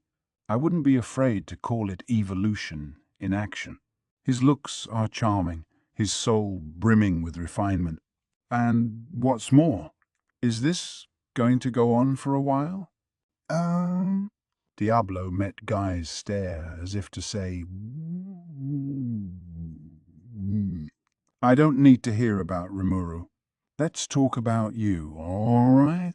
This annoyed Diablo a bit, but perhaps remembering the urgency of the situation around them, he acquiesced. Well, all right. Let us return to the topic at hand. Sir Rimuru's compatriots as well are changing rapidly from day to day, and I think seeing that has influenced me. That much. This chat seemed to be tiring Guy out, but he still had the wherewithal to scrutinize what Diablo just said. Indeed, I fear that if I do not make an effort of my own, even I might be left in the dust. And in that sort of environment, there is no longer any reason to set limits to my growth. A fascinated Guy nodded. Now things were going at his pace again. He unleashed an evil grin. It does sound like Rimuru's got the nations to the west under his control now, yeah? But I'm sorry to say, my own people are wrecking the place right now, I think.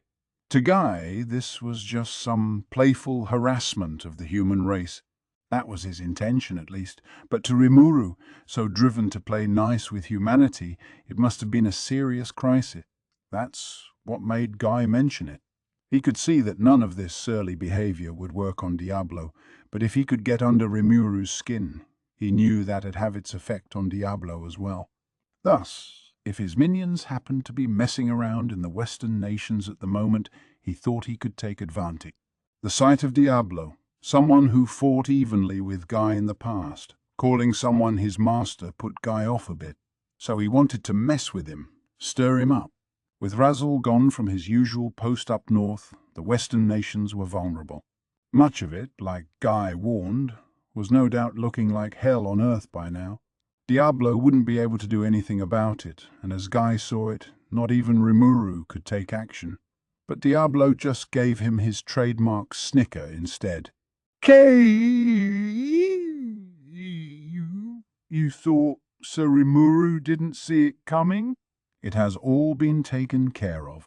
His wisdom, you see, is deeper than the ocean, his perception giving him insight into all things.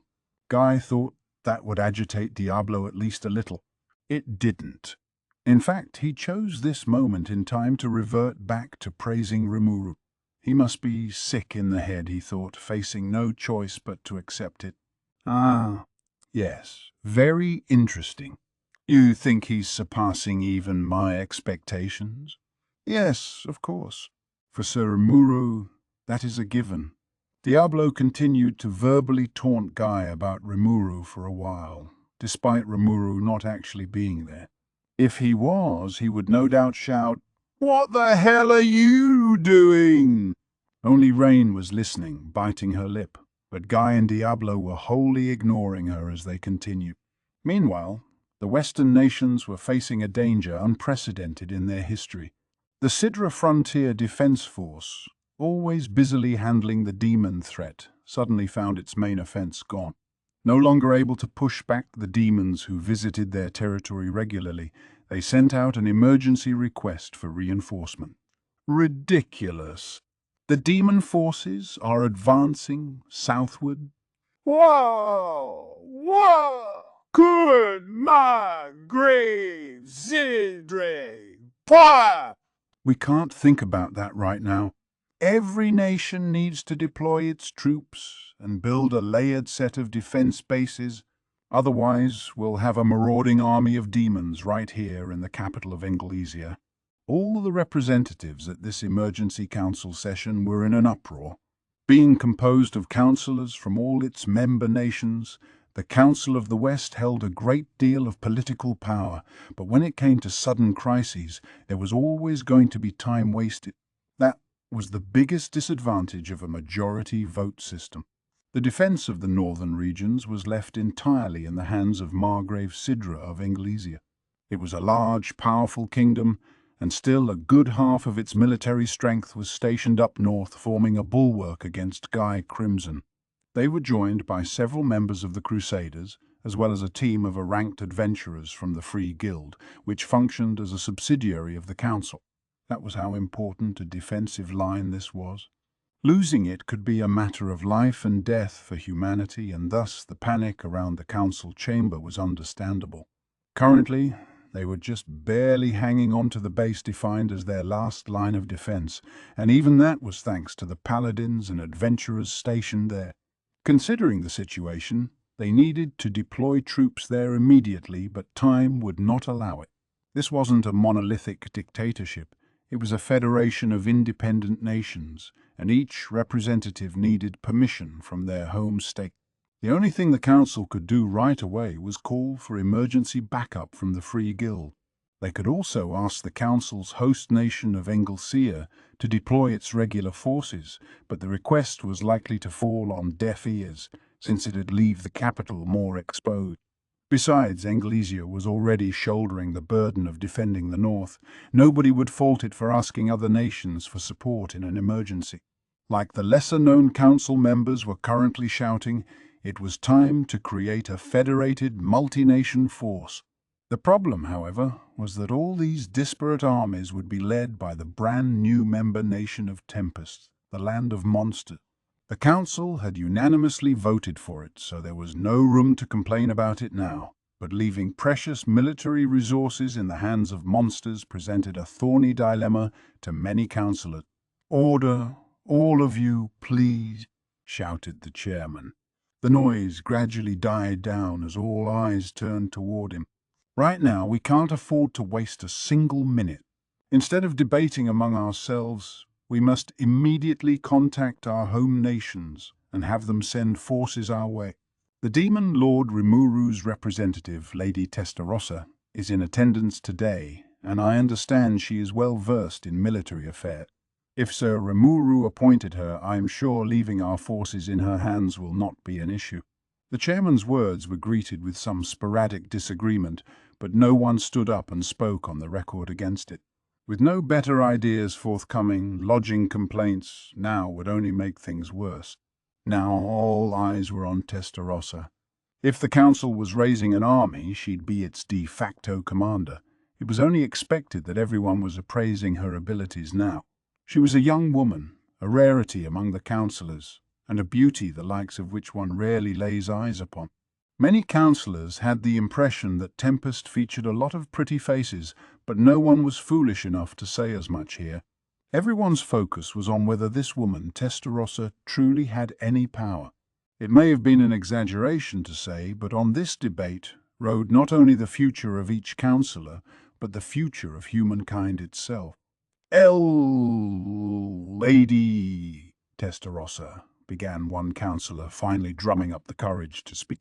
I fully recognize that asking this might be considered rude, but are you capable of commanding a military force?" Testarossa gave him a gleaming smile. "Do not despair, councillors. My master, Sir Rimuru, has ordered me to defend all the nations that belong to the Council of the West. In fact, my own personnel have already been deployed across the land. And also Moss. Yes. According to the latest information, reliable reinforcements have now arrived in the north." What? Is that true? The councillors didn't even have the time to realize that Moss was likely one of Testarossa's assistants. What he had to say sent the hall into another furor. "So what reinforcements are these, Lady Testarossa?" "Moss?" "Yes, my lord. A dragon airship from the sorceress dynasty of Thalion is currently on its way to the area. I am sure that High Elf's forces are more than capable of dispatching the low-level demons threatening the region."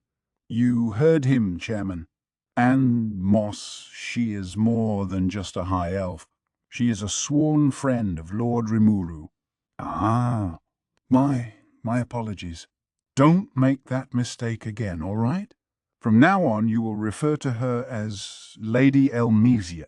Yes, my lord. Moss withered under the gaze of Testaross's crimson eyes. He turned pale, realizing he could no longer behave like the demon world prince he once was. Angering Testarossa would lead to his ruin, and even worse, disrespecting someone Rimuru recognized as a friend was an error he couldn't forgive himself for.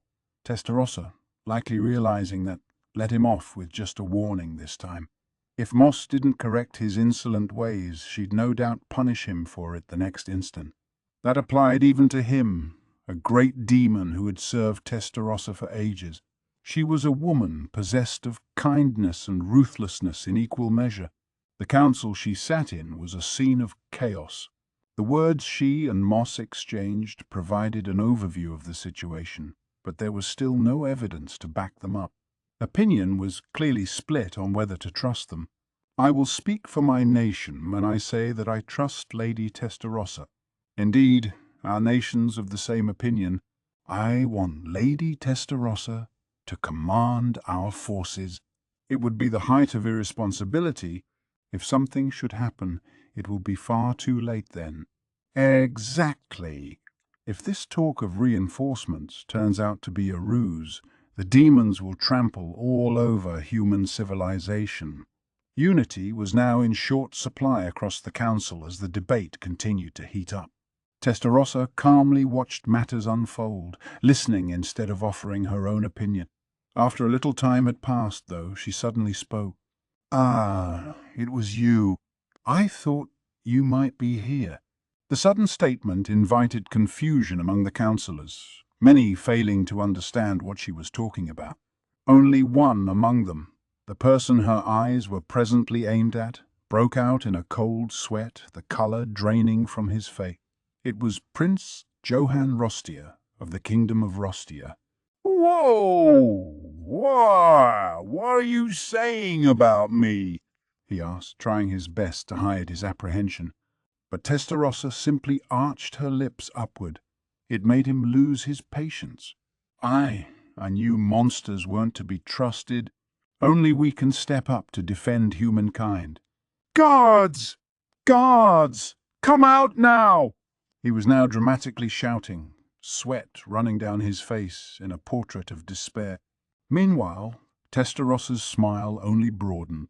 Following Johann's orders, soldiers began to pour into the council hall. Some of Johann's personal guards were among them, their presence putting him more at ease.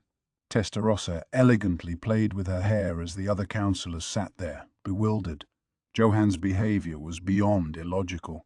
Even if Testarossa did have some malevolent intent, any unlawful violence would never be allowed in a hall of laws like the council. No matter how important a figure Johann was in here, such arbitrary behavior would never be smiled upon. Your name was Johann Rostia, right? Prince of Rostia? A very high figure, aren't you? Oh, what of it? Flattery will get you nowhere.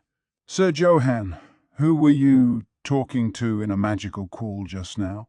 What? And why did you send out an order to have this nation's defensive barrier destroyed? How did you? Would you mind explaining? Testarossa was relaxed, as if chatting over tea, as she painted Johann into a corner.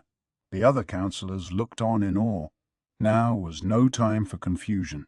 They all immediately ordered their staff to check on the state of Ingleseer's barrier. But before they had an answer, the entire land around them began to rumble. It's true. Destroy the barrier? If you do that, there's no defense against the monsters. We'll lose countless citizens. What could possibly be the meaning of this, Sir Johann? Answer me. When confronted with someone in a panic, most people are hardwired to either fall into a similar panic or take a step back and calm down. Johann was the latter. Realizing that his plans were complete, he let a relaxed smile creep upon his face. "So, Gerard, the barrier is gone now. It's time to call them out."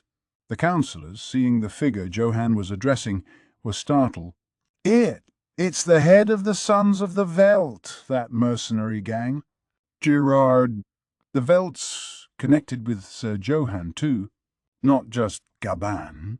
But what's Sir Johann going to do with them?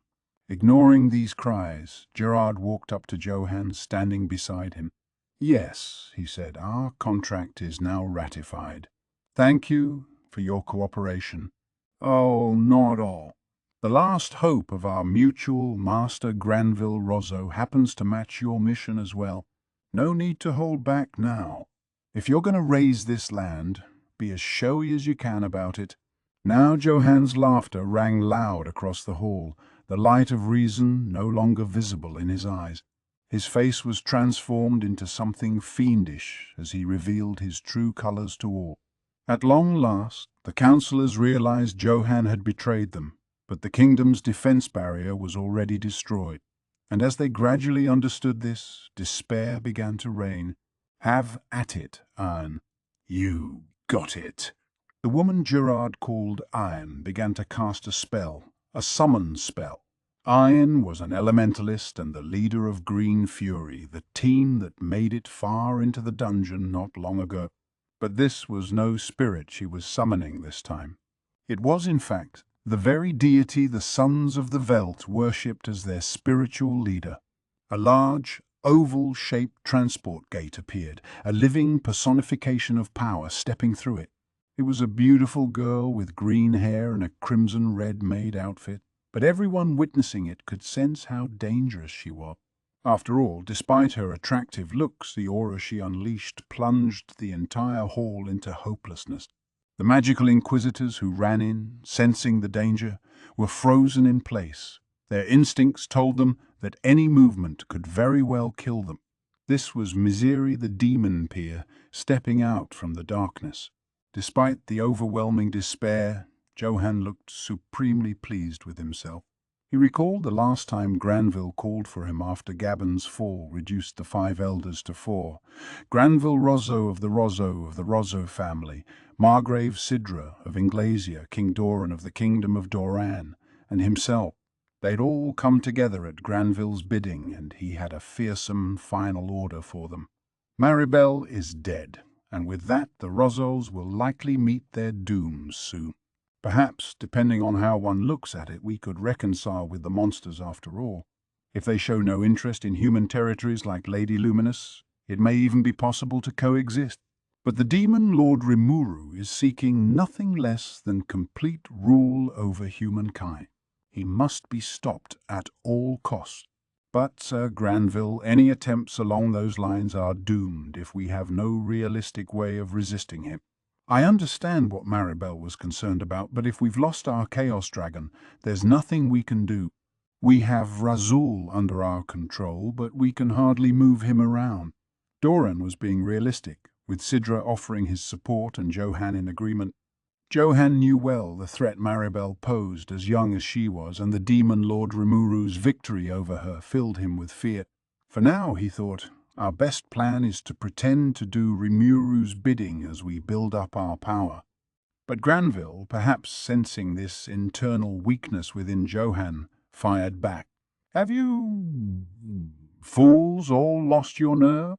No matter how much chaos is in the world, no matter how much we sacrifice, we humans must retain the right to rule over ourselves. Am I wrong?" His sheer vigor took Johann and the others aback. Granville rarely wore his emotions on his sleeve, which made his deep-seated anger and rage all the more clear to them. "I am tired. If this keeps up, the human world will perish, and the demon Lord Rimuru will rule over us all. If that is the fate we're doomed to face, then why not stage one more final resistance? You may do whatever you choose, but I'm going to take one last risk." Once he was done, he gave his 3 companions some time to consider their choices. Either they could follow Granville's orders and resist their fates, or they could align themselves with Rimuru.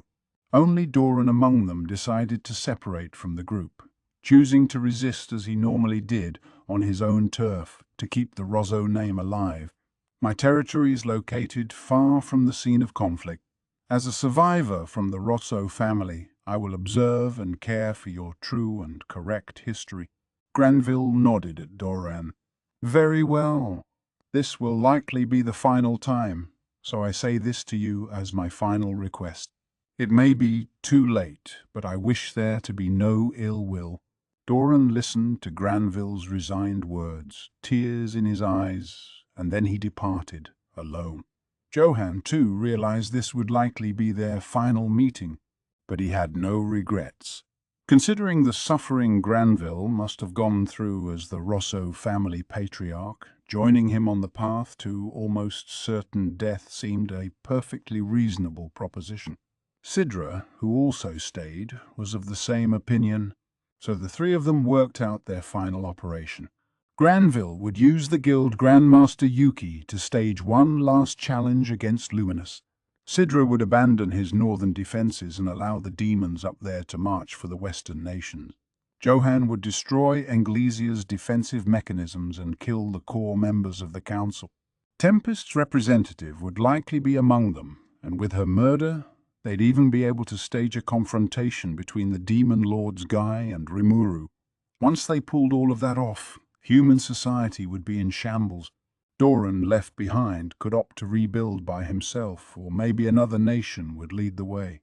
Perhaps humankind would find some charismatic savior to guide them. Granville had some other motivations in mind as well, it seemed, but that didn't matter to Johann. But you're truly sure about this? I'm asking you both, in essence, to die for me. What are you saying? As a member of the Rosso family, my heart is always with you, my master, as is mine. I cannot join your frail body on its final journey, but at least allow me to fulfill my duty to you. Johann and Sidra didn't hesitate to answer Granville. It was quite the opposite of what Johann thought a moment ago, but he had a good reason for that. Everyone in the Rossos took the absolute rule of Granville as a given. They depended on him. It was all but impossible to imagine prosperity without his patronage. So if Granville was now venturing forth to his final battlefield, even the previously indecisive Johann was ready for it. I'm sure it's just as difficult for King Doran to bear. He must feel helpless, like a child abandoned by his parents. By comparison, Johann counted himself as a happy man.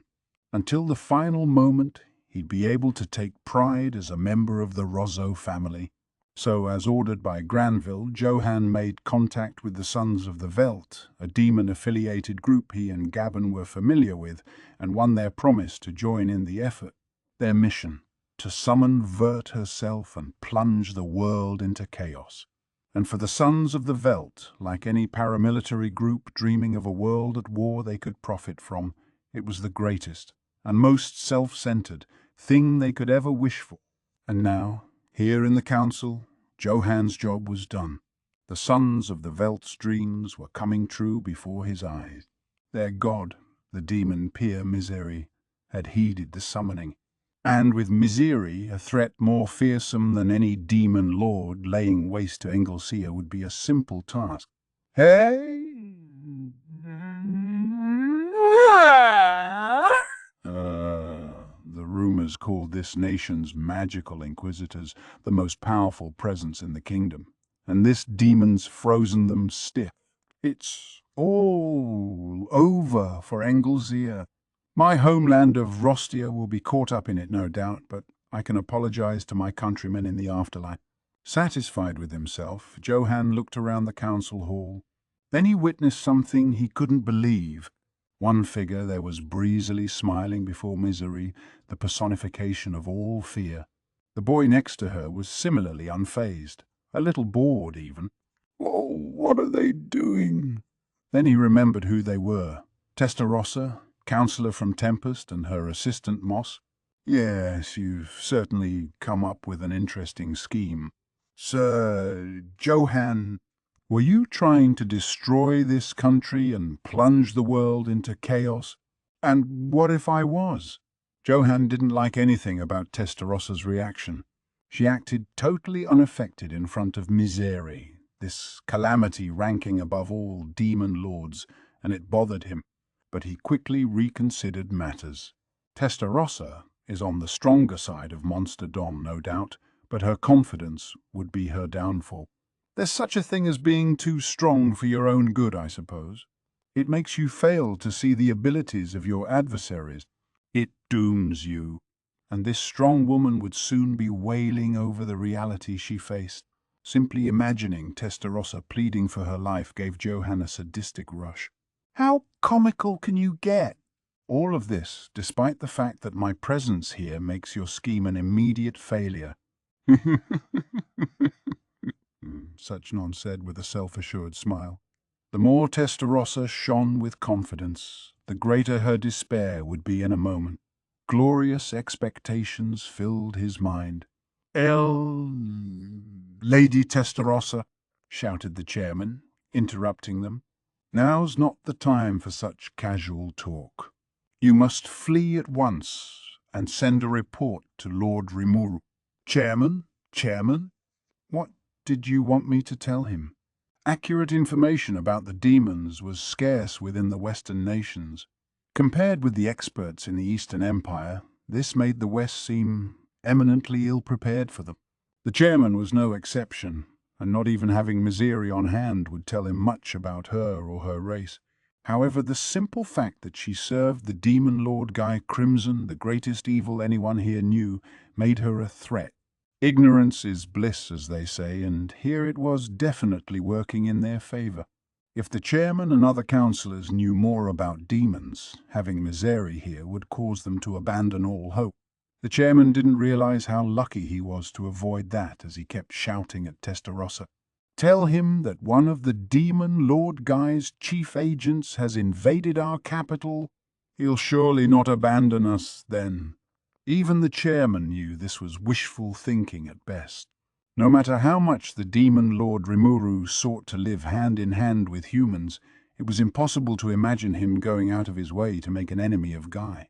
Anyone who spent a moment to work out what he stood to gain or lose could see that. But, the chairman thought, there was always a chance. He couldn't fully give up yet. He had seen the demon Lord Rimuru for himself, and he trusted in his words. A demon lord so emotional in nature, so human in many ways, might just throw all his potential stakes out the window and come riding to the rescue. He knew it was a stupid hope to have, but he couldn't help but kindle the thought. That was the only reason why the chairman could keep his sense of reason in front of this terror. And now Testarossa was smiling at him. You realize that I am here, yes? The chairman wasn't sure what she meant. He would find out quickly. But he wasn't the only one confused by this. Johann was as well, and Testarossa's cavalier attitude was sorely testing his patience. You think I will let you? Sir Gerard, it is time to give everyone here a dose of reality. Gerard, despite Johann's order, was among the many here unsure what to make of this. Why? Why is Lady Misery not making a move? Anne, Gerard's right-hand girl, had lost consciousness upon summoning Misery. The effort, no doubt, took years off her lifespan, but she deserved enormous praise for being alive at all. However, without a supernatural power along the lines of Misery's, she might never wake up again. Gerard, even as he took pride in Ain's masterwork, was already seeking an opportunity to retreat.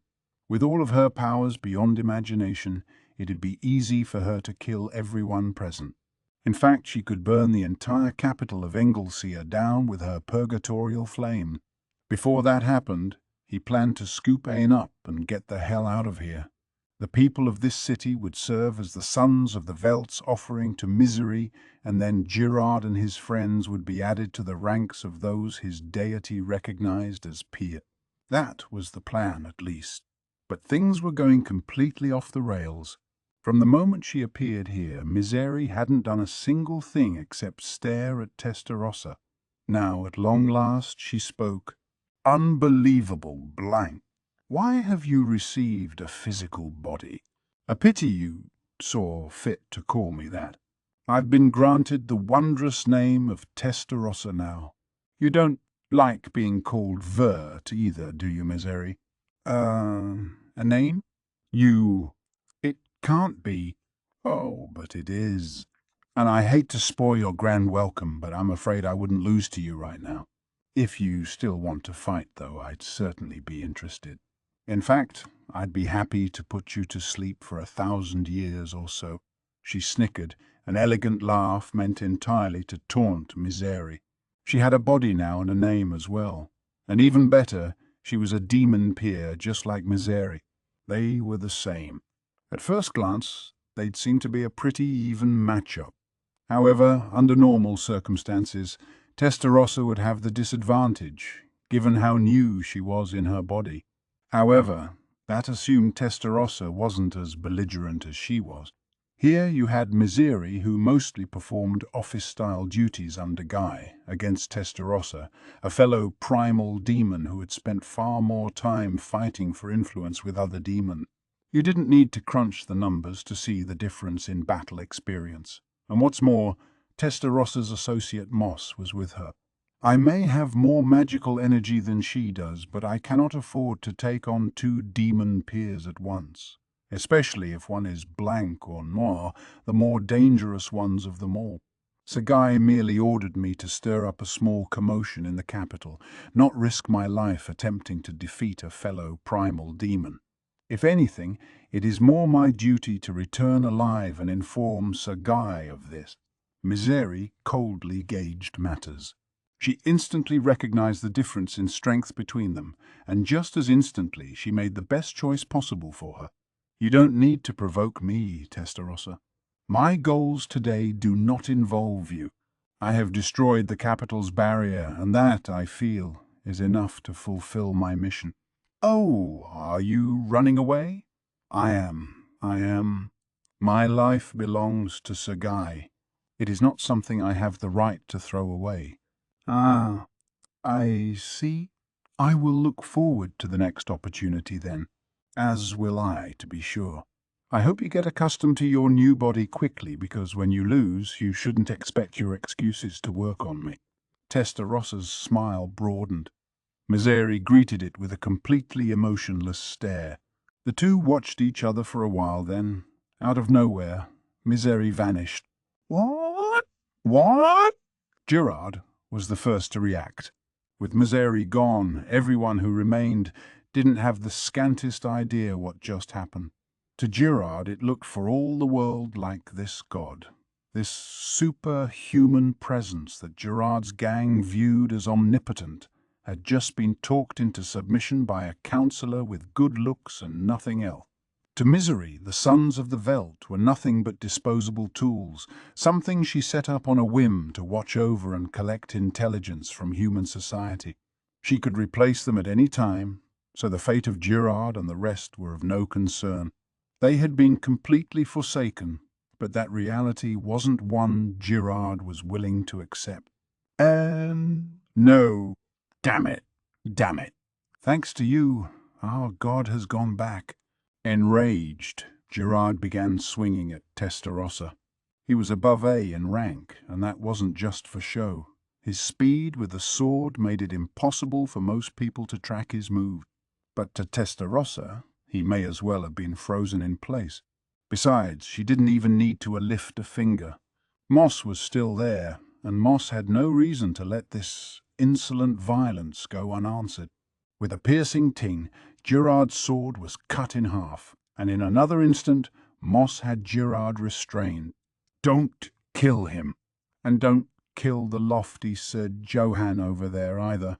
Bah, Lady Testarossa, these two insulted you. The next moment, Moss was deafened. Do I have to say it again, Moss?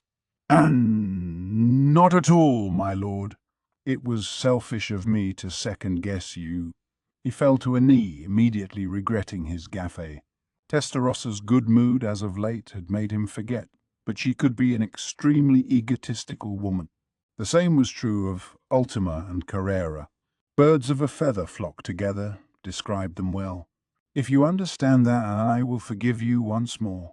Wow, a generous person I am, aren't I, Moss? Don't you agree? Absolutely. Moss was as obedient as he was smart. Despite the occasional mistake, he had been serving Testarossa through all her selfish whims for over 10,000 years, a feat that no one else could ever duplicate. Thus, Johann, Girard, and I were all in custody, bound down along with the soldiers who served them. It wasn't meant to be this way. Girard, thoroughly defeated by Moss, had a cooler head now. Gradually, the conversation between Misery and Testarossa ensconced itself in his mind, helping him comprehend it. Our god recognized her as an equal. Blank by blank did she mean the original white. He was aware of the primal demons, hence why he noticed Testarossa's true identity. The moment he did, his ego all but imploded. Now he understood just who their enemy was, and that his soul would never enjoy another day of peace in his life. As strong as he thought himself to be, it was valueless against the primal demon. Insane laughter echoed out of Girard. In a strange way, this was actually a happy ending for him. They were all handed over to the magical inquisitors and weren't even cognizant enough to realize it. Johann, meanwhile, looked like he had aged a couple decades, sitting on the floor and staring into space as he mumbled, I failed. Sir Granville's hope, his final request, I couldn't do it. No, you couldn't do much of anything, Testarossa scoffed, her words bearing lethal poison as she whispered them into his ear. Her sweet breath tickled his eardrums, numbing his very mind. Damn it, damn it. If only you weren't here, everything would have worked out perfectly. Oh, would it have? Well, sorry about that. I suppose I got in the way, but you'll just have to chalk that up to fate, won't you? Now I think some people are waiting behind me, so I'll just step out of the way. Without another word, Testarossa ran a snowy white finger across Johann's jawline, then left the scene for the magical inquisitors to take over. No, no. Stay away. Don't come near me. Silently, the inquisitors seized him. Ho! Ho! No, no, let me go. Ooh, who do you think I am? Do you bastards have any idea what you're doing? My homeland won't take this sitting down. You're setting off an international incident? Johann screamed his head off. Nobody reacted. Nobody lifted a hand to help. Of course, they didn't. With these many witnesses on hand, Johann was all but assured to face justice. No crying now. No carrying on. You must atone for your crimes. You'll have friends joining you, won't you? I'm sure it'll be loads of fun. Damn all of you. You accursed demon! I hope you burn in hell. He. Yes, I like that. Ah, why is the howling of the truly lost such sweet music to my ears? But you're cursing the wrong person. Any crimes committed in the council, you realize, are judged in a court of law. And if those crimes include treason, plotting against the state, or other insurrectionist behavior that falls under the jurisdiction of the Kingdom of Inglesia, too bad, isn't it? I'm afraid I have no legal right to personally punish you. I could have done it anyway and called it self-defense, I suppose, but you're a little too weak for me to claim that. Testarossa let out a blissful laugh as she faced the frantic Johann. Everything she said was in compliance with international law. With the law as her shield, she had cornered Johann with an incontrovertible argument. Thus, Johann was now in custody, and much like old Count Gaban, he would likely be dealt with in secret so that he'd never see the light of day again. When you looked purely at the externals of all this, Testarossa had just banished a demon bent on destroying the kingdom. She had saved the councillors, the council itself, and all of Anglesea too. To say the least, it solidified her position within the council. Nobody could compare with her in brains and brawn. The chairman wanted her in far more important posts now. Her reputation would be known far and wide shortly. Now Testaross's rule over the West was complete. "Do you think he read all of this?" she said to Moss. "Ah, we're all dancing on Sir Rimuru's palm, aren't we? What a truly, truly wonderful ruler. Yes, there's no telling how deep his talents run." "I firmly agree. But today's events might drive Guy Crimson to get more serious. And if he does, we'll have to firm up our powers. No matter the storm facing us, we must show the public that no one shall block the path of our master. I'm glad you understand. May you remain just as diligent going forward. I expect great things from you. And tell CN for me?" "Absolutely, my master." Testarossa gave him a satisfied smile and an elegant nod. Over in the north, CN, one of Testarossa's demon servants, was holding his own until Elmisia's Magus forces could arrive. Thanks to Guy not being all that serious about this invasion, the demons saw their position weaken in due time, and in the blink of an eye they had retreated. Thus marked the end of the disturbance in the west. But in a way, the true upheaval was only about to begin. "Hey, I just received word from Misery, but why the heck does Blanc have a name now?" "Oh, you mean Testarossa? Well, it proves that she too understands the glory and wonder of Sir Rimuru." Diablo was all too eager to explain things to the nonplussed Guy. "And it sounds like they're making mincemeat of my minions out there. Guess this little prank blew up in my face, didn't it?" "Naturally. It is all according to Sir Rimuru's plan. And Guy, you, too, are being taken advantage of." Diablo, completely unbeknownst to Rimuru, was keeping up with his taunting. If Rimuru was here, he'd probably be holding Diablo's arms back and screaming, "Have you gone insane, you fool?" in his face. So did that bum Rimuru named Testarossa? Yes, he did. And her getting a physical body and evolving to a demon peer? All the blessings of Sir Rimuru, yes? Oh. Diablo's smile widened as Guy's headache intensified. Rain, stationed behind him, turned white at the enormity of the news. "Oh, are you serious?" "We've somehow maintained this delicate balance of battle skill for the past millennium and a half-ish, and now it's all crashing down." Guy had to resist the urge to laugh. A three-way deadlock between primal demons, the East in a standoff with the West, Luminous in a staring contest against Dagrel. Somehow, everything had balanced itself just right. That was now gone in the course of a single day. Suddenly, he was struck with a dark foreboding. He turned to Diablo.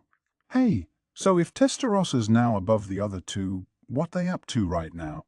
"Ultima and Carrera, you mean?" "Sir Rimuru put them to work as well, of course, and let me assure you, they couldn't be happier." "Wait!" "Hold it right there." Guy stopped the smiling Diablo before he went into full gear. What? "I am getting to the good part." Being interrupted just when he was about to banter away offended Diablo. Guy, as always, wanted nothing but the facts. "It's going to be another long story, isn't it?" "It would have to be, wouldn't it?" That was up for debate, but Guy had no intention of doing so. "Well, I'll listen to the whole thing later. So, this Ultima and Carrera you mentioned." "Ah, yes. Ultima is violet, the original purple, and Carrera is Jaune, the original yellow.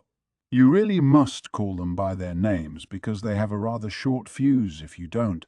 In fact, they've all but forgotten their old monikers as of late." "They have?" Guy was at a loss for words.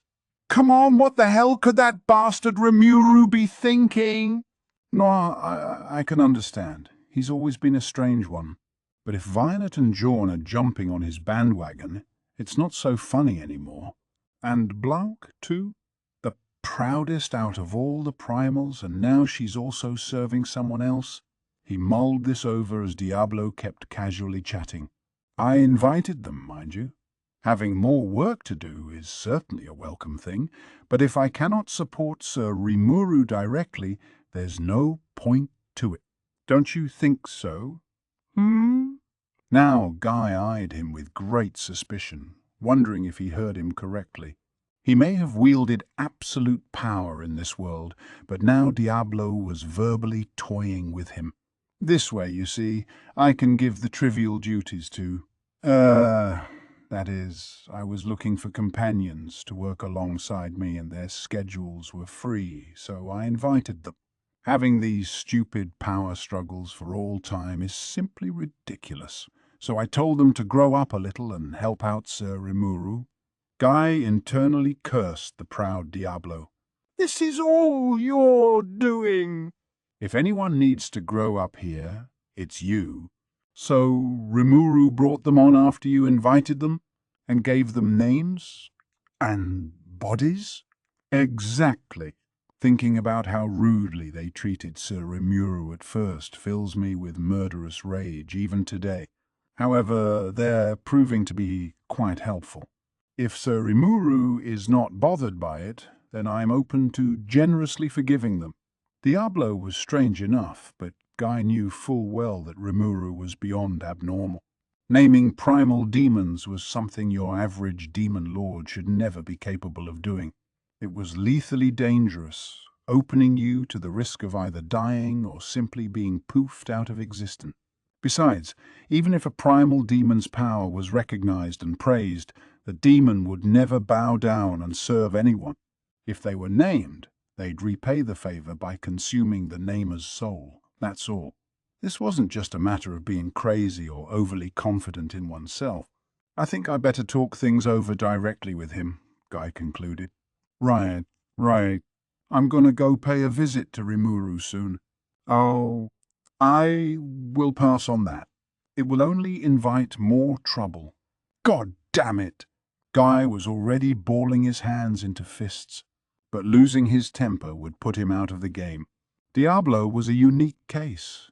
If he ripped him apart right now, he'd just resurrect himself.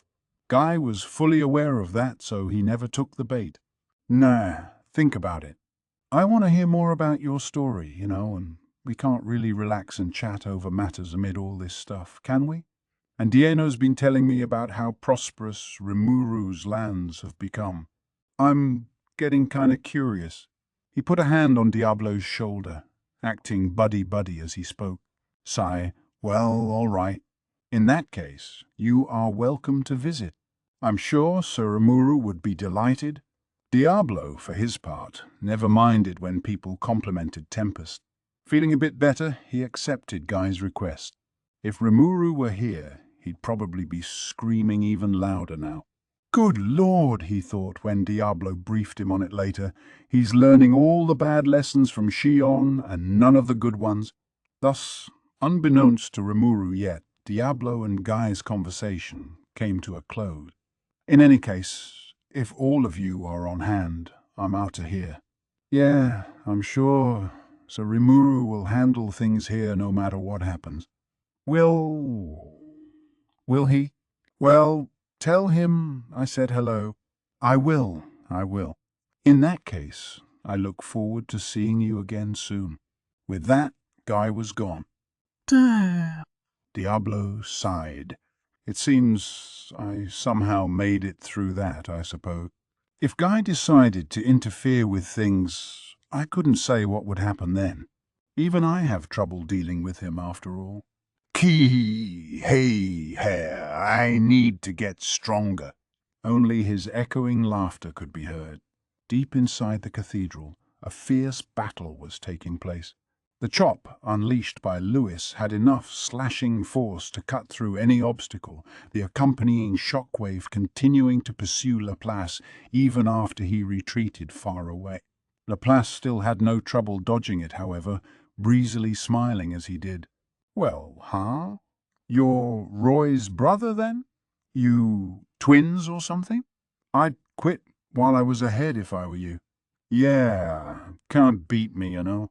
Despite darting around, pretending to look for an escape, Laplace was still as talkative as ever.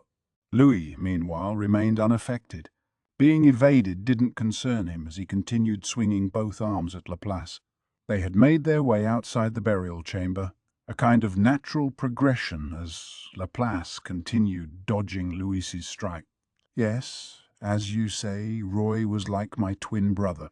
We were equally as powerful, and we looked similar too. If there's any difference, it's that he had a violent streak and I was far less emotional. But I would inform you that I am superior to him in one way. My eyes are much keener. Yeah, so what? I can take my time observing my opponent's skills, movements, and targets. It's been clear to me for quite some time that you're trying to strike me where I'm unguarded. Better'n your brother then, eh? But good eyes ain't gonna be enough to beat me. We'll see about that. Also, my name is Louis. I'm more than just someone's brother. Roy and I were never on the best terms. In fact, can't say I care much. Laplace seemed carefree in his element as he traded blows with Louis, or really dodged the one-sided rain of blows coming his way.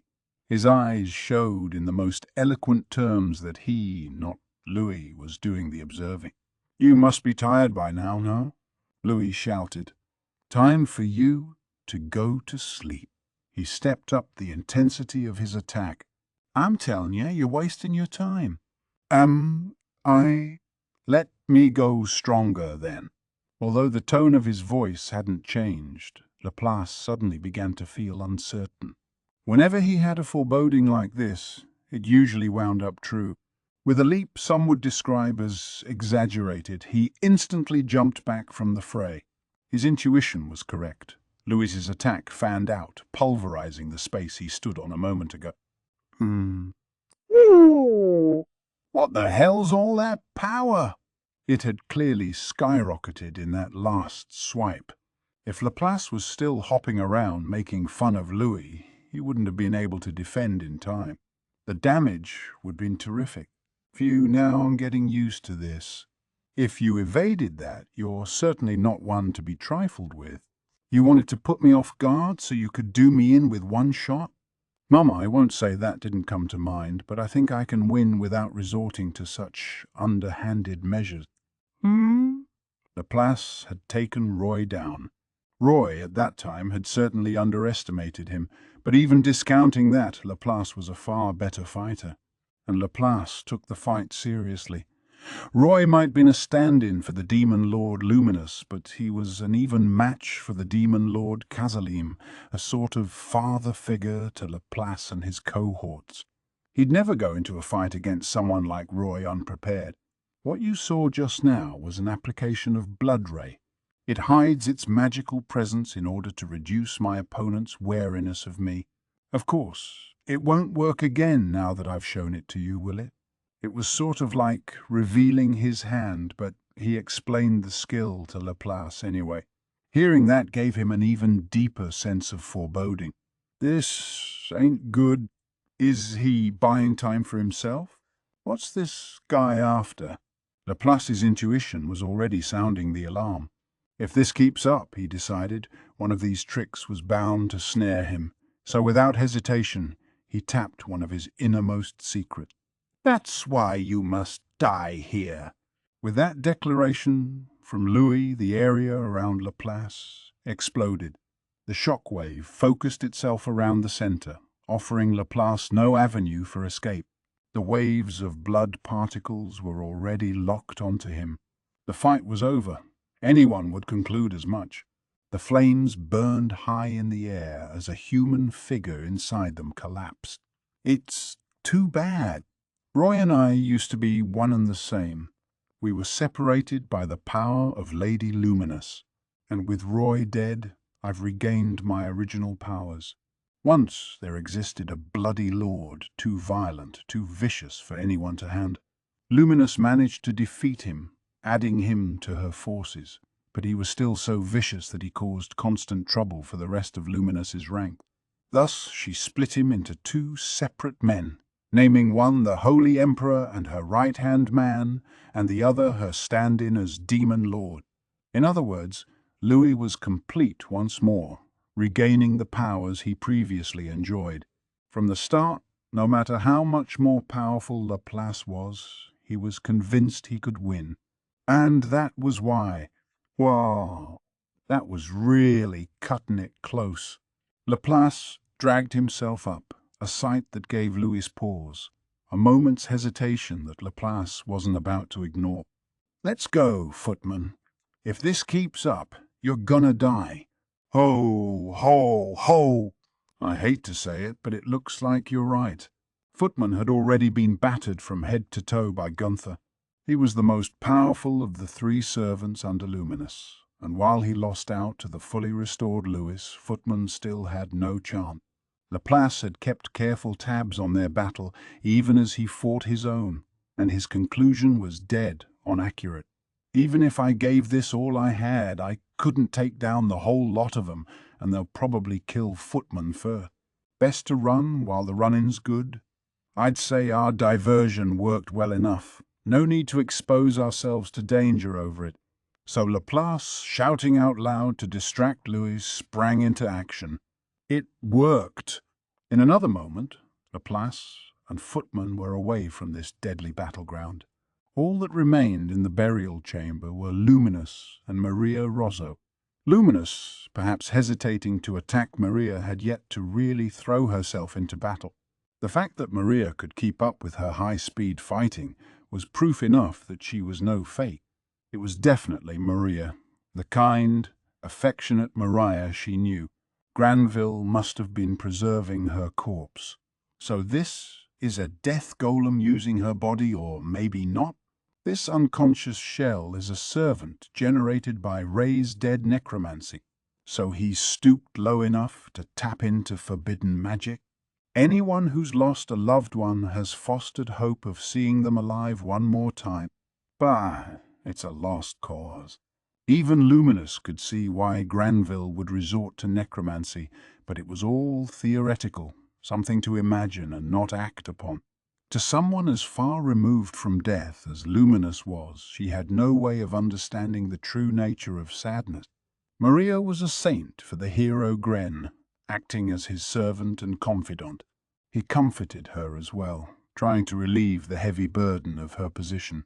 They enjoyed an intimate relationship, one that their then foe Luminous envied. What would it take for Granville to make her a zombie servant? And if she's this strong, that couldn't have been the only forbidden magic he cast.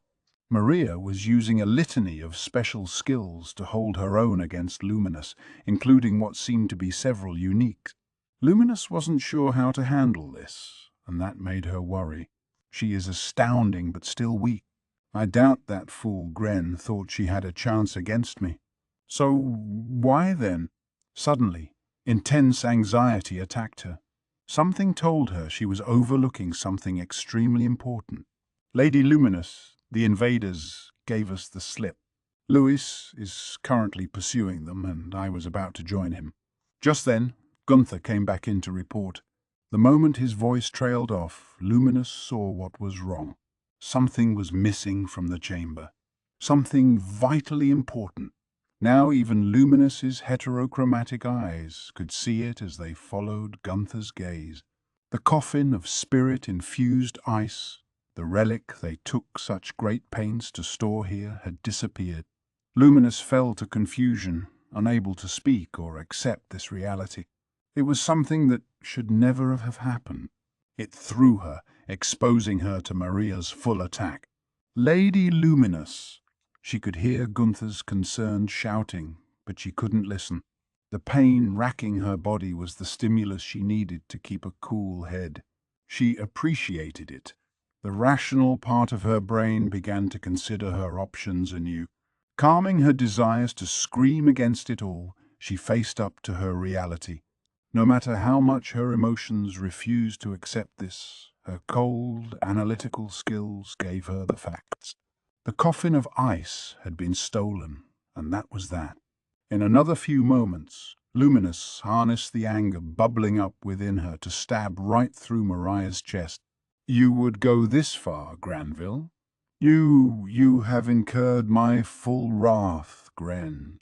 With a scream of fury, she unleashed her hidden magic force. In an instant, this unprecedented level of mad tyranny destroyed the burial chamber. A swirl of chaotic magical force pooled around her. She had created a dimension of death, one nobody would even dare approach. Gum, dum. Yes, my lady.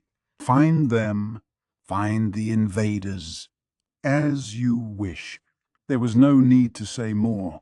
Realizing Luminous's intentions, Gunther quickly sprang into action.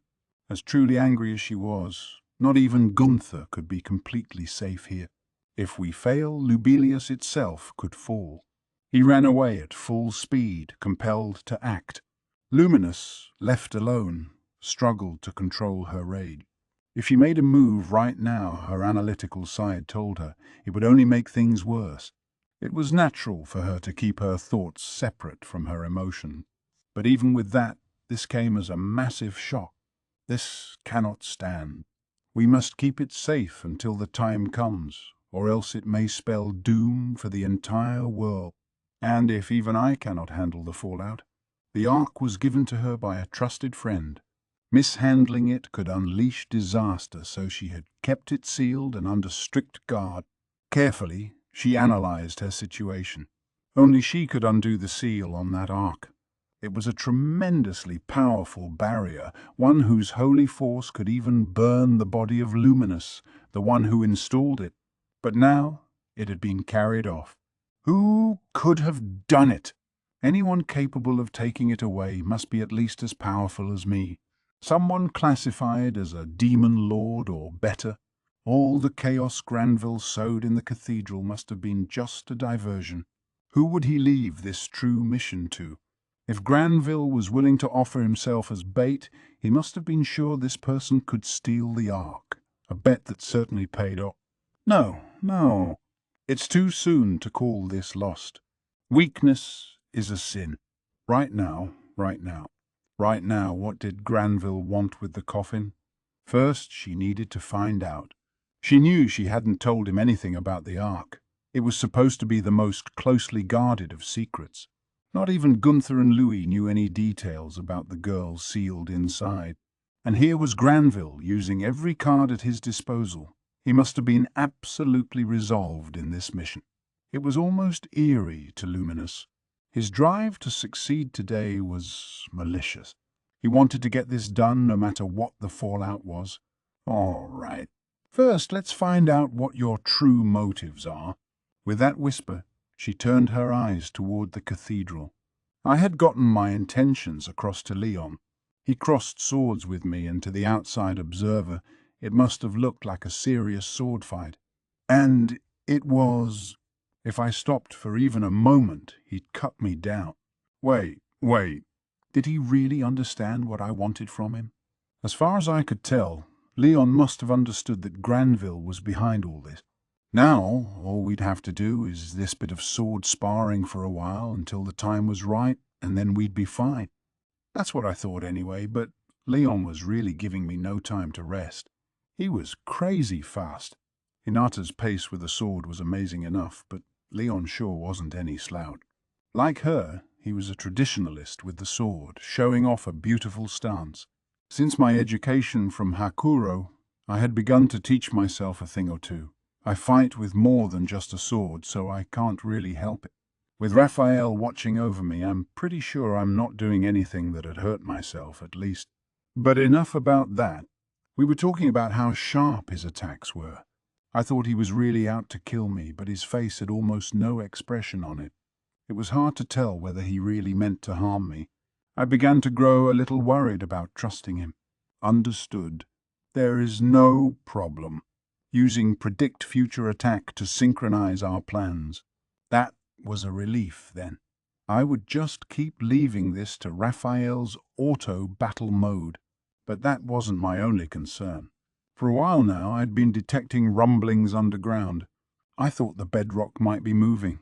Such was the enormity of the shaking. It's probably the work of Luminous, I thought, a figure who still wasn't present. We've had problems up here.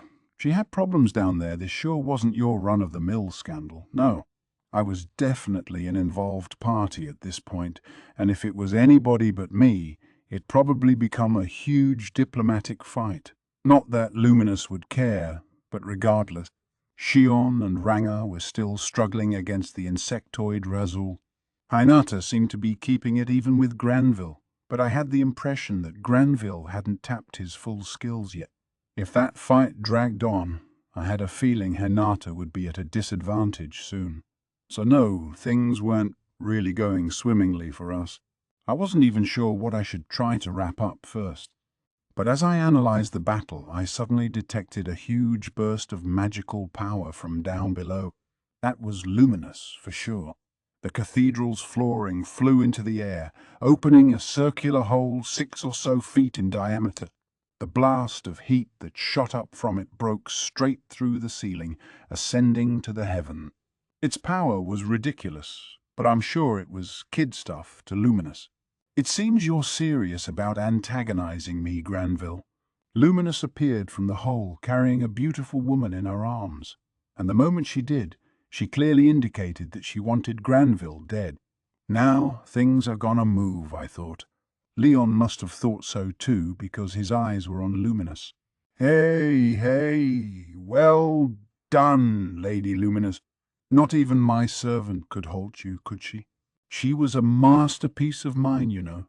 I infused her with the power of only my best hand-picked otherworlders. You fool! Pull together all the fake imitations you want.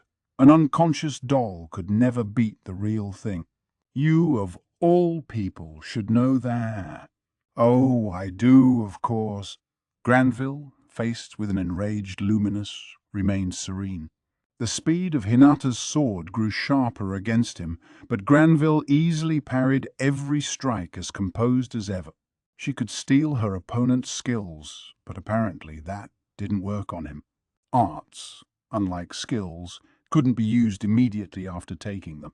It's the difference between reading about baseball and winning the World Series. Only through continued training could you hone those arts. Granville's strength was the result of years of that kind of training, and now he was humming along, as stable as the unmoving earth. Strong, isn't he? Leon whispered to me. They don't call him a former hero for nothing. No, he's a bit better than I thought. In that case, Luminous said, ignoring us, what were you doing with this? She laid the woman in her arms down. It looked like she was sleeping, but she wasn't. She was most definitely dead, a corpse that had been used for servitude. With no soul inside, pumping her with energy was a pointless endeavor. I knew that well. Why do you continue to denigrate Maria, even after her death? I guess Luminous knew this woman. Maria, huh? Her face resembled Maribel's a little. Did that mean she was? Because I needed her. Everything was for the sake of this exact moment. Before the quizzical Luminous, Granville removed the glove on his left hand. The magical patterns on it were glowing, and now Maria's corpse was glowing with it. What are you? It was Luminous who said it, but everybody there was thinking the same thing. Leon stopped engaging with me, watching over the proceeding. There was no point keeping the act going. I almost forgot why we started in the first place.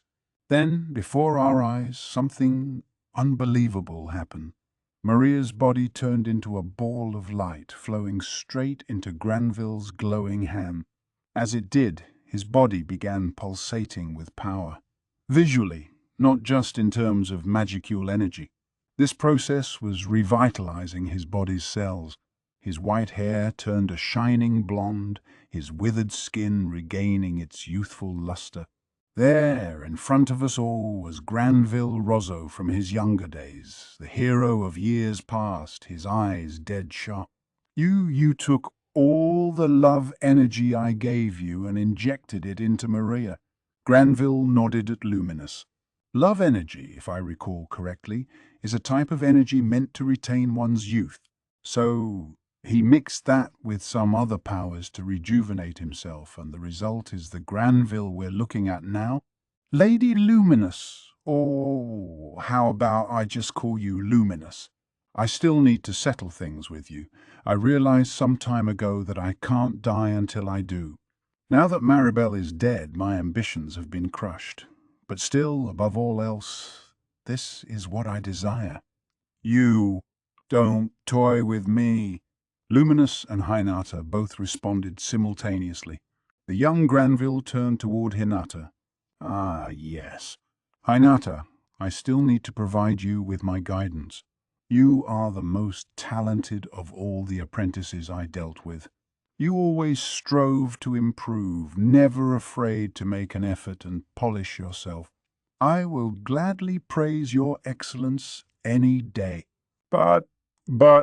With that, Granville casually swung his blade. The effects were beyond belief. Melt slash? No. You can control spiritual particles with no casting delay. Hinata dodged it, which amazed me. But Granville's ability to handle overblade skills with such nonchalance was jaw-dropping, completely beyond anyone's imagination. Hinata, I always wondered why you never became a hero. It takes more than talent and hard work. Unless you have the love of the elemental spirits, you will never qualify to be one. But you had that love, and yet... Well, sorry. Whether they loved me or not, sometimes things are just beyond your reach, I suppose. If you awakened your hero side, it would have helped my ambitions immensely.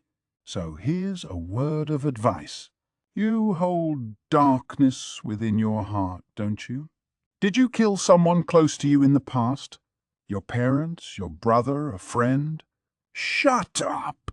Hinata had retreated to avoid his melt slash, but now she shot back into position, lunging at Granville.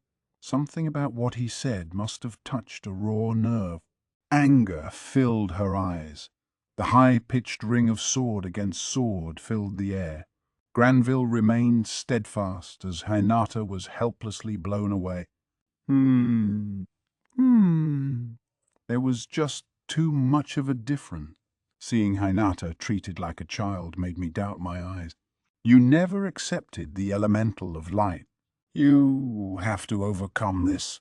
The darkness is just an illusion your heart creates for itself. You must forgive your past self and take pride in the present, the way you live. Then you will accept the light.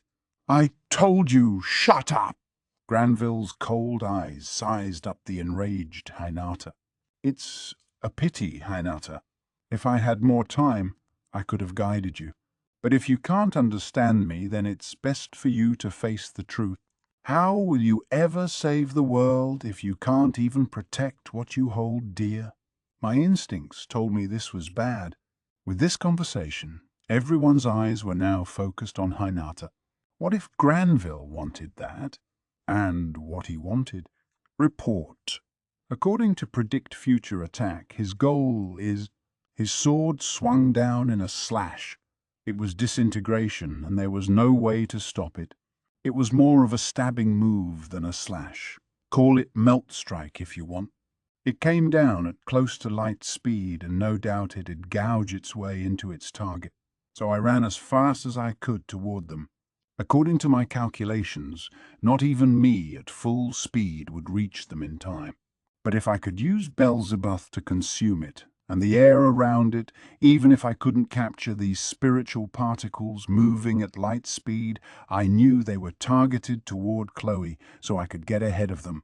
Chloe! By the time I finished shouting, everything was over. Hinata was the first to move. Without a moment's hesitation, she stepped between Chloe and Granville's line of fire. Sacrificing her own body, she took the melt strike blow to her chest. It stabbed right through her, and she collapsed to the ground, coughing up blood. But all it did was lower the speed of that beam of light a little as it extended toward Chloe. The next person to move after Hinata, surprisingly enough, was Venom.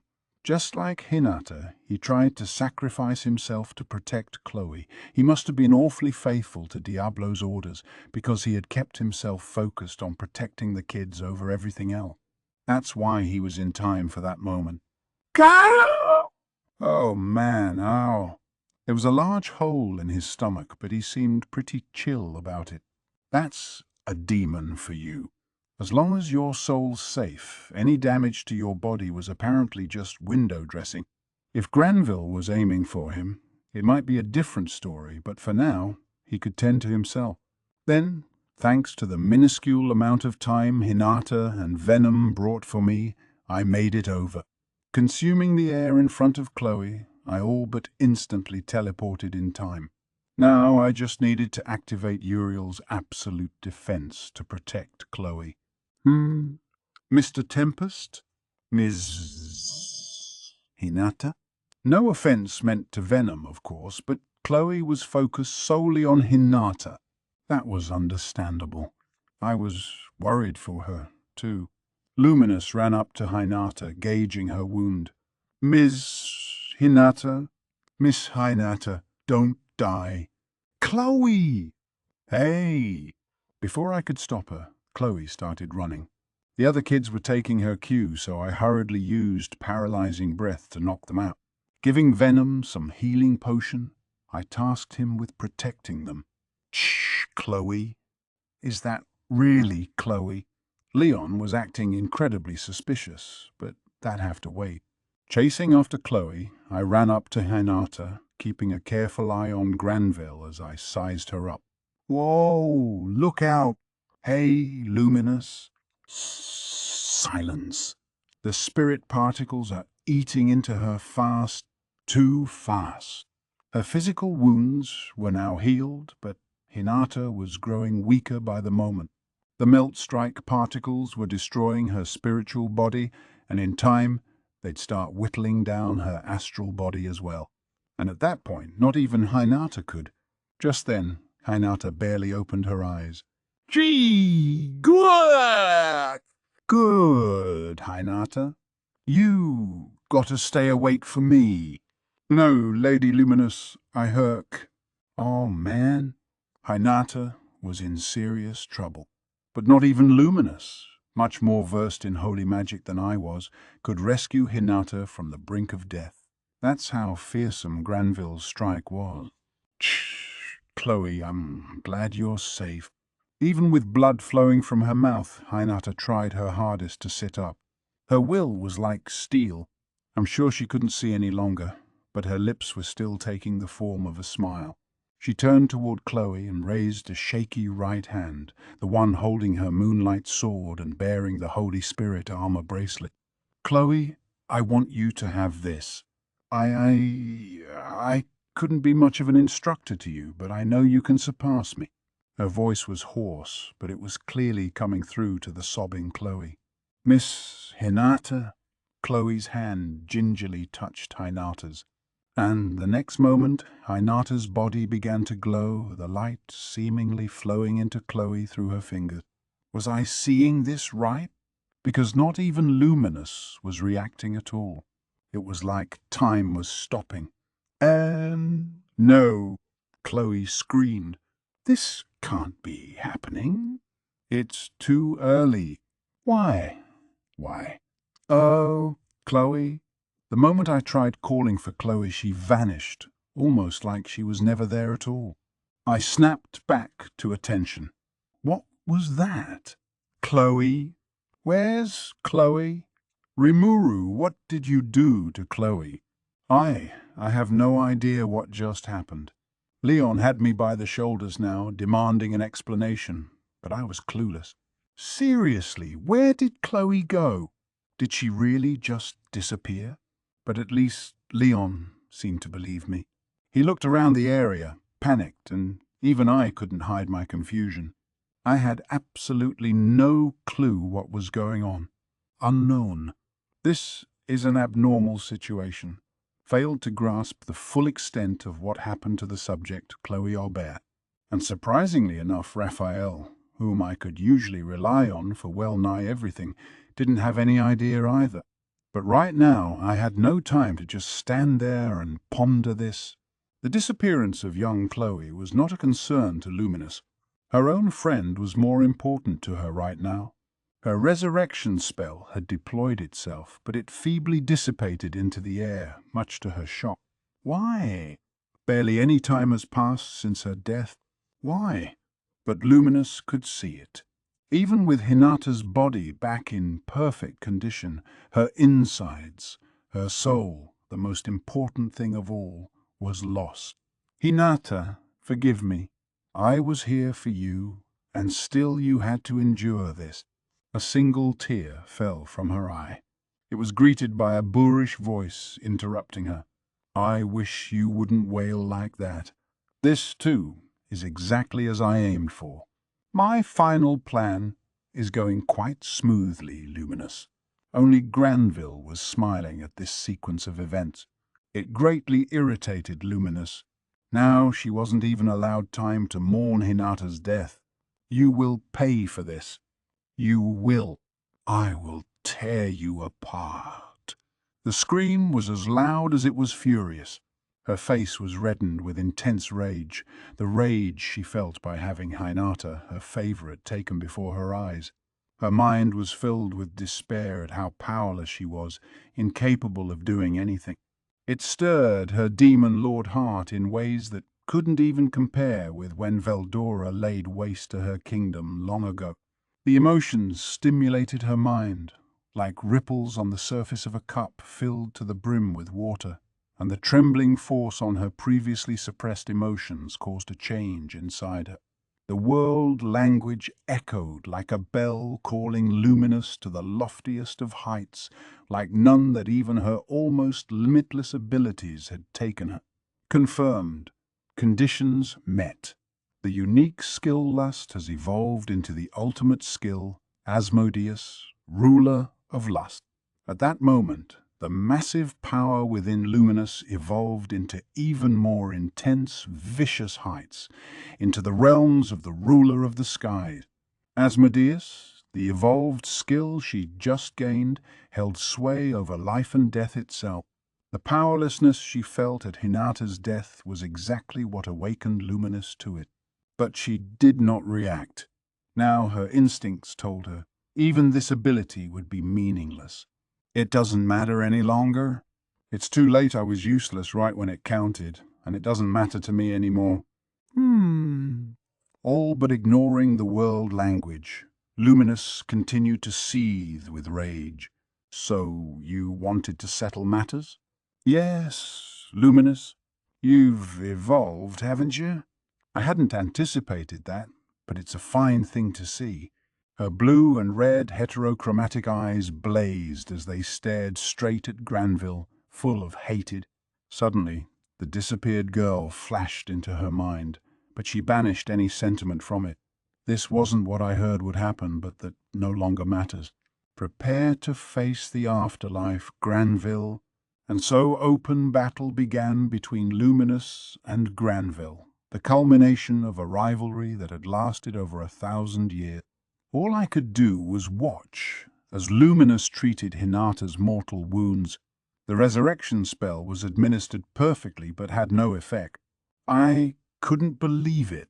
As long as the soul was intact, resurrection should also work, restoring the spiritual and your astral bodies as needed. So what went wrong? Understood. The soul of the subject, Hinata Sakaguchi, appears to have vanished. It is impossible to restore lost data particles by any method. Her soul's gone. No, I knew it. That was the second time Hinata fell, so I could tell the difference all too well, and I was sure Luminous did too. But a soul would normally never fade out of existence this quickly.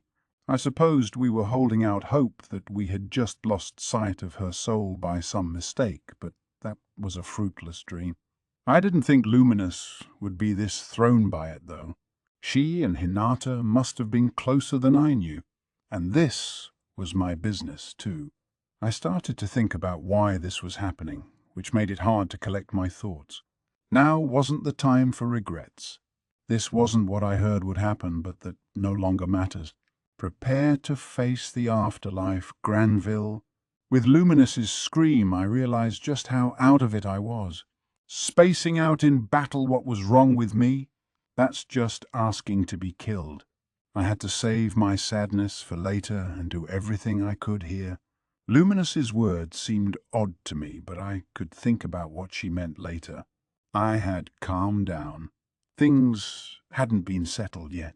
If I lost my temper and got defeated, then Hinata's death and the efforts of everyone else would have been wasted. It was a pretty forced effort, but I successfully managed to move on.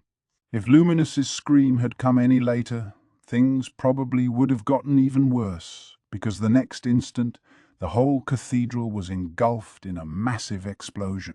The light and shock wave from the blast burst out from the entrance to the middle of the site. Its speed was intense, but still yawn-inducing compared with the speed of light. Keeping my mind cool, I stepped up to protect the children and musician. I turned an eye toward Shion and the others out of concern, but Diablo, who had returned at some point, had put up a protective barrier for them. Hey,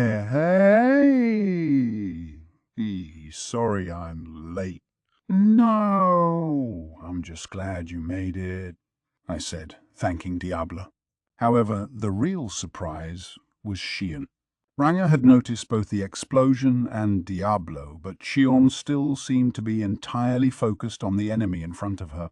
Her expression was terrifying, her face flush, as if intoxicated by the blood around her. It was oddly kind of alluring, albeit definitely improper for a battlefield, but, well. Despite being on the defense before, it looked like she was holding her own, which was good. I think I'll leave Razul to Shion and Ranga for now. I examined the cause of the explosion. The first thing that struck me was a gigantic aura, an evil presence, one that felt like your spine was freezing solid. This was more than just a bad feeling. It was an intense pressure, like the sky was falling down on you, although didn't it feel a bit like the high-level elemental spirit that fused with Chloe? It resembled that, but seemed a little different as well.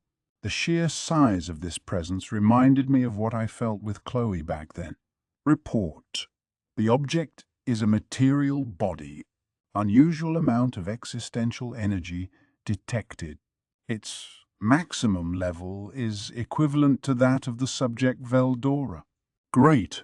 We've got a monster here. At least Raphael could measure it this time, although that didn't calm my nerves much. If this was operating on sheer instinct like the Chaos Dragon, I could deal with that, but if it was sentient, I was screwed, especially if it actually had battle experience. Just imagining that scared me. I'd lose without a fight then. We're talking energy several times my own, and either way I had a feeling I'd have to deal with it. Would this be enough to be considered dire straits by this point? Then the smoke cleared, revealing an incredibly beautiful woman, naked as the day she was born. She stood there, eyes closed, her lustrous dark hair fluttering as she shone in a silvery light. It was like something out of a fantasy, and I was immediately smitten. But now wasn't the time to stop and stare. Are you the one who took my ark? And you've even undone my spiritual seal and awoken Chronoa? Luminous was now shouting at a much more familiar figure who just entered the scene. It was you, Yuki. So he's in on this too? Part of me still wanted to believe in him, but I guess Raphael was right after all, and given the choice, I was always going to trust Raphael first. I thus felt no surprise at all as I turned my icy gaze to Yuuki. So you're involved in this? Oh, guess you know, huh? But that works too, so he spoke entirely off the cuff, not being shy at all. I was dealing with the real Yuki right now, no doubt, but he's a lot more shameless than I thought. Behind him were two unfamiliar people wearing masks, an asymmetrical one leering at me and the other one looking angry. I assumed those were Laplace and Footman from the Moderate Jesters, and although I had a hunch about it before, I guess they really were linked with Yuki. So you're Luminous? My name's Yuuki Kagurazaka. It's an honor to meet you. Silence. How did you undo the seal? Well, about that, I've got this really unique thing called anti-skill that lets me cancel any type of magic or special skill. I see. Rather daring of you to reveal that. Luminous shot Yuki a look full of loathing, although her senses were still firmly attuned on Granville. They were in a dead heat, and neither of them could afford any false move. Granville himself was also eyeing the dark-haired girl, even as he dealt with Luminous's attacks and fired back with his own. Duels between two experts like this went far beyond the realm of mere skill. Yeah, well, Rimuru already knows, so there's no point hiding it. But I want to ask you something, too. Well, not you, but Granville over there. I can guess what it is, but go ahead. Yuki sounded casual, but his eyes were surveying the area around him, never resting. As long as Leon and I had freedom of movement, he knew he couldn't escape too easily, assuming he planned to. That is, but I'm sure he did. I really had no idea why he was even showing up at this point. Something told me he didn't anticipate this turn of events. With as many question marks as there were, moving around would be dangerous. I'd have to figure out from Yuiki and Granville's conversation just what kind of situation we had fallen into. So about the hero I heard was sealed inside that ark, controlling her turned out to be super easy. The seal just came right off. What's the deal with that, Granville? Hero? That girl's a hero. This was making even less sense now. Why would a demon lord keep a hero sealed away? And given how much Luminous seemed to care for her, this wasn't any kind of normal sealing. You are right, because this is both a hero and not a hero. Right now, that child is a personification of evil by the name of Cronoa.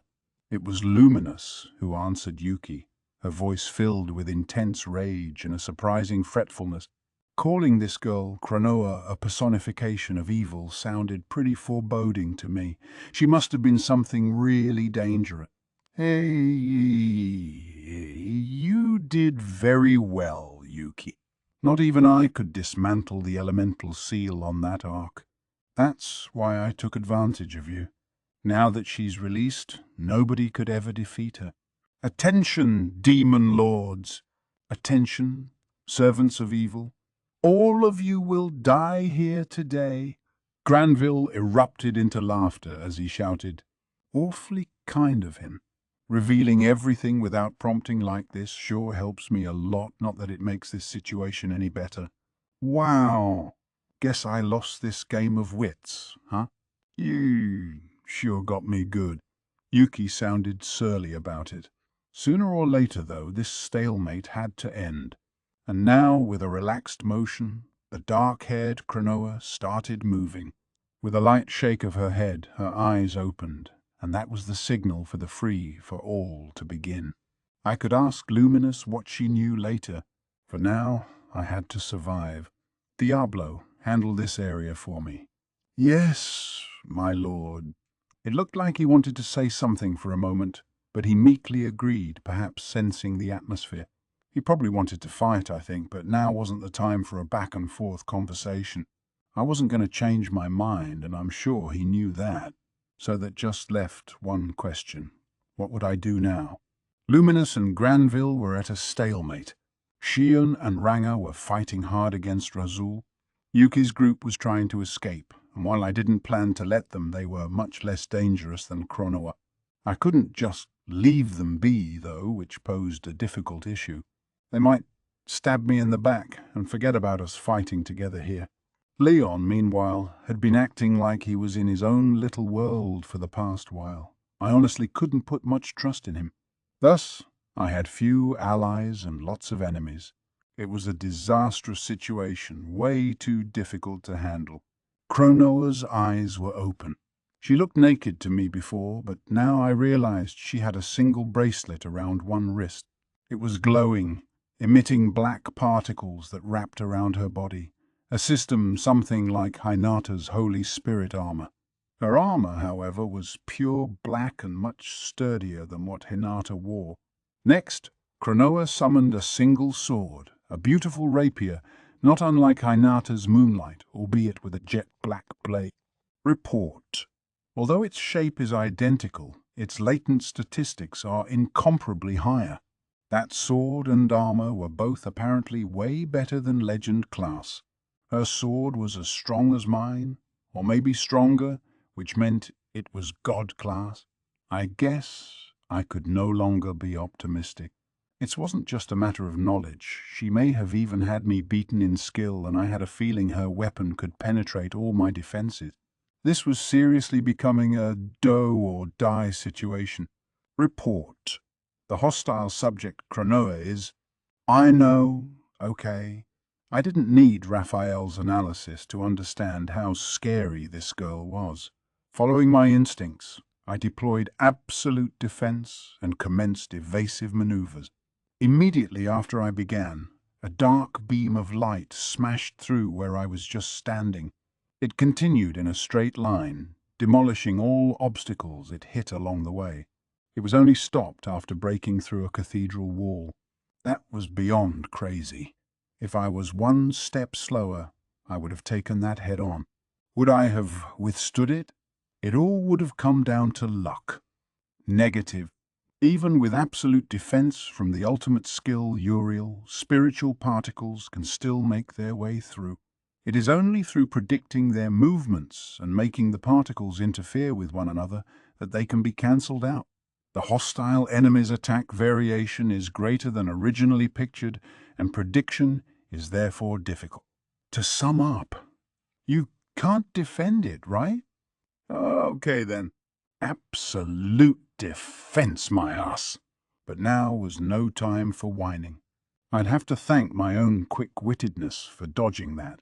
And Cronoa was aiming her attacks at more than just me. Her next strike headed straight for Yuki. He couldn't quite dodge it, suffering a slight cut on his cheek. It wouldn't be nice to cheer for that, but hopefully nobody minded if I let out a bemused giggle. Still, Crono's attacks were astounding. Even Yuki's anti-skill was helpless against attacks purely physical in nature. I suppose I had cancel melee attack, but Yuki enjoyed nothing that convenient. He had powered up his whole body, but he was still merely human. I had thought of anti-skill as a major threat, but maybe there were a lot of holes to it after all. I had the time to ponder this while other people were fighting. Better come up with some kind of strategy before I'm aimed at again. Suggestion. Deploy Summon Storm Dragon, part of the ultimate skill Veldora, Lord of the Storm. Yes. No. Hey, that sounds nice. I hated to use one of my most secret moves in front of such a big crowd, but it'd be even worse if I kept it hidden and fell into a hole I couldn't get out of. If I lost someone like Hinata, it'd be too late after that. Luminous's relationship with Veldora gave me some concern, but now was no time to hesitate, so I leapt at Raphael's suggestion. I had been practicing in secret, so it felt natural now. Opening a soul corridor to Veldora, I called for him. Mum? Rimuru. Well, I hope you are happy with yourself, going on a nice field trip without me. Great. He was dolefully pouting at me. And this wasn't a field trip. I wish he wouldn't lodge these accusations at me, but I didn't have the time to argue. At times like these, you had to speak your mind. Veldora, please, I need your help. Lend me your powers. With a soul corridor, you could communicate your emotions more directly than with thought communication. Normally, you wouldn't use a corridor for conversation, since any lies could immediately be spotted out, but if you really wanted to bare your soul, this was the best way. Thanks to that, I could tell Veldora seemed surprised. Oh, ho! You need my power? Well then, you will find few companions as trustworthy as I.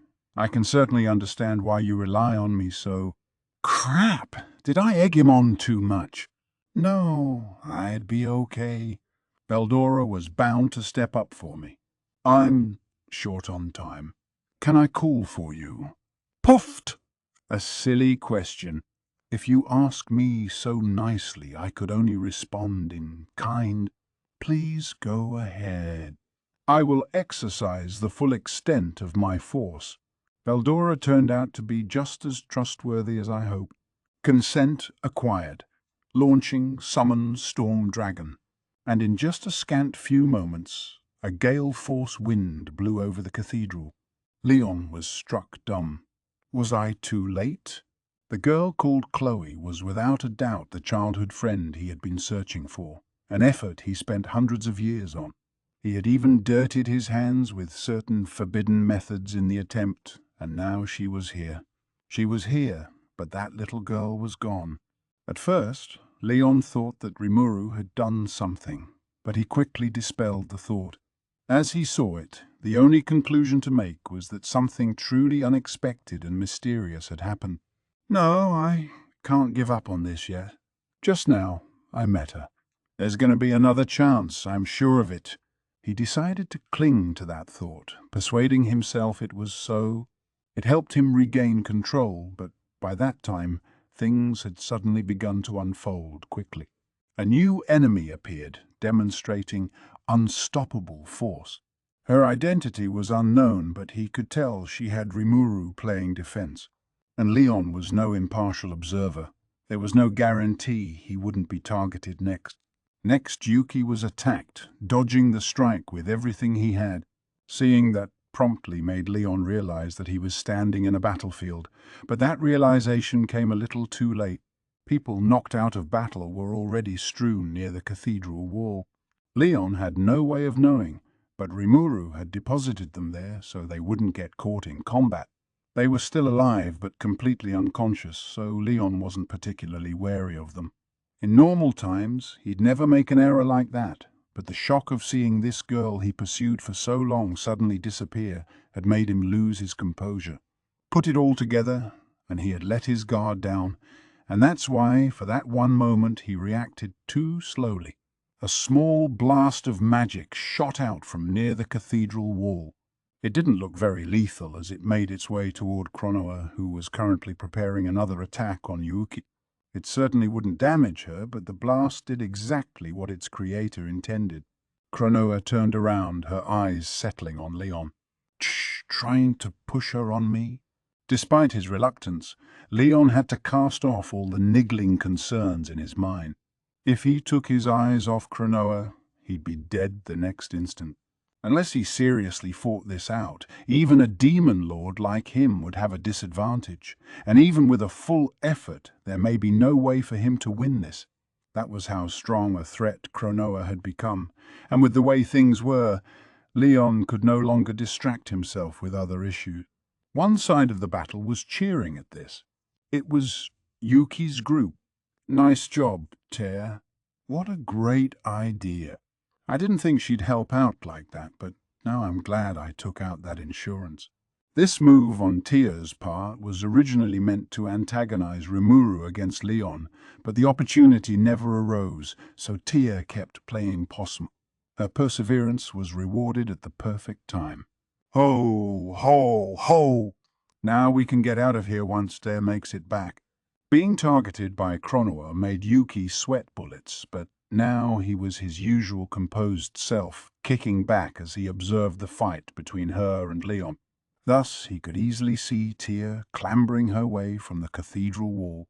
He headed off to rescue her before Laplace finished up their preparations to retreat, and by the time he was back with her, Laplace's spell was complete.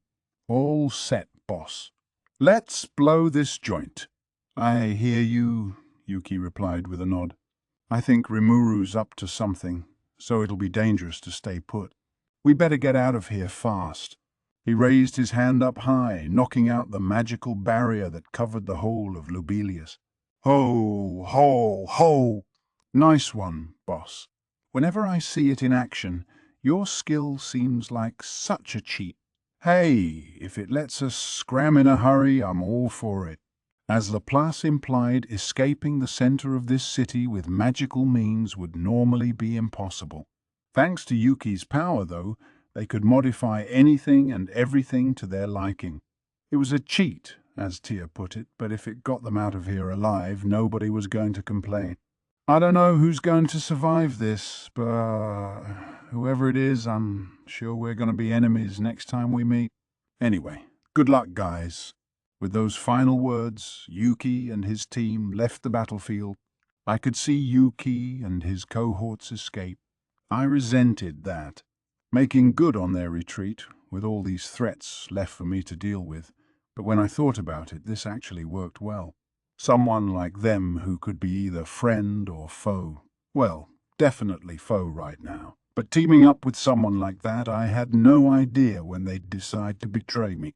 It might even become 2-on-1 against me, so having just one enemy to deal with now definitely boosted my chances. The Western Holy Church held a great deal of influence among the Western nations. If I made a public statement and it received Luminous's agreement, Yuki would pretty much lose all standing in the West. Besides, the Free Guild was backed by the Council, and the boss of the Council was currently in active warfare against Lumina. If we won today, Yuki was no longer a threat. Convincing myself that his escape wasn't worth feeling down about, I sized up the enemy in front of me. Rimuru, is that not the hero who sealed me away? Veldora asked. Seems to be. Ah, I see. She's not masked, but the area around her lips is identical. I see my eyes do not deceive me. Beautiful, is she not? Veldora's speech accelerated as he bragged about her. Now really wasn't the time for this. I wondered if a true dragon even knew how to assess human beauty. It certainly lent more credence to the theory that Veldora lost after falling for her good looks. I agree with you, but right now, she's our enemy. Luminous sealed her away, I guess, but she's out of anyone's control right now. I think she was meant to be insurance against you, so do something about this. How rude of you. Why are you ordering someone as irreproachable as me to do something? Who do you think you're talking about here, man? I almost had to applaud his audacity, but I didn't have the time to put up with his nonsense. Enough jokes. Just take her on and buy me some time. Absolutely. We have a score to settle. Besides, I was just thinking about how I wanted a rematch. It is all right if I defeat her, I assume. Wow, my hero. Although whenever anyone says that in a show or video game, they're basically doomed to lose afterward. Yes, of course. Have at it. Leave it all to me. I was defeated last time because I was in my dragon form. Now is a good chance to show you how I've grown. I'm glad he's so confident, but hasn't he actually gotten weaker since then? I don't really see the logic behind being stronger as a human instead of a dragon, but I didn't want to rain on his parade when he was so enthusiastic, so I sent him off with a smile. Not like losing would kill him, that much I could be assured of. Are you all right, Leon? I asked, turning toward him. Chrono was still looking right at us, so I kept an eye on her. Yes, somehow. Don't leave yourself open. She's stronger than you can imagine. I decided to heal Leon a little. His sword was already cut in half, and he was thoroughly battered and bruised. I was impressed he held out this long. Thanks to his efforts, I had enough time to successfully summon Veldora.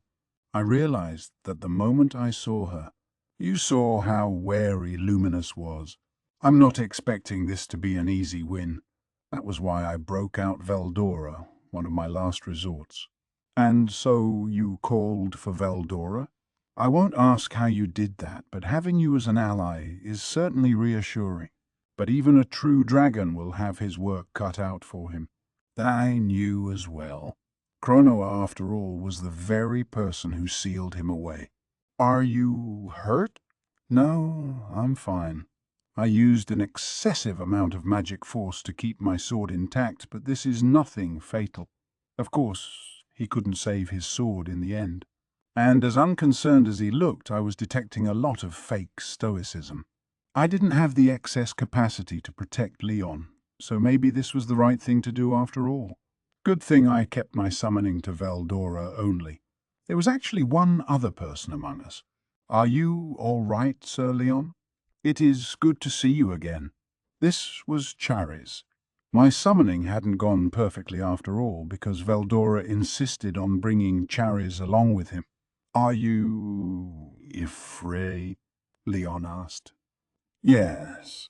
I have now received the name Charis and am in the service of Veldora. Ah, well, glad to see you in good health. I was unable to read your true intentions. Thus, I failed to reach an understanding with Shizue Izawa. Receiving Sir Veldora's guidance has helped me realize just how foolish I was. Has it? Leon nodded, although I wasn't wholly sure he was paying attention. He seemed to be brushing Charis off, but I didn't want to call him out on it. They both had similarly serious personalities, to be sure. Rimuru, Leon said, please buy me some time. I have a trump card of my own to reveal. I considered the chance he'd try to run, but even with what little time we had spent together, he didn't strike me as that kind of guy. Let's trust in him, then. All right. I'll go support Veldora.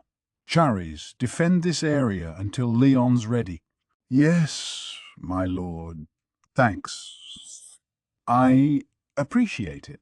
We were all set to go. Leon promptly got to work on something, with Charis protecting him. The old master and servant team reunited. I went back to the battlefield. It was time to kick off the final fight.